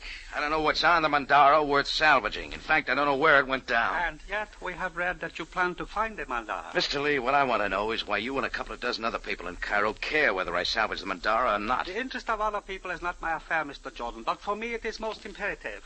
Enough to set two muscle men on me with a silken cord? Mr. Jordan, let me explain. The captain and owner of the Mandara insured the ship far beyond its worth. It was his plan to sail to Shanghai and take on a cargo of tea and rice. Go on. Sailing back into the Red Sea, the captain then conspired to sink his own ship, report the disaster from a floating mine, and collect the insurance. But I still Wait, don't... Mr. Jordan. While in port at Shanghai, the captain was approached by my brother, a most respected man who had to leave China secretly and quickly. The captain accepted a high fee to bring my brother and his wife to Egypt. Uh-huh. Only they never got here. Only the captain and 4 of his crew came off the Mandara when it went down. Now you understand my interest in your venture? Yeah. And maybe why the escaping crew of the Mandara have been wiped out. Chinese retribution? Mr. Jordan, my only interest is to recover the body of my brother and his wife, so that someday I might bury them with their ancestors. Mr. Li, I think I should talk this over with Sandy McQuill. A man by that name was seen 2 days ago talking with the first mate of the Mandara. The first mate was quite drunk. Yeah, he gave McQuill the map, and now he's dead, too. I can also tell you where Sandy McQuill is living.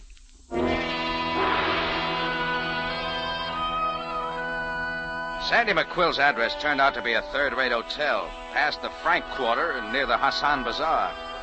I took the steps up 2 flights and slammed at McQuill's door. Oh, Rocky, lad. That's right. We got a salvage deal, remember? Why, sure, Rocky. Well, bags all packed and ready to go, I see. Well, sure, I'm shoving off right away. For Port Said? Let's go. On the way, you can clear up plenty. No, Rocky. As a matter of fact, I've changed my mind. The Mandara's no good for us. Wait a minute. We made a deal to salvage that hulk. You said there's valuable cargo aboard. Forget it, my boy. Forget it. I'm setting my sails for Marseille. There's a little girl that's waiting, Cut it, Sandy, cut it. Just why did you change your mind? Like I told you, Rocky lad. Answer me something, will you? Did a guy named Pete Limbo give you that map to the Mandara? You seen Limbo? Yeah, I saw him. Hanging by his thumbs. A knife did the rest. Yeah, you see, Rocky lad. We're getting out of this. It was that story you put in the newspaper. You queered everything. Yeah, it's another thing. Just how did that story get in the paper? I don't know. Rocky, don't you see? It's best I'll tell you what I think. I think you put it there to set me up as a kingpin. I don't know just why, but... Oh, no, Rocky lad. Would I do that to me old drinking mate from Frisco days? Come to think of it, maybe you never planned to take my boat out after all. The whole deal was a cover-up for something else. Oh, it ain't so, Rocky. Suppose I get it in the papers just who does know where the Mandara went down. You, Sandy. No, Rocky, for what good reason? Think about it. Pete Limbo might not be the last to hang by his thumbs. Oh, you wouldn't do that, lad. You wouldn't do that to Sandy McQuillan. All right, then. Grab your bags and come on. Where are we going? We're catching the night train to Port Said. You're going to go diving for the Mandara if I have to let you down by the heels.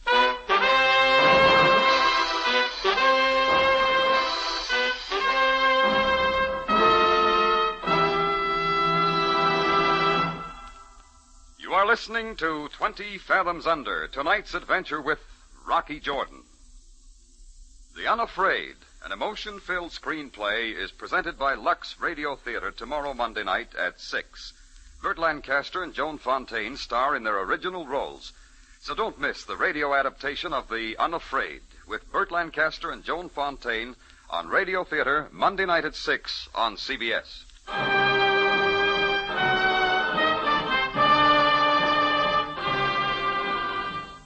Now we take you back to Cairo and tonight's adventure with Rocky Jordan, 20 Fathoms Under.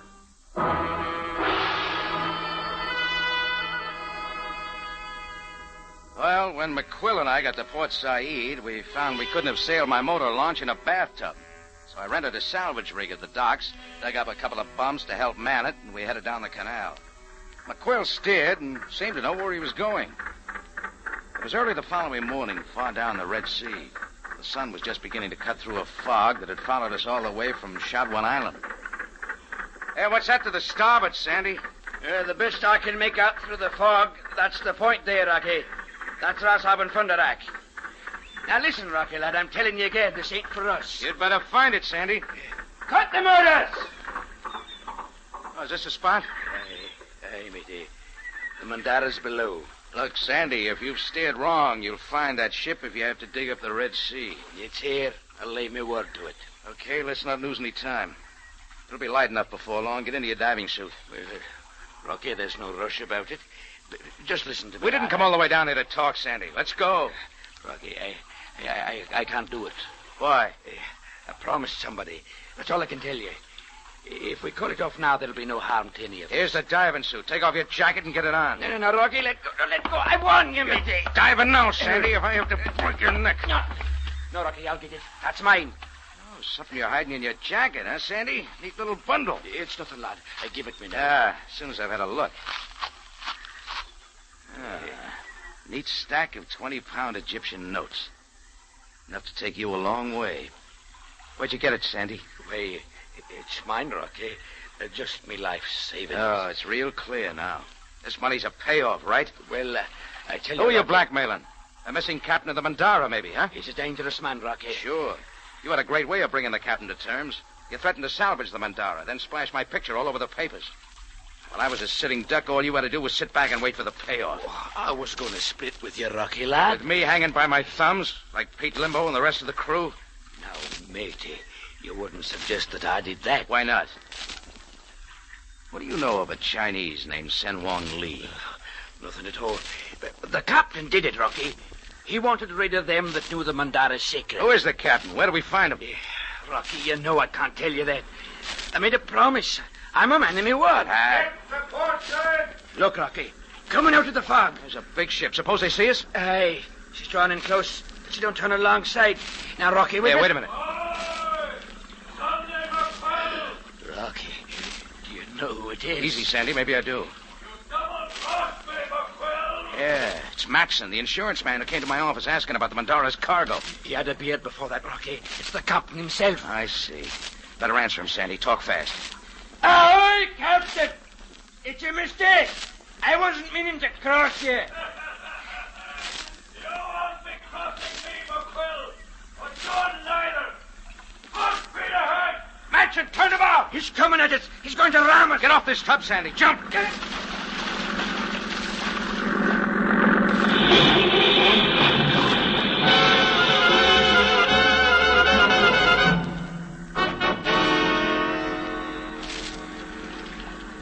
Well, after that, there was a lot of splashing around. I saw the captain swing about to get a look at the results and maybe try for us again. Just then, we heard another sound. And the sun's rays cutting the fog pointed out a speedy Egyptian Coast Guard cutter bearing down. The captain changed his course, but he was way too late. Their warning shots were inevitable. The captain cut his motors, and it was all over. A few minutes later, the crew of the cutter pulled us out of the water. It seems Sam Sabaya had been way ahead of me again, and had tipped off the Coast Guard to watch for trouble. Well, there was nothing left for Captain Matson, whatever his real name was, except to make a full confession, including the murder of his crew. Not long after that, a government salvage boat brought up the bodies of Sen Wong Lee's brother and his wife. But so far as I know, McQuill's money is still floating around the Red Sea.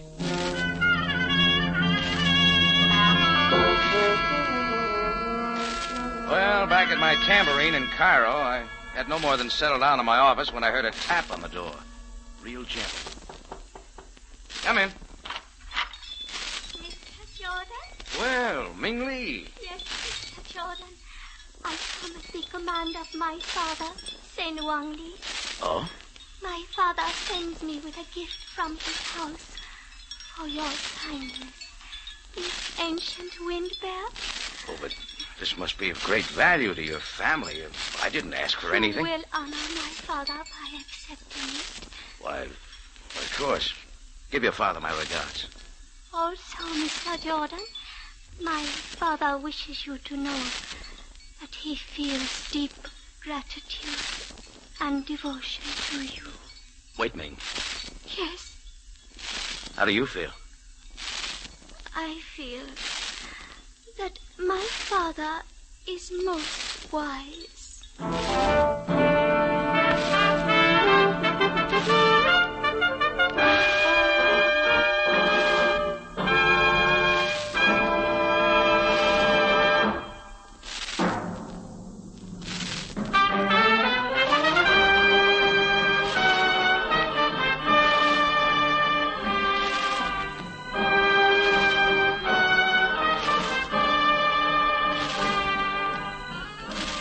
It's CBS again at this same time next week for another story of adventure and intrigue when we take you back to Cairo and the Cafe Tambourine run by Rocky Jordan.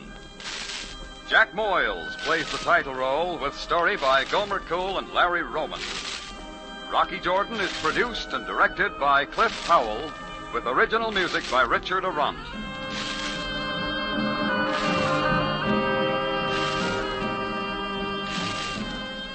Larry Thor speaking. This is CBS, the Columbia Broadcasting System.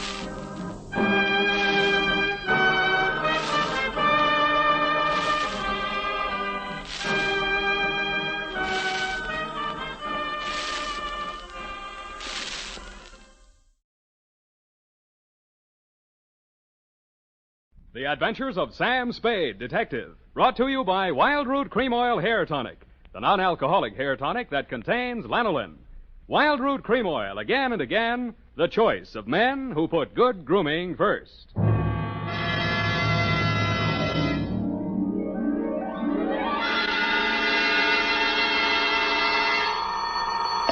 Sam Spade Detective Agency. Me, sweetheart.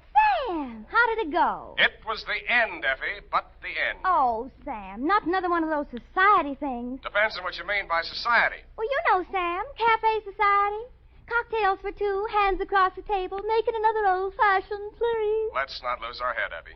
Nothing but double martinis, very dry, with 2 olives, sweetheart. 2 olives? Oh, Sam, isn't that overdoing it? It was all overdone, sweetheart. That's what cracked it. Now, stay right where you are, I'll be right down to mix up my report on the dry martini caper. Get it?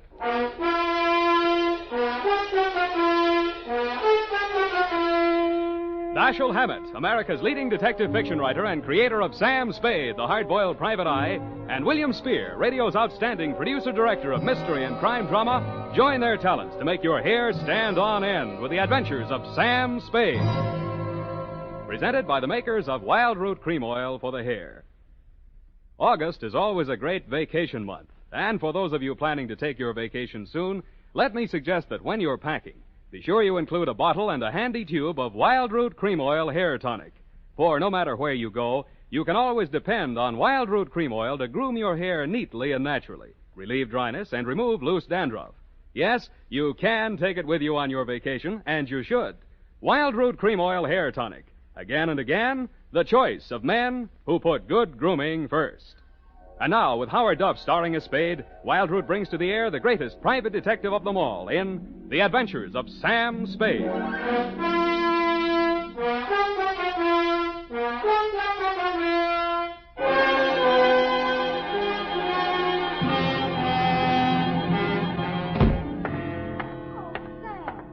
look sober as an owl. Wise as an owl, sober as a judge, F. Oh. Well, the way you talked on the phone, I thought you'd drowned the shamrock, kissed the Black Betty, spliced the main brace, decorated the mahogany, made a Dutch bargain, or, in a word, gone to give a Chinaman a music lesson. Effie, I wish you'd spend more time with Harper's Bazaar while I'm gone and less with the thesaurus of slang. Ah. Didn't know I could say that. Are you sober? Well, I've been riding the choo-choo, drinking Adam's ale. And if you don't believe it, just ask me to walk a chalk. Okay, heelsy-toesy, arms akimbo, eyes glazed. Yes, Sam. Now then, tip of the forefinger to the tip of the nose. Oh, Sam, it makes me dizzy. Dizzy Gillespie? Dizzy go... Oh, Sam. Exactly. And you are not sewn up, shagged, shellacked, shickered, stuccoed, tap-shackled, stiffo, or real crazy. Well, you know best, Sam. Good. Now try this one. Yes, Prez. Sitting posture, limbs cruciform. What? Cheesecake style. Oh, Sam. That's it. Now place the notebook. Just a little higher. Good. Yeah. Now apply the tip of the pencil to the top of the fool's cap and proceed viz. Viz. Date. August 1st, 1948. To Mrs. Netta Martini, 1000 Marina Boulevard, San Francisco. From Samuel Spade, license number 127596. Subject, Dear Netta. The first I knew of the caper was day before yesterday morning when I saw your husband's picture in the paper. It was one of those lovingly retouched executive-type photographs of a man in his late 40s or early 50s, graying at the temples and wearing an embalmed man of distinction look.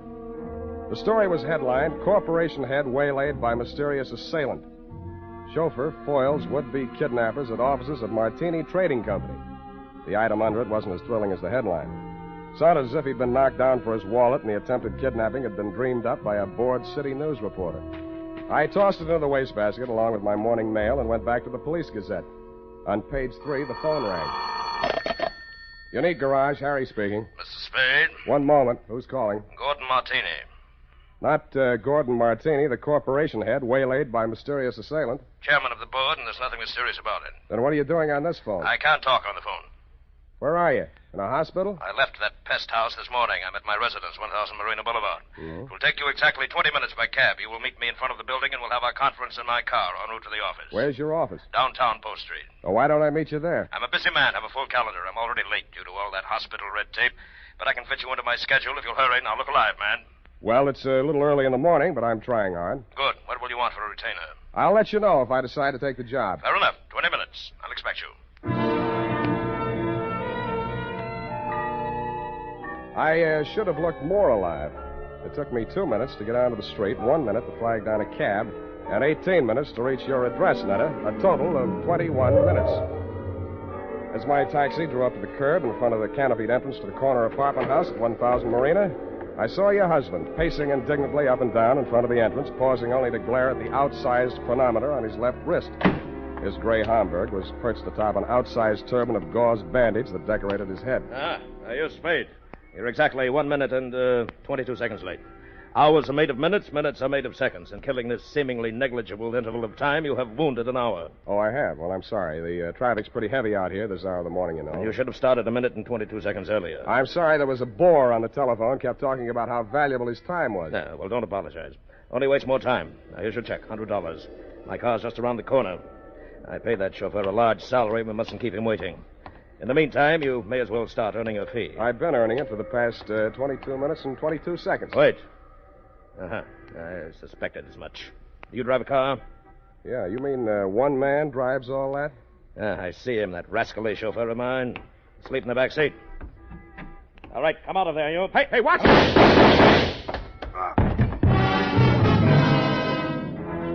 I was behind him and a little to the right. The shock of the rapid-fire 30-caliber slugs lifted him off his feet and knocked him against me. I went down under his 300 pounds of dead weight. By the time I rolled him off of me and got up, the gunman had jumped out of the limousine and into a gray sedan that was double parked alongside. In the welter of traffic on the boulevard, I didn't dare risk throwing a shot after him, but I did get the first 3 numbers of the license plate before it buried itself in the heavy stream of AM commuters. That's when the air changed from exhaust fumes to something out of a Persian garden. I turned and looked for the first time into your Nile green eyes, Netta, and saw you twisting a handkerchief in your pale hands I might have loved beside the Shalimar, but on Marina Boulevard they looked like hysterics dead ahead. Who did it? You saw him. Don't lie to me. Why don't they come? Where's the ambulance? Why are all those people standing around there staring at me? Make them go away. Calm down. Make them go away. I Take can't Eddie. stand it. Stop it, will you? That's better. Now, come on over here. Who are you, his wife? Yes, and it was all my fault. This is the end. I called Ernie out the window and asked him to come upstairs. I wanted him to return some lingerie. They sent the wrong color, peach. Yeah. Who's Ernie? He's our chauffeur. I was looking for the exchange slip when we heard the shots. Is he dead this time? Yeah, don't go to pieces. Poor Gordon, he had so many enemies. He didn't drink well, you know. People dropped us like flies. Well, they certainly dropped your husband. Are you a policeman? No, but I'll do until the real thing comes along, which is right now. If I were you, lady, I'd go back upstairs and relax. They'll get to you soon enough. Yes, I suppose you're right. Poor Gordon, he looks so natural stretched out on the pavement. Yeah. I keep thinking he'll get up and stagger on into the elevator. He didn't drink at all well. Go on, will you? All right, I'm going. Oh, Ernie, where did you go? Down to the garage. I heard a car driving. Poor Mr. Martini. It's all my fault. No, Ernie, it's mine if I only hadn't mislaid that exchange slip. What? You know, when I called you out the window to come and get that package. Oh, that. What do we got here? Who's the witness? Me. Oh, Spade. Lost another client, huh? Not quite. I hadn't cashed the check yet. Well, they got him anyway. All right, clear a space in there. Let him through with that stretcher. Step over here out of the crowd, Sam. I want to get that statement. Yeah. Okay, Gary, take it down. Got a pencil? Yeah, and I want it back. Let's have it. This guy is Gordon Martini. Mm-hmm. He headed up a local firm, the Martini Trading Company. Yeah. Last night he was working late at his office. Got boinged. All right. Phoned me this morning.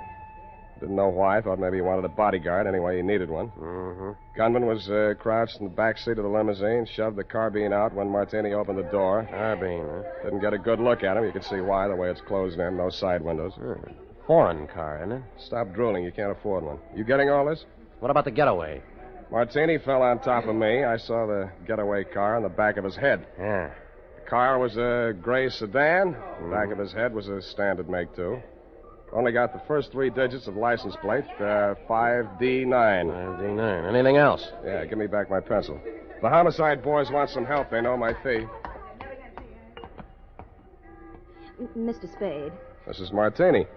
Why aren't you and Ernie upstairs getting your alibis shaped up? Oh, please, I can't face the questions just yet.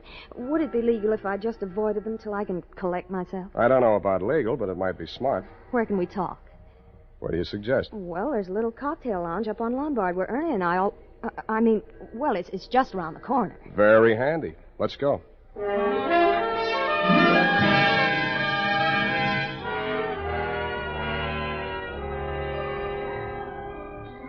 Against my mother's advice, I should have listened, but, well, that's why I married Mr. Martini. Well, that brings us up to 1943, and it's only 11:45. You're just like him, always holding a stopwatch over my head. Always? Well, he drank, you know. You told me that. But it's much more important than you think. He often fell down and bumped his head. You mean that mysterious assailant that waylaid him last night in his office was a double martini? 2 pitchers full before dinner. 2? Ernie had to carry him up to his office. Well, what did he go up there for? Oh, he had an appointment with the vice president of the firm, Mr. Nesbitt. Something had come up, and he wanted Gordon to sign some papers. I don't know what. It wasn't the first time. I waited outside in the car. After Ernie had taken him upstairs, he came back to the car, and we talked. Ernie has alibis upstairs, downstairs, and all around the house. Well, then when the others came out and Gordon didn't, Ernie went upstairs to see why. Others? Mr. Nesbitt and who else? Mary Callahan. Secretary? No, she's an attorney. And if you think everything was legal between those two, well, but after all, who am I to call the kettle black? Now, what are you trying to tell me? That you got him drunk so they could make him sign some papers? That he got himself drunk so he couldn't write his name? Or that he just got drunk and fell down? Between you and me, I think she pushed him down a flight of stairs. In his condition, he'd never remember. Why are you putting the finger on the Callahan dame? Well, what would you think? She was the last one out of the building. Why didn't you want to tell all this to the police? Well, I didn't want to talk about his drinking. Things were bad enough already. That would have been the end. Well, that's as good an answer as any. What do you want me to do for you? Prove that she did it and Ernie didn't. I'll let you take care of Ernie. Oh, no. I don't want to alibi him unless I have to. He might get the wrong idea. You mean I've got the wrong idea? He might think it meant I still care for him, and I don't. I can't stand him anymore. The way he chews those toothpicks. And besides, if his alibi is too good, I might have trouble about that carbine in the back seat of my car.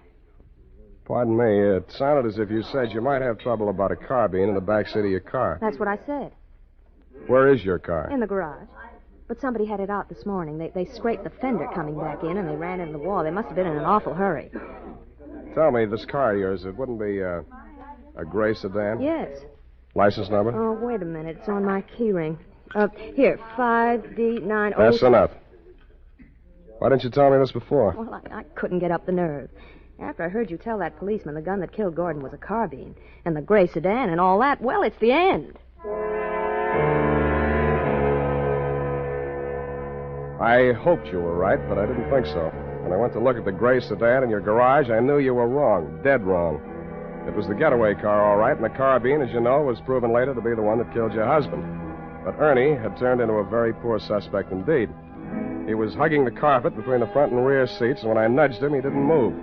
He'd been shot at closer range than Gordon Martini, and the killer had used only one slug. It was planted in the base of his brain, which made him not only a very poor suspect, but a very dead one.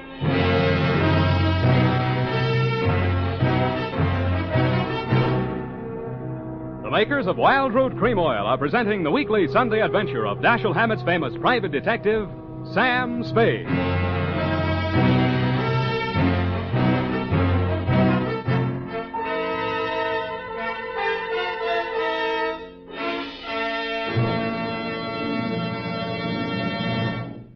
If you want the well-groomed look that helps you get ahead socially and on the job, listen.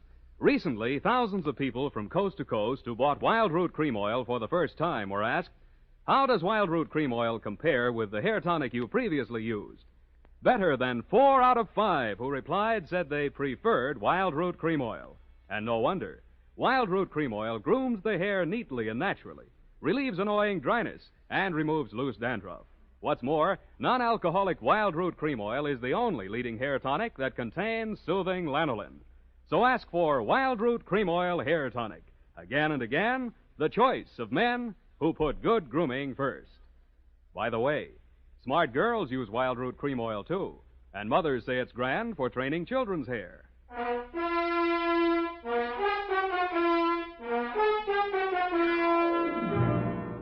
And now, back to the Dry Martini Caper. Tonight's adventure with Sam Spade.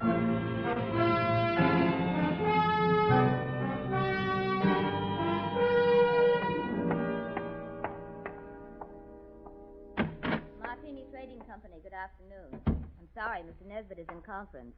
I'll see that he gets your message. Well, what can I do for you? I would like to see Miss Callahan. Miss Callahan is in conference with Mr. Nesbitt. Good. I would like to see them both. But I have orders not to disturb them. You do not have to. I will. Just a minute. You can't go breaking in like that. Yes, and I'll tell you something else. He won't ever get away with it. Why, everyone in this town knows about your underworld connection. Why, you doddering old fool, when I get through with you, if you don't go to the gas chamber for Gordon Martini's murder, you'll wish you had.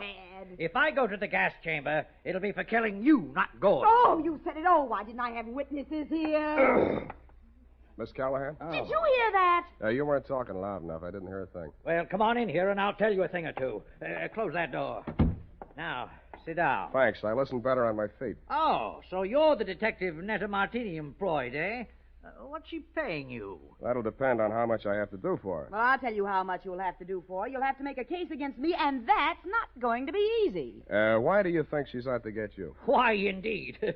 For years, this moth-eaten mouthpiece, this parboiled Portia, has been victimizing poor Gordon, taking advantage of his weakness for drink. Oh, Now that she's liquidated him, she appears with 55% of the common stock.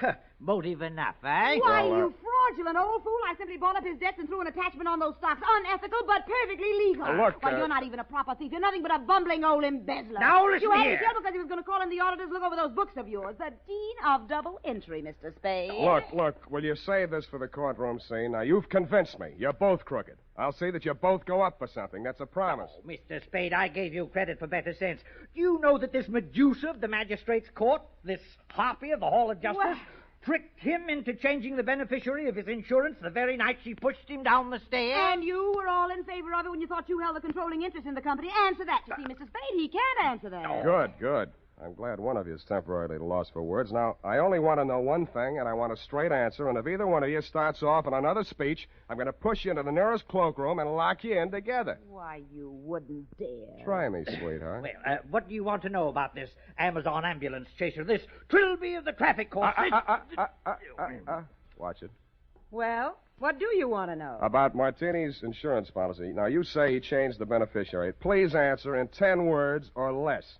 Who was the beneficiary, and who is the beneficiary now? I'll have to answer that question in two parts. The beneficiary was his wife. He changed it to the Martini Trading Company, a corporation of the state of California. Thank you, and goodbye, Mary Callahan.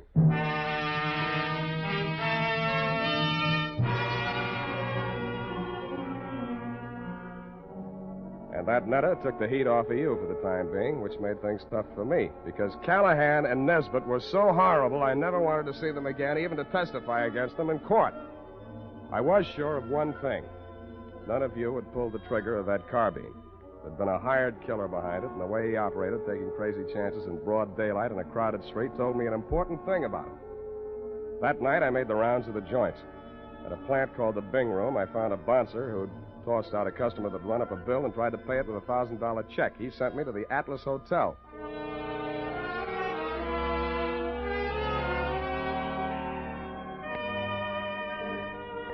The Atlas Hotel is off of 3rd Street down near the railroad yards. Not even a flea bag. The fleas sickened and died a long time ago. They couldn't take it. And from the look of the guests sprawled out in the mission furniture of the lobby, they wouldn't be able to much longer. A half-dead room clerk came back to the land of the living long enough to mutter a room number and wave me feebly toward a flight of crummy stairs.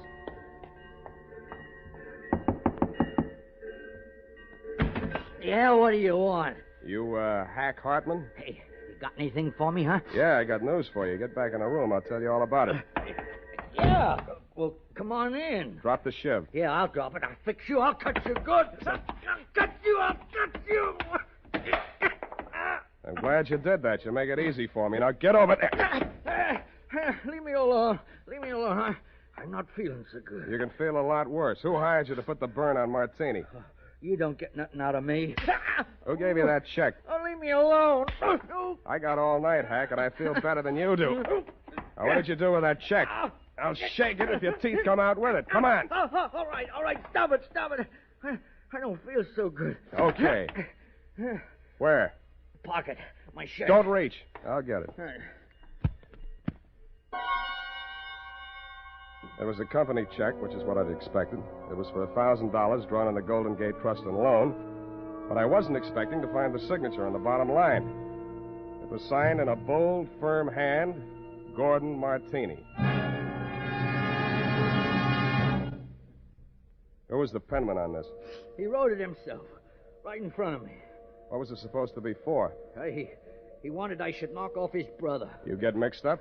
Well, he's dead, ain't he? That's what I mean. Gordon Martini's dead. The papers got it wrong. That was his brother, his twin brother.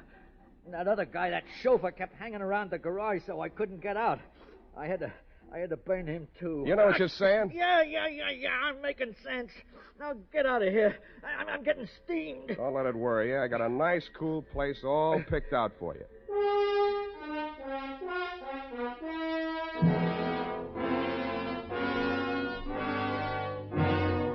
After I turned Hank over to the cops, I did what checking I could on my own at that time of night. As nearly as I could learn, Gordon Martini could never have had a brother, twin or otherwise. He was a first child. His mother died in childbirth, and his father died 1 month later. So I went back to the offices of the Martini Trading Company, glass-keyed my way in, and made a quick frisk of it. There I learned that the signature on the check was indeed Gordon's, but that he had closed out his account at that bank the day he wrote it. I thought about that on the way out to your apartment.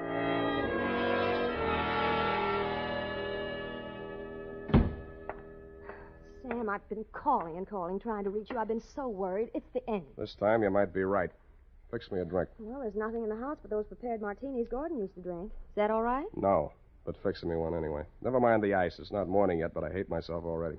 Why don't you just relax and let me get it for you? I'll relax. You get the martinis. What happened? What'd you think of Mary Callahan? Isn't she the end? She's cute. You're all cute. All of me? How nice. I put ice in anyway. It's nasty without. It's nasty anyway. I hope it doesn't make you fall down the way it did poor Gordon. Thanks. What? Well, what's the matter? Too dry? You open this bottle fresh? Why, yes. What's the matter? Where are they, the rest of the bottles? Oh, yeah. More of the same. Is this all your husband ever drank? Yes, gallons of it. It's a special brand. He even took it with him to bars and people's houses. He'd sit and drink them right out of the bottle like a little child. Then he'd be falling down drunk, of course. And that's how we lost so many friends. They dropped us like... Like flies. Yeah, it was the end. Who you phoning? City morgue. Maxie, Sam Spade. Sammy, what can I do on you? On Martini, Maxie. They got around to the autopsy yet? Yeah, they rushed him through. Got the report handy? Right in front of me. Funny thing, Sam. The doc said they should have saved themselves the trouble. He'd have been dead in a week or two without no help. What from? Brain tumor. Malignant, it says here. Any alcohol in him? None from drinking, Sammy. What about the head wounds? Accidental fall due to periodic fainting spells. Part of his condition. Thanks, Maxie. Well, what is it, Sam? Were the martinis poisoned? No, sweetheart. The martinis were colored water. Why, they couldn't. Well, what made him get so drunk? He didn't. He was sick. But, Sam, who killed him? He killed himself. But he couldn't have. He hired a gunman to do it. He planned his own murder. But that's... Well, why didn't he leave a note or something? He could have ruined us all. Come here, sweetheart. Put your little head on Uncle Sam's shoulder. Why, Sam... That's, just what he wanted you to do. He wanted to ruin you. He let Mary Callahan fleece him out of his interest in the company. He let Nesbitt juggle the books. He let you go your way with Ernie.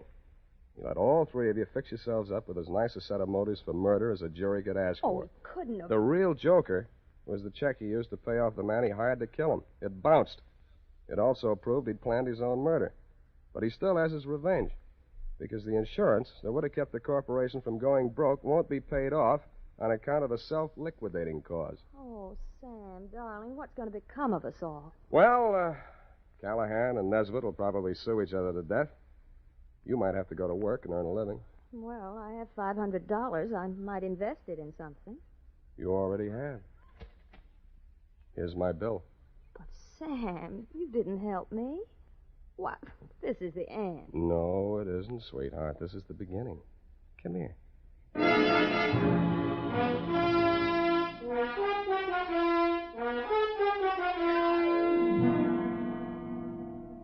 Period. End of the end. Well, you ask me. You helped her. Now, F. Well, that just goes to show you. Show what, F? Man's ingratitude to man. But what did Mr. Martini have against you? Why, nothing, sweetheart. He, just needed a smart operator like, Johnny Madero was on vacation. Sam. Have you cashed that check Mr. Martini gave you? Well, not yet. Sam, any bartender would know better than to take a check from a man who drinks that much? F, you haven't been paying attention. He didn't drink.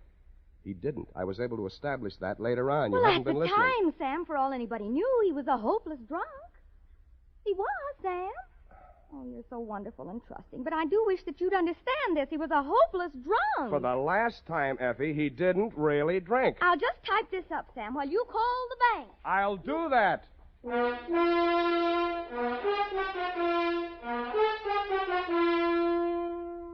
A final reminder, friends. Whether you're going on a long vacation trip or just a weekend to the beach, be sure you've got a bottle and tube of Wild Root Cream Oil tucked away in your suitcase. Do this, and you'll find it's easy and quick to spruce up again after stepping out of the water or off the tennis court. For no matter where or when you use it, Wild Root Cream Oil grooms your hair neatly and naturally, relieves dryness, removes loose dandruff. So at home and away from home, help yourself to handsome hair with Wild Root Cream Oil. And next time you have a chance, ask your barber for a professional application of Wild Root Cream Oil Hair Tonic. Again and again, the choice of men who put good grooming first. Well, here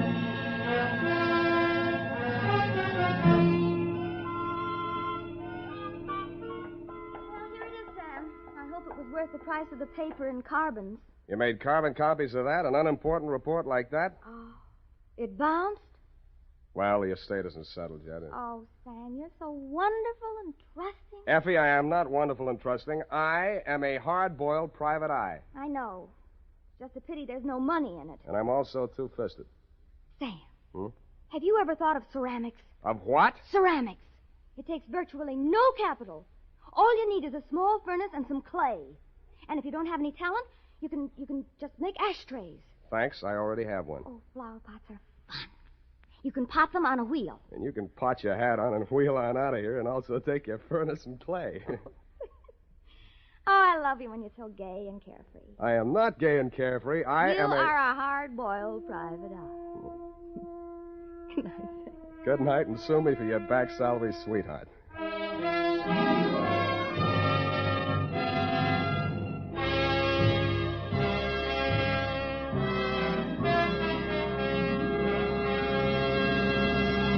The Adventures of Sam Spade, Dashiell Hammett's famous private detective, are produced and directed by William Spear. Sam Spade is played by Howard Duff. Lorene Tuttle is Effie.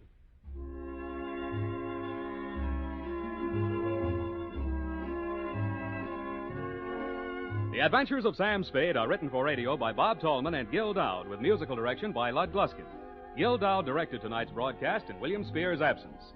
Join us again next Sunday for another adventure with Sam Spade, brought to you by Wild Root Cream Oil. Again and again, the choice of men who put good grooming first.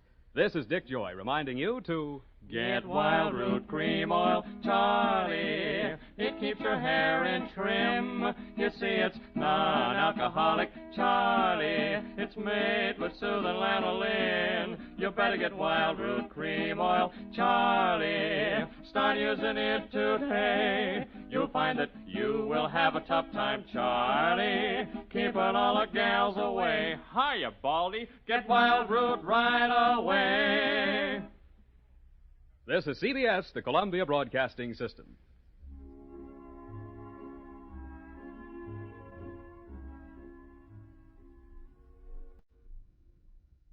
CIB.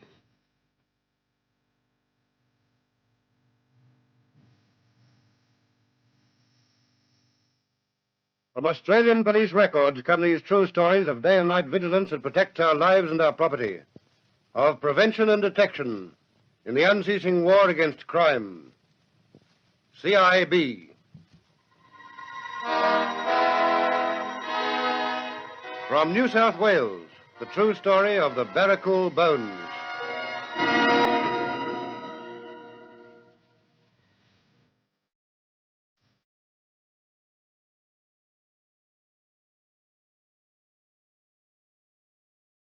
This is a true story from Australian police records. Only names, place names, and dates have been altered. The Baracool Bones story is one of the most extraordinary. It's extraordinary not because its superficial features vary so very greatly from those of many other mysteries which Australian CIB men have been called on to solve. It's extraordinary because the men who committed the crime had, to say the very least of it, a macabre and ingenious turn of mind. So it happens, few cases in the history of crime detection provide a more interesting study of modern investigation methods, or demonstrate better how the logic of, what shall we call it, elimination, can prove beyond all reasonable doubt that the truth is often much, much stranger than crime fiction. The story begins one summer evening some years ago when a young woman whom we shall call Beverly Kinson was listening to a radio program in her lodgings in a Sydney suburb.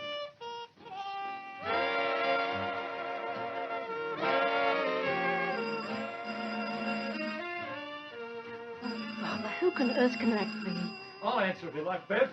Tell them you're not in if you like. Oh, no, it might be the family. They're worried about Roger. Hello? Oh, turn off the radio, Bob. All right. Hello. Hello, is that you, Bev? Oh, Roger. Oh, thank heaven you've called. Where on earth have you been? Mum's been absolutely frantic. I'm all right. Where have you been? Where are you? Oh, Roger, you're an absolute beast. Mum's worried stiff. Honestly, she is. Never mind about that. I just wanted to ring you, Bev. And so you jolly well ought, walking out like that. I just rang to say goodbye, that's all. Goodbye? Well, I like that, I must say. Where are you going? Doesn't matter. I'm just going away, and I wanted to say goodbye. Oh, for heaven's sake, stop being so melodramatic. I'm not being melodramatic. I mean it.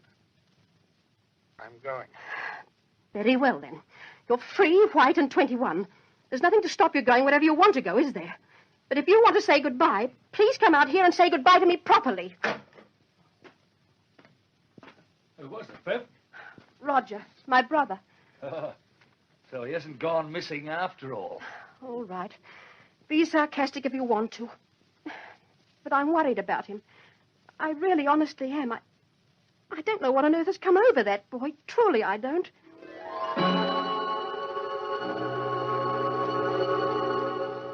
That was all. The last warning of an impending tragedy. A call from a boy who'd gone missing from his home.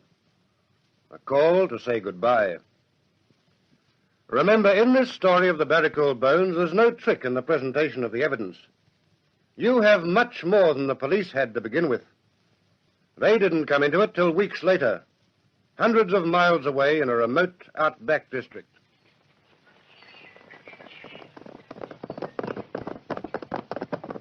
Oh, Bill.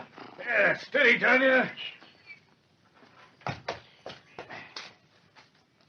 Todd, what's wrong? What's happened? Yeah. Look, Mother, I'll tell you all about it in a minute. The phone's working, isn't it? Oh, yes, of course. I was ringing Mildred only half an hour ago. Okay. Oh, Todd, you're as pale as a ghost. What's wrong with you? Hello. Hello, Exchange. Hercule 3, please. Yes, the police station. Todd. Urgent, please. Good heavens. Yes, sir.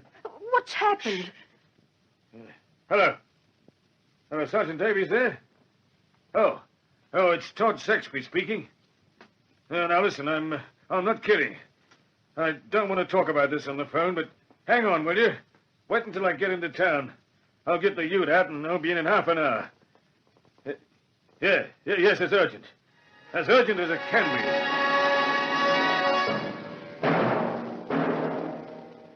Now, take it steady, Mr. Saxby. Where was this fire? I told you. Down at the bottom of the 10-acre paddock where Murphy's property comes onto the creek. I see. And how did you come to notice it? Oh, Sergeant, look, I've told you. I was mustering down by the creek and I spotted these crows. I thought maybe one of the ewes was down or something, so I went to have a look. The crows got up and I saw where the fire had been. Right, Mr. Saxby, I've got that straight. Well, then what? Heavens, man, don't you listen? I rode down to look it over, and the mare shied and played up a treat. So I got off and tied her to the carriage-on tree, and I walked over. And then? Well, I didn't spot anything at first. But the fire being down there had me beat. I started to poke around, and, well, I spotted what looked like the barrel of a rifle and those bones. I see. And, according to you, well, they're not the bones of a beast, eh? Well, do you reckon I'd have down there founded me mare getting back to the house and rung to stop you going into Pilliga if they'd been the bones of a beast? No, Mr. Saxby. No, I don't. You've got the utility, haven't you? Yes, sure. How far can we drive down towards the 10-acre? Well, within half a mile or so, I reckon. Well, we'd better stop over and pick up Dr. McLean. I'd like to have his opinion. Yeah. Yes, you're dead right. But I'll tell you something. What? The poor devil that was burned in that fire was murdered and done away with. Sure as my name's Todd Saxby. You've got a case of murder on your hands.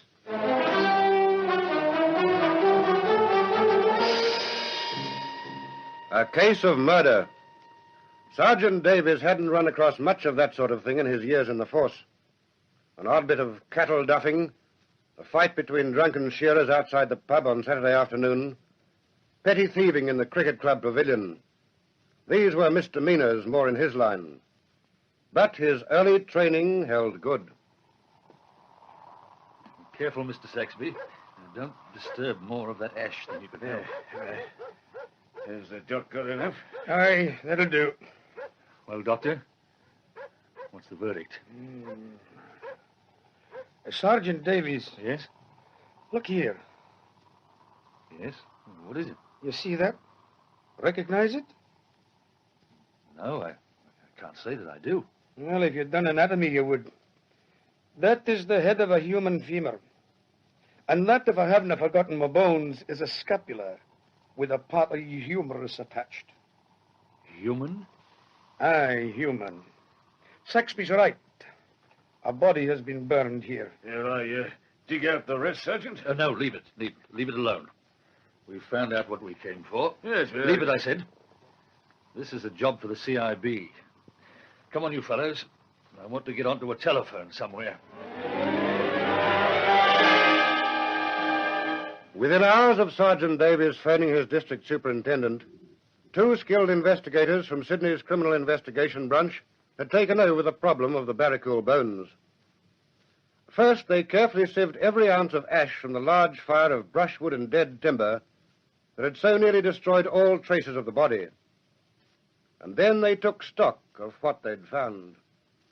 Sacrum, pelvis, lumbar vertebrae, femur, scapula, skull fragments, teeth, miscellaneous pieces of charred bone, right? Right. What else? Barrel of a main .22 caliber rifle, single shot, discharged case in breech. Check. Check. Man's gold wristwatch, Vaughan brand key, nail file, nickel cigarette case, belt buckle, bottle opener, 2 trouser clips, fastener buttons, 10 shillings in silver, 5 pence in copper. Right? Right. That the lot? That's the lot. I'll tell you one thing. I'll lay 10 to 1 it takes time to track this stuff down. You see. Something will turn up. Maybe. You're the optimist of the team, Tom. Well, come on. Let's see if the others have got anything. Okay. Hello, Sergeant. Didn't hear you come back. Hello, Inspector. Anything fresh? Not exactly. We were going to ask you that. What do your bushmen mates say? There was only one thing of much importance, Inspector. All 3 of them agree, independently, that those ashes are about a month old. Well, I suppose you might call that a help. And then again, you mightn't. Well, of course it's a help. It fixes the burning of that body at some time around the end of October. Those experts of yours are pretty reliable, I suppose, Sergeant. Well, I reckon so. But I suppose you could call in a tracker if there's any doubt. Well, if the 3 of them agree, I suppose there's not much point in it. How's the search going? Nothing, sir. Devil a thing. No sign of tracks? None. Only sheep and the prints of Saxby's mare. Well, you wouldn't expect to pick up much after a month, but we've got half a dozen men going over the sandy bits and the river flats, inch by inch. No camp of any sort? No. We've pretty well covered a radius of up to 4 miles now, and there's no sign of a camp. You know, it beats me how the murderer got the body there without leaving some trace. Something. How did he work it? No sign of interference with fences, no wheel or hoof marks that aren't accounted for? Yes. Rummy. Very rummy. I say, Sergeant. What? You must know the district pretty well by now. How long did you say you'd been stationed here? 8 years. Yeah. Well, you'd know all about the family feuds around here, wouldn't you? you know anybody who's supposed to have gone away on a long trip abroad or something of the sort? I'd thought of that one. No, it doesn't gel. Nobody's unaccounted for 20 miles around that I know of. Oh, well. What? Well, I guess we'll have to do it the hard way, that's all. Do what? Identify the body. Fine, but how? We'll have to play the old numbers game, Sergeant, that's all. The numbers game? No, don't worry. We've just gone through the stuff we sieved out of the ashes. There's a key and a watch and a rifle barrel. Yes, Todd Saxby spotted the rifle. Well, by Jove, yes. A key and a watch and a rifle, all numbered. Well, that might help. Don't you make any mistakes, Sergeant. If the ghost of the poor chap whose body was burned out there in the bush was to give us his name on a planchet board, it still wouldn't be in the bag, not by a long chalk.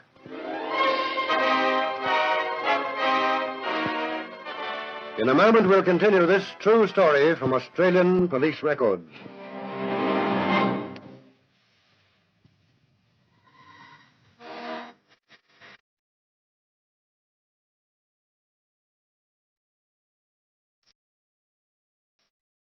This is a true story from Australian police records.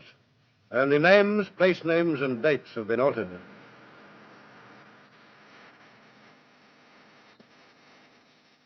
After the most exhaustive inquiries in the Baracool district, the CIB men were forced to admit complete failure to turn up any clue to the identity of the man whose body had burned on the lonely bush funeral pyre, or any clue, indeed, that threw light on how he'd died.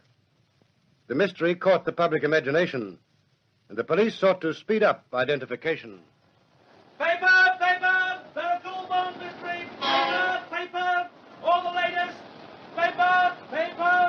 Baracool Bone Mystery! All the latest! Paper!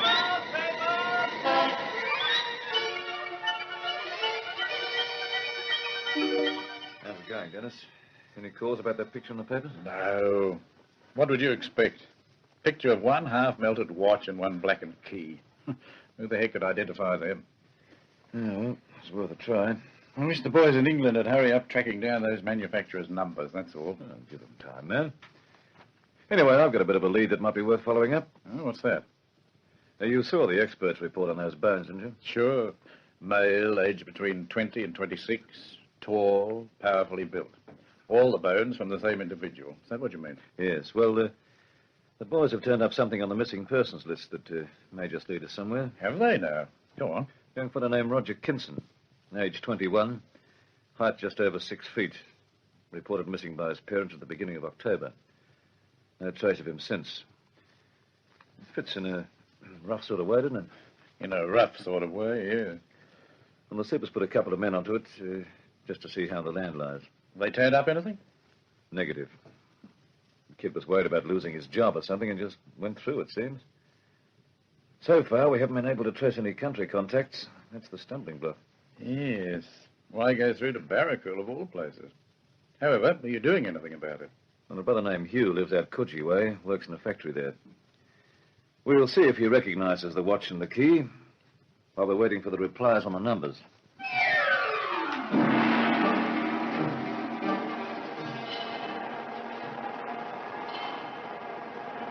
Mr. Kinson?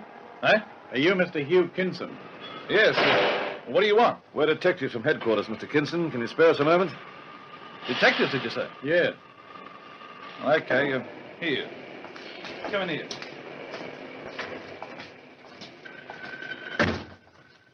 Sorry, I couldn't hear you out there. You said you were detectives, didn't you? That's right.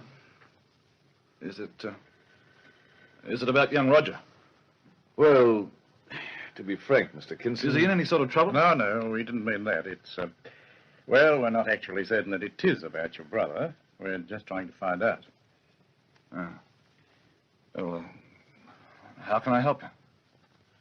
Well, I wonder if you'd mind looking at these articles, Mr. Kinson. Do you recognize them? Well, do you? No, I'm afraid I don't. A key and a watch, isn't it? Yes. They didn't belong to your brother, then? They had a picture of those in the papers, didn't they? Yes.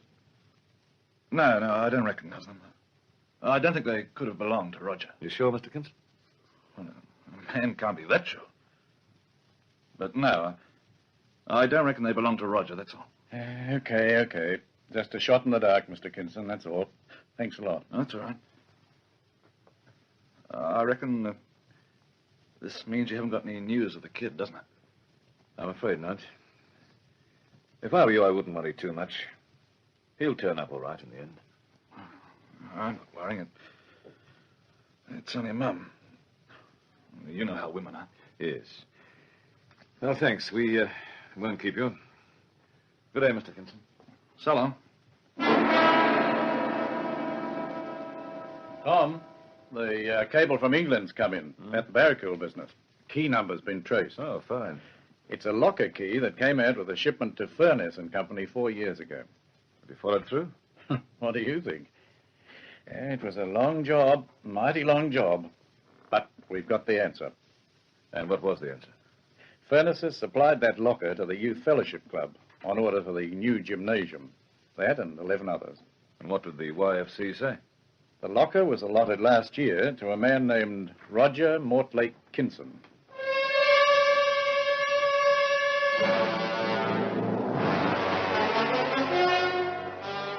And that, you may think, was the beginning of the end. But in point of fact, it was only the beginning. The identification of Roger Kinson's remains was accepted by the police as fact, only after further exhaustive inquiries. 3078/472XA. Ah, yes. Records here, gentlemen. Main single-shot rifle, .22 caliber, sold on March the 19th this year for cash to... let me see. Oh, the name is Roger M. Kinson.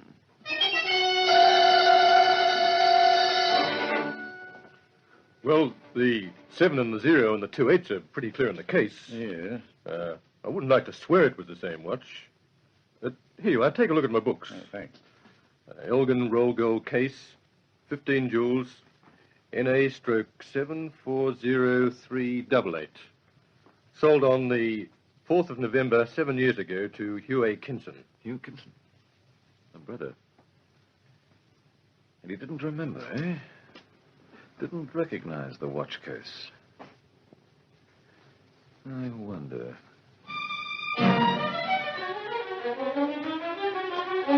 At last, there was no possible doubt at all about the identity of the Baracool bones.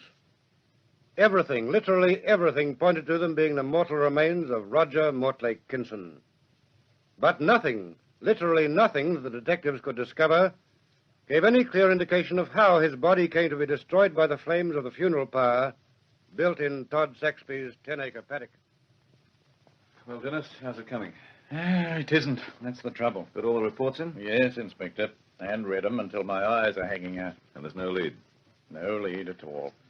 You've checked on that brother who said he didn't recognize the watch and the key?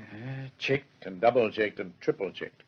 He just honestly didn't recognize the stuff, that's all. No family trouble? None. A woman? Not even the whisper of it.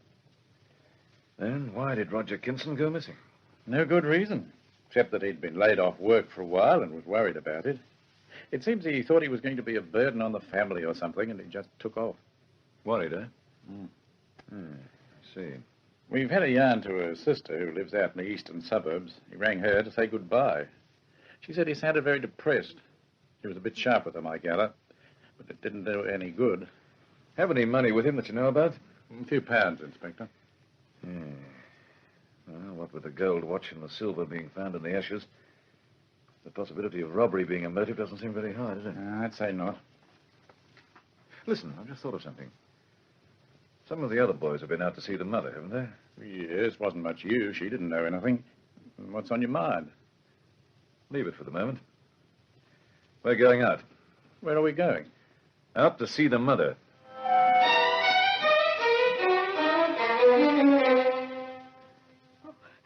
Oh, it's dreadful, Inspector, dreadful. Thinking about it has nearly driven me out of my mind. Who could have done it to Roger? Who? Mrs. Kinson. Yes. I know that all these questions are terribly distressing to you, and we're sorry. But you can see how important it is that this mystery should be cleaned up, can't you? Yes. You've already told us that you can't even imagine any motive for someone wanting to kill your son. None. None at all.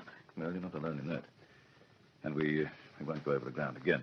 But I'd like to talk about your son himself for a while. He was a good boy. So conscientious. Mrs. Kinson, I see by the reports that you mentioned to one of our men that he was very worried about losing his job. Yes. He was terribly worried, poor boy. Mrs. Kinson, was your son very highly strung? You know what I mean, the worrying type. Yes, Inspector, he was. He took things so seriously. He got so depressed and upset if anything went wrong. His father and I used to worry about it. It wasn't only just losing the job, then? No. His father was quite worried about him last year. He made Roger go along to the doctor for a checkup.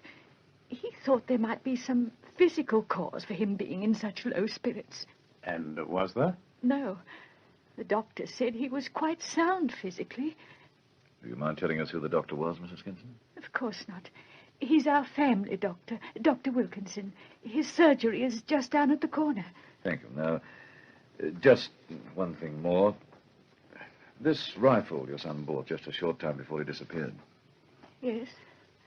I see you, or rather your husband, tell one of our men that the lad kept it under the mattress of his bed, and that your husband asked him what he wanted it for. Yes, that's true. And your son replied, for burglars, I suppose. Is that correct? That's what Father told me. I didn't actually hear it myself. Thank you, Mrs. Kinson. Thank you very much. We won't have to trouble you any more, I hope. If you could only find out what did happen. If only you could.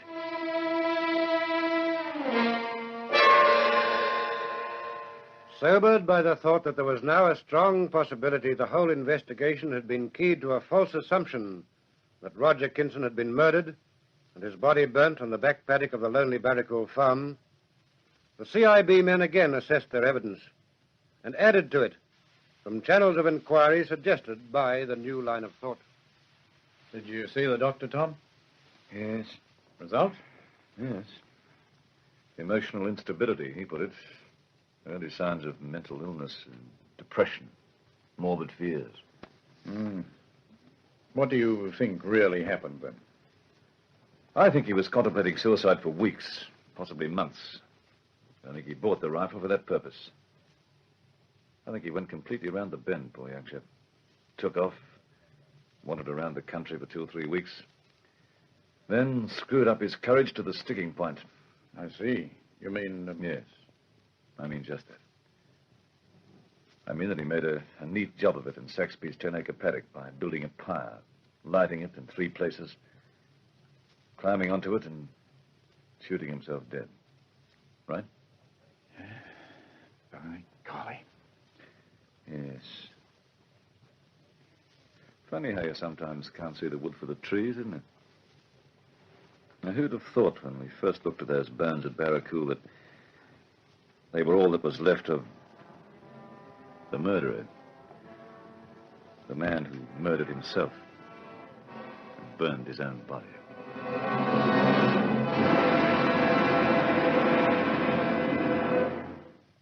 Police inquiry didn't stop, however, when deduction had pointed to the only possible solution to the mystery.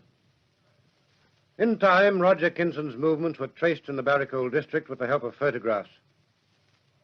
He'd been seen on the road only 3 miles from the funeral pyre on the day when a nearby farmer had seen smoke from a large fire rising from Saxby's paddock. And when he was seen on the road, Kinson was alone. Only names, place names, and dates were altered in this true story. It was dramatized from Australian police records by Edward Dorking. This is Roland Strong saying goodbye until the same time next week, when there'll be another true story in this series, which is produced for the studios of Hector Crawford Productions by Dorothy Crawford.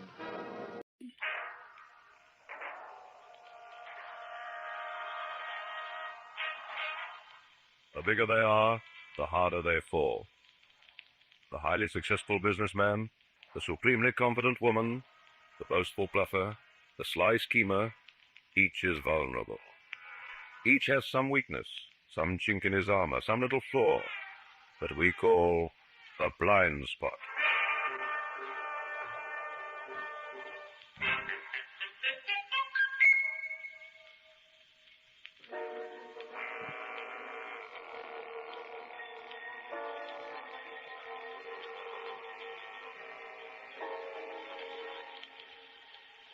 Dick, you're the bright boy. How do we get into this joint? Smashed and plate glass window. Very funny. Come on, bright boy, do something. Okay. Give us a hammer and chisel. Hammer and chisel coming up. It's all yours, boy. Right. Here we go, Ducky. That was a noisy way of doing it for a bloke on the wrong side of the law, but us, we're strictly legit. Oh, sure. There we are, Duck. Inference effective. Huh? We'll look the place over before we get the equipment out of the truck. Yeah. Dingy sort of place. Oh, it'll look better when the new tenants come in and clean it up. Oh, plus the advantages of electrical illumination. This passage leads to the front of the shop. Yeah. Hey, hold it a sec, will you? Hey, what's the trouble? Something lying on the floor. You got a match? Sure.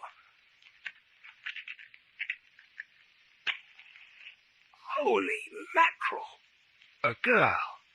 Is she dead? I don't know. Certainly looks like it.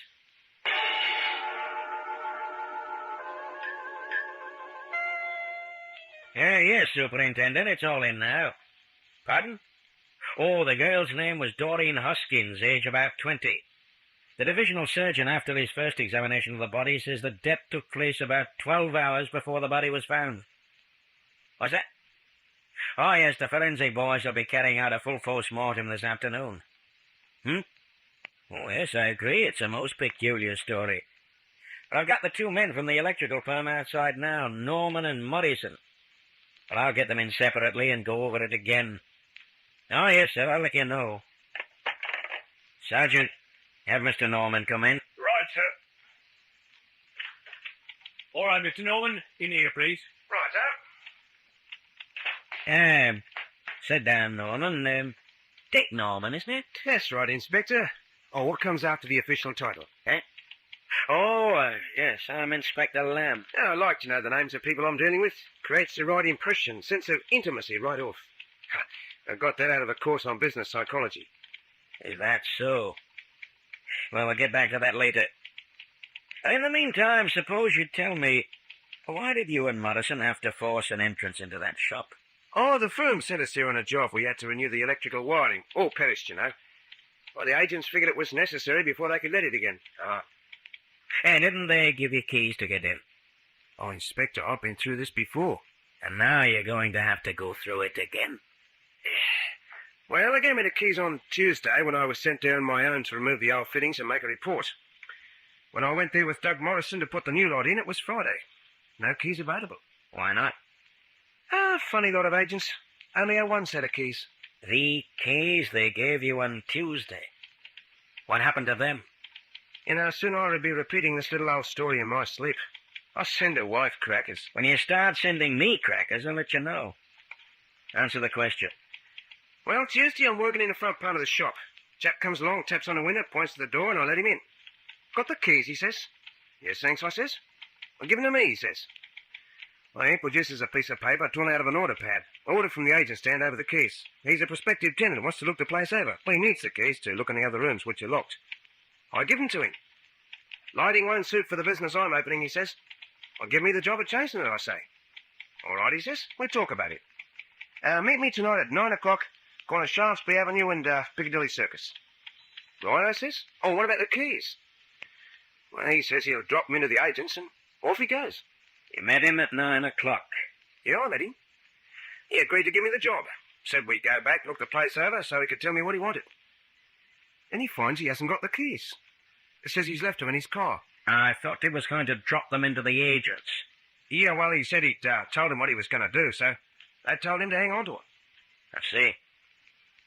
Go on. What next? Oh, nothing next. He don't come back. I wait till 9:30, then I give it away. take the train home, arrive about 11, have a cup of cocoa with the wife, and so to bed. End of Tuesday. What do the agents say about your friend, the prospective tenant? Oh, they'd never heard of him. He's a phony. All he wanted was the keys. Pretty old trick. Can you describe this man? Oh, about 40 years old.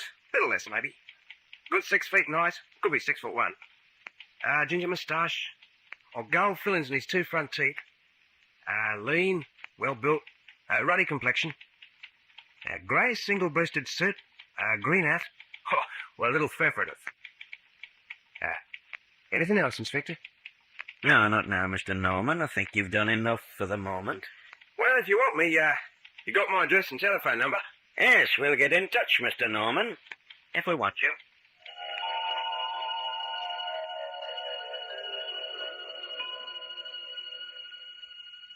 I think we might take in a picture tonight, Molly, old girl. Oh, I'd like that, Dickie.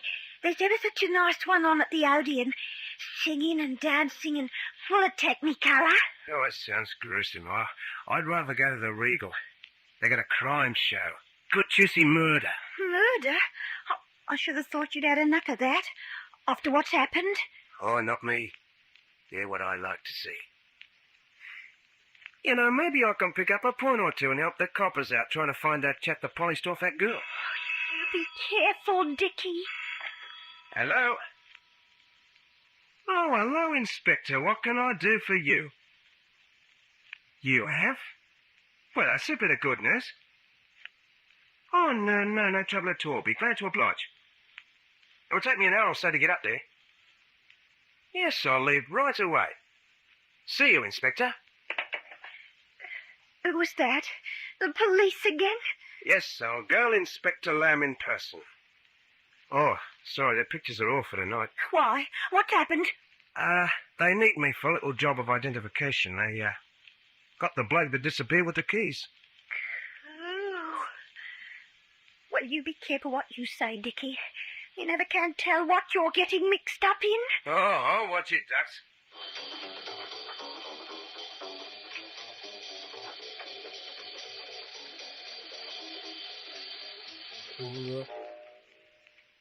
Another visit with Joe and Daphne Forsythe. Joe? Uh-huh. Do you think we can afford a vacation this year? Well, I don't know. Let's see. The car could stand some work. Then there's that chair we've been meaning to buy, and I guess we could always cash in a savings bond or two. What? I said we could cash in one of our bonds. Joseph, don't you dare. Oh, I was just Don't even think about it. Those bonds are our future. When they mature, we'll get back $4 for every 3. Yeah, I know that. They're guaranteed, too. 3 times over. Principal, interest, and replacement if lost or stolen. But the whole United States stands behind them. Sure, Daphne. Well, if we cash them in before they mature, we'll be giving up all that lovely interest. And what happens when we really need the money? Daphne. I don't see how you, who thought of buying a bond every payday in the first place, could suggest such a thing. I guess maybe it was a moment of weakness. Well, don't you ever bring it up again. Savings bonds are not only a good investment for us, but they help our country, too. Shame on you, Joe. I'm ashamed. I'm covered with humiliation. I hate myself. I should think so. Okay, if I go back to reading my paper now? Uh-huh. But, Joe, I was just wondering. Yeah? Do you really think we can afford a vacation this year? Glad he can make it, Mr. Norman. I've got him in the next room. Uh-huh. Oh, how'd you pick him up? Circulated the description you gave us. Today we got a report of a man picked up on a fraud charge answering that description. They always make a mistake, don't they? Now we'll have something more serious than a fraud charge to answer. Eh, Inspector? Perhaps. First you have to identify him, though. Lead me to it. This way.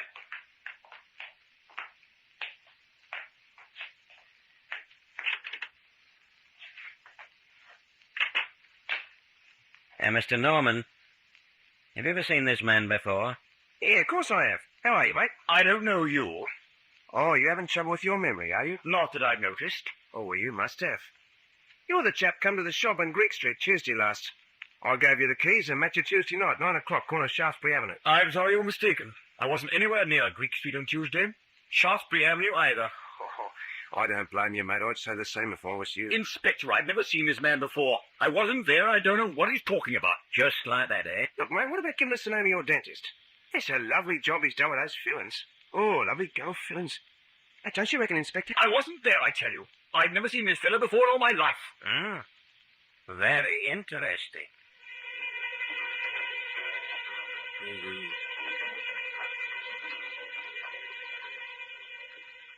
What's that, sir? I'm afraid so, Superintendent. Reynolds' alibi stands up. Yes, Norman didn't have any hesitation about identifying him as the man who took the keys from him. But we've checked out Reynolds' alibi and it's watertight. Nothing seems to put him in the clear. Oh, yes, I realize that. Even if Reynolds didn't have anything to do with the girl's murder, there still could be a man with 2 gold-inlaid teeth who took the keys from Norman. I'm not dismissing his story. And meanwhile, there's my VIP visitor waiting to see me, sir. Oh, this could be very tricky. Oh, don't worry, sir, don't worry. I'll be diplomacy personified. Yes, I'll be in touch. Sergeant, ask Mr. Collins to come in. Right, sir. In here, please. Diplomacy, the full treatment. Good evening, Mr. Collins. Won't you sit down, sir? Thank you, Inspector. You've, something to tell us, sir, about the death of Doreen Hoskins. Yes, it's been on my mind for days. From the moment I read about her death in the press and saw her picture. Yes, sir. You see, I knew her. Oh. It must seem strange that a man like myself should know that kind of girl. But it happens, Inspector. Men like myself, public figures, people think of us no doubt as having all of society to choose from when it comes to friends, but there are disadvantages, Inspector, about living in the spotlight. Yes, I can imagine that, sir.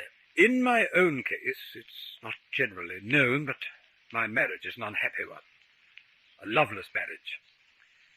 It's not a joyous thing to live with. No, sir. My wife comes from a prominent family. A divorce in the circumstances would be something that could ruin my career. And any indiscretion with women belonging to our own circle, well, it would be dangerous. But a man gets lonely, Inspector. As, for instance, last Monday night. The night before Doreen Hoskins was killed. Yes, I'd been working rather late, you see. When I finished, I went out into the street, Piccadilly.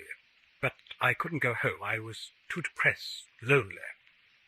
So I walked through Piccadilly Circus, feeling utterly alone in all that crowd of people. The lights, people laughing, it only made it worse.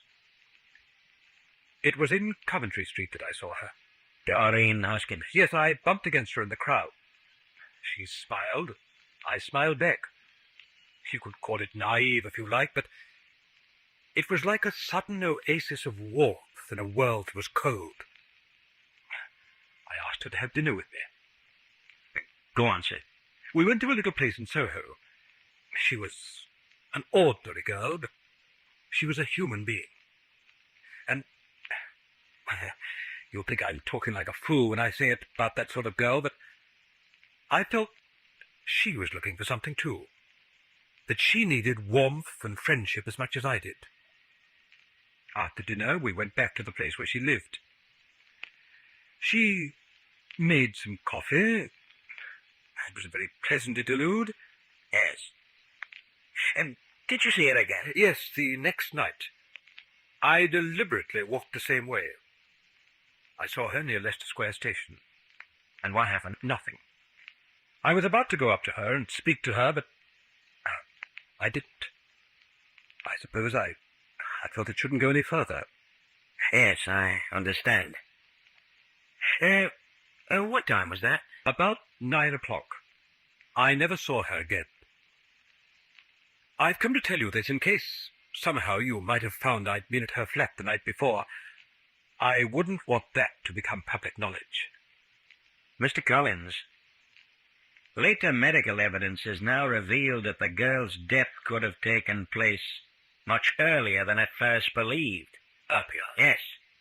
In fact, round about 10 o'clock on that Tuesday night. And as it now stands, you could be the last person positively to have seen Doreen Hoskins alive, Mr. Collins.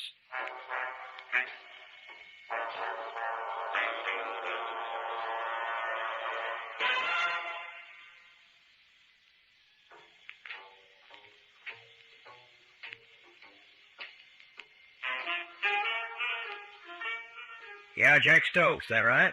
Yes, sir. Live at Woolwich? I work at the dockyard. That's where you met Doreen Hoskins at Woolwich? Yes, she was staying there. I met her at a dance. When? 3 weeks. Yes, sir. 3 weeks ago last Saturday. Didn't take you long to get engaged to her, did it? Oh, no, sir. That happened the second day I knew her. Really? You're a fast worker, aren't you? Well, it wasn't that, sir. It was Doreen. She what? Well, she was the kind of girl who... Well, she needed someone. Well, straight she did. Needed someone bad to look after her.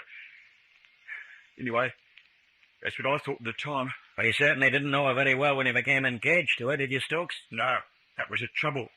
And how did you find out she wasn't the little innocent you took her for? I didn't say she wasn't. No, I'm saying it.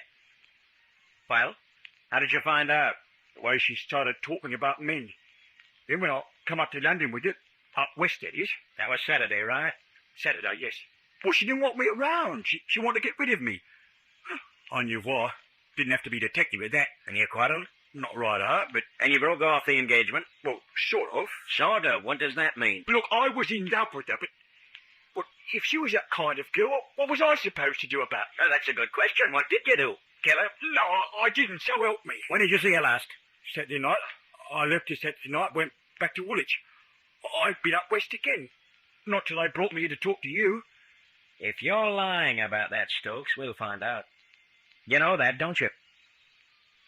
Well? All right. I did come up again. Twice more. When? Wednesday and Thursday, late afternoon. I went to where she lived. Well? But I didn't see her neither time. That's the truth. I hung round because I wanted to see if she had other men. But I didn't see her. Honest, I didn't.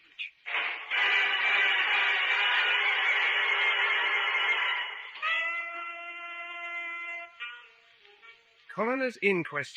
I can hardly wait. Oh, it's going to be fun, Molly, old girl. Real fun. Fun? Oh, Dickie, how can you talk about a thing like that? It's fun. Well, won't it be? Standing up there in front of all that lot, telling my story, Cleaver's writing it up.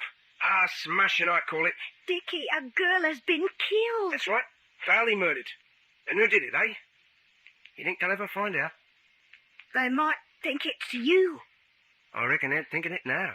Dickie. Well, why not? Maybe I am the one. You think I'm the one, Mol? I don't like you to talk like this.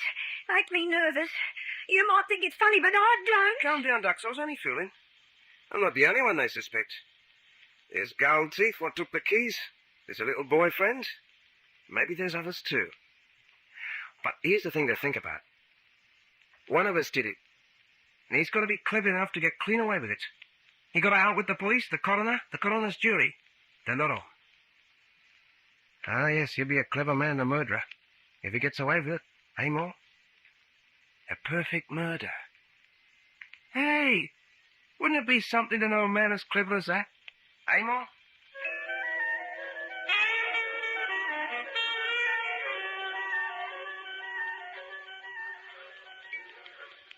Willful murder against some person unknown.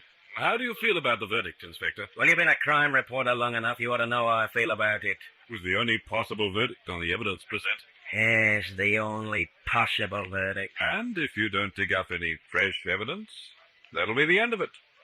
Another one to the files marked unsolved crime. So that pleases you? What shall I tell my readers? That police inquiries are still continuing? Tell them what you like. Pity they couldn't have handed someone over to you. But that wouldn't have helped much, would it? Not without evidence to make the charge stick. Tell me, how do you feel about the coroner's summing up?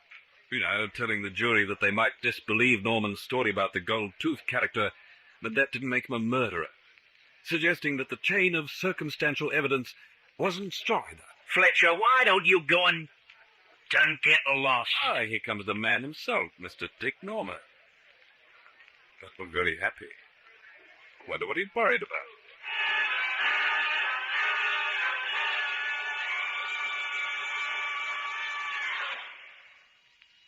Well, there's our memory expert. Hello. How are you? Well, let's see. Do I know you? Do you know me? Oh, sure. Why? Well, I'm not going to discuss my health with a perfect stranger. Your health, huh? Oh, I suppose that reminds you of Medicare. No. Well, you mean you're not going to tell me how important Medicare is to my family? Or how vital it is for me to know just what it does? No. And you're not going to tell me to get that pamphlet called Dependents Medical Care Program? No. That's a switch. What were you going to say? How's your wife? Compared to what?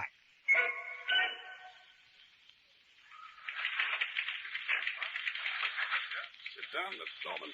Yes, very interesting, all this. Seeing the inside of a big newspaper office? My name's Fletcher. Bill Fletcher. Yes, I know. I saw it at the inquest. That's why I picked this paper. You're talking about the Doreen Hopkins inquest? That's right. 2 years ago. But I remember you all right. Listen, Mr. Fletcher. How would your newspaper like the inside story of that murder? As you say, it's 2 years ago now. There's not much public interest. Oh, but there would be if the story was good enough, wouldn't there? Like, if it came from the murderer himself? And your paper was the one to spring it exclusive? Look, I study the newspapers very carefully, Mr. Fletcher. I know the sort of thing that makes them sell. A thing like this, it'll be a big trial. It'll be sensational. All this time after it happened.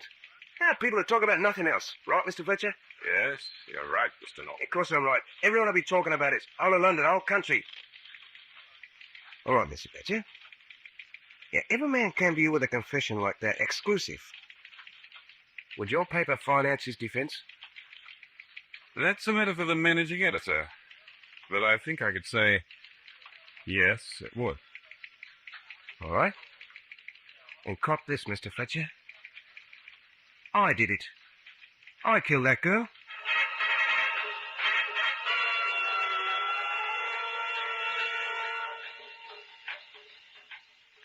Now, Mr. Norman, you've heard the prosecution read out a confession signed by you. And you've agreed that this is, in fact, your confession, haven't you? That's right, was what I told him. Was this confession true? No. It was a pack of lies. Then you didn't kill that girl. No. And the evidence you gave at the inquest was the truth. That's right. Mr. Norman, I want you to think carefully before you answer this question. Why did you confess to the murder if you did not, in fact, commit it? Because I wanted to clear my name. Clear on there, that's right. You see, a while ago I was offered a job. A good job, but I didn't get it. Because they heard I'd been mixed up in that business over the girl, so I had to clear my name. And this was the only way to do it. Get in a big court like this, in front of everyone, for all the world to see.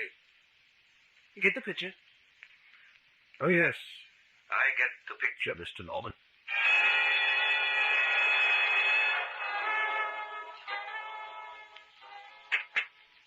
Well, congratulations, Mr. Norman. You can walk out of here a free man. Oh, Tar.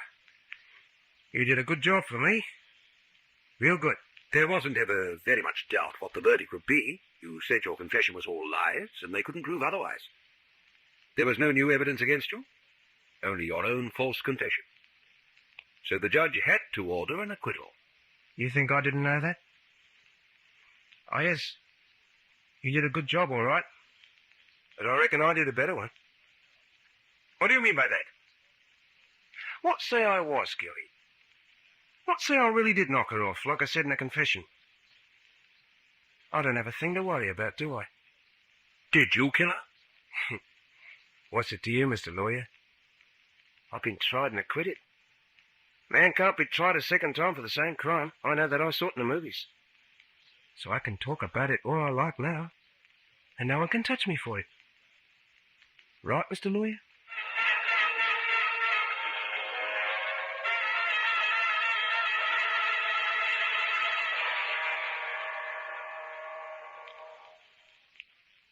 There was a Marine named Pelagic, whose bank account really was tragic. Then, on advice from a friend, he bought bonds as an end to his problems, which vanished like magic. Get the message? Of course you do. You already know that United States savings bonds are the easy, safe, and profitable way to save. This is just a reminder.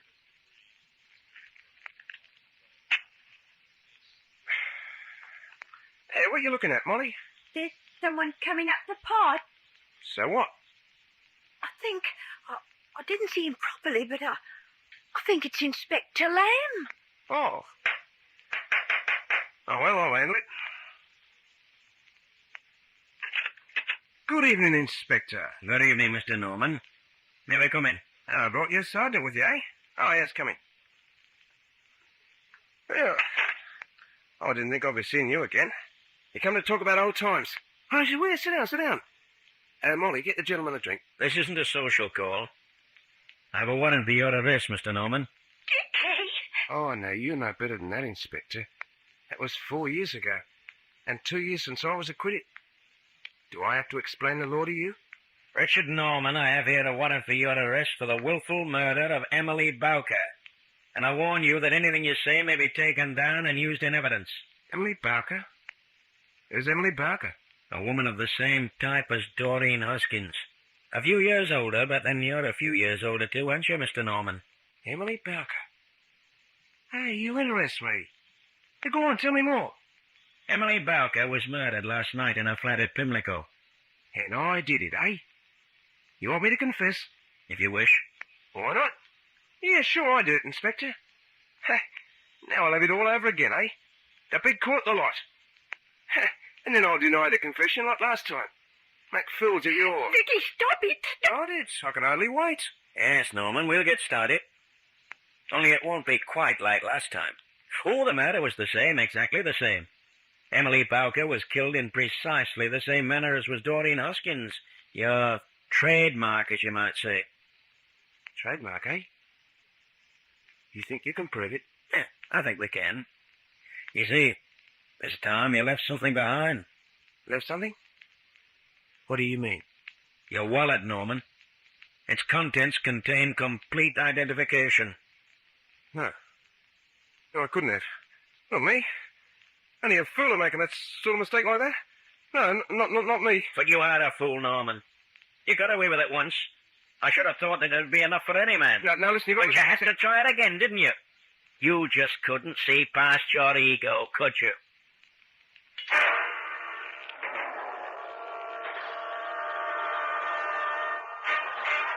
The best laid plans so often go astray. And when they do, it's usually because of that strange factor, that fatal flaw we call the blind spot.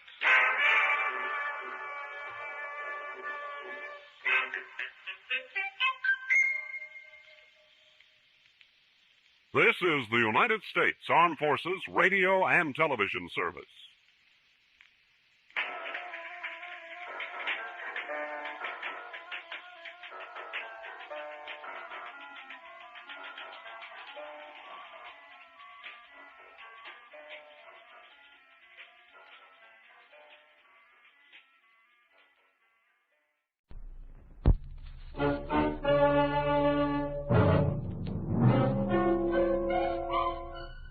Box 13, with the star of Paramount Pictures, Alan Ladd as Dan Holliday.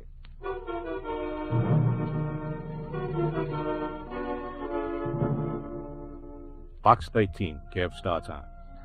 I'm a betting agent in my state where betting agents are legal. I'm one of the many who are being taken for plenty. I think there's something haywire, but none of us have been able to figure it out. Now, since you'd be a stranger here, we figure you'd have a better than even chance as no deal.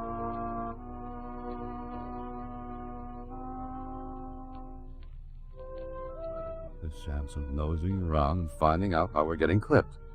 If you do, we'll pay. If you don't, maybe you'll have yourself an adventure anyway. My name is Bert Hendricks. Look me up at 6729 Sierra Way. Enclosed is enough money to take care of immediate expenses. Have a look, huh? Yeah, I had a look all right. Right into the muzzle of a nasty .25 automatic.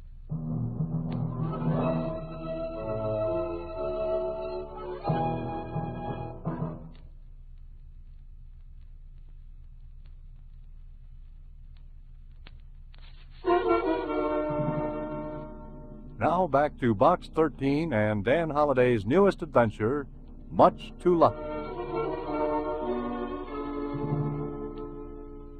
Are you going to be gone long, Mr. Holliday? Well, I don't know, Susie. It all depends. On what? On what happened. Oh, what could happen? Where I'm concerned, anything. Oh, yeah. Sometimes I get worried about you, Mr. Holliday. Sometimes? Most times. It's just like a nomination. Oh? What am I running for? Huh? Nothing. I just had a premonition. What's that? What you didn't have. I don't get it. Well, you work on it until I get back, Susie. I'm off to the races.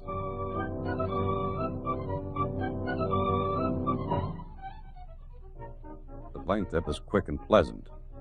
And 8 hours after I said goodbye to Susie, I was talking with Bert Hendricks. Big, nice-looking fella, but with a worried look on his face. After we had introduced ourselves, Hendricks let me know what was putting the wrinkles between his eyes. Oh, it's got us roped and tied like a Christmas package, Dan. How much are you losing? Plenty. Runs into 4 or 5 figures every week. Maybe somebody's being lucky. To be that lucky, a guy'd have to be born with a silver horseshoe in his mouth. Look, yesterday I paid off on a long shot at 40 to 1. The clip ran to the tune of 20,000. And that, as they say in books, is sugar with a capital S. It'd buy a lot of coffee. Anyway, we figure we're getting it the wrong way.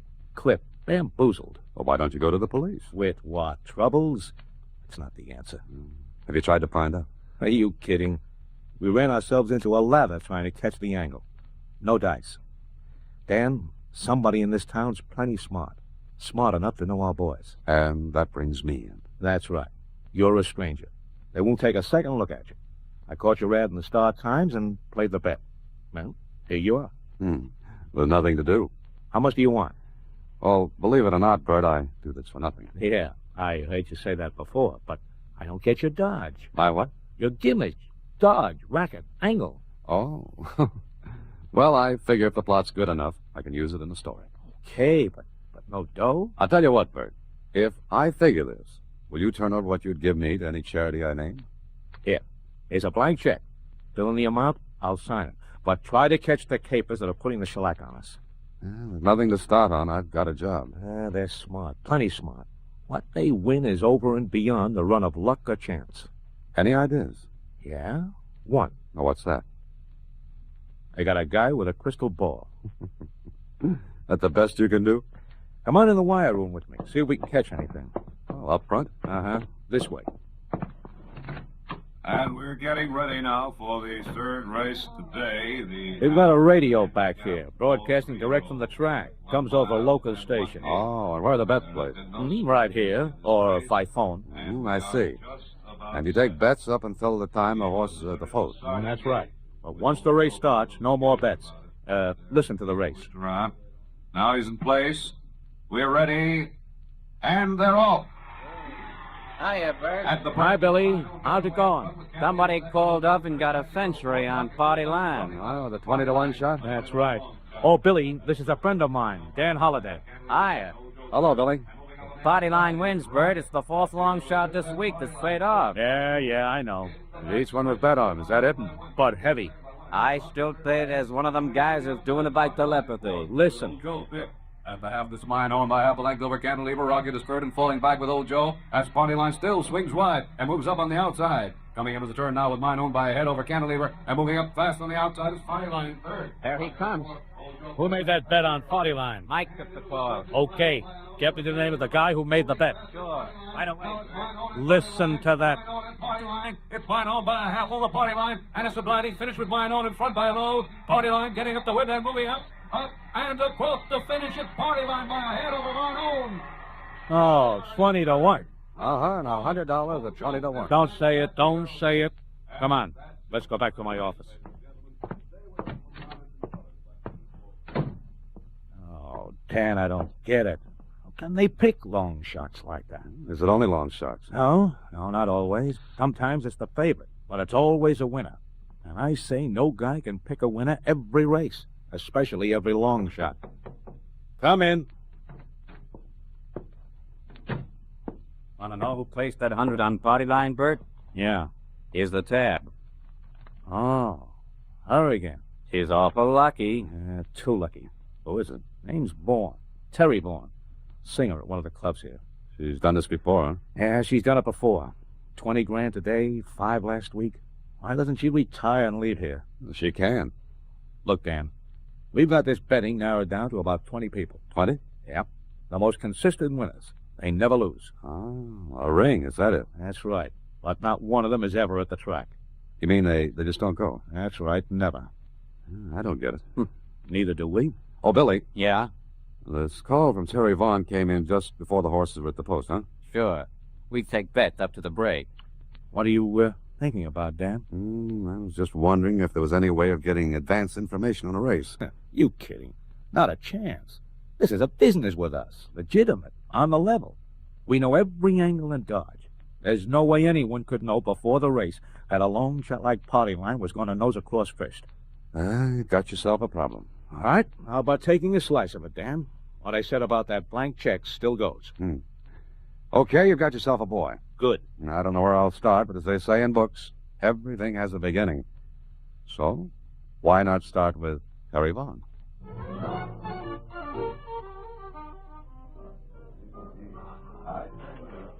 Waiter. Oh, waiter. Oh, yes, sir? I wonder if you'd deliver this note for me. Certainly, sir. Where to? Miss Terry Vaughn. Well, be about it, sir. Will this make you see any better? Oh, yes, sir. Thank you. Oh, and tell Miss Vaughn I'm a journalist. Newspaper man? Yes, I guess that's it. You see, I'd like an interview. Well, I'll see what I can do, sir. I'll do my very best. I waited. I didn't know what Miss Terry Vaughn could tell me or wouldn't tell, but it was a chance. She didn't know me, so she wouldn't be suspicious. It was 10 minutes later that the waiter came back to my table. Miss Vaughn will see you, Mr. Holliday. Oh? How did you know my name? On the card you sent with the note. Simple, isn't it, Dr. Watson? I beg your pardon? Oh, never mind. Now, where's Miss Vaughn? Oh, she'll be here in a moment. Oh, okay, I'll wait. Yes, sir. Glad to have been at service. I waited, and I'll admit the wait was worthwhile. Miss Terry Vaughn glided across the floor to my table, smiled $5,000 worth of tea, tossed $1 million in red hair over her shoulder, and put $10 million of the rest of her in the chair across from me. You're Mr. Holliday. You're Miss Vaughn. Mm-hmm. Your note said you wanted to interview me. That's fine. Well, I'm flattered. I imagine that's a fairly common situation with you. What paper are you with, Mr. Holliday? I have a connection with the Star-Times. Oh, you're a big city boy. I didn't know it showed. Why do you want to interview me? Oh, lots of reasons, Miss Vaughn. Name one. Well, I heard you were very lucky today. Lucky? How? Or do you win $20,000 every day? What does this have to do with an interview? Well, it's human interest stuff, Miss Vaughn. Very human and very interesting. I see. But, why pick on my lucky streak? Because it was so lucky. Oh. I've always been lucky. Well, I can understand that. Oh, how did you happen to pick Party Line today? I like long shots. Always? When I feel lucky. Do you ever lose? Sometimes. Why? Oh, I'm just asking. Mr. Holliday, this is a peculiar interview. Oh, I don't think so. Just pleasant. What paper did you say you were with? The Star-Times. And what are you doing here? Vacation. When is it over? Couple of weeks. I see. Well, Mr. Holliday, as far as I'm concerned, it's over now. Have a nice time. Oh, wait, I'm sorry. Please stay here. Why? I feel that I owe you an apology. For what? For being so curious.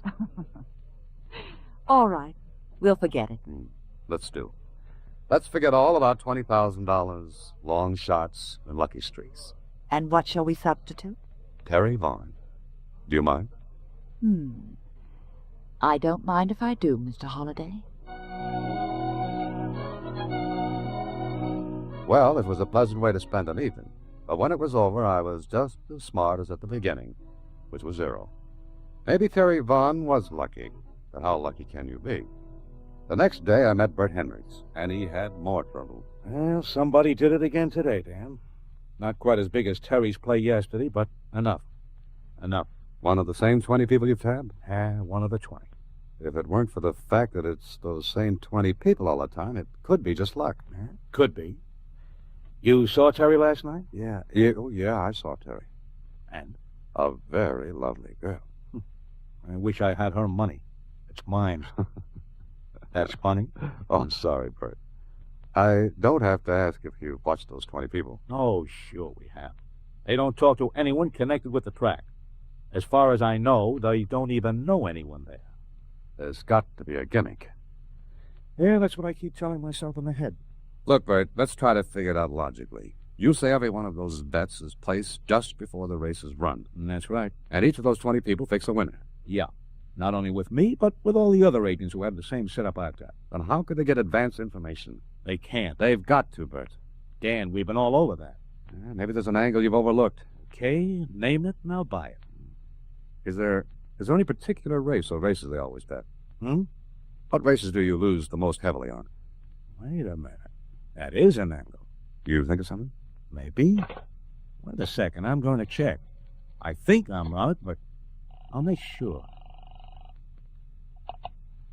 Hello? Hello, Billy. This is Bert. Yeah? What race is being run now? 9 for the 6th. Do you have any big bets? No. Were there any of the 20 on this one? No. Which ones did they hit? 3rd, 4th, 5th. That's all? Yeah, why? Nothing. See you later. Well? 3rd, 4th, and 5th. That's what I thought. Never the 1st, 2nd, or the 6th, 7th, or 8th. Always the 3rd, 4th, or 5th. That's right. But where's the gimmick? I don't know. But hand me the phone. Here. Thanks.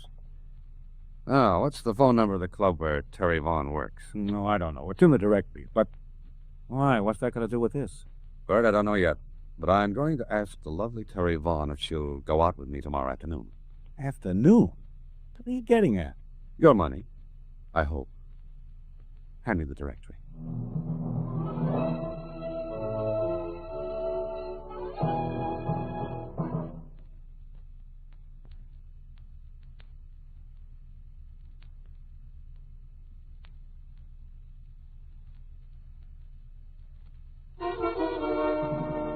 And now back to Much Too Lucky, another Box 13 adventure with Alan Ladd as Dan Holliday's.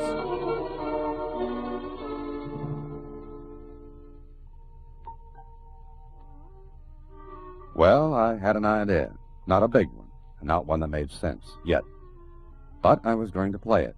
So the next afternoon, I met Miss Terry Vaughn for lunch. I arranged the time so we'd be together just about the same time the horses went to the post for the 3rd race. We sat in a little cafe. I would really surprised that you called me, Dan. Oh? Why, Terry? Oh, I don't know. Maybe because you seem more interested in my luck than in me. The two go together? I suppose so. Do you ever play the races? No, I never have. But there's always a first time. That's what they all say. Why do you ask? Got something good? As they say in the vernacular? Oh, I never get tipped. Ah, but you win. Occasionally. What's your secret? What makes you think it's a secret? That was just a figure of speech. Let's talk about something else. Oh, what time is it? Oh, 2:20. Why? Thinking of leaving me so soon? No, but I have something to do around 3. Important? To me, yes. I see. Well, shall we take a walk? Yes, I'd like to. Okay, that's it.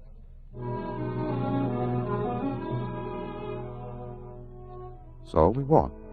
Harry was very charming. I was beginning to wonder about my hunch. Maybe it was luck after all. Then a few minutes after 3... Dan, will you excuse me for a few minutes? Oh, your important 3 o'clock news. That's it. I have to make a phone call. Want me to wait? Yes, if you want to. Oh, I do. I'll make it from this drugstore. All right. I'll wait right here. I won't be more than a 2 minutes. She went into the drugstore and sped to her phone booth. I slipped inside, went to a counter. The clerk came up to me. May I help you, sir? Oh, yes. Let me see a pair of those binoculars, will you? These? They're not very good, except for children, just toys. Well, I like to play with toys. May I see a pair? Certainly. Here you are. Thanks. If you point them outside, you'll get a better idea of what they'll do. All right. getting a good idea right here. Excuse me, I'll be right back. Uh-huh. I watched Miss Terry Vaughn in that phone booth. The binoculars weren't very good, but I saw the numbers she dialed and remembered them. She spoke for a few seconds, hung up, dropped another coin, and dialed another number. I got that one, too. Then the clerk came back. They work all right, sir? Oh, they're marvelous, just marvelous. How much are they? $2.95. Here you are. Shall I wrap them? Got any kids? Huh? I mean, why, yeah. Well, here's a present for them. But you just bought them. Well, you see, I like your kids. You take these. But sir, I can't take these, or can I? I walked back outside and got to the pavement before Terry Vaughn finished a second phone call. I was standing there when she came So out. here we are. All set. Make a call, all right? Yes. Now, how'd you like to see the town? I'd love it. Come on, let's go.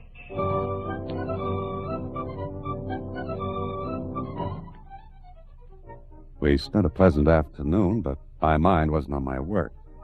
I was trying to keep those phone numbers straight in my head. Then Terry had to go to the club for rehearsal. As soon as she left me, I headed for a phone booth and dialed the first number she'd called. Hello? Hello, Bill? Bill? What number do you want? Is Bill there? There's no bill here. I'm sorry. You're sure there's no Bill there? You got a wrong number, bud. Wrong number, huh? Maybe. Maybe not. I dialed the second number she'd called. Hello? Hello, who's this? Hendricks. Who's that? Hendricks. This is Holiday. What's up? Listen, did Terry Vaughn place a bet this afternoon? Yeah, on the fourth. Did she win? She had 50 on the winner's nose. Look, she was with me when she made the bet. You heard her make it? No, she was in a phone booth. Was that the only bet she made? That was enough. How many winners did you have in that race? 6 of the other 20 people had the winner. How about the other races? 3rd, 4th, and 5th. All winners among the 20 people. Uh-huh. You got the gimmick? Maybe. But I've got to prove it. Listen, just sit tight, Bert. Don't open your mouth, don't let out a peep, and above all, don't try to see me. But, Dad, if you know anything... I don't know whether I know anything or not, but I'll find out tomorrow at the track. Later that evening, I made a purchase, a very important one. Then I called Terry Vaughn and asked her to go to the track with me the next day. It took a little persuasion, but she finally said yes. So the next afternoon, with my purchase in the pocket of my topcoat, Miss Vaughn and I went to the track. And up in the stands... Do you know, Dan, this is the first time I've been here this season. Oh, I thought you liked racing. Oh, I do, but, well, being at the track makes me nervous. Nervous? Why? Oh, no reason at all. Huh. Which horse do you like in this race? Oh, I'm not going to bet. Oh, now, with your luck? I don't want to force it. I see. Well, I don't blame you. Why don't you go ahead and bet? All right, you pick a horse for me. Think my luck will rub off on you? Could be. Go ahead. Pick one. Well, let's see. How does this one sound, Bright Angel? Bright Angel it is, in the 3rd. It's almost poke time. Uh-huh. Well, this is a good seat. Yes, they are. I reached in my pocket and took out the important purchase I had made the previous evening and started to unwrap it. What that got? Oh, I just bought this, a portable radio. I wonder if I can hear the race on it. Don't turn that on. But why not? Put down that radio, Mr. Holliday. Put it down. Why don't you want me to turn it on? You're just a little too smart, Mr. Holliday. This is a gun in my crib. You're getting out of here. Go on. I carry radio, you carry guns. You're well equipped. Go on. Lead the way. No? Okay.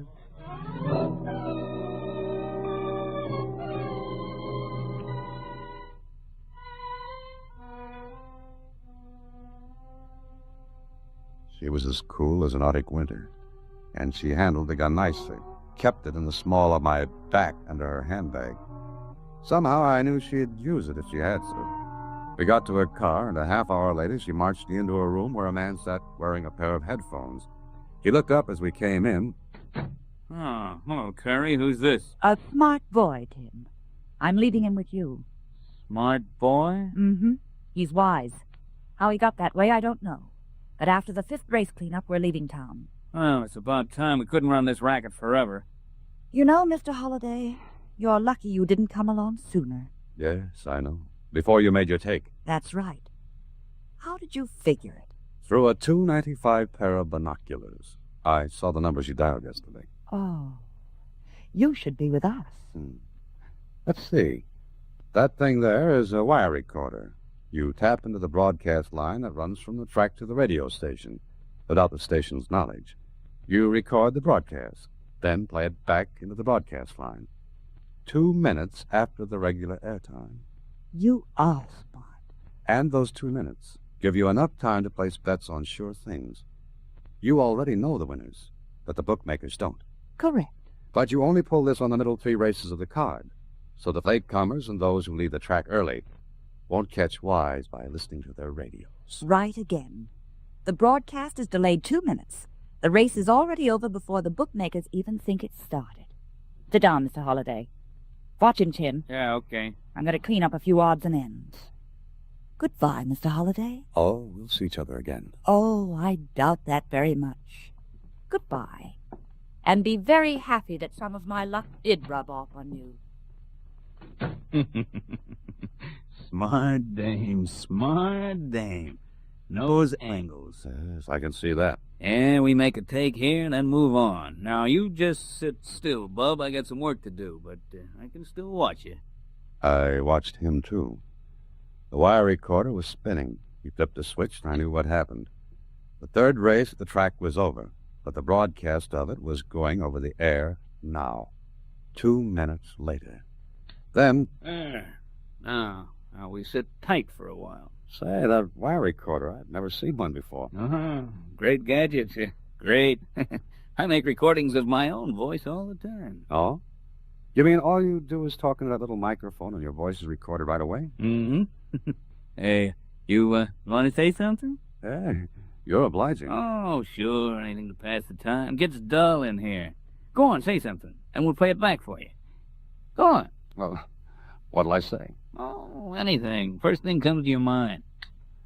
Well, my name is Dan Holliday. I'm being held prisoner at 758 Condo Street at the point of a gun. Please help. Oh, great. Great. Don't you wish someone on the outside could really hear that? Yeah, I guess I do. Now, you mean that thing will play it right back, huh? Sure. Just got to switch from the record to playback, that's all. He turned his back for a second, flipped the switch. I flipped the switch, too, and waited. Well, my name is Dan Holliday. I'm being held prisoner at 758 Condo Street at the point of a gun. Please help. See? Dollar is good. Well. What do you know about that? Isn't science wonderful? It sure is. Too bad you had to come along and spoil this racket, mister. But I guess we made a big enough taking. Keep your hands up, mister. I can shoot and answer the phone at the same time. Huh? Tim, what happened? Happened? Nothing. Why? The guy... Listen, get out of there, Sass, and take him with you. We'll take care of him later, but get out of there fast. Harry! Harry! Something wrong? I don't know. Get up and move out. Go on. I did. But I did something else first. We walk out of the place, a gun in my ribs. I hoped what I'd done would work. We walk up the street a piece, and then... That's cops. All right. Duck in here. Go on. In this hallway. Now, just keep quiet and let them go past. Guess they won't find nobody there, will they? No, I guess not. Well, what now? Now, wait for a minute, and we go. All right. Now get in front of me and stay there. Go on. Drop that gun. What? Better drop it. There's a lot of cops. Oh, okay, don't shoot. Dan Halliday. You all right? Sure, Hendricks. Did you hear my broadcast? Yeah. Your voice cut in right in the middle of the regular broadcast. Huh? I don't get it. How'd they find us? How'd they trail us? Oh, look on your coattail, Tim. You didn't know it, but when we left that room, I hooked the end of the wire from the recorder on your coat. You see, Tim, you were wired for sound.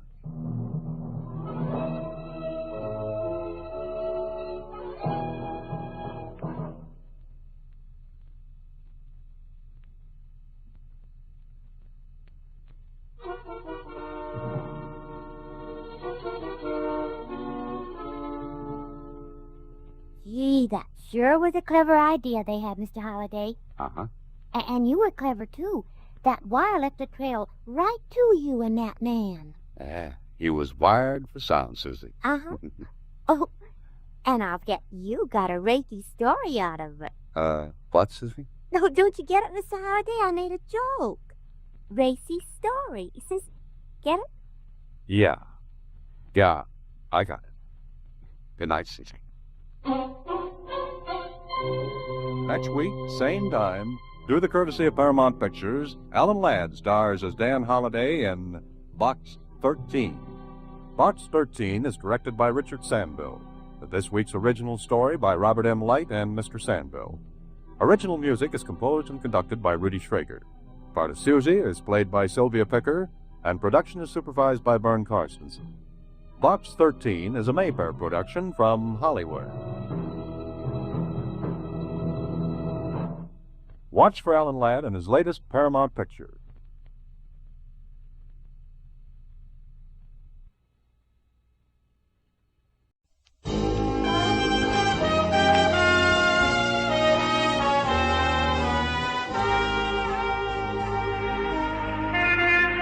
Broadway's My Beat, from Times Square to Columbus Circle, the gaudiest, the most violent, the lonesomest mile in the world.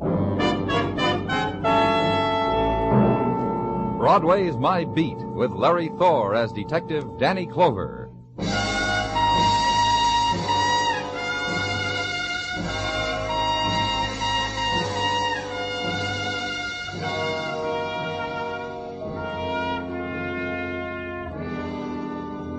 Soft night of June, and Broadway's heart loses the beat, pounds to a secret rhythm, because the winds of summer have sown the pavement with promise and already drift back into the river.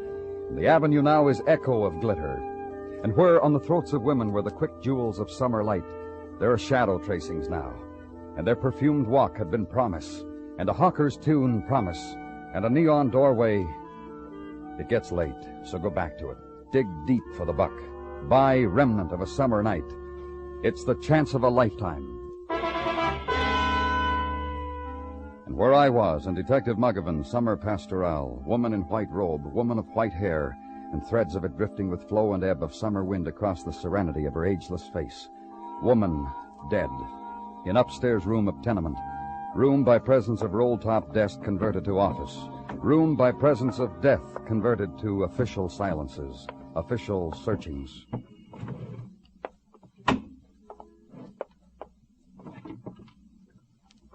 Well, Muggavan?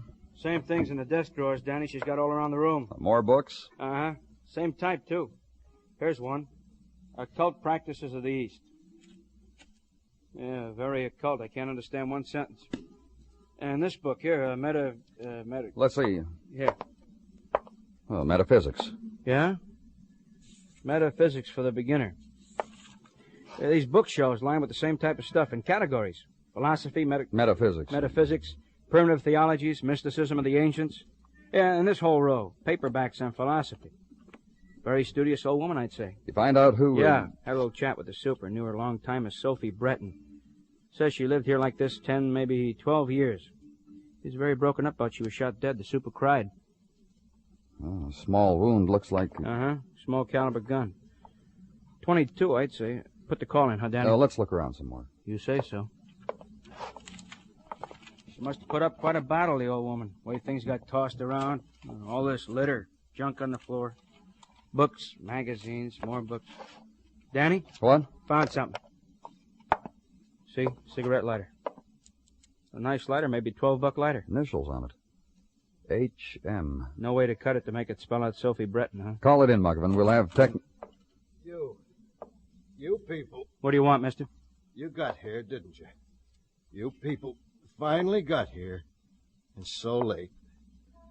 So much too late. And she's dead. And I tried. I tried real hard. Danny, man needs help. Yeah, he really does. And Muggavan lifted him, carried him to the bed, and lay back his shirt. There was not much blood, and the lead slug of a bullet could be seen through the film of it. But over the man, the pallor and features of shock when the entire body has been made aware of what has happened, that somehow and suddenly an attempt has been made to turn it into clay. Siren now, and the men who come with it, squad of the Black Bag, composed of technicians, interns, photographers, and a small, silent man who sniffs. Dead woman and injured man in competent hands. Leave. And the new morning comes around through a bedroom window, causes an alarm clock to ring, causes the world to happen to you again. Dress, breakfast, and work. Check into headquarters, then down to emergency hospital and Dr. Sinsky. Here's the bullet from his shoulder, Danny, a .22 caliber. Send it through to ballistics for me, will you, Doctor? Of course. You may go in and see the patient if you like. Here's his chart. Name's Harry Madison. Address. Pierced ligamentous attachment of the sternocleidomastoid. Don't look like that, Danny. He's all right. He's getting ready to go home now. Thanks. Good morning. Hello. I'm Danny Clover. I'm from the police. I'll give it to you fast. I've got to get out of here. Good. Okay, nurse. The shirt's in that package there. Unwrap it. I've had to send out for a shirt, Mr. Clover. Most men do after it's been shot through. How do you like me shot, huh? Tell me about it, Mr. Madison. How's Sophie Bretton? Dead. I knew it as soon as it happened. It's a feeling you get if you've ever seen a wild man walk through a door and see him whip out a gun and take a pot shot. Is that what happened last night? Okay, nurse. Help me on with the shirt, huh? I was there. You must have figured that already. I was there, and I was sitting with her, with Miss Sophie. How come? What do you mean? Well, why were you at Miss Bretton's place last night? Why is anybody there? I'm not sure. You tell me, huh? Now button it, huh? She talks to you. You got troubles, you come tell her, and she talks to you. She's got second sight. She talks to you, and you go away and feel better. Drop a couple of bucks in a cigar box on your way out and figure you're getting the bargain of your life. Now, last night... Well, I was sitting there, and she was talking to me. Door swings open, and the nut come running in with a gun. What did he look like? You got me. Listen, I don't want any trouble out of you because I happen not to know what the man looks like. Well, I heard of a time when they had a man busting into a classroom in a college and shoot a couple of blanks off and run right out, and none of those college students... All right, just about last night. Oh. He yelled at Miss Sophie that she was a phony and shot her. Then he took off. I ran after him. Just as I almost caught him, he turned and shot me. I remember. He was a medium-sized man. I remember now. This your cigarette lighter, Mr. Madison? Yeah. Can I have it? Or you need it for a clue or something? You can have it. Hand me my wallet, will you, nurse? Or while you're at it, take a buck out of it and keep it for yourself. Buy yourself something.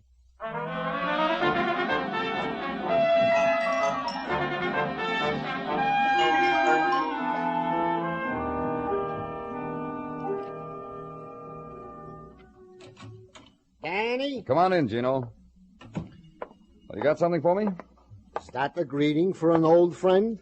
I'm sorry. Good afternoon, Gino. Did you ever consider that door should open and the face would not be mine? Never? What are you talking about? Just don't take me for granted, that's all. I warn you. What? Time drifts by and who knows what, right? Oh, Gino, Just think about it, Danny, that's all. People should start appreciating people instead of grabby, got something for me, Gino? Never again, I promise it. It happens I have something for you. If you please. The deceased Miss Sophie Bretton was indeed slain with a .22 caliber bullet, with identical markings according to ballistics to the slug which was lifted from Mr. Harry Madison. Go on. Miss Bretton was known in her neighborhood, according to legwork done by our finest, as a lovely old lady who had a kind word for or without money. Would you care to elaborate on that, please, Gino? Glad to. She was a helper of lost souls, a thin but understanding shoulder for weepers. Also, what some people gave her money-wise, she would give to other people who had not a nickel. Danny, let's go. Why? Homicide a couple doors down from last night's killing. Pete Patrolman said a .22 caliber slug. You know what I think, Danny? I think we got a maniac with the .22. What do you think?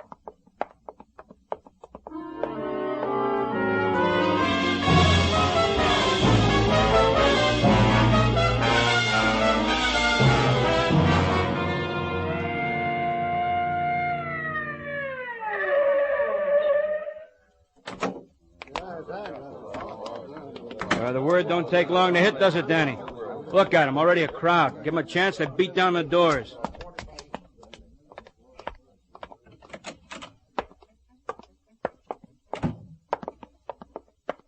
Officer? Room down at the end of the hall, Lieutenant. Yeah, thanks.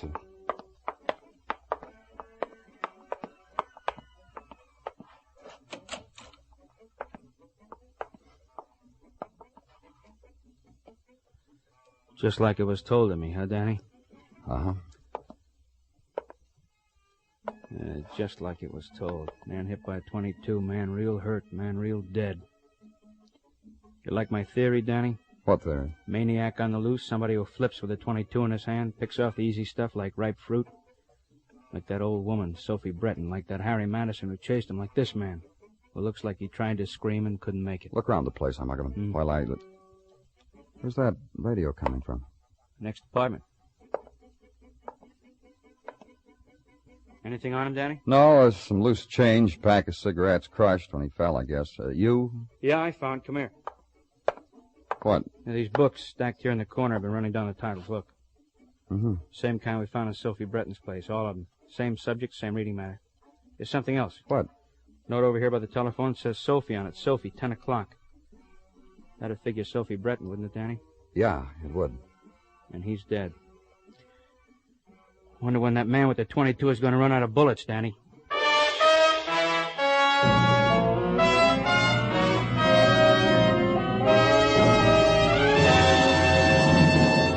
You are listening to Broadway's My Beat, written by Morton Fine and David Friedkin, and starring Larry Thor as Detective Danny Clover. The Checkered Life and Sudden Death of Colonel James Fisk, Jr. is a long title for a fascinating crime classic, the subject of CBS radio interest this coming Monday. Join that estimable man about criminology, Thomas Hyland, weighing the astounding facts of the life and death of Colonel Fisk, whose end came suddenly in 1872. For the details, hear crime classics over most of these same CBS radio stations this Monday night.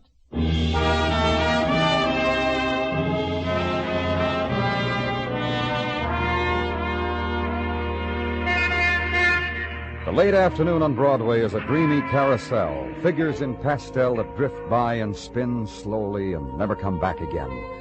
Just the imagined smile and the floating away. And further on the midway, juggler of buttermilk pancakes. And there, death-defying active jaywalker who, having reached the opposite curb, flips a cigarette at the world and turns left for an encore. And there, the strong man, holding high a bag of knishes. And his admirer, the whimsical girl with the golden hair, today a waitress, at her enameled and lighted fountain of eternal orange juice. Easy Time on Broadway, June, the end of the fabulous ride that costs only a dime.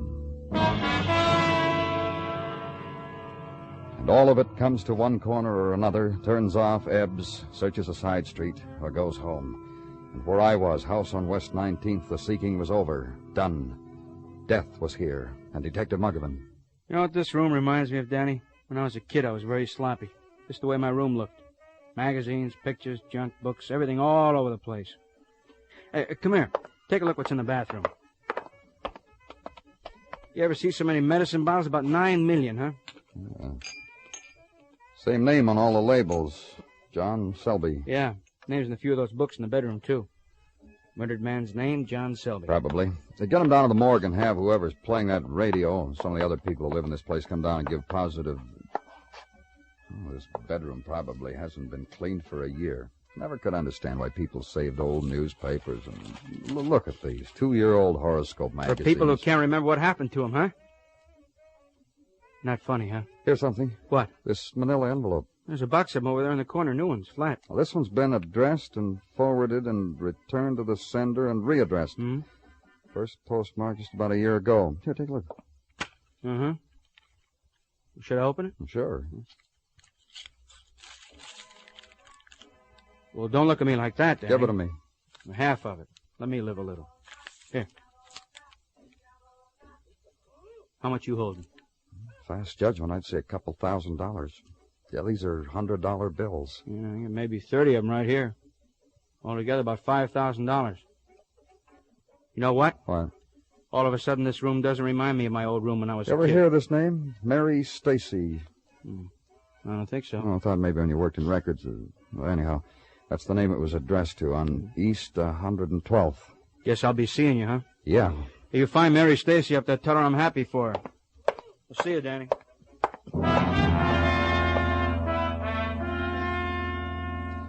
Legwork, then. Wander a twilight of summer. Search for a woman who had been chased by $5,000 and who had, in flight, somehow managed to successfully avoid her pot of gold. Gift, debt, gratuity, alms from a man now dead, and know not which or why. So, legwork and search. And first address on envelope becomes a thing colored by tenement and screech of children fleet on pavement and through adjoining alley.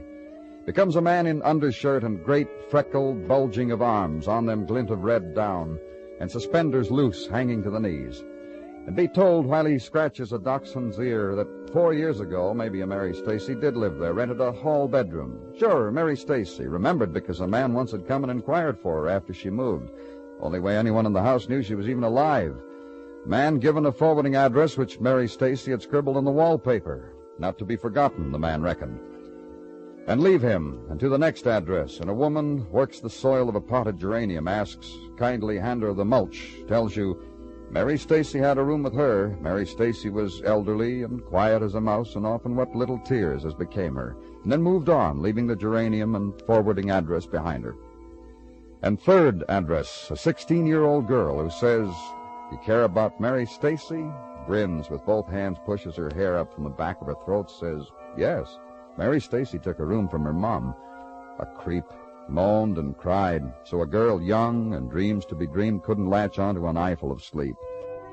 And fourth address then, last address, in fall of night, and the man, Mr. Remsen, who offers you a rectangle of stoop. Sit, mister.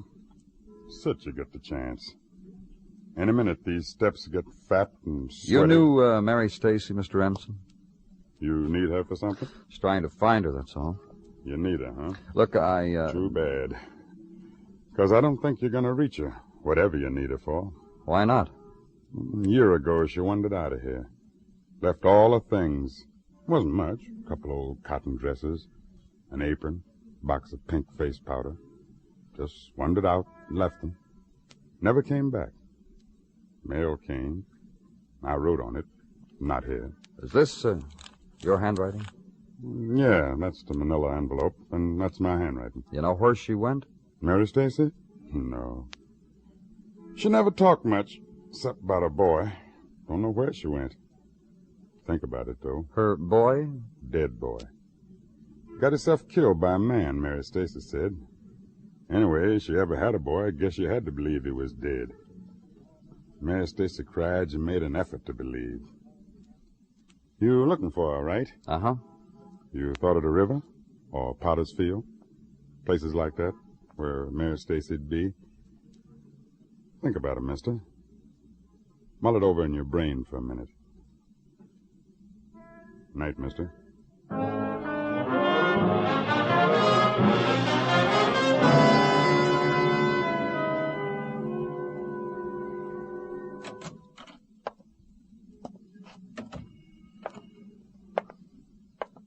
Danny? It's me, Muggerman. Who'd you think? You're tired, huh? Real tired. Yeah, I'm tired. You get any supper? No. I got supper. Feel good, too, not tired. I'll remember to eat from now on so I can be like you. Flabby, huh? I'm getting flabby, so's you noticed, huh? Mrs. noticed it, too. She likes it. Says it gives me a... Some other time, huh, Muggerman? All right. I'll tell what the missus whispered to me some other time. Right now, I got other things for you. Yeah, that's nice. Sure, it's nice. Shows we're making progress. This, for instance. Friends and neighbors came down the morgue, stood in line, positively identified a fellow there as John Selby. When they left, their faces looked like, where's the door prize? I didn't give out any. That's all you got. You really are tired, aren't you? Muggerman, That's not all I got. While enjoying a cold supper, I dug through lots of files and records. I ran across one marked Stacy. Open file. All right. All about a 19-year-old boy. Robert Stacy. Messenger for a manufacturing outfit in Lower Manhattan. On payday, he carried the payroll from the bank to the factory. May 6, 1947, he was shot down in cold blood. Payroll robbery. What else? Well, this Robert Stacy had a mother. Mary Stacy. Mm-hmm. From what I found out about Mary from vital statistics, you could have saved yourself a long walk with that manila envelope. Mary Stacy's dead. Been dead more than a year. She was buried in Potter's Field, I'll find it here. January 12, 1952. Which made me think about John Selby trying to get that $5,000 to her. And Selby killed. Mm-hmm. Which made me check technical on those medicine bottles we found in his bathroom. Lab boy said the medicine was issued by the Public Health Clinic on 23rd and Lexington. Now, you get something to eat, you hear, Danny? Yeah, I'll eat, so she'll be happy. And in headquarters basement, dinner, standing in front of the huge iron coffee urn, and choose from the cardboard carton a donut with pale yellow icing. And for reading material, the sign printed by Officer Senker. 8 cents for coffee, fellas, and a dime for the crawlers. Please don't forget. Thank you. Officer, in parenthesis, Jerry Senker. And call the clinic on Lexington and be told tomorrow. We're short-staffed as it is, mister. Drop in tomorrow when there's secretaries. So a movie now. Get chased by a man from Mars in a 3-dimensional manner. Then home, then sleep. Then a morning. Clinic again. Go there, and a helpful secretary introduces you to another helpful secretary who does the same for you to another secretary who asks you to wait. And in a few minutes he appears again, dressed in a clean white coat, takes you by the arm and leads you into an office. The man at the desk introduces himself. I'm Dr. Magruder. I'm the police doctor, Danny Clover. This is the information you probably want. That was John Selby, wasn't it? That's right. Yeah, but that name was murdered last night. The paper... The same man. Murder didn't need to take the trouble. Selby was a dying man. Had a month, 2 at the most. Been dying for a year or so, incurable. Did Mr. Selby know he was dying? Oh, yes, indeed. He asked, he sensed it, and we told him. We gave him medicine, sugared water. It had a psychological effect. There's not a whole lot more here, charts, x-rays, but what value? Thank you, Doctor. Thank you very much.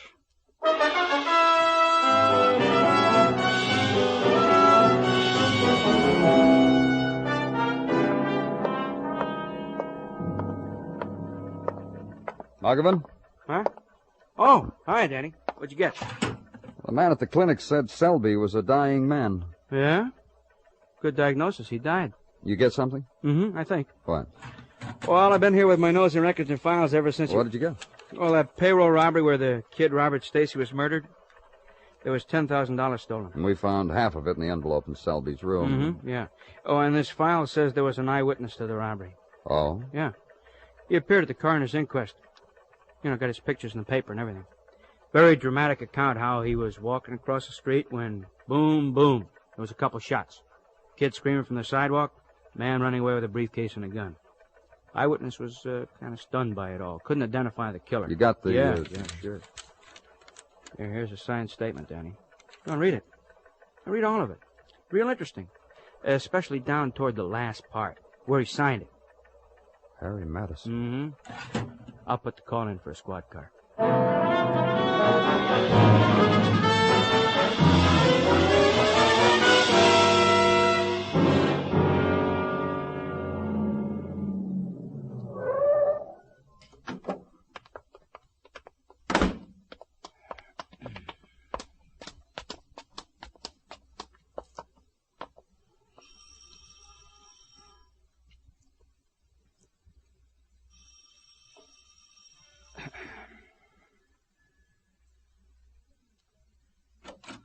Oh, hi. Hello, Mr. Madison.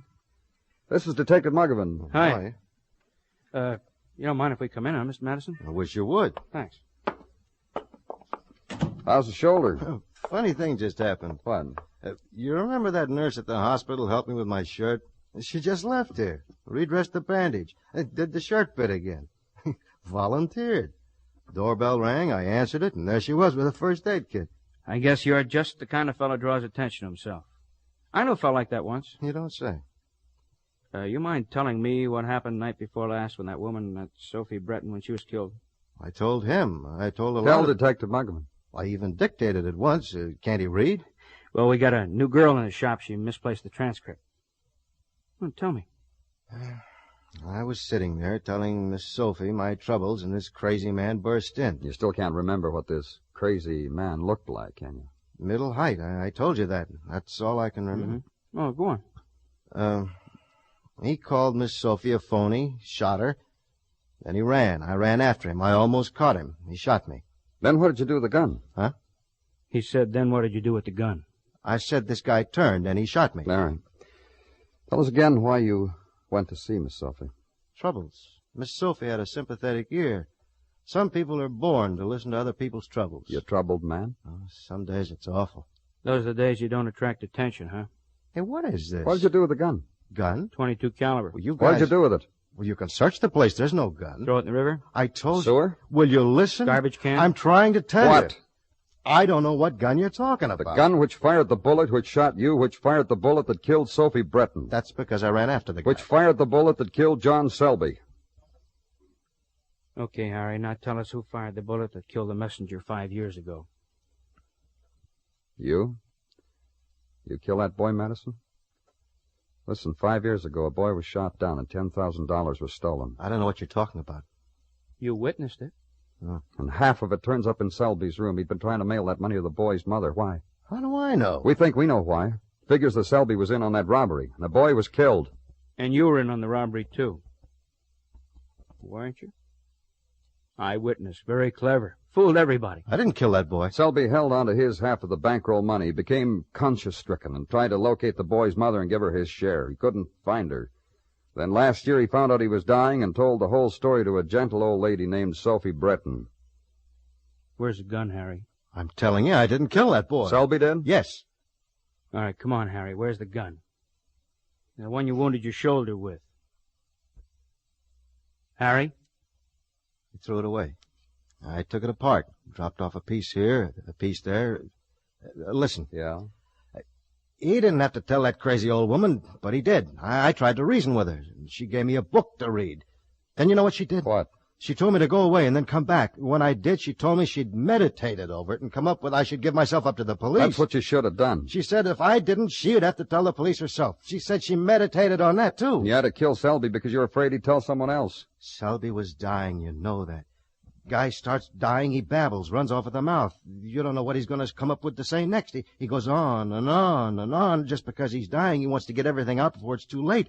Like I remember once just after I shot that messenger kid, I was afraid I wouldn't have time to get rid of the gun, but Selby took it from me. I can see it just like it was yesterday. Kid standing there on the...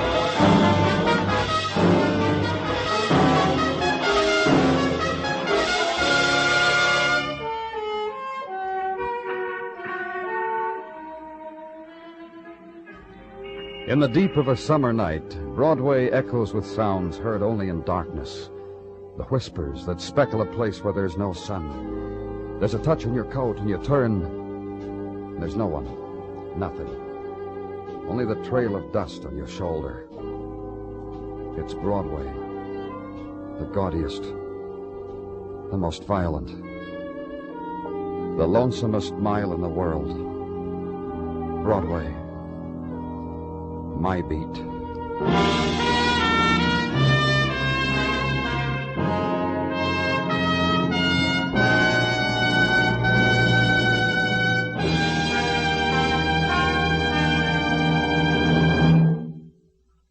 Broadway's My Beat stars Larry Thor as Detective Danny Clover, with Charles Calvert as Tartaglia and Jack Crucian as Muggavan. The program is produced and directed by Elliott Lewis, with musical score composed and conducted by Alexander Courage. In tonight's story, Clayton Post was heard as Harry, Roy Glenn as Remsen, and Hal Gerard as Magruder. George Walsh speaking.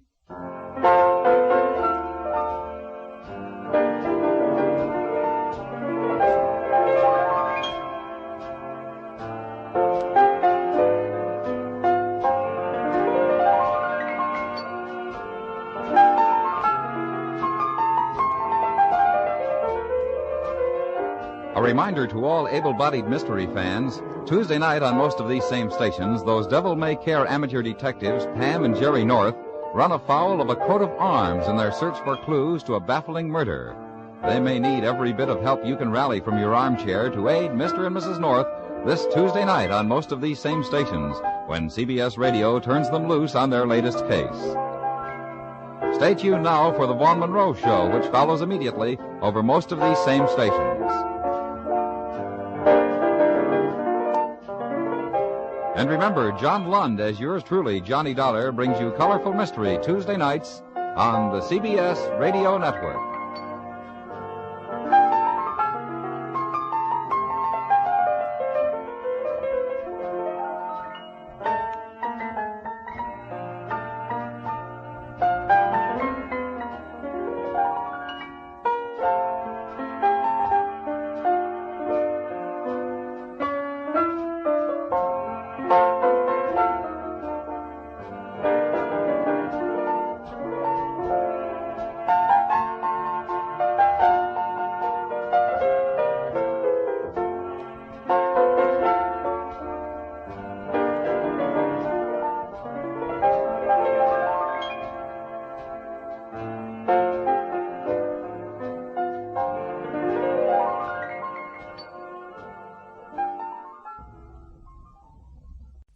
Another cup of coffee, Doc. Thanks, I've got to dash. You rushed your breakfast again. Sorry, but there's this salesman I'm expecting early. Oh, you'll be back by 6, won't you? Do my best, darling. Looking forward to this evening. I am. Me too. We haven't been out to a smart restaurant for weeks. Only because you cook so marvellously at home. Oh, Ken. Oh, but you should relax a little, darling. You haven't had a holiday since we were married. Next year, Ella, we'll make it the south of France. Oh, lovely. Try and get a proper lunch today, anyway. Yeah, I'm lunching with the bank manager. He's taking me. How nice. Success. And it's all due to you. Oh, darling. Oh, yes, not only the money, but you've been wonderful. You've done the work. Oh, look at the time. I'm off. Goodbye. Bye, darling.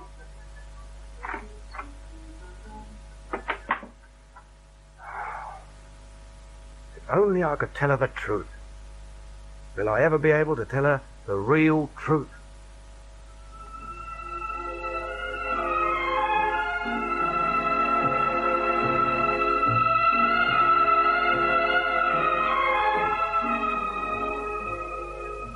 Crime Lawyer, with Donald Sindon as Philip Craven.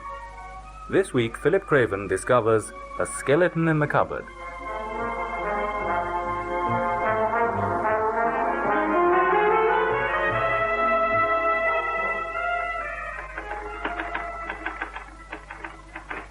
Good morning. Oh, good morning. Can I help you? You look like you could be ever so helpful. Just dropped dead. No, darling, your charms ain't that lethal. So this is where he hangs out, eh?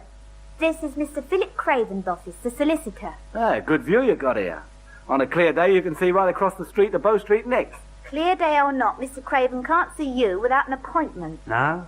You tell him I got a message from Ted Hayward. Ted Hayward? Oh, what is it, Miss Freeman? Are you him? I beg your pardon? No wonder old Ted got 5 years, an old geezer like you defending him. I'm Mr. Craven's managing clerk. Oh, yeah? Well, perhaps you'll manage to tell him Ted Hayward sent me. Hayward, but he's in... The big house. That's right. I just got out myself this morning. If I might have your name? Sure. Johnny White. You could give me some idea, Mr. White. Mr. Craven does happen to be somewhat busy. Not to no one but Mr. Craven himself, Ted said. Strictly confidential. Hayward, eh? Pulled that pay packet job 2 years ago. Yes, I recall it perfectly, Miss Freeman. Copped 5 years. Ah, fans of old Ted's, are you? Well, I done 3 myself. Did you say you came out this morning? Next time I'll get 5. If you'll just wait, please. Oh, Mr. Craven.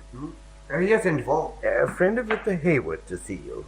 Oh, Ted Hayward? He said he's a message from him, confidential. And who is he? He gives the name of White. Not a very appropriate name, I would think. Oh, Ted, Well, we'd better see this Mr. White. If you wish. Mr. Craven will see you. Okay. Mr. White, Mr. Craven. Hello, I'm Johnny White. Hello, Johnny. Yeah, he's not going to hang about, is he? Thank you, Winswall. You know, it must feel funny for the 13 days after being inside all that time. 3 years. Mr. Inchfield, how long have I been here? I don't quite see the comparison. Oh, no, this is ever so much nicer. I was just trying to imagine how long. Haven't you got a considerable amount of typing to attend to, Miss Freeman? Listen to the jailer. I wonder what he wants with Mr. Craven. Yes, I can imagine him in there spinning some highly colored yarn. So this is the message old Ted's wanted to give to you, Mr. Craven. He's dead worried about his son. His son? Yeah, his boy Ken. Only son. Yes, I seem to remember him. He was, his age? About 30. About that. And Ted's worried about him. Wasn't he big enough to look after himself? Well, I tell you, his dad sort of thinks he's gone and turned crooked. What makes him suspect that? Well, because he hasn't heard from him for over 6 months. That was when he writ and said he was moving somewhere up north. Didn't give no address, and he didn't even come and see the old boy, tell you the truth, when he was in the prison hospital. And it's getting on his wig. You want to know something, Mr. Craven? I think Ted's for over the wall. Well, trying to escape won't help him. Well, he reckons it's the only way to find Ken. He's convinced the boy's running with some mob. His only son and all who he prayed would go straight. Yes, well... Oh, I know what you're going to say. But listen, it wasn't all that easy for the old grafters. Today the kids have it handed to them on a plate. I expect you're right. So, Ted sent me to see you, who he's been a regular client of, to check up on Ken. And when you find him, to reason with him, to tread the straight and narrow. But if I could find him, why can't you? Well, it'd look much better if you did. Well, you know what I mean. I mean, the old straight and narrow coming from me, well, you got to admit it would be a bit strong, wouldn't it? Yes, but I'm a criminal lawyer, not the Missing Persons Bureau. Oh, by the way, he made a point of mentioning I was to foot your bill. Expenses and that. Oh, thank you very much. He's going to be very disappointed if you let him down. Well, where do you suggest I start looking? Well, I got the address he last ripped from, well, that's when he was living with his dad. Well, that'll be on our files. What was his last place of employment? Well, it wasn't anywhere, Ted remembers. He sort of moved around, you see, he did with jobs. Mechanically minded, keen on flogging second-hand write-offs. But the neighbours will have a clue. Neighbours are nosy. Always know more about you than you do yourself. All right, Johnny. I'll do what I can. Leave it to me. Marvellous. Old Ted knew he could count on you. Look, you'd better leave me your address in case I want to get it.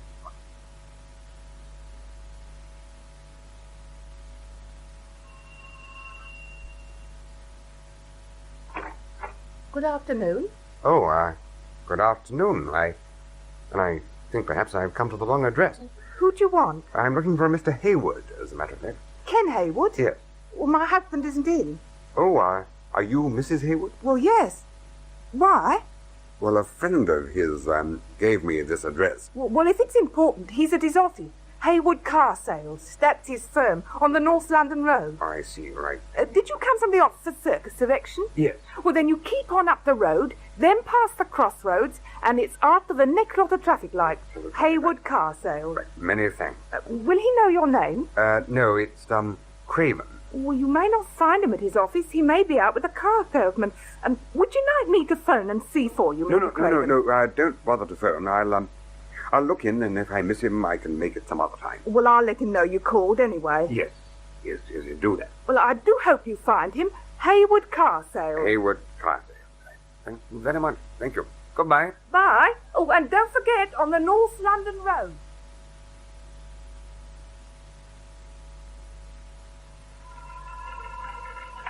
Yes?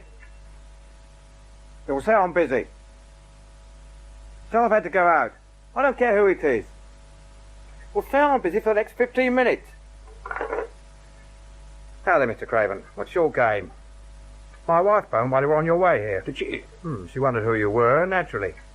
Business callers find me here, not in my flat. Well, I'm sorry if I disturbed you. I didn't realize you were married. Well, I know who you are, all right. You were Dad's solicitor. He used to say you were smart. Yes, but it seems he's very worried about you. Is he really now? He sent me a message asking me to try and locate you. And so you did. Very clever of you. Well, it wasn't all that clever. We had your previous address, and the tenant there thought the hall porter might know where you'd moved. He gave me the name of the block of flats. Your lift man there filled in the rest. See, well, I did think of changing my name, and it seemed riskier than sticking to my own. Anyway, I felt I've got to thank you for not shooting off your mouth to my wife. I'm trying to be discreet. When were you married? About 4 months after Dad went down. He doesn't know about it. Well, then I'm not trying to make sure he doesn't know anything at all. What do you think I'll move for? He's dead to me, you understand? Does your wife know about him? Could I tell her about my father being an old lag? She thinks he really is dead. Oh, she found out. I owe everything to Ella. She started me up here. Well, an uncle of hers in Australia says the money. She believes in me. I'm sure she does. Which is the way it's going to stay. I understand, but I do sympathize with you, but all he asks is to be reassured that you are going straight. Coming from him, that's a laugh. Yeah, I know, but he's got it on his mind that you're, following in his footsteps. Well, you got your answer. He'd like it from you. I'm not interested.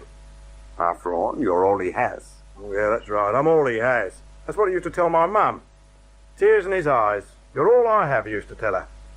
He broke her heart, he did. Drove her to an early grave. He's got 3 years to go, hasn't he? Yes, give or take a week. Yeah, time enough for it to think in that he's not going to be a millstone round my neck. By then, anyway, I've cleaned up here. Australia. Well, as uncle is might be an idea. I see. Well, what do you want me to tell your father? Do me a favour, will you? Forget we ever had this little heart-to-heart. Forget how smart you were that you caught up with me. You mean that you don't didn't buy me? For all you know, I had gone up north like I wrote him, okay? If that's what you want. If you tell him you found me, and about Ella, and you say I'm through with him, he won't accept it. He'll try every way he can to get me to change my mind. I expect he will. Yes. And listen, that's the only thing either. Who did he put on to you about me? A chap who'd been inside with him, named Johnny White, who was released today. See? Dad talks. Hasn't got much else to do in there, I suppose. But if you say where I'm living and all about me, he'll give away to some other prison pal who'll come out and be clever, like trying to blackmail me. All right. Though what you're asking me to do puts me in a bit of a dilemma. Your father's my client. He's entitled to be put in possession of the facts. I'll see it my way, Mr. Craven. For me and my wife's sake, for Dad's sake. Let me go on pretending he's dead.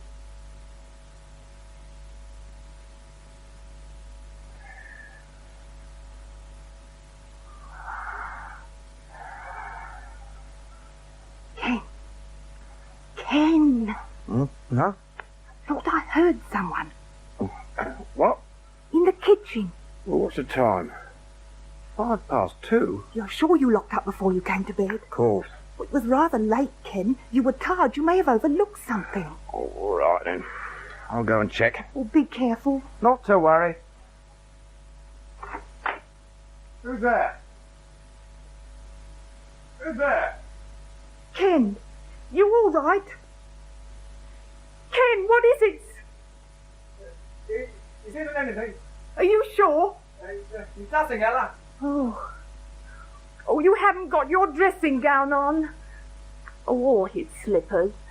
Ken! It was only the kitchen window. What? But I latched that. Well, that's all it was.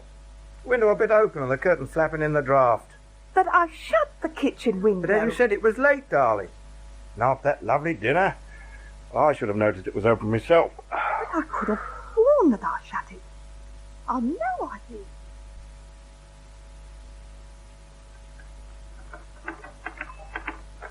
Oh, Miss Freeman. Looking for something, Mr. Inchbald? I haven't heard Mr. Craven come in this morning. Oh, we've been in an hour, ever since 9:30. He's in his office. I wonder if he'll be wanting a word with me. I'm sure he will. Where would we be without you to turn to for advice? Good morning, Inchbald. Good morning, Mr. Craven. I've been thinking about that talk I had with Ken Haywood yesterday afternoon. Yes, I was giving it some thought on my way to the office this morning. I mean, in a way, I agree with what he said. A most awkward decision for you to have to reach. Yes, but if I tell old Ted that so far as his son's concerned he's had it, what's going to happen? It'll stir up trouble without a doubt. I somehow feel it would be best if you pretended you hadn't found the young man and his wife. If only I was sure about him. Who? Ken Haywood. You mean... Yeah, the story about his wife's money from Australia. The rich uncle? Well, and it could be true. It could be a pack of lies. Well, he is the son of his father. By the way, we'll be having another visit from Johnny White. I telephoned him to look in at 10:30 this morning. You think he may be able to add something to what he told you yesterday? Well, not that so much, but he might give me some indication of how Ted would react to one or other of the two alternatives. Mr. Craven? Yes, Rhoda? Is Mr. Haywood insisting of seeing you? Oh, Ken Haywood? Yes. I'd like to tell him. I've got the feeling. Didn't you mind? I said you were busy, Mr. Craven. All right, Rhoda. Okay. Something's been going on. All right, you can relax. I tell you. Now, look here, my good man. All right, Inchbald. Oh, very well. I'll be just outside. Thank you. Now, what's the matter? You know what's happened, all right. Do I? Someone broke into my flat during the night. Any idea who it was? I only got a quick look at him as he went down the fire escape outside the kitchen. That's how he got in. I had to pretend to my wife the window had been left open. Well, what time was this? About 2 a.m. Why do you imagine I know something about it? Oh, mate, you've got to admit it's a coincidence, him picking on my flat. Well, coincidences do happen. What would this chap be after? Well, he didn't get it anyway, because he wasn't there. Well, forgive me if I seem a trifle curious, but you do seem to have something on your mind. Are you kidding? Been on my mind all these months. A bad dream. If it hadn't been for the money, I wouldn't have felt as I do about him. Money? Well, the proceeds from the pay packet that Dad nicked. 15,000. He's got the lot stashed away in a safe deposit. Didn't you know? Your father pleaded not guilty, you remember? As his lawyer, it was hardly up to me to question him about the loot he was supposedly innocent of seeing. Yeah, he gave me the key to look after. When we moved to this flat, I went and lost it. You lost it? Wouldn't credit it, would you? He'd flip a dozen heart attacks if he knew. Oh, so what? Let the money rot. He wants it so bad when he comes out. Let him find a way to get it. Was it the key that this chap was looking for last night? What do you think? Are you accusing me of informing your father of what you told me yesterday? Well, someone must have. How could they have done in the time? So that he could hire a thief and the rest of it? Don't be ridiculous.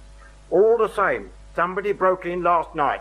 Oh, Mr. Craven, forgive me for intruding. All right, H-Board, bring him in. But it's Mr. Yeah, Johnny White. Yes, that's right. Yes, he's just arrived. Yeah, well, come on in, Johnny. Okay, Mr. Craven. It's all right, H-Ball. Sorry I'm a few minutes late. I've got someone I'd like you to meet. That's him. Hey? It was you broke into my flat last night. Johnny White, meet Ken Hayward, old Ted's son. But you already know each other? What are you talking about? I never saw him before in my life. Well, I've seen you just a few hours ago. I got a good look at you as you went down the fire escape. What's he on about, Mr. Craven? Why, you wore that same light grey hat. Where were you at 2 a.m., Johnny? Well, I know where I wasn't. And I wasn't being chased down some flipping fire escape in my light grey hat. And that's the fact. Here, listen, I thought you asked me up here because you wanted to ask me more about Ted. You just come out. You were the friend my dad blabbed to about me. Anyway, Mr. Craven, you found it. That was quick. And you didn't exactly drag your feet. Listen, do me a favour. What are you getting at? How you found out my new address? I didn't. If I'd known I was being invited up here to be accused of breaking and entering... When Dad confided his trouble to you about me, did he also mention a little matter of some money he had tucked away for a rainy day? Well, since you talk about it, come to think, I believe he did. But it was you he was on about mostly. Then he would also have mentioned who was minding a certain key for him. Key? The safe deposit key given me, of course. You did say he was always talking about his son. Oh, blimey, it's 2 against 1, isn't it? Would you rather it was a couple of cops you were chatting to? I don't think you'll be calling any cops. Why? They'd be quite interested in your dad's safe deposit, and to know that you'd hung on to the cash instead of handing over. You have a point there. Oh, if only let the police have that 15,000. I could have said, well, there's some good in him. Could also have meant a reduction of his sentence. Yeah, but not him. He planned to sweat it out. Thinking he'd be there to collect when he'd done his stir. He's a real pro, that's old Ted. Yeah, which means he's no sooner out than he's back inside again. Do you realise, Mr. Craven, why I only ever kept a couple of jobs? Because he got known I was a professional criminal's son, yeah. So I'd become redundant. That's what made me determined to be my own boss. Listen, you're still his son and you can't escape it. He was dead worried over you. That's why he wanted Mr. Craven here to find you. After you'd seen me yesterday, Johnny, you realized that what I could do, so could you. The neighbors might have a clue, as you shrewdly observed. They know more about you than you know yourself. What would I want with 2 of us on the job? What would you want? Only the key to Dad's 15,000. There you go again, accusing me. I tell you, Mr. Craven, I left it to you, like old Ted said. I asked you. How would I know where to look for a key? Talk about a needle in an haystack, you could keep a thing like that anywhere in your flat. Or, for that matter, in your office. How do you know I've got an office? Eh? Well, It's a good question, Johnny. The only one thing wrong with it is you can't answer it. Oh, yes, I can. But not quite the way you're expecting. All right. So I did break into your flat last night, and do you know why? To find out just how much you've been bilking your old man while he's been inside sweating it out. What are you trying to say? Oh, it was like you said, Mr. Craven. You did put the idea in my head yesterday. What you could do, so could I. I just had to snoop around asking questions. The nosy neighbours. Someone who'd heard he'd got this car business in North London. And I found out about his wife and their smart flat. What of it? Yes, what of it? Well, where'd he got the lolly from? That's what of it. I'll tell you where. That 15,000 nickel lying there belonging to his own dad. What were you? If you were looking for the safe deposit key. I was. I meant to find out how much of his dad's money he'd left. If any. Then, according to Ken, you were wasting your time. The key got lost months ago. Oh, do you expect old Ted to believe that? You just wait till I get the news back to him. What is being conveniently overlooked in this discussion is that 15,000 pounds belongs to somebody else. If it isn't the safe deposit, key or no key, it had better be got back to the rightful owner and quick. Oh, but old Teddy... What I suggest both of you do is try and sort out that little problem. Mr. Craven? Yes? Oh, I forgive my interrupting, but there's a phone call for you. I thought I'd ask you before it was put through. Right. Yes, you're right. Ask to the whole lot. Yes, Mr. Craven. So, Johnny, and you, Ken, get back here immediately after lunch, and we'll decide how best to settle this business. All right, if you say so. All right, Mr. Craven. Who knows, I may have the answer for you myself by then. See ya. After lunch, then. Mr. Inchbald? Yes, Mr. Craven? Mr. Hayward and Mr. White are just leaving. Oh, yes. Very well. Good morning, gentlemen. We'll be back. We will. I'll take that call now, Inchbald. Yes, Mr. Craven.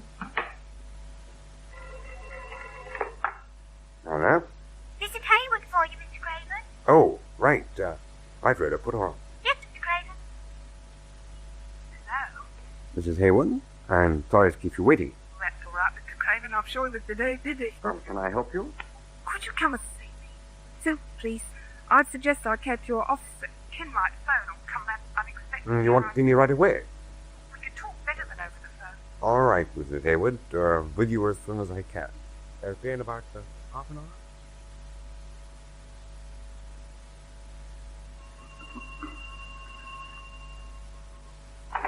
I thought I heard the lift. Come in, Mr. Craven. Thank you. It's very kind of you to come so quickly. Well, on the telephone, you made it sound pretty urgent. Well, yes, there's something I wanted to tell you. You see, when you wanted to see my husband here yesterday, it did seem a bit strange. Yes, I'm sure it did. Well, then there was last night. We got back from dinner late, been out to the restaurant. I woke up suddenly and heard someone. I woke Ken and he went out to the kitchen and said the window had been left open. I was sure I'd closed it before I went to bed. Then this morning my husband was, edgy. I couldn't help wondering if it had all got something to do with your call in the afternoon. I see. Well, so I looked you up in the phone book. Well, when I saw Craven's solicitor Bosie, I guess you were Ken's father's solicitor. You know about his father? I know he's in prison. Ken doesn't know this, of course. He'd die of shame. Well, his father hasn't heard from him or seen him for some time. He sent me a message. Would I try and trace Ken, find out if he was all right? That's why you were here yesterday. Oh, what about last night? Was that anything to do with Ken's father? Well, not exactly. That was someone operating, shall we say, independently. But it's nothing to worry you. I suppose he was trying to steal something. Yes. Something which he believed your husband was taking care of for his father. I see. Was it this? Key? The key. The one he told me was lost? To the safe deposit, where old Ted Hayward got the money locked away. Well, I guess you're supposed to ask me how I got it. I strongly suspect you stole it, with, naturally, the highest possible motive. Poor Ken. He started to tell me about his father as soon as we were married. How do you mean? Well, he talks in his sleep. Then some letters used to arrive, which he obviously didn't want me to see, and bit by bit I was able to piece together what had happened, what he said when he was asleep, and what I checked in the back numbers of the newspaper. Then I came across the key when I was packing some of his things to move to this flat. That was when it was locked. I suppose I was, afraid that he might... all that money. Even though he didn't need it, I've been able to help him over that. Yes, he's told me. He's also told me that without you, he's never have got going. He's worked so hard, and all the time there's been this business hanging over him. If you're wondering why I didn't tell him I knew about it all the time, perhaps I should have. At first I was afraid it might hurt him, might hurt our marriage, and then I'd kept the key, and I felt a bit guilty for thinking he might have taken the money. I understand. And anyway, shouldn't it have come from him? Wasn't it up to Ken to tell me? I know what you mean. You said he stopped writing to his father or seeing him. Your husband wants to finish with him. Cut him out of his life. Because of me? Well, he's not much of a father-in-law. Oh, but he mustn't do that. I don't want that. Yes, he didn't realize that you knew about his father. He was terrified you'd find out. Oh, I should have told him. It's got to be put right. He coped with him before we were married. He did? So he must have cared for him enough. Mrs. Hayward, something tells me that you and I can straighten this out. In his heart, your husband really cares for his father now, doesn't he? I'm sure of it. So this is my proposition to him. That on condition that old so-and-so returns the money to the police... Will his father do it? Well, he hasn't got much choice, has he? I see what you mean. You got the key. Right.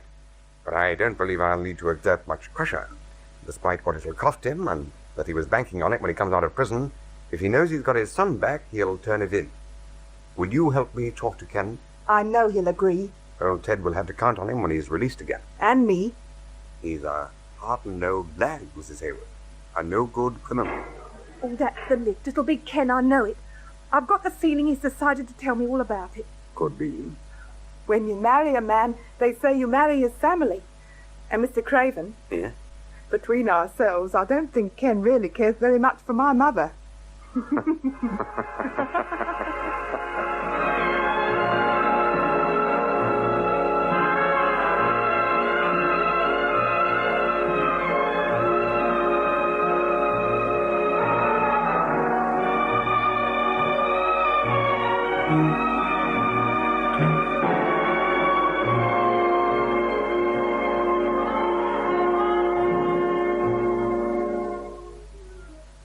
That was Crime Lawyer with Donald Syndon as Philip Craven. Mr. Inchbald was played by Arthur Howard and Rhoda Freeman by Audrey Nicholson. Ken Hayward, Frederick Treve, Ella Hayward, Margaret Wolfett, Johnny White, Harry Fowler. Crime Lawyer was written by Ernest Dudley and produced by Charles Maxwell.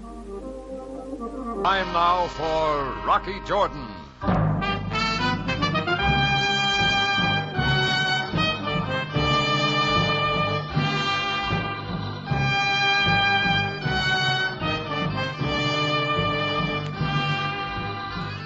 Not far from the Mosque Sultan Hassan in Cairo stands the Cafe Tambourine, run by Rocky Jordan. The Cafe Tambourine, crowded with forgotten men, alive with the babble of many languages. For this is Cairo, where modern adventure and intrigue unfold against a backdrop of antiquity. Tonight's story, Portrait of Rocky.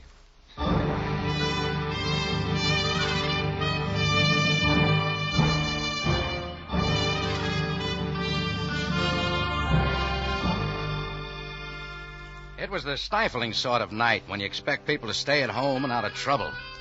Later on, it got a lot hotter. I wasn't exactly done in oil, but I was plenty burned up.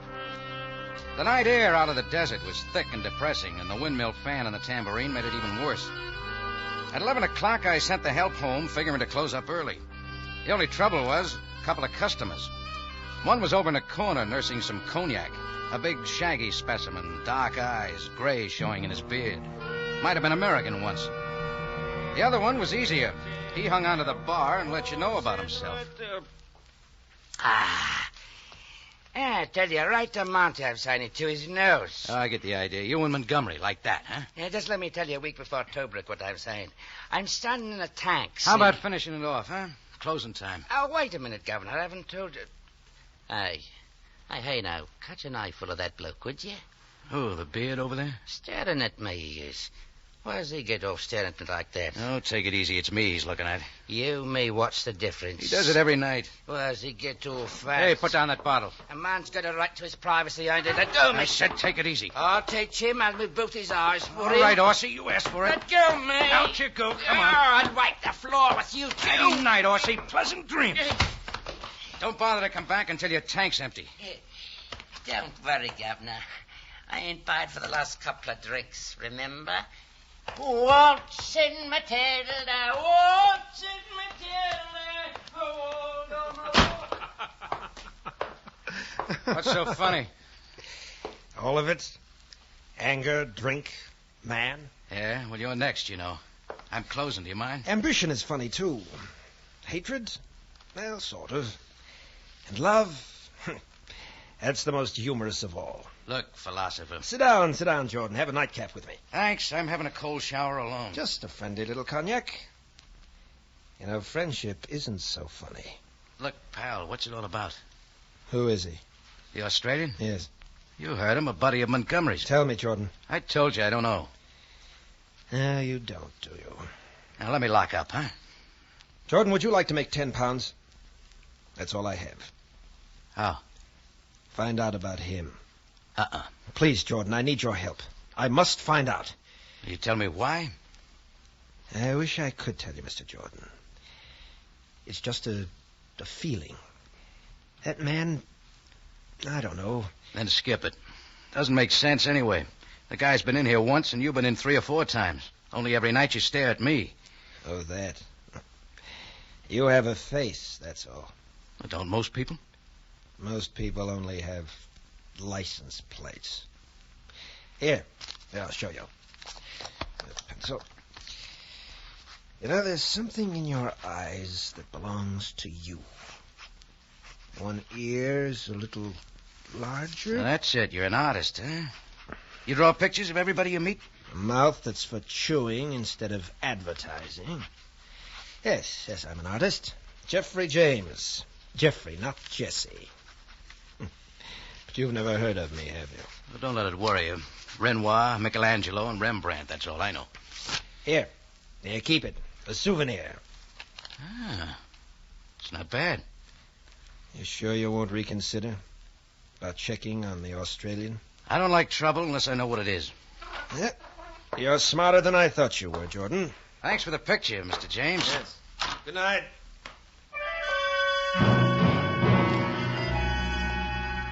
Well, he hunched his shoulders and shuffled out the door. I watched him until his dirty white suit rounded the mosque at the corner of Benghazi. The street was empty, except for the night. Then I heard a motor start across the alley. Against the low yellow moon, I could see it moving. It was one of those Army surplus jeeps that are all over the world. It kept its lights off, and it slowly rounded the same corner, tailing Jeffrey James. Exactly 1 minute later, before I'd barely started to get the place cleaned up for the night, I heard something else.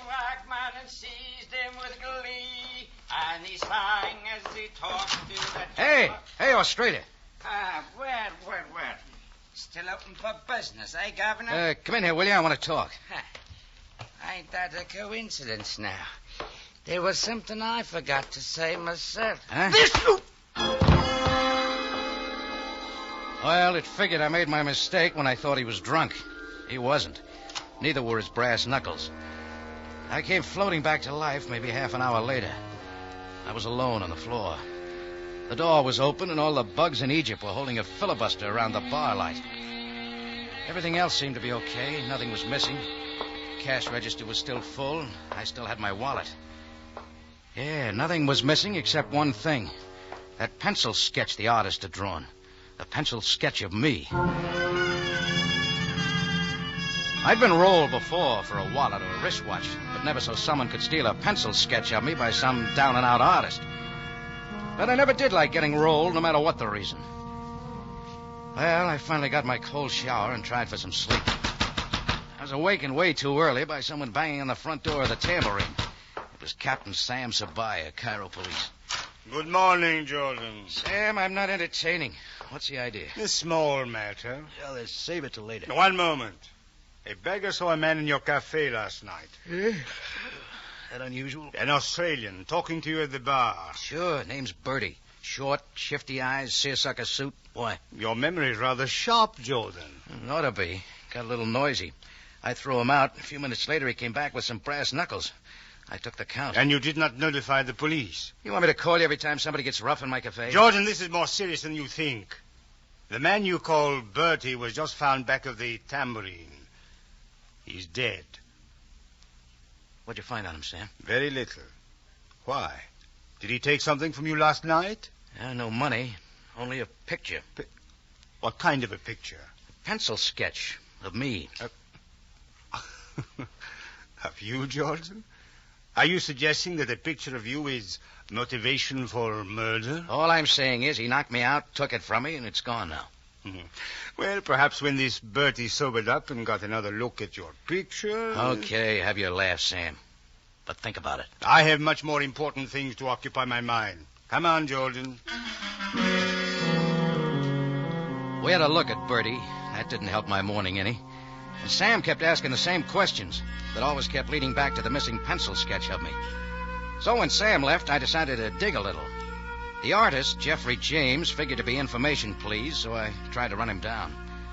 A couple of art stores knew nothing about him, so I put in a phone call to somebody named Tuga Bey, Egyptian art critic on one of the newspapers. Yes, this is Tuga Bey. I'm trying to locate a guy named Jeffrey James. He's a... Jeffrey James. I'm afraid I do not know. He's an artist. Oh, that James. An artist, you say? Bad. No style. Look, I'll read about it in your column. All I want to know is where he lives. Well, he used to have a studio at number 16, Street of Many Moses, but I don't know. Thanks. I didn't have any trouble finding it. It was down a dusty, narrow street full of flies and herb smells and peddlers. And up some outside steps to the top floor of number 16, Street of Many Moses, a peddler was doing a sales job and a very sleek young lady standing in the doorway. Madame, wait. Do not shut the door. I have the samples, many samples. Please, no, go Brushes, postcards, neckties, snake balls. Take your foot out of the door. Sample for every human need. Oh, Effendi, for you too, a man, I sell something. No, I'm not buying. Brushes I got. Oh, careful, my foot is still there. You heard the lady. Brush. Effendi. Go on, Imshi, beat it. Oh, but Effendi, if you would but look at sample. Thank you, sir. Skip it. Now you go away, too, please. I want to come in. No, please, no. I'm looking for Mr. James. So? I'm Rocky Jordan. I'd like to see him. But your name means nothing to me. Mr. James is not here. Where is he? And the studio is so dirty. It's so poor. That's all right. He told me he wasn't selling like Renoir. He said what? Oh, never mind. Oh, wait. You know, Wait, I must cover the paintings. What's the matter with him? Only that they're of me. You're his model? Yes. Oh. This morning, I came to work on time, but how do I know I can trust you? Well, you don't, but he says I got a nice face. Yes, I can see that for myself. Come on, tell me. What is it? This morning, I found a note. I have it here. Jeannie, I'll not need you this morning. I may never need you again. Stay here. You'll hear from me once more. Well? His bed wasn't slept in. What do you know about him? I've been modeling for Mr. James for almost a year, but I know so little about him. He's such a strange man, so alone, so tragic. Yeah, he thinks he's a failure. But he's got some friends, some enemies, something. No, there's just me. I'm like a daughter to him. A guy in a Jeep and an Australian. You ever seen them? Why, no, I don't think so. Okay, then I'll call the police. The police, no. Why not? Well, if something's wrong, don't you understand? It would only be worse for him. Yeah, I see, all right. I see nothing. Please, for my sake, have faith in him.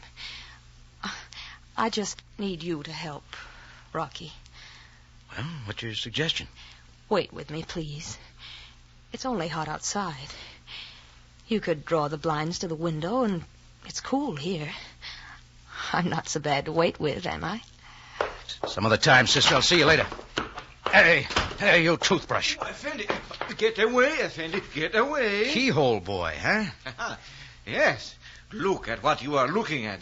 The rod, artillery, pistoliver. Listen, brush boy. Brushes? Oh, a disguise, Effendi.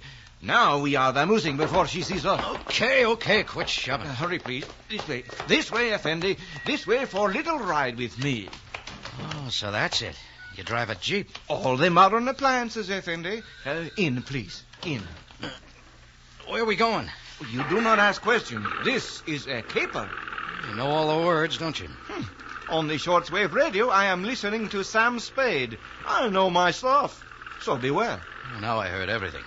Permit me to present myself. Ali Ben Sheamus. Sheamus? Egypt must have her national character. Sheamus. I am calling myself the private eye of the desert. All right, what's it all about? Why you been following me? Well, if you please, tail and plant. Last night you were following the artist, James. Why? Oh, but I lost him. That is why I follow you. So you don't know where he is? No, Effendi. Some lessons I have not learned so well yet. You're not good at a lot of things. All I am trying to do is to raise business. I find a caper, I get myself a commission. Doing what? Well, that is the only thing I do not know. Look, Buster, spit out the sand. Who hired you? Where you taking me?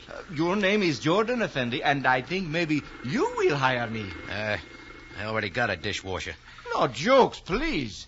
We are going into the Royal Galleries, room 12, left wall. You will hire me. Now, out, please. Sure. Well, somebody else is here, too. Look behind you. Look behind you. Even Sam Spade is not falling for that one. Have it your own way, but I happen to recognize Captain Sabaya of the Cairo Police. Goodbye, Effendi. Hey!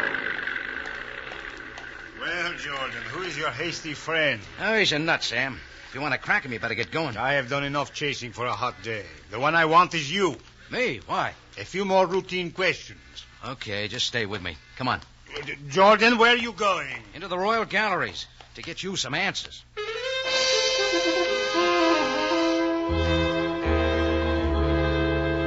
I grabbed Sam's arm and pulled him into the Royal Galleries. It was all crazy, but I had to take a look at what had been in the Sheamus's mind. He'd said room 12, left wall. I found it all right. It wasn't the same sketch Jeffrey James had drawn last night. This one was fancier, but it had the same lines, the same style. Underneath, a little bronze plate said, Portrait of a Gentleman, original sketch by Renoir, worth £5,000. Only I knew better. Why? because it was a picture of me, Rocky Jordan.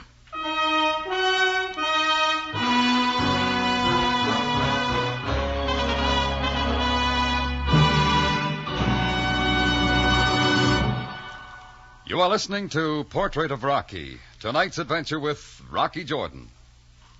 Today we salute San Francisco's CBS station on the occasion of the change of the call letters from KQW to KCBS. For the best entertainment on the air, for the nation's favorite personalities, remember it is now KCBS at 740 on the radio dial in San Francisco and the Bay Area.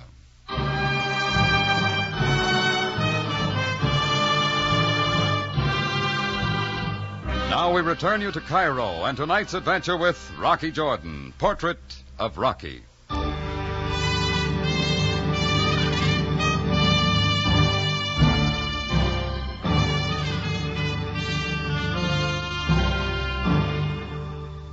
Well, there I was, framed very nicely in the art gallery.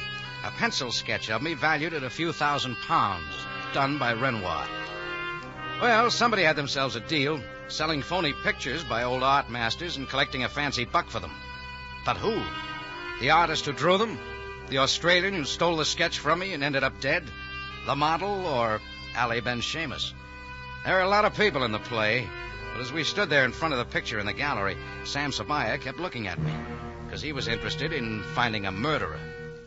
Yes, Jordan, it might be you. There is a certain resemblance. I tell you, it is me. If you could see that fast sketch James did of me last But night. art is not one of my specialties, Jordan. Murder is. Now, who killed the Australian? Oh, how should I know? How should anyone else know? I will search for the others you speak of, but I would not want to lose you, Jordan. Look, Sam, look here at the nose. The ears, one's bigger, see? What are you trying to prove, Jordan? That this artist you wanted to help is some kind of a forger, a crook? That's the hard part. Well, anyway, Jordan, it is not likely the Royal Gallery would accept a fraud, is it? This Renoir is on loan from Mrs. Baldwin Wentworth. She's very important, very skillful, very rich. Okay, I'll see her myself. Why, Jordan? I am the police. Don't you understand? It's my face. She can look at my face. Yes, your face. The police can hardly protect her from that.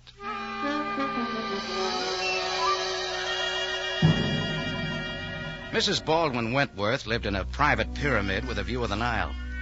She was maybe 10 years older than she tried to look. When I got there, she was pouring tea for a slob in a fez. It was Tuga Bay, the art critic I talked to on the phone that morning. Yes, we talked on the telephone, didn't we? You were looking for that fellow James. Dreadful sense of color.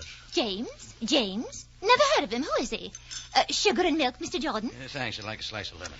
May I ask why it was you wished to find him? Really, I don't particularly care who he is. You needn't bother telling me. Oh, it's frightfully hot. I wanted him to paint me a mural, Mr. Bay, that's all. Oh, yes, of course, that's it. A restaurateur, you say you are. I own a place. Oh, people eat so much, don't they? But it would be nice, wouldn't it? One of those lovely panoramic things over your bar, I suppose, with simply acres of female flesh. Bad for the digestion, though, I should think. Mrs. Wentworth, about your Renoir. You were saying you bought it here in Cairo just a day or two ago. Did I? Oh, but of course I must have. How much did you pay for it? Oh, blast, how should I know? Was it £5? That's what I printed in my article. There you are, young man. Newspapers never lie. Isn't it just possible that your Renoir isn't real? That you threw away over $20,000 on a phony? That's a ridiculous notion.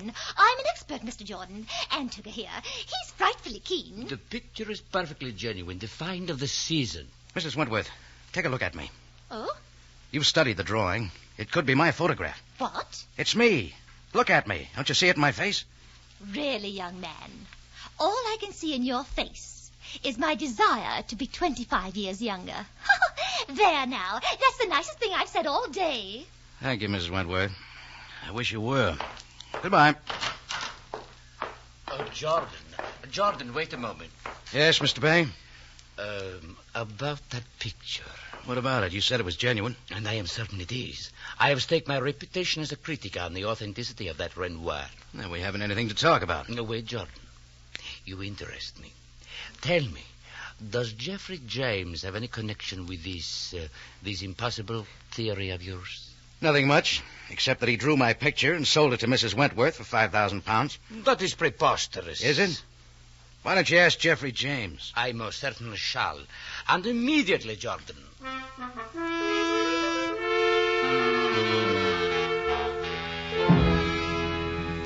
Tuga Bay moved out fast. And next I went looking for the agent who'd sold the Renoir. Only he'd taken off the day before to visit the Louvre in Paris. I got around and talked to a lot of people, but they all thought I was nuts. And an hour later, I began to think so myself.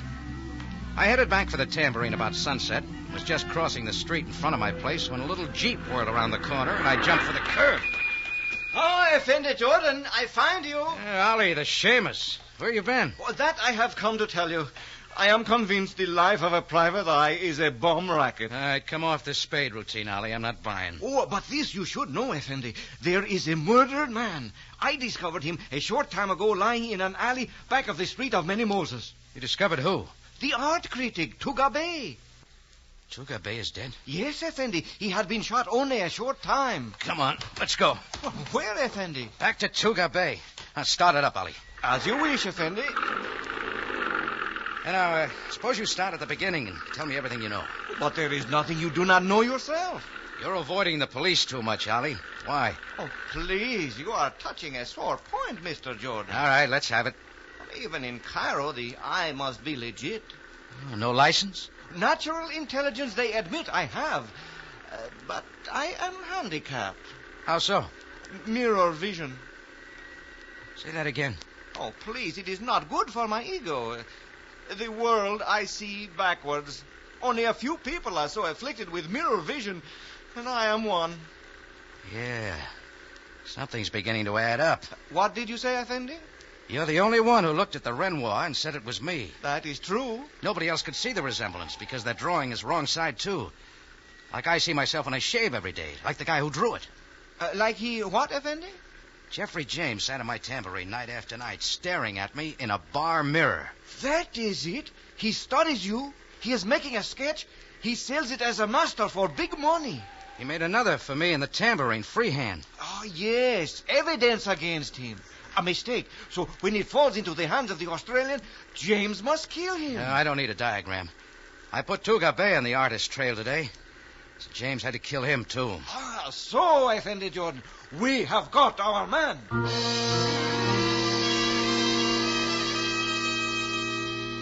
Ollie Ben Seamus parked his Jeep a couple of blocks from where he discovered the body of Tuga Bay. A crowd of natives was milling around the spot, so we knew the police were there, too. I didn't want to talk to them just yet, not till I paid Jeffrey James a visit. So I headed on foot for his studio. In the eye of the desert, flapped along behind like a Boy Scout on his first snipe hunt.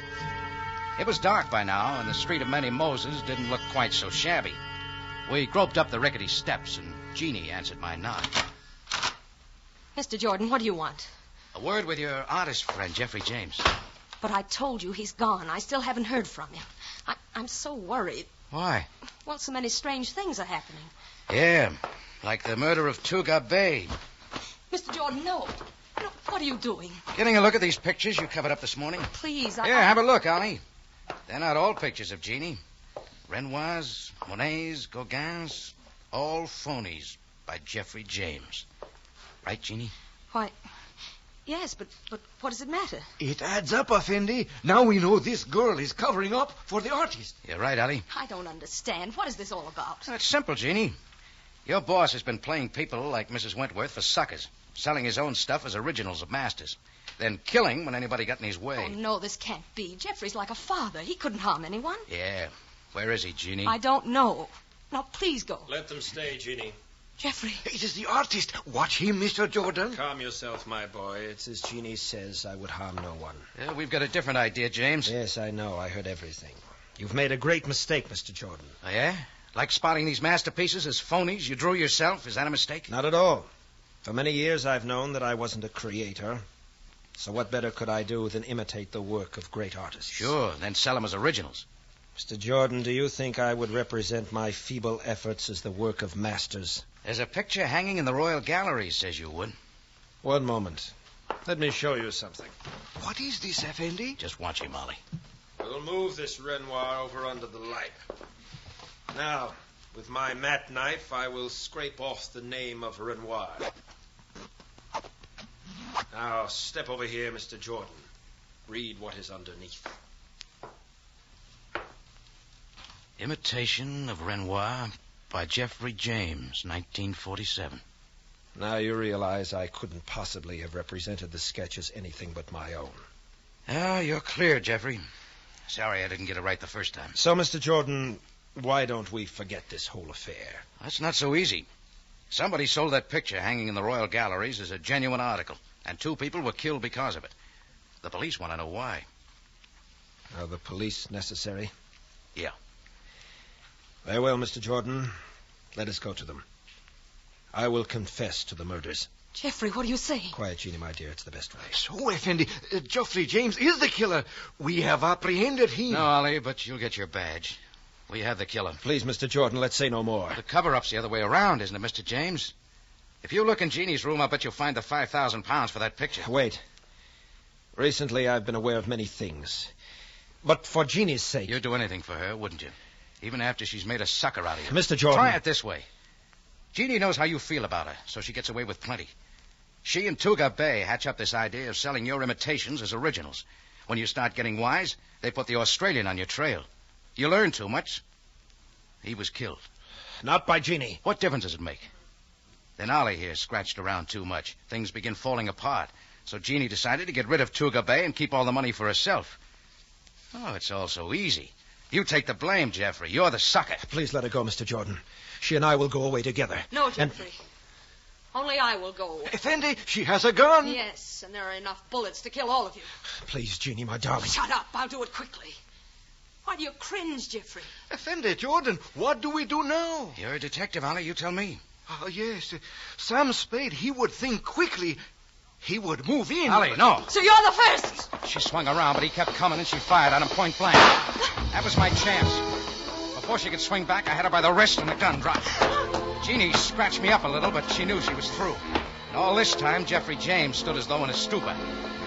Well, as usual, Sam Sabaya was moving around a couple of steps behind me, and the gunshot brought him quick. Jordan! All right, here's your killer, Sam. She just tried it again. Yeah. Greco, Ahmud, take everyone into custody at once. At once, lay off the artist. He's okay. I will get a full statement at headquarters from everyone. Jordan, who is this? Ali Ben Sheamus. She only creased him. He's coming out of it. Is this the pest who is always hounding me for a detective's license? Yeah. And I think he won his color, Sam. Oh, wait. Effendi, I did not do so well. I fear capers are not for me. Well, think again, Ollie. I got an idea you'll get your license now. Can it be, Effendi, that I will be a real private eye? How about it, Sam? Well, Jordan, if what you... perhaps. Oh, so. Now, when the telephone rings, I will say, Ali Ben Sheamus, license number 34687. Oh, but now I am tired. Sure. Do you know what your friend Sam Spade would say in a case like this? What, Effendi? Good night, sweetheart.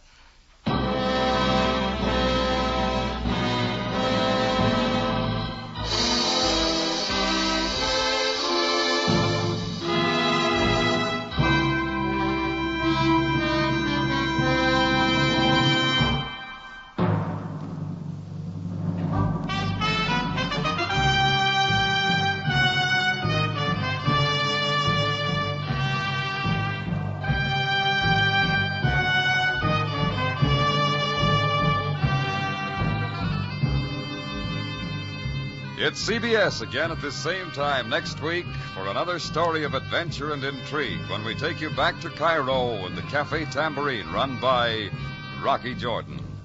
Jack Moyles plays the title role, with tonight's story by Jackson Gillis and edited by Gomer Cool and Larry Roman. Rocky Jordan is produced and directed by Cliff Howell, with original music by Richard Arundt. Larry Thor speaking. This is CBS, the Columbia Broadcasting System.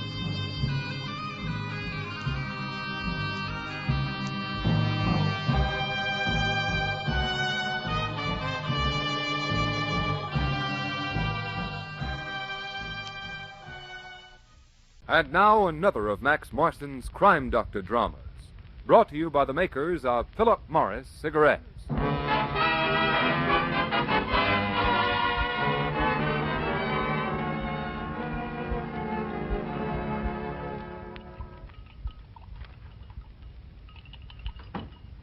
What are you doing, Jean? Mixing Mr. Albertson's medicine. I heard him come in. Yeah, I just brought him back. Yeah, I'm getting sick of driving that old bird around. No matter how I drive the car, it ain't right. If I drive slow, I get bawled out for crawling along. If I go fast, I get called down for speed. Well, the doctor said he must be driven carefully and avoid any jolting to him. I sure could have given him a jolt in the eye this afternoon. You know what he said to me? He said if it wasn't for my wife, he'd fire me today. So now I'm holding down my job because you're working for him. Look, Bob, we don't have to work in the same place. If you don't like it here, why don't you find yourself another job? Well, look, baby, the war'll be over soon. There'll be plenty of chauffeurs around looking for jobs. Besides, we've worked in the same places together since we were married, and that's how it's gonna stay.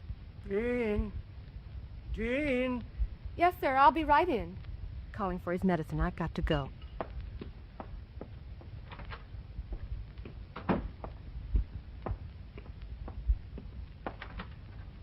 Didn't Bob tell you I was back? Yes, sir. It took me a few moments to mix the medicine. Oh. Ready for it? Oh, I'm never ready to swallow the darn stuff. Oh, come on now. You know you've got to take it. Here. Oh, well. Oh. You should be used to it by now. You try taking it for a year. Oof. Doesn't get any better with time. I'm wondering, too, if it really is doing me any good. Well, you haven't had an attack in nearly a month now. Jean, I've been waiting to ask you something, Jean. I don't think Bob's very happy here. I'm sure he's not good for me. His driving makes me nervous. I was wondering if I decided to let him go, would you feel that you had to leave with him? No, sir. I like it here. Thank you, Jean. I'm very pleased to hear that.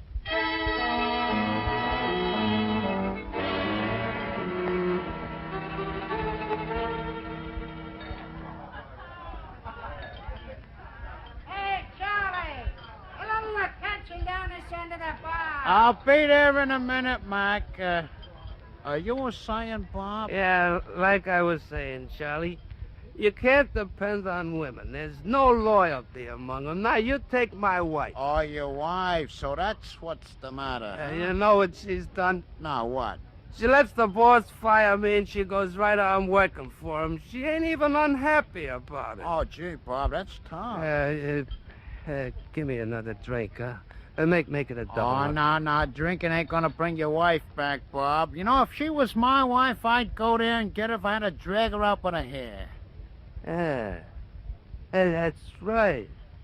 That's just what I'm gonna do. Drag her out by the hair.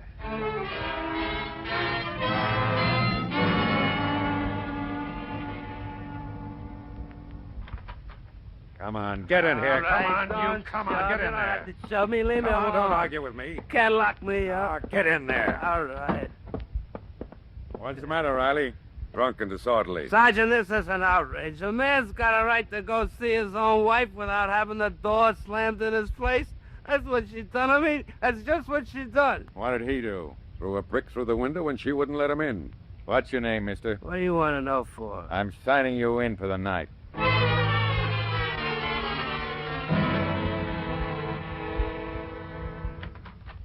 Excuse me, Mr. Albertson. Yes, Dean? That lawyer who telephoned is here. Well, ask him to come in.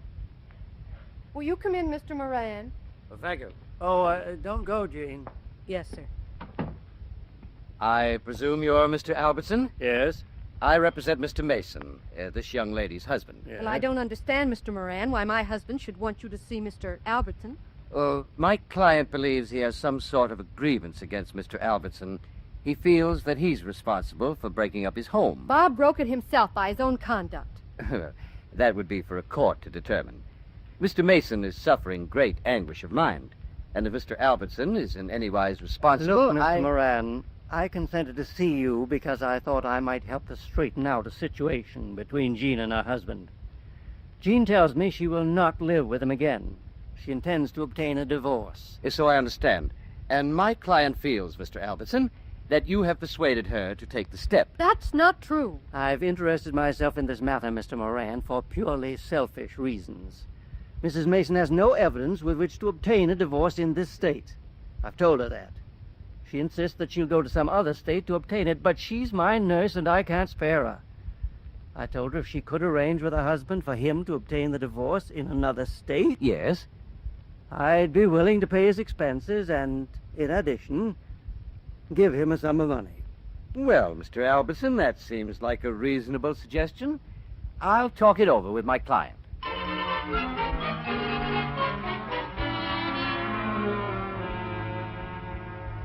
$3,000. $3,000? Is that all you could get out of him, Archie? Yes, Bob, yes. He says that includes the divorce expenses. Why, the old cheapskate. Well, you better take it, Bob. I got his check. I'll cash it and we'll split it. $1,500 for you, $1,500 for me. Where do you come in for half? Look, I could get into a bad jam going up there and posing as a lawyer. I took a big chance. Maybe I should have got a real lawyer. No lawyer could do for you what I'm going to do if you sit tight and follow what I tell you. You're not going to renew and you're not going to get any divorce. You're going to lay low for 6 weeks. And if things happen as I think they will, brother, we're both going to be in the big dough.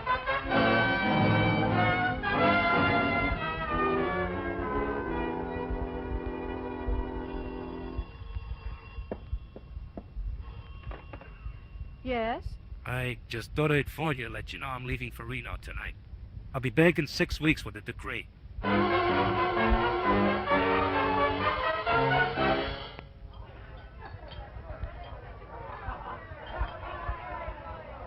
Dolly, I'm buying the drinks for the house. I'm celebrating. Oh, yeah? What? Hey, Bob. What are you doing in here? Oh, now what? You look here. Fool. You're supposed to be in Reno. Come on, I'm taking you out of here.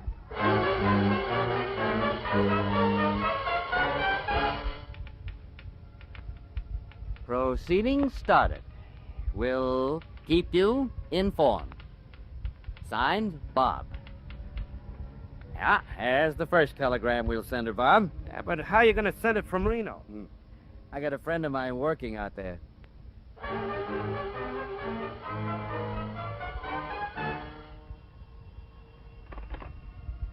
Yes? I'm back from Reno, Jane. I suppose you'll be glad to hear I've got the divorce. Thank you, Bob. It was nice of you to phone me. What are your plans? Oh, I've got my plans. Don't worry about me. Goodbye. Who was it, Jane? Bob called me. He's back from Reno. He got the divorce. I'm free. I'm glad to hear it, my dear. Now I feel free to speak to you. Yes? I've grown very fond of you, Jean. I know I'm much older than you, but I hope you've grown to like me a little. I like you a lot, Mr. Albertson. I'd like to feel that we could be together always. Do you think you care enough for me to be my wife?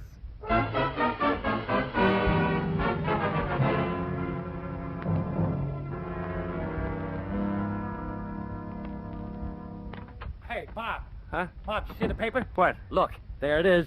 They were married, all right.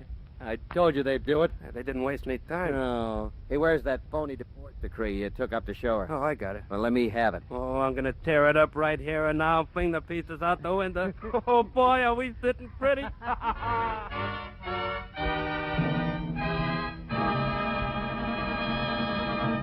Before continuing with the Philip Morris Crime Doctor, you all remember the old saying which goes, for want of a nail, a shoe was lost. For want of a shoe, a horse was lost.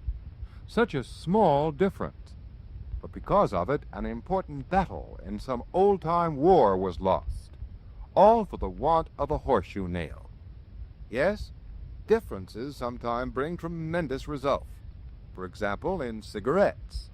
There is weighty scientific proof that Philip Morris cigarettes are vastly different. I refer to the findings of distinguished doctors in repeated clinical tests, findings which show that when smokers change to Philip Morris, substantially every case of irritation of the nose and throat due to smoking either cleared up completely or definitely improved. These findings were reported in a leading medical journal for the information of doctors.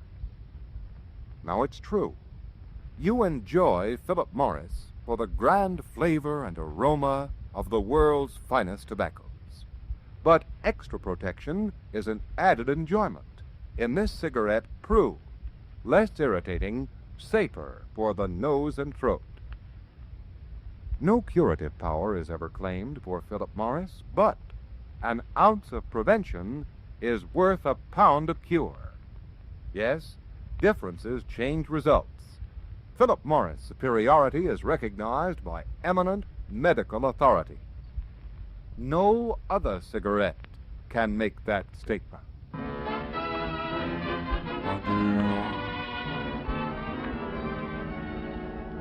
We now continue with the Philip Morris Crime Doctor. Come in. There's a man to see you, Mrs. Albertson. Who is it, Mary? Mr. Morand. Mr. Morand? Don't you remember, dear? He's the lawyer who arranged the Reno matter with Bob. Oh, yes. Ask him to come in. Yes, ma'am. Will you go in, please? Oh, thank you. Oh, excuse me, Mrs. Albertson. Could I see you alone, please? I have a little matter to discuss. Well, I'm sure there's nothing we have to discuss. My husband can't hear. Well, it's going to be rather embarrassing to speak before him. I'm sure, Mr. Moran, that my wife has no secrets from me. Very well. The matter I came about concerns Mrs. Albertson's marriage to you, sir. Yes. What about it? Well, I learned a very astonishing thing this morning. Your marriage is illegal. What? How do you mean? Bob came to see me the other day. He said he was broke, needed some money. Sort of incidentally, he mentioned that he'd never been to Reno and never obtained a divorce. Why, that's impossible. I have telegrams he sent me from Reno. Yes, he said that he had some friend of his working out there to send you the telegrams. I couldn't believe he was speaking the truth, so I wired the clerk of the court out there for a copy of the divorce record. I got his answer this morning, and here it is. May I see it? Oh, certainly, Mr. Elson. No record of Mason versus Mason in the court files. I thought it was my duty to bring the facts to your knowledge, Mrs. Albertson. I can't understand Bob doing a thing like that. No, I couldn't understand it either at first, but I see his purpose now. Over the telephone this morning, he used the word bigamy. Bigamy? He must be out of his mind. He showed Jean the divorce decree. I had him come here on purpose to show it to me. Well, if he ever showed you such a decree, Mrs. Albertson, I'm sure it was not genuine. But this is shocking, Mr. Moran. What can we do about it? Sorry, I can't advise you. I can only tell you that I've had great difficulty in preventing Bob from complaining to the authorities. You mean that he is contemplating making a charge of bigamy against my wife? He feels his wife wronged him, and he's desperate for money, Mr. Albertson. Oh, that's it. He sent you up here to arrange another settlement. I'm simply acting in the capacity of a friend. Whose friend? I am sorry for Mrs. Albertson. I can't understand Bob needing money this soon. $3,000 doesn't last long these days. Well, did he tell you what he did with the additional $47,000 that I paid him? What? I thought you knew. The day he got his divorce, I paid him the additional money to round out the $50,000 I said I'd let him have. Oh. When did you make that deal with him? Why, I spoke to him before he presumably left for Reno. I made him the offer to make it worth his while to expedite the divorce. Well, certainly all news to me. I'm going to see Bob right away. Goodbye. Goodbye, Mr. Moran. Dear, I didn't know you paid Bob all that money. Neither did I. But you told Mr. Moran. Yes, I know, dear. It's very obvious he and Bob are working in cahoots. Well, when they get through fighting over the money Bob didn't get, I think we'll have all the facts in back of their duplicity.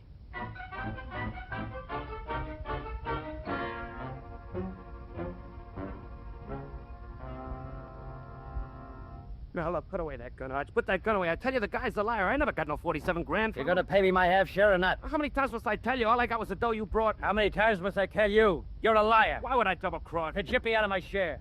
Now, for the last time, you're going to pay me or not? Now, look, Yes or no? I'm trying to... Yes or no? I can't pay you what I...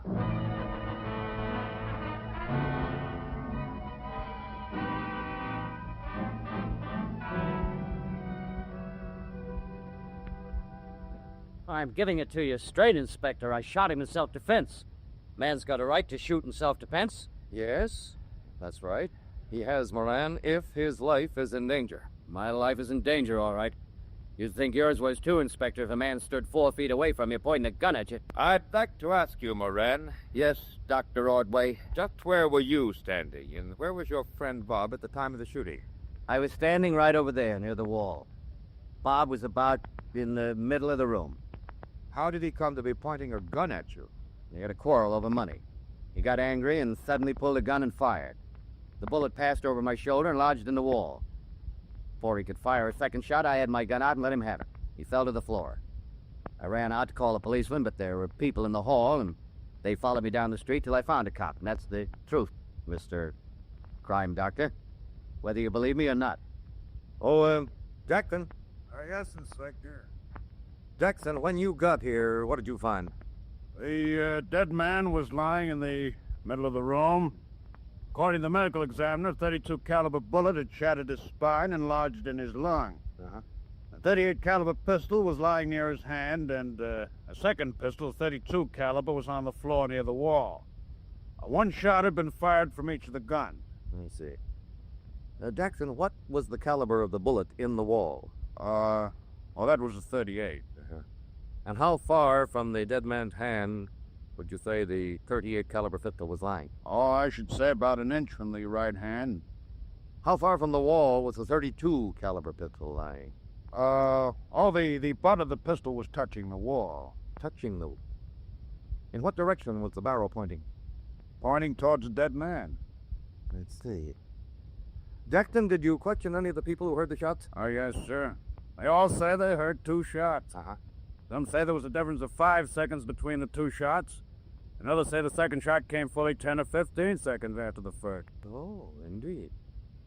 Well, what do you say about that, Moran? I fired right after Bob fired at me. I didn't count the second. No, Moran. Yes, Dr. Ordway. You told the inspector that you and the dead man quarreled over money. That's right. I accused Bob of holding out on me in a deal we were in. He denied it, and I called him a liar. That's what started the fight. What sort of a deal was it?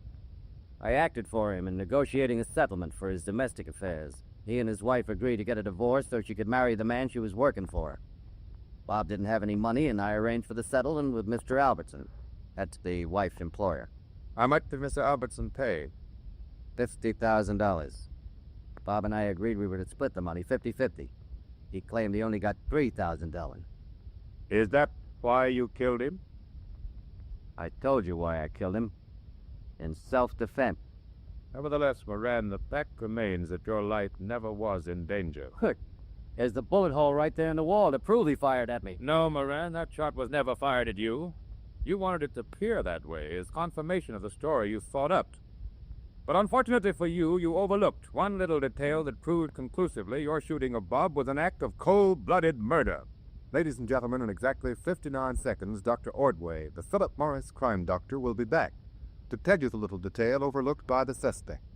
In the meantime, maybe it happened yesterday or today.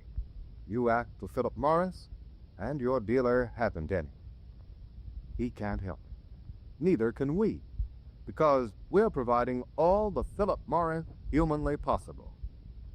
But perhaps tomorrow your dealer will have Philip Morris. The day is coming when, once again, when you call for Philip Morris, you'll get Philip Morris. And once again, you'll smoke and enjoy the cigarette that gives extra pleasure plus extra protection. Remember, too, that package of Philip Morris you failed to get today is gone to some fighting American overseas. It's a contribution you are making to the comfort of some man or woman in our armed forces. So, always remember Johnny's Call for Philip Morris, made by Americans, for Americans, to suit American taste. Philip Morris, America's finest popular price cigarette.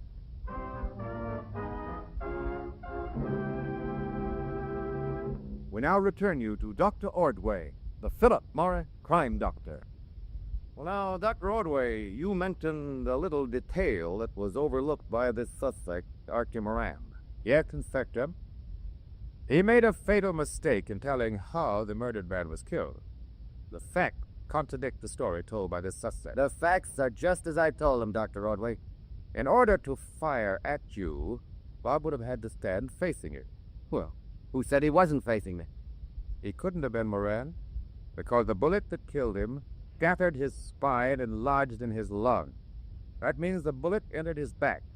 After you killed him, you heard people in the hallway, so you got Bob's gun and fired a shot into the wall. I don't care what you say, Dow. Hold it, Moran. Hold it, will you? I want to... I told me to go right in. I'm Mrs. Albertson. Oh, yes. Yes, come right in, Mrs. Albertson. I had one of my men telephone to you. Yes, he asked me to come down here, Inspector. He said Bob had been killed. Yes, that's true. Mrs. Albertson, do you know this man? Yeah, he's Mr. Moran. He came to our house today and said a divorce which Bob obtained was fraudulent. He hinted Bob needed money. Yet, and you bear me out, Mrs. Albertson. Your husband told me he had paid Bob $47,000 besides the $3,000 he gave me for Bob. Well, $50,000 was a large settlement to make. Oh, my husband didn't pay the other $47,000. What then? He only told Mr. Moran he had. Well, why did he tell him that? Thought if he could get two thieves quarreling among themselves, the truth might come out. Hey, wait a minute. You mean Bob never got the $47,000? No, he didn't. Why, that old liar... Hold it, Moran, hold it. It's my duty to warn you. Anything you say may be used against you. Because pending further investigation, I'm holding you on suspicion of murder.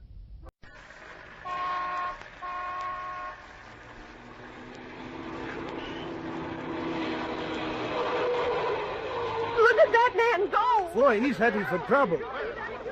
Taxi! Taxi! Over here! Yes, sir. Where to? Follow that man!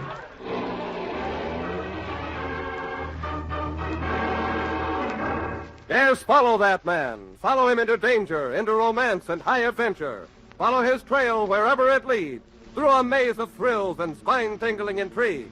Yes, follow that man, because it's Steve Mallory, the private eye.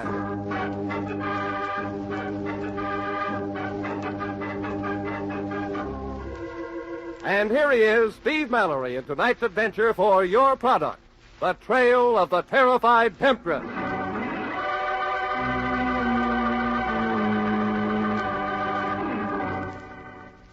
The trail began on one of those nights we seldom get in this part of California. Dry and dusty as a mummy's shroud, with a grating sandpaper wind that dehydrates your eyes, cracks your lips, and splits your nerves wide open. The kind of night when solid citizens get together to keep from screaming and end up screaming at each other. But not me. Me, I was minding my own business, like the fellow says who was hit by a truck. Just sitting quietly in my own room, knocking myself out. I had the radio up and the last of the good scotch down, and I was... They told me if I came to Hollywood, I'd be in pictures in 6 months. I've been out here for 6 years now, and the closest I'd come to a camera was when I had my kidneys x-rayed last fall. But I'm not discouraged, no. I had the fastest screen test in history. They called me a 7, shot the test at 8, ran the test at 9, and at 10 o'clock I was back on my good humor wagon. But I want to tell you, some of these California drivers they have out here are the ones who Okay, really walk look out. through it or wait till I open it. Well, Mr. Mallory, I was so afraid you'd be out. 10 more minutes I would have been. What's on your mind, Let sister? me in, please, quickly. I've got to get out of this hole. How old are you? 22. Step right in. Lock it, lock it. Now, take it easy. I'm as eager as the next beaver. Fool, there's a man following me. I'd be surprised if there I'm wasn't. afraid of him. He's been following me for days. You've got to protect. Well, okay, but who's going to protect you from me? Please, please, I'm not joking. You've got to do something. What'll I do, start firing shots at the door? I haven't seen any He man. must be out there. He was right behind me in the lobby while I was coming up in the elevator. He was buzzing for it downstairs. Takes him a long time to get here, don't it? You're sure there was somebody following you? Oh, not that I doubt you, Go but... out there and look for yourself. Sure, only you come along. But I... Oh, no buts. I don't know you, sister. Not that it wouldn't be nice. But I'm not taking any chances. This door locks from the inside, and wouldn't I look like a... You've got to trust me. Lady, I trust you more than anybody I know, but that's because I don't know you so good. Come on. Well, what do you know? Nobody in the hall. The elevator. Look, the door's partly open. Yeah, that's funny. Okay, buddy, you're faded. Come out grinning or pick up your marbles and slide back down that chute. It's a hot night and I don't want to play. There's a shoe wedged in at the bottom of the crack. Yeah, looks like it's full of foot. Well, here goes. This your big bad wolf, baby? Looks like you won't have any more trouble keeping him away from your door. He was lying face down mostly, but twisted like a Vienna roll, like he'd been just about to step out of the cab when it happened, and it spun around like a surf swimmer as the door closed on his foot. Whoever done it had been with him in the elevator. A long pearl-handled nail file was the weapon, sticking straight out of the back of his neck like a toreador's espada. I knelt down to take a look at him. I turned him over. Dude, freaks. You know him? I ought to. He's my partner at the agency. Oh, too bad. I told him he was getting careless lately. Should have let me cover him. Leaves me in a bad spot. But I'll promise you one thing, Harry. I'll get the dirty rat. Here, sister. Step in here. Give me a hand. Let's get his body out in the hall. Okay. Now listen, sister. What, Hey! Well, I'll be a... She powdered out in the elevator. I beat it down the corkscrew steps like I was on fire, but when I hit the lobby, she was gone, and I couldn't find her on the busy street outside. He'd vanished like an ice cube in boiling water. I got hold of the hotel, Dick, and we beat it back up to my floor, the 11th. You guessed it. Harry's body was gone, too. Yeah, there was a little blood, but the hideous corpus was gone like vaudeville.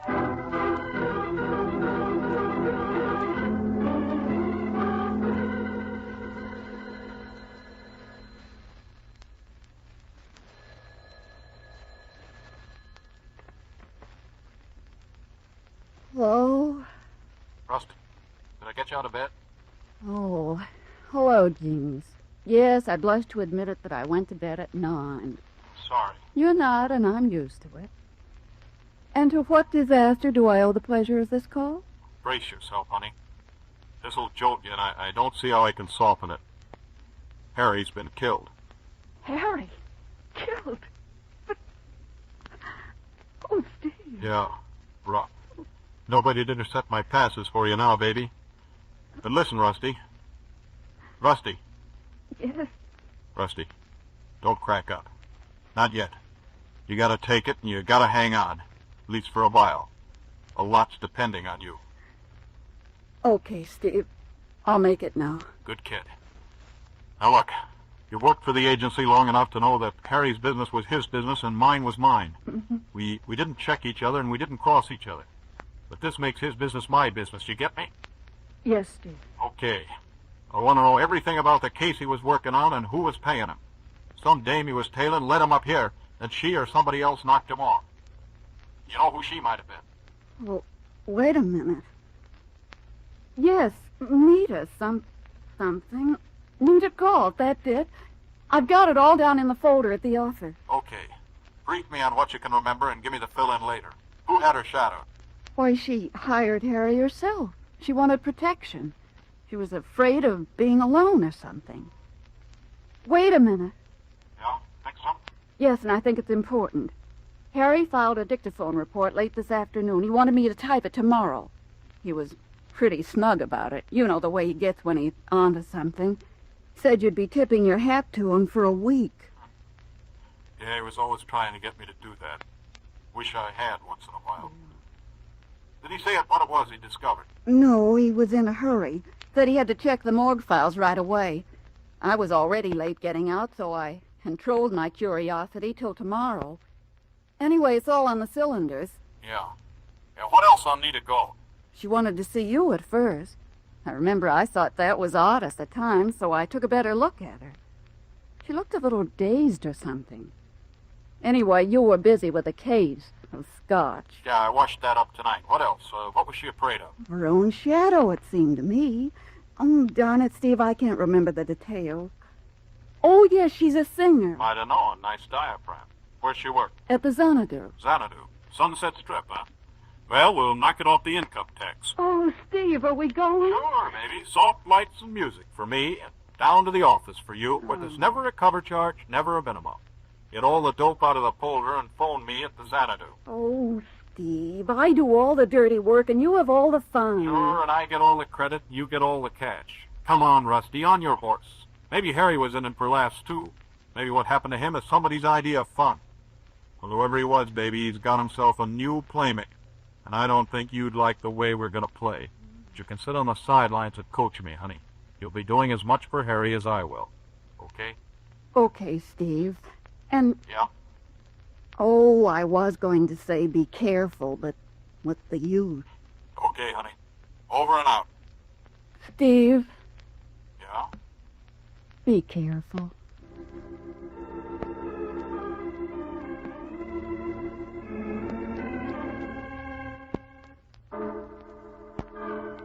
Outside, the dry wind was beating the city like a rug.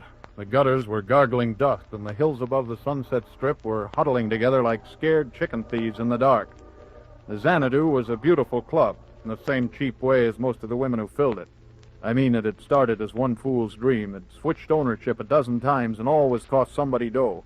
But while the old framework sagged under a dozen faceliftings, its surface was all fresh paint and glitter, and a sound of gaiety bubbled out of it, like the hep chatter of an aging bobby soxer.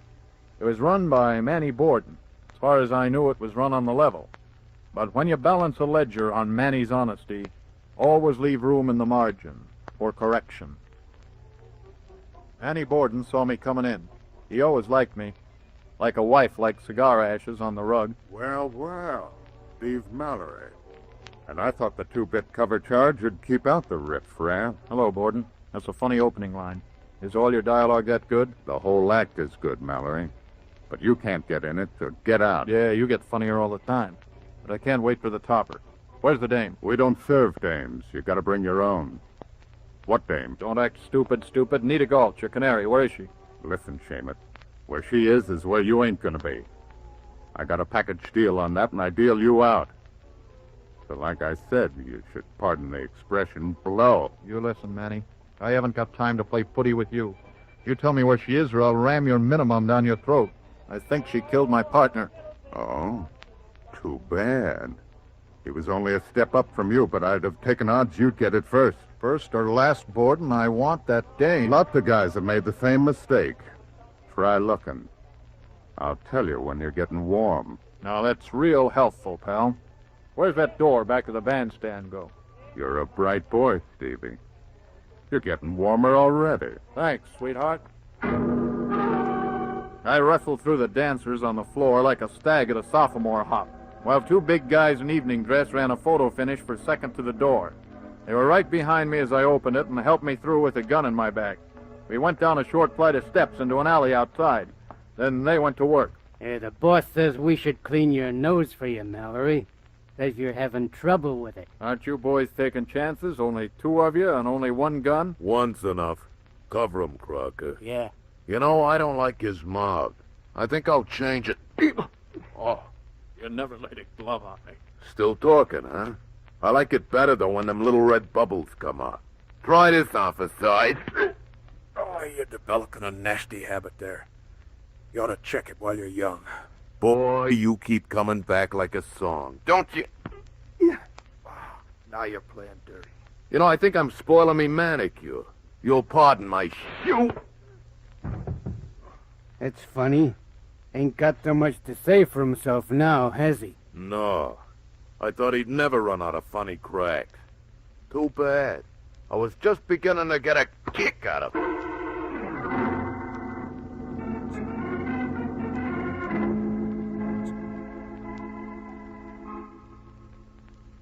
When I came around, my head felt like the inside of a washing machine, flapping out the family flat work. I would have traded my stomach for one with ulcers, and my nerves felt like they'd been yanked from my body, rubbed with sandpaper, tied in knots, and put in backwards. Other than that, though, Borden's boys hadn't bothered me at all. I got my eyes swiveled around so they were both pointing at the same thing. I was lying on the couch in my own apartment, and across the room Nita Gulp was sitting in a strapless evening gown. That was that gown that undid me. Well, well. I've been sitting here wondering what color your eyes would be. Yeah, I'd like to know myself. What color are they? Blue. A lovely baby blue. With just a shot of magenta for contrast. Oh, cute. I love a broad with a sense of humor. And I love big, helpless brutes who get hammered unconscious by bigger, unhelpless brutes. Brings out the woman in me. Yeah, that dress helps, too. Listen, sister. That's it. Lie back. Shouldn't try to do too much at first. Few weeks you'll be sitting up, and I'll start you weaving back. Oh, no, thanks. I was never any good with my hands. Well, you're no good with your head either, especially when you lead with it. I know, but I have a lot of dumb luck. Like, I take the count in an alley and wake up here with you. Think that's good? I don't know. How good is it? How good do you think? How good can it get? Relax. You're still an invalid. Anyway, you're not my type. At least you wouldn't be long if Manny Borden found out. That reminds me. How'd I get here? I found you in the alley back at the club. I figured you must have been looking for me, so I kind of felt responsible. I brought you home. Yeah. Well, let's neaten up for now. Who killed my partner? You think I did, don't you? I don't know why you should have, but you could have. I don't know why I think you didn't, but I don't think you did. Thanks, Steve. Okay, but even I could be wrong. So far, it reads like a couple of pages must have been stuck together. Let's see. You came to me screaming for protection from the very guy you hired to follow you. Yeah? I did what? Well, you hired Harry to follow you, and then... I hired him? Yes, you hired him. Oh, are you sure? Sure, I'm sure, aren't you? Oh, no, not at all. Oh, good Lord, it's happened again. What happened? Come on, baby, start making sense. Steve, look at me. Oh, not like that. Just look at me and tell me. Do I look like a perfectly normal human being to you? Well, I'm normal enough not to think so. But when I talk to you, do I sound coherent? Do I make sense? Well, don't take my word. My class voted me most likely to become idiotic. But as far as making sense goes, the best I can say for you is that you seem normal. What I'm trying to say is I think I'm sane as any girl could be who's been through what I have, but I don't remember ever seeing your partner before tonight. Give me that again. Gently. If you say I hired him to follow you up, I must have hired him, but I don't know how to explain all this. But I have moments of... Well, I lose control. Things fill in on me. I forget. I don't know where I am or later where I've been. I never wanted it to happen when I was alone, so I thought of hiring someone to follow me. I thought of hiring you. Well, that makes sense. What you have is transitory amnesia. It's like a champagne hangover. It comes and it goes. Now, you were smart to want to keep a tab on yourself. It's always nice to know where you've been. But what I say is, I thought of it. I don't remember doing it. Well, let's say you did. And then you forgot you hired Harry and you were afraid of him when you spotted him tailing you. So you ran to me because I was the guy you intended to go to in the first place. Mm-hmm. Yeah, But that wasn't the worst of it. I mean, it wasn't just the fear of not knowing where I'd been, but more the fear of what I might do, and still worse than that, of what I might be accused of having done. Do you follow this at all? I fell off as we rounded that last semicolon. I'll try a different approach. My husband... Oh? That's right. Oh. He's dead. Oh. And maybe I killed him. Manny Borden says I did. Well, Manny might be inclined to exaggerate. What's your story? I don't know what to think. I could have, and yet I don't know. I loved Philip with all my heart in spite of what he was. Philip Galt? That the guy? Yes. Ah, quite a guy. Yes, he was. Nice people you play around with. I don't play. He was my husband. Sorry. No, read it, kid. I'm sorry. Doesn't matter. You're perfectly right. He was everything you think he was. Fast money boy, cheap, flashy, weak, a heavy drinker, a heavy gambler, sad loser and a worse winner. He wasn't even faithful. I don't know, I just loved him, I guess. I couldn't help it. I should do this to music, sitting on a piano. Yeah. Yeah, well, anyway, I got troubles of my own. How was he killed? Automobile wreck.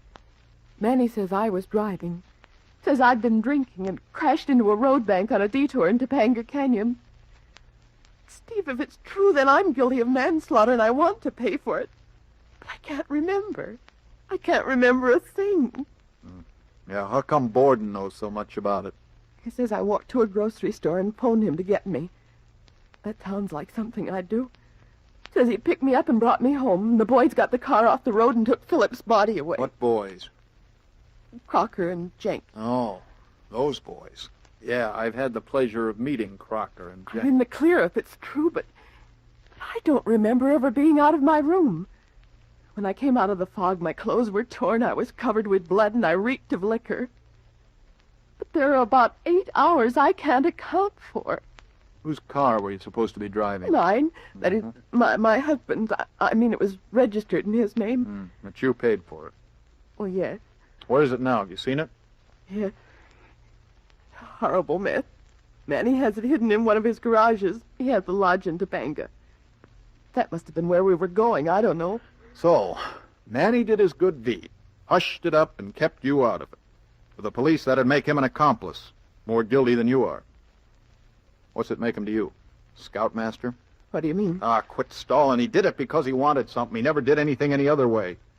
He has a way of getting what he wants.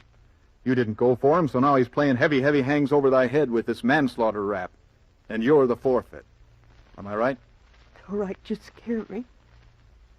Yeah, sometimes I scare myself.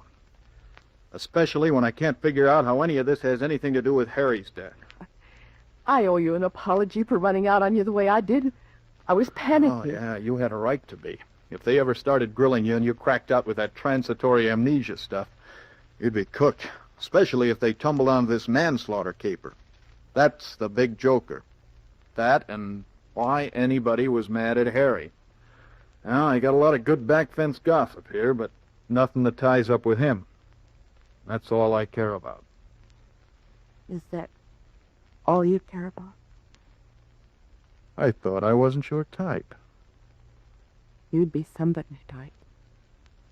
But not yours. No, not mine. Well, forget it. You forget things, so forget it. All right. And while you're forgetting, forget I kissed you. But you didn't. Oh. Oh.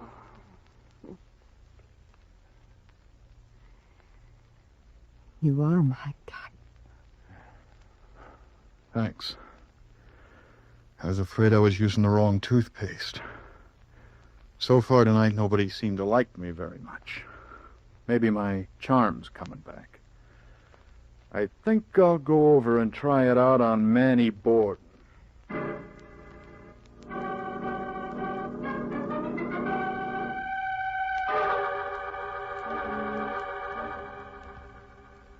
Well, they say a crook always returns to the scene of a crime. So does a cop. It was a crime the way Manny Borden's boys had mussed me up, but I was willing to forgive and forget. After I kicked their teeth out, I got back to the Xanadu at 4 a.m. The place was dark. Looked as empty as a canary cage after the cat got in, except for one light in back. The alley door made just as good an entrance as it did an exit. I picked my way through the darkened club without playing musical chairs with the furniture. The door of Manny's office was partly ajar. I sidestepped the shaft of light that knifed out of it and plastered myself against the wall like I was part of the woodwork. It was a funny kind of night for Manny to be interviewing talent, but I thought I'd wait my turn. A little courtesy never hurt anybody. Whoever he was talking to was a good friend of his, same as me. Grifter, you're dead and you'll stay dead if I have to see to it myself. Yeah, sure, man. Sure, I'll stay there. Put on another $5,000. You know, Vic, damn bed is kind of quiet. Leads to thinking. I've done a lot of thinking lately, mulling over my misspent life. I kind of wish I had it back to live all over again. Maybe I'd live it different. You know, you get an idea like that in your head, and it takes a lot to make you stay dead. Like I said, $5,000. It'll take a lot less than that to make you stay dead, Galt. I know. But I don't think you want to get involved. Not that way. It'd be kind of messy. You'd make the kind of mess I like, a quiet mess. Remember, Galt, you're already dead. Yeah, I know. It's sad, isn't it? But I'm afraid there's a certain young lady who doesn't hold with that. You remember, I told you about her. She's the one who influenced me to leave Nita to your tender mercies. Now she kind of fancies me the way I am. And she knows where I am and what I'm here for. So if I don't come back, I have an idea she'll get a little nervous. And when she gets nervous, she likes to talk to somebody. And I think you know who she'll talk to. You're bluffing. You wouldn't tell that to Maida and... Now, if I'm bluffing, you'll never know until you call me. Besides, I'm getting bored with this deal. There's only one way the play can go. And I'm holding all the cards there are. I should have made that car crack up the real thing in the first place instead of a phony. Well, you go for phony setups, Manny, because you're a phony yourself. Phony crack-up, phony amnesia, phony everything. All but the $5,000. And that better not be phony. Pardon me, punk. Hello? Yeah. Okay. Good. Nice work, Jenk. No, I'll take out the launch and head for Catalina. Yeah. About halfway over. Mm-hmm. That's right. All right, Galt, that'll be all out of you. I just filled an inside straight and you're covered. Don't be a fool, man. Now put down that gun, So, the dame'll sing, huh? You didn't know it, punk, but she's the only card you had. So the last time you were here, Jenk followed you to see where you went, and you led us right to her like the smart operator you are. So, Jenk's taking her for a boat trip, and maybe she can walk back and maybe she can't. But you're one dead man who ain't gonna tell any tales. Now, wait a minute, Manny. You're making a mistake. I lied. She doesn't know anything. That's what you get for shooting off your face. And come to think of it, that ain't such a bad idea. No, Manny, please. Wait a minute. You gotta believe me. I'll get out of town. I'll never come back. Listen, Manny. I've listened enough, you yellow-bellied lout. I killed that Seamus because you were sap enough to let him recognize you. You don't think I'd stop at you? Oh, Manny, give me a break. What do you want me to do? I'll do anything, Manny. Anything you say. I want you should drop. No, for God's sake, Manny. Who are you? The United States Cavalry. Who do you expect? You saved my life. Yeah, I'd rather save kitchen fat. It's worth something, Galt. I know. I got that coming. But listen, I gotta stop them. They got my girl. They're gonna... Yeah, I heard. Give me that phone. I'll call the harbor police and the Coast Guard. Hold it. Hey, Port, it's Jank. You in there? Well, waltz me around again, Jank. Hey, boss, I need the key to the lock. Meet the new chap, Jank.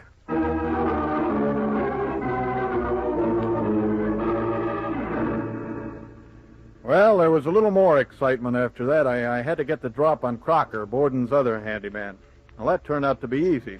He was in the back of the car trying to keep Galt's woman from kicking out a window. I didn't dirty my hands on him. I let Galt do that. She was his woman.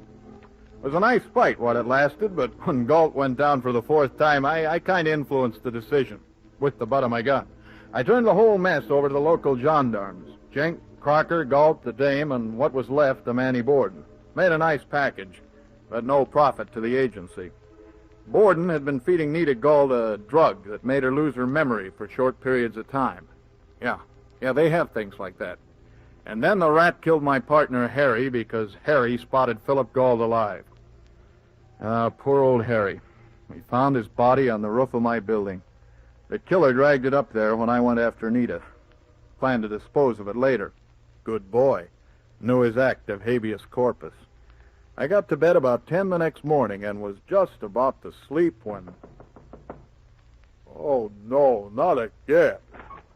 Steve, where have you been? I've been trying to get hold of you all night. Oh. I have that information you wanted. Oh, great. Yes, this will stun you. Harry was following Nita Galt because she was subject to spells. Yeah, that's fine. Write me a letter, will you? What's the matter? Don't you want to hear this? Harry had seen her husband coming out of the Xanadu, only... Sure, some other time. I am trying to sleep. Well, that's a fine attitude, I must say.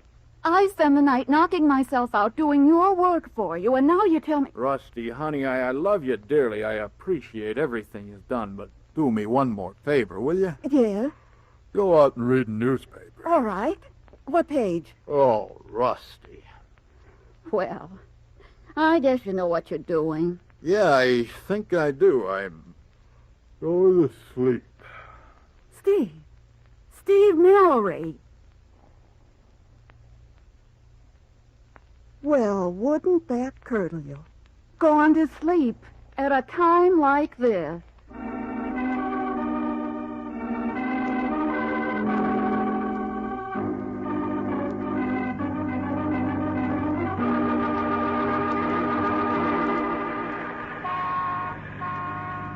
Well, that's all there was to it. A dead husband who wasn't dead, an amnesia victim who didn't have amnesia, and a few double crosses that didn't come off. So I guess this is the end of the trail. Here's where I'll drop you off tonight. Driver. Yes, sir? Pull up just a minute. So long. See you next week. Okay, let's go. There goes that man again. Yeah, he's really heading for trouble.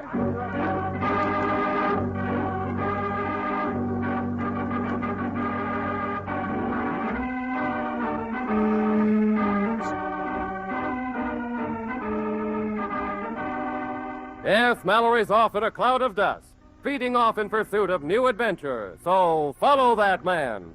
Follow the trail of Steve Mallory again next week as he leads you along the trail of the tingling sign.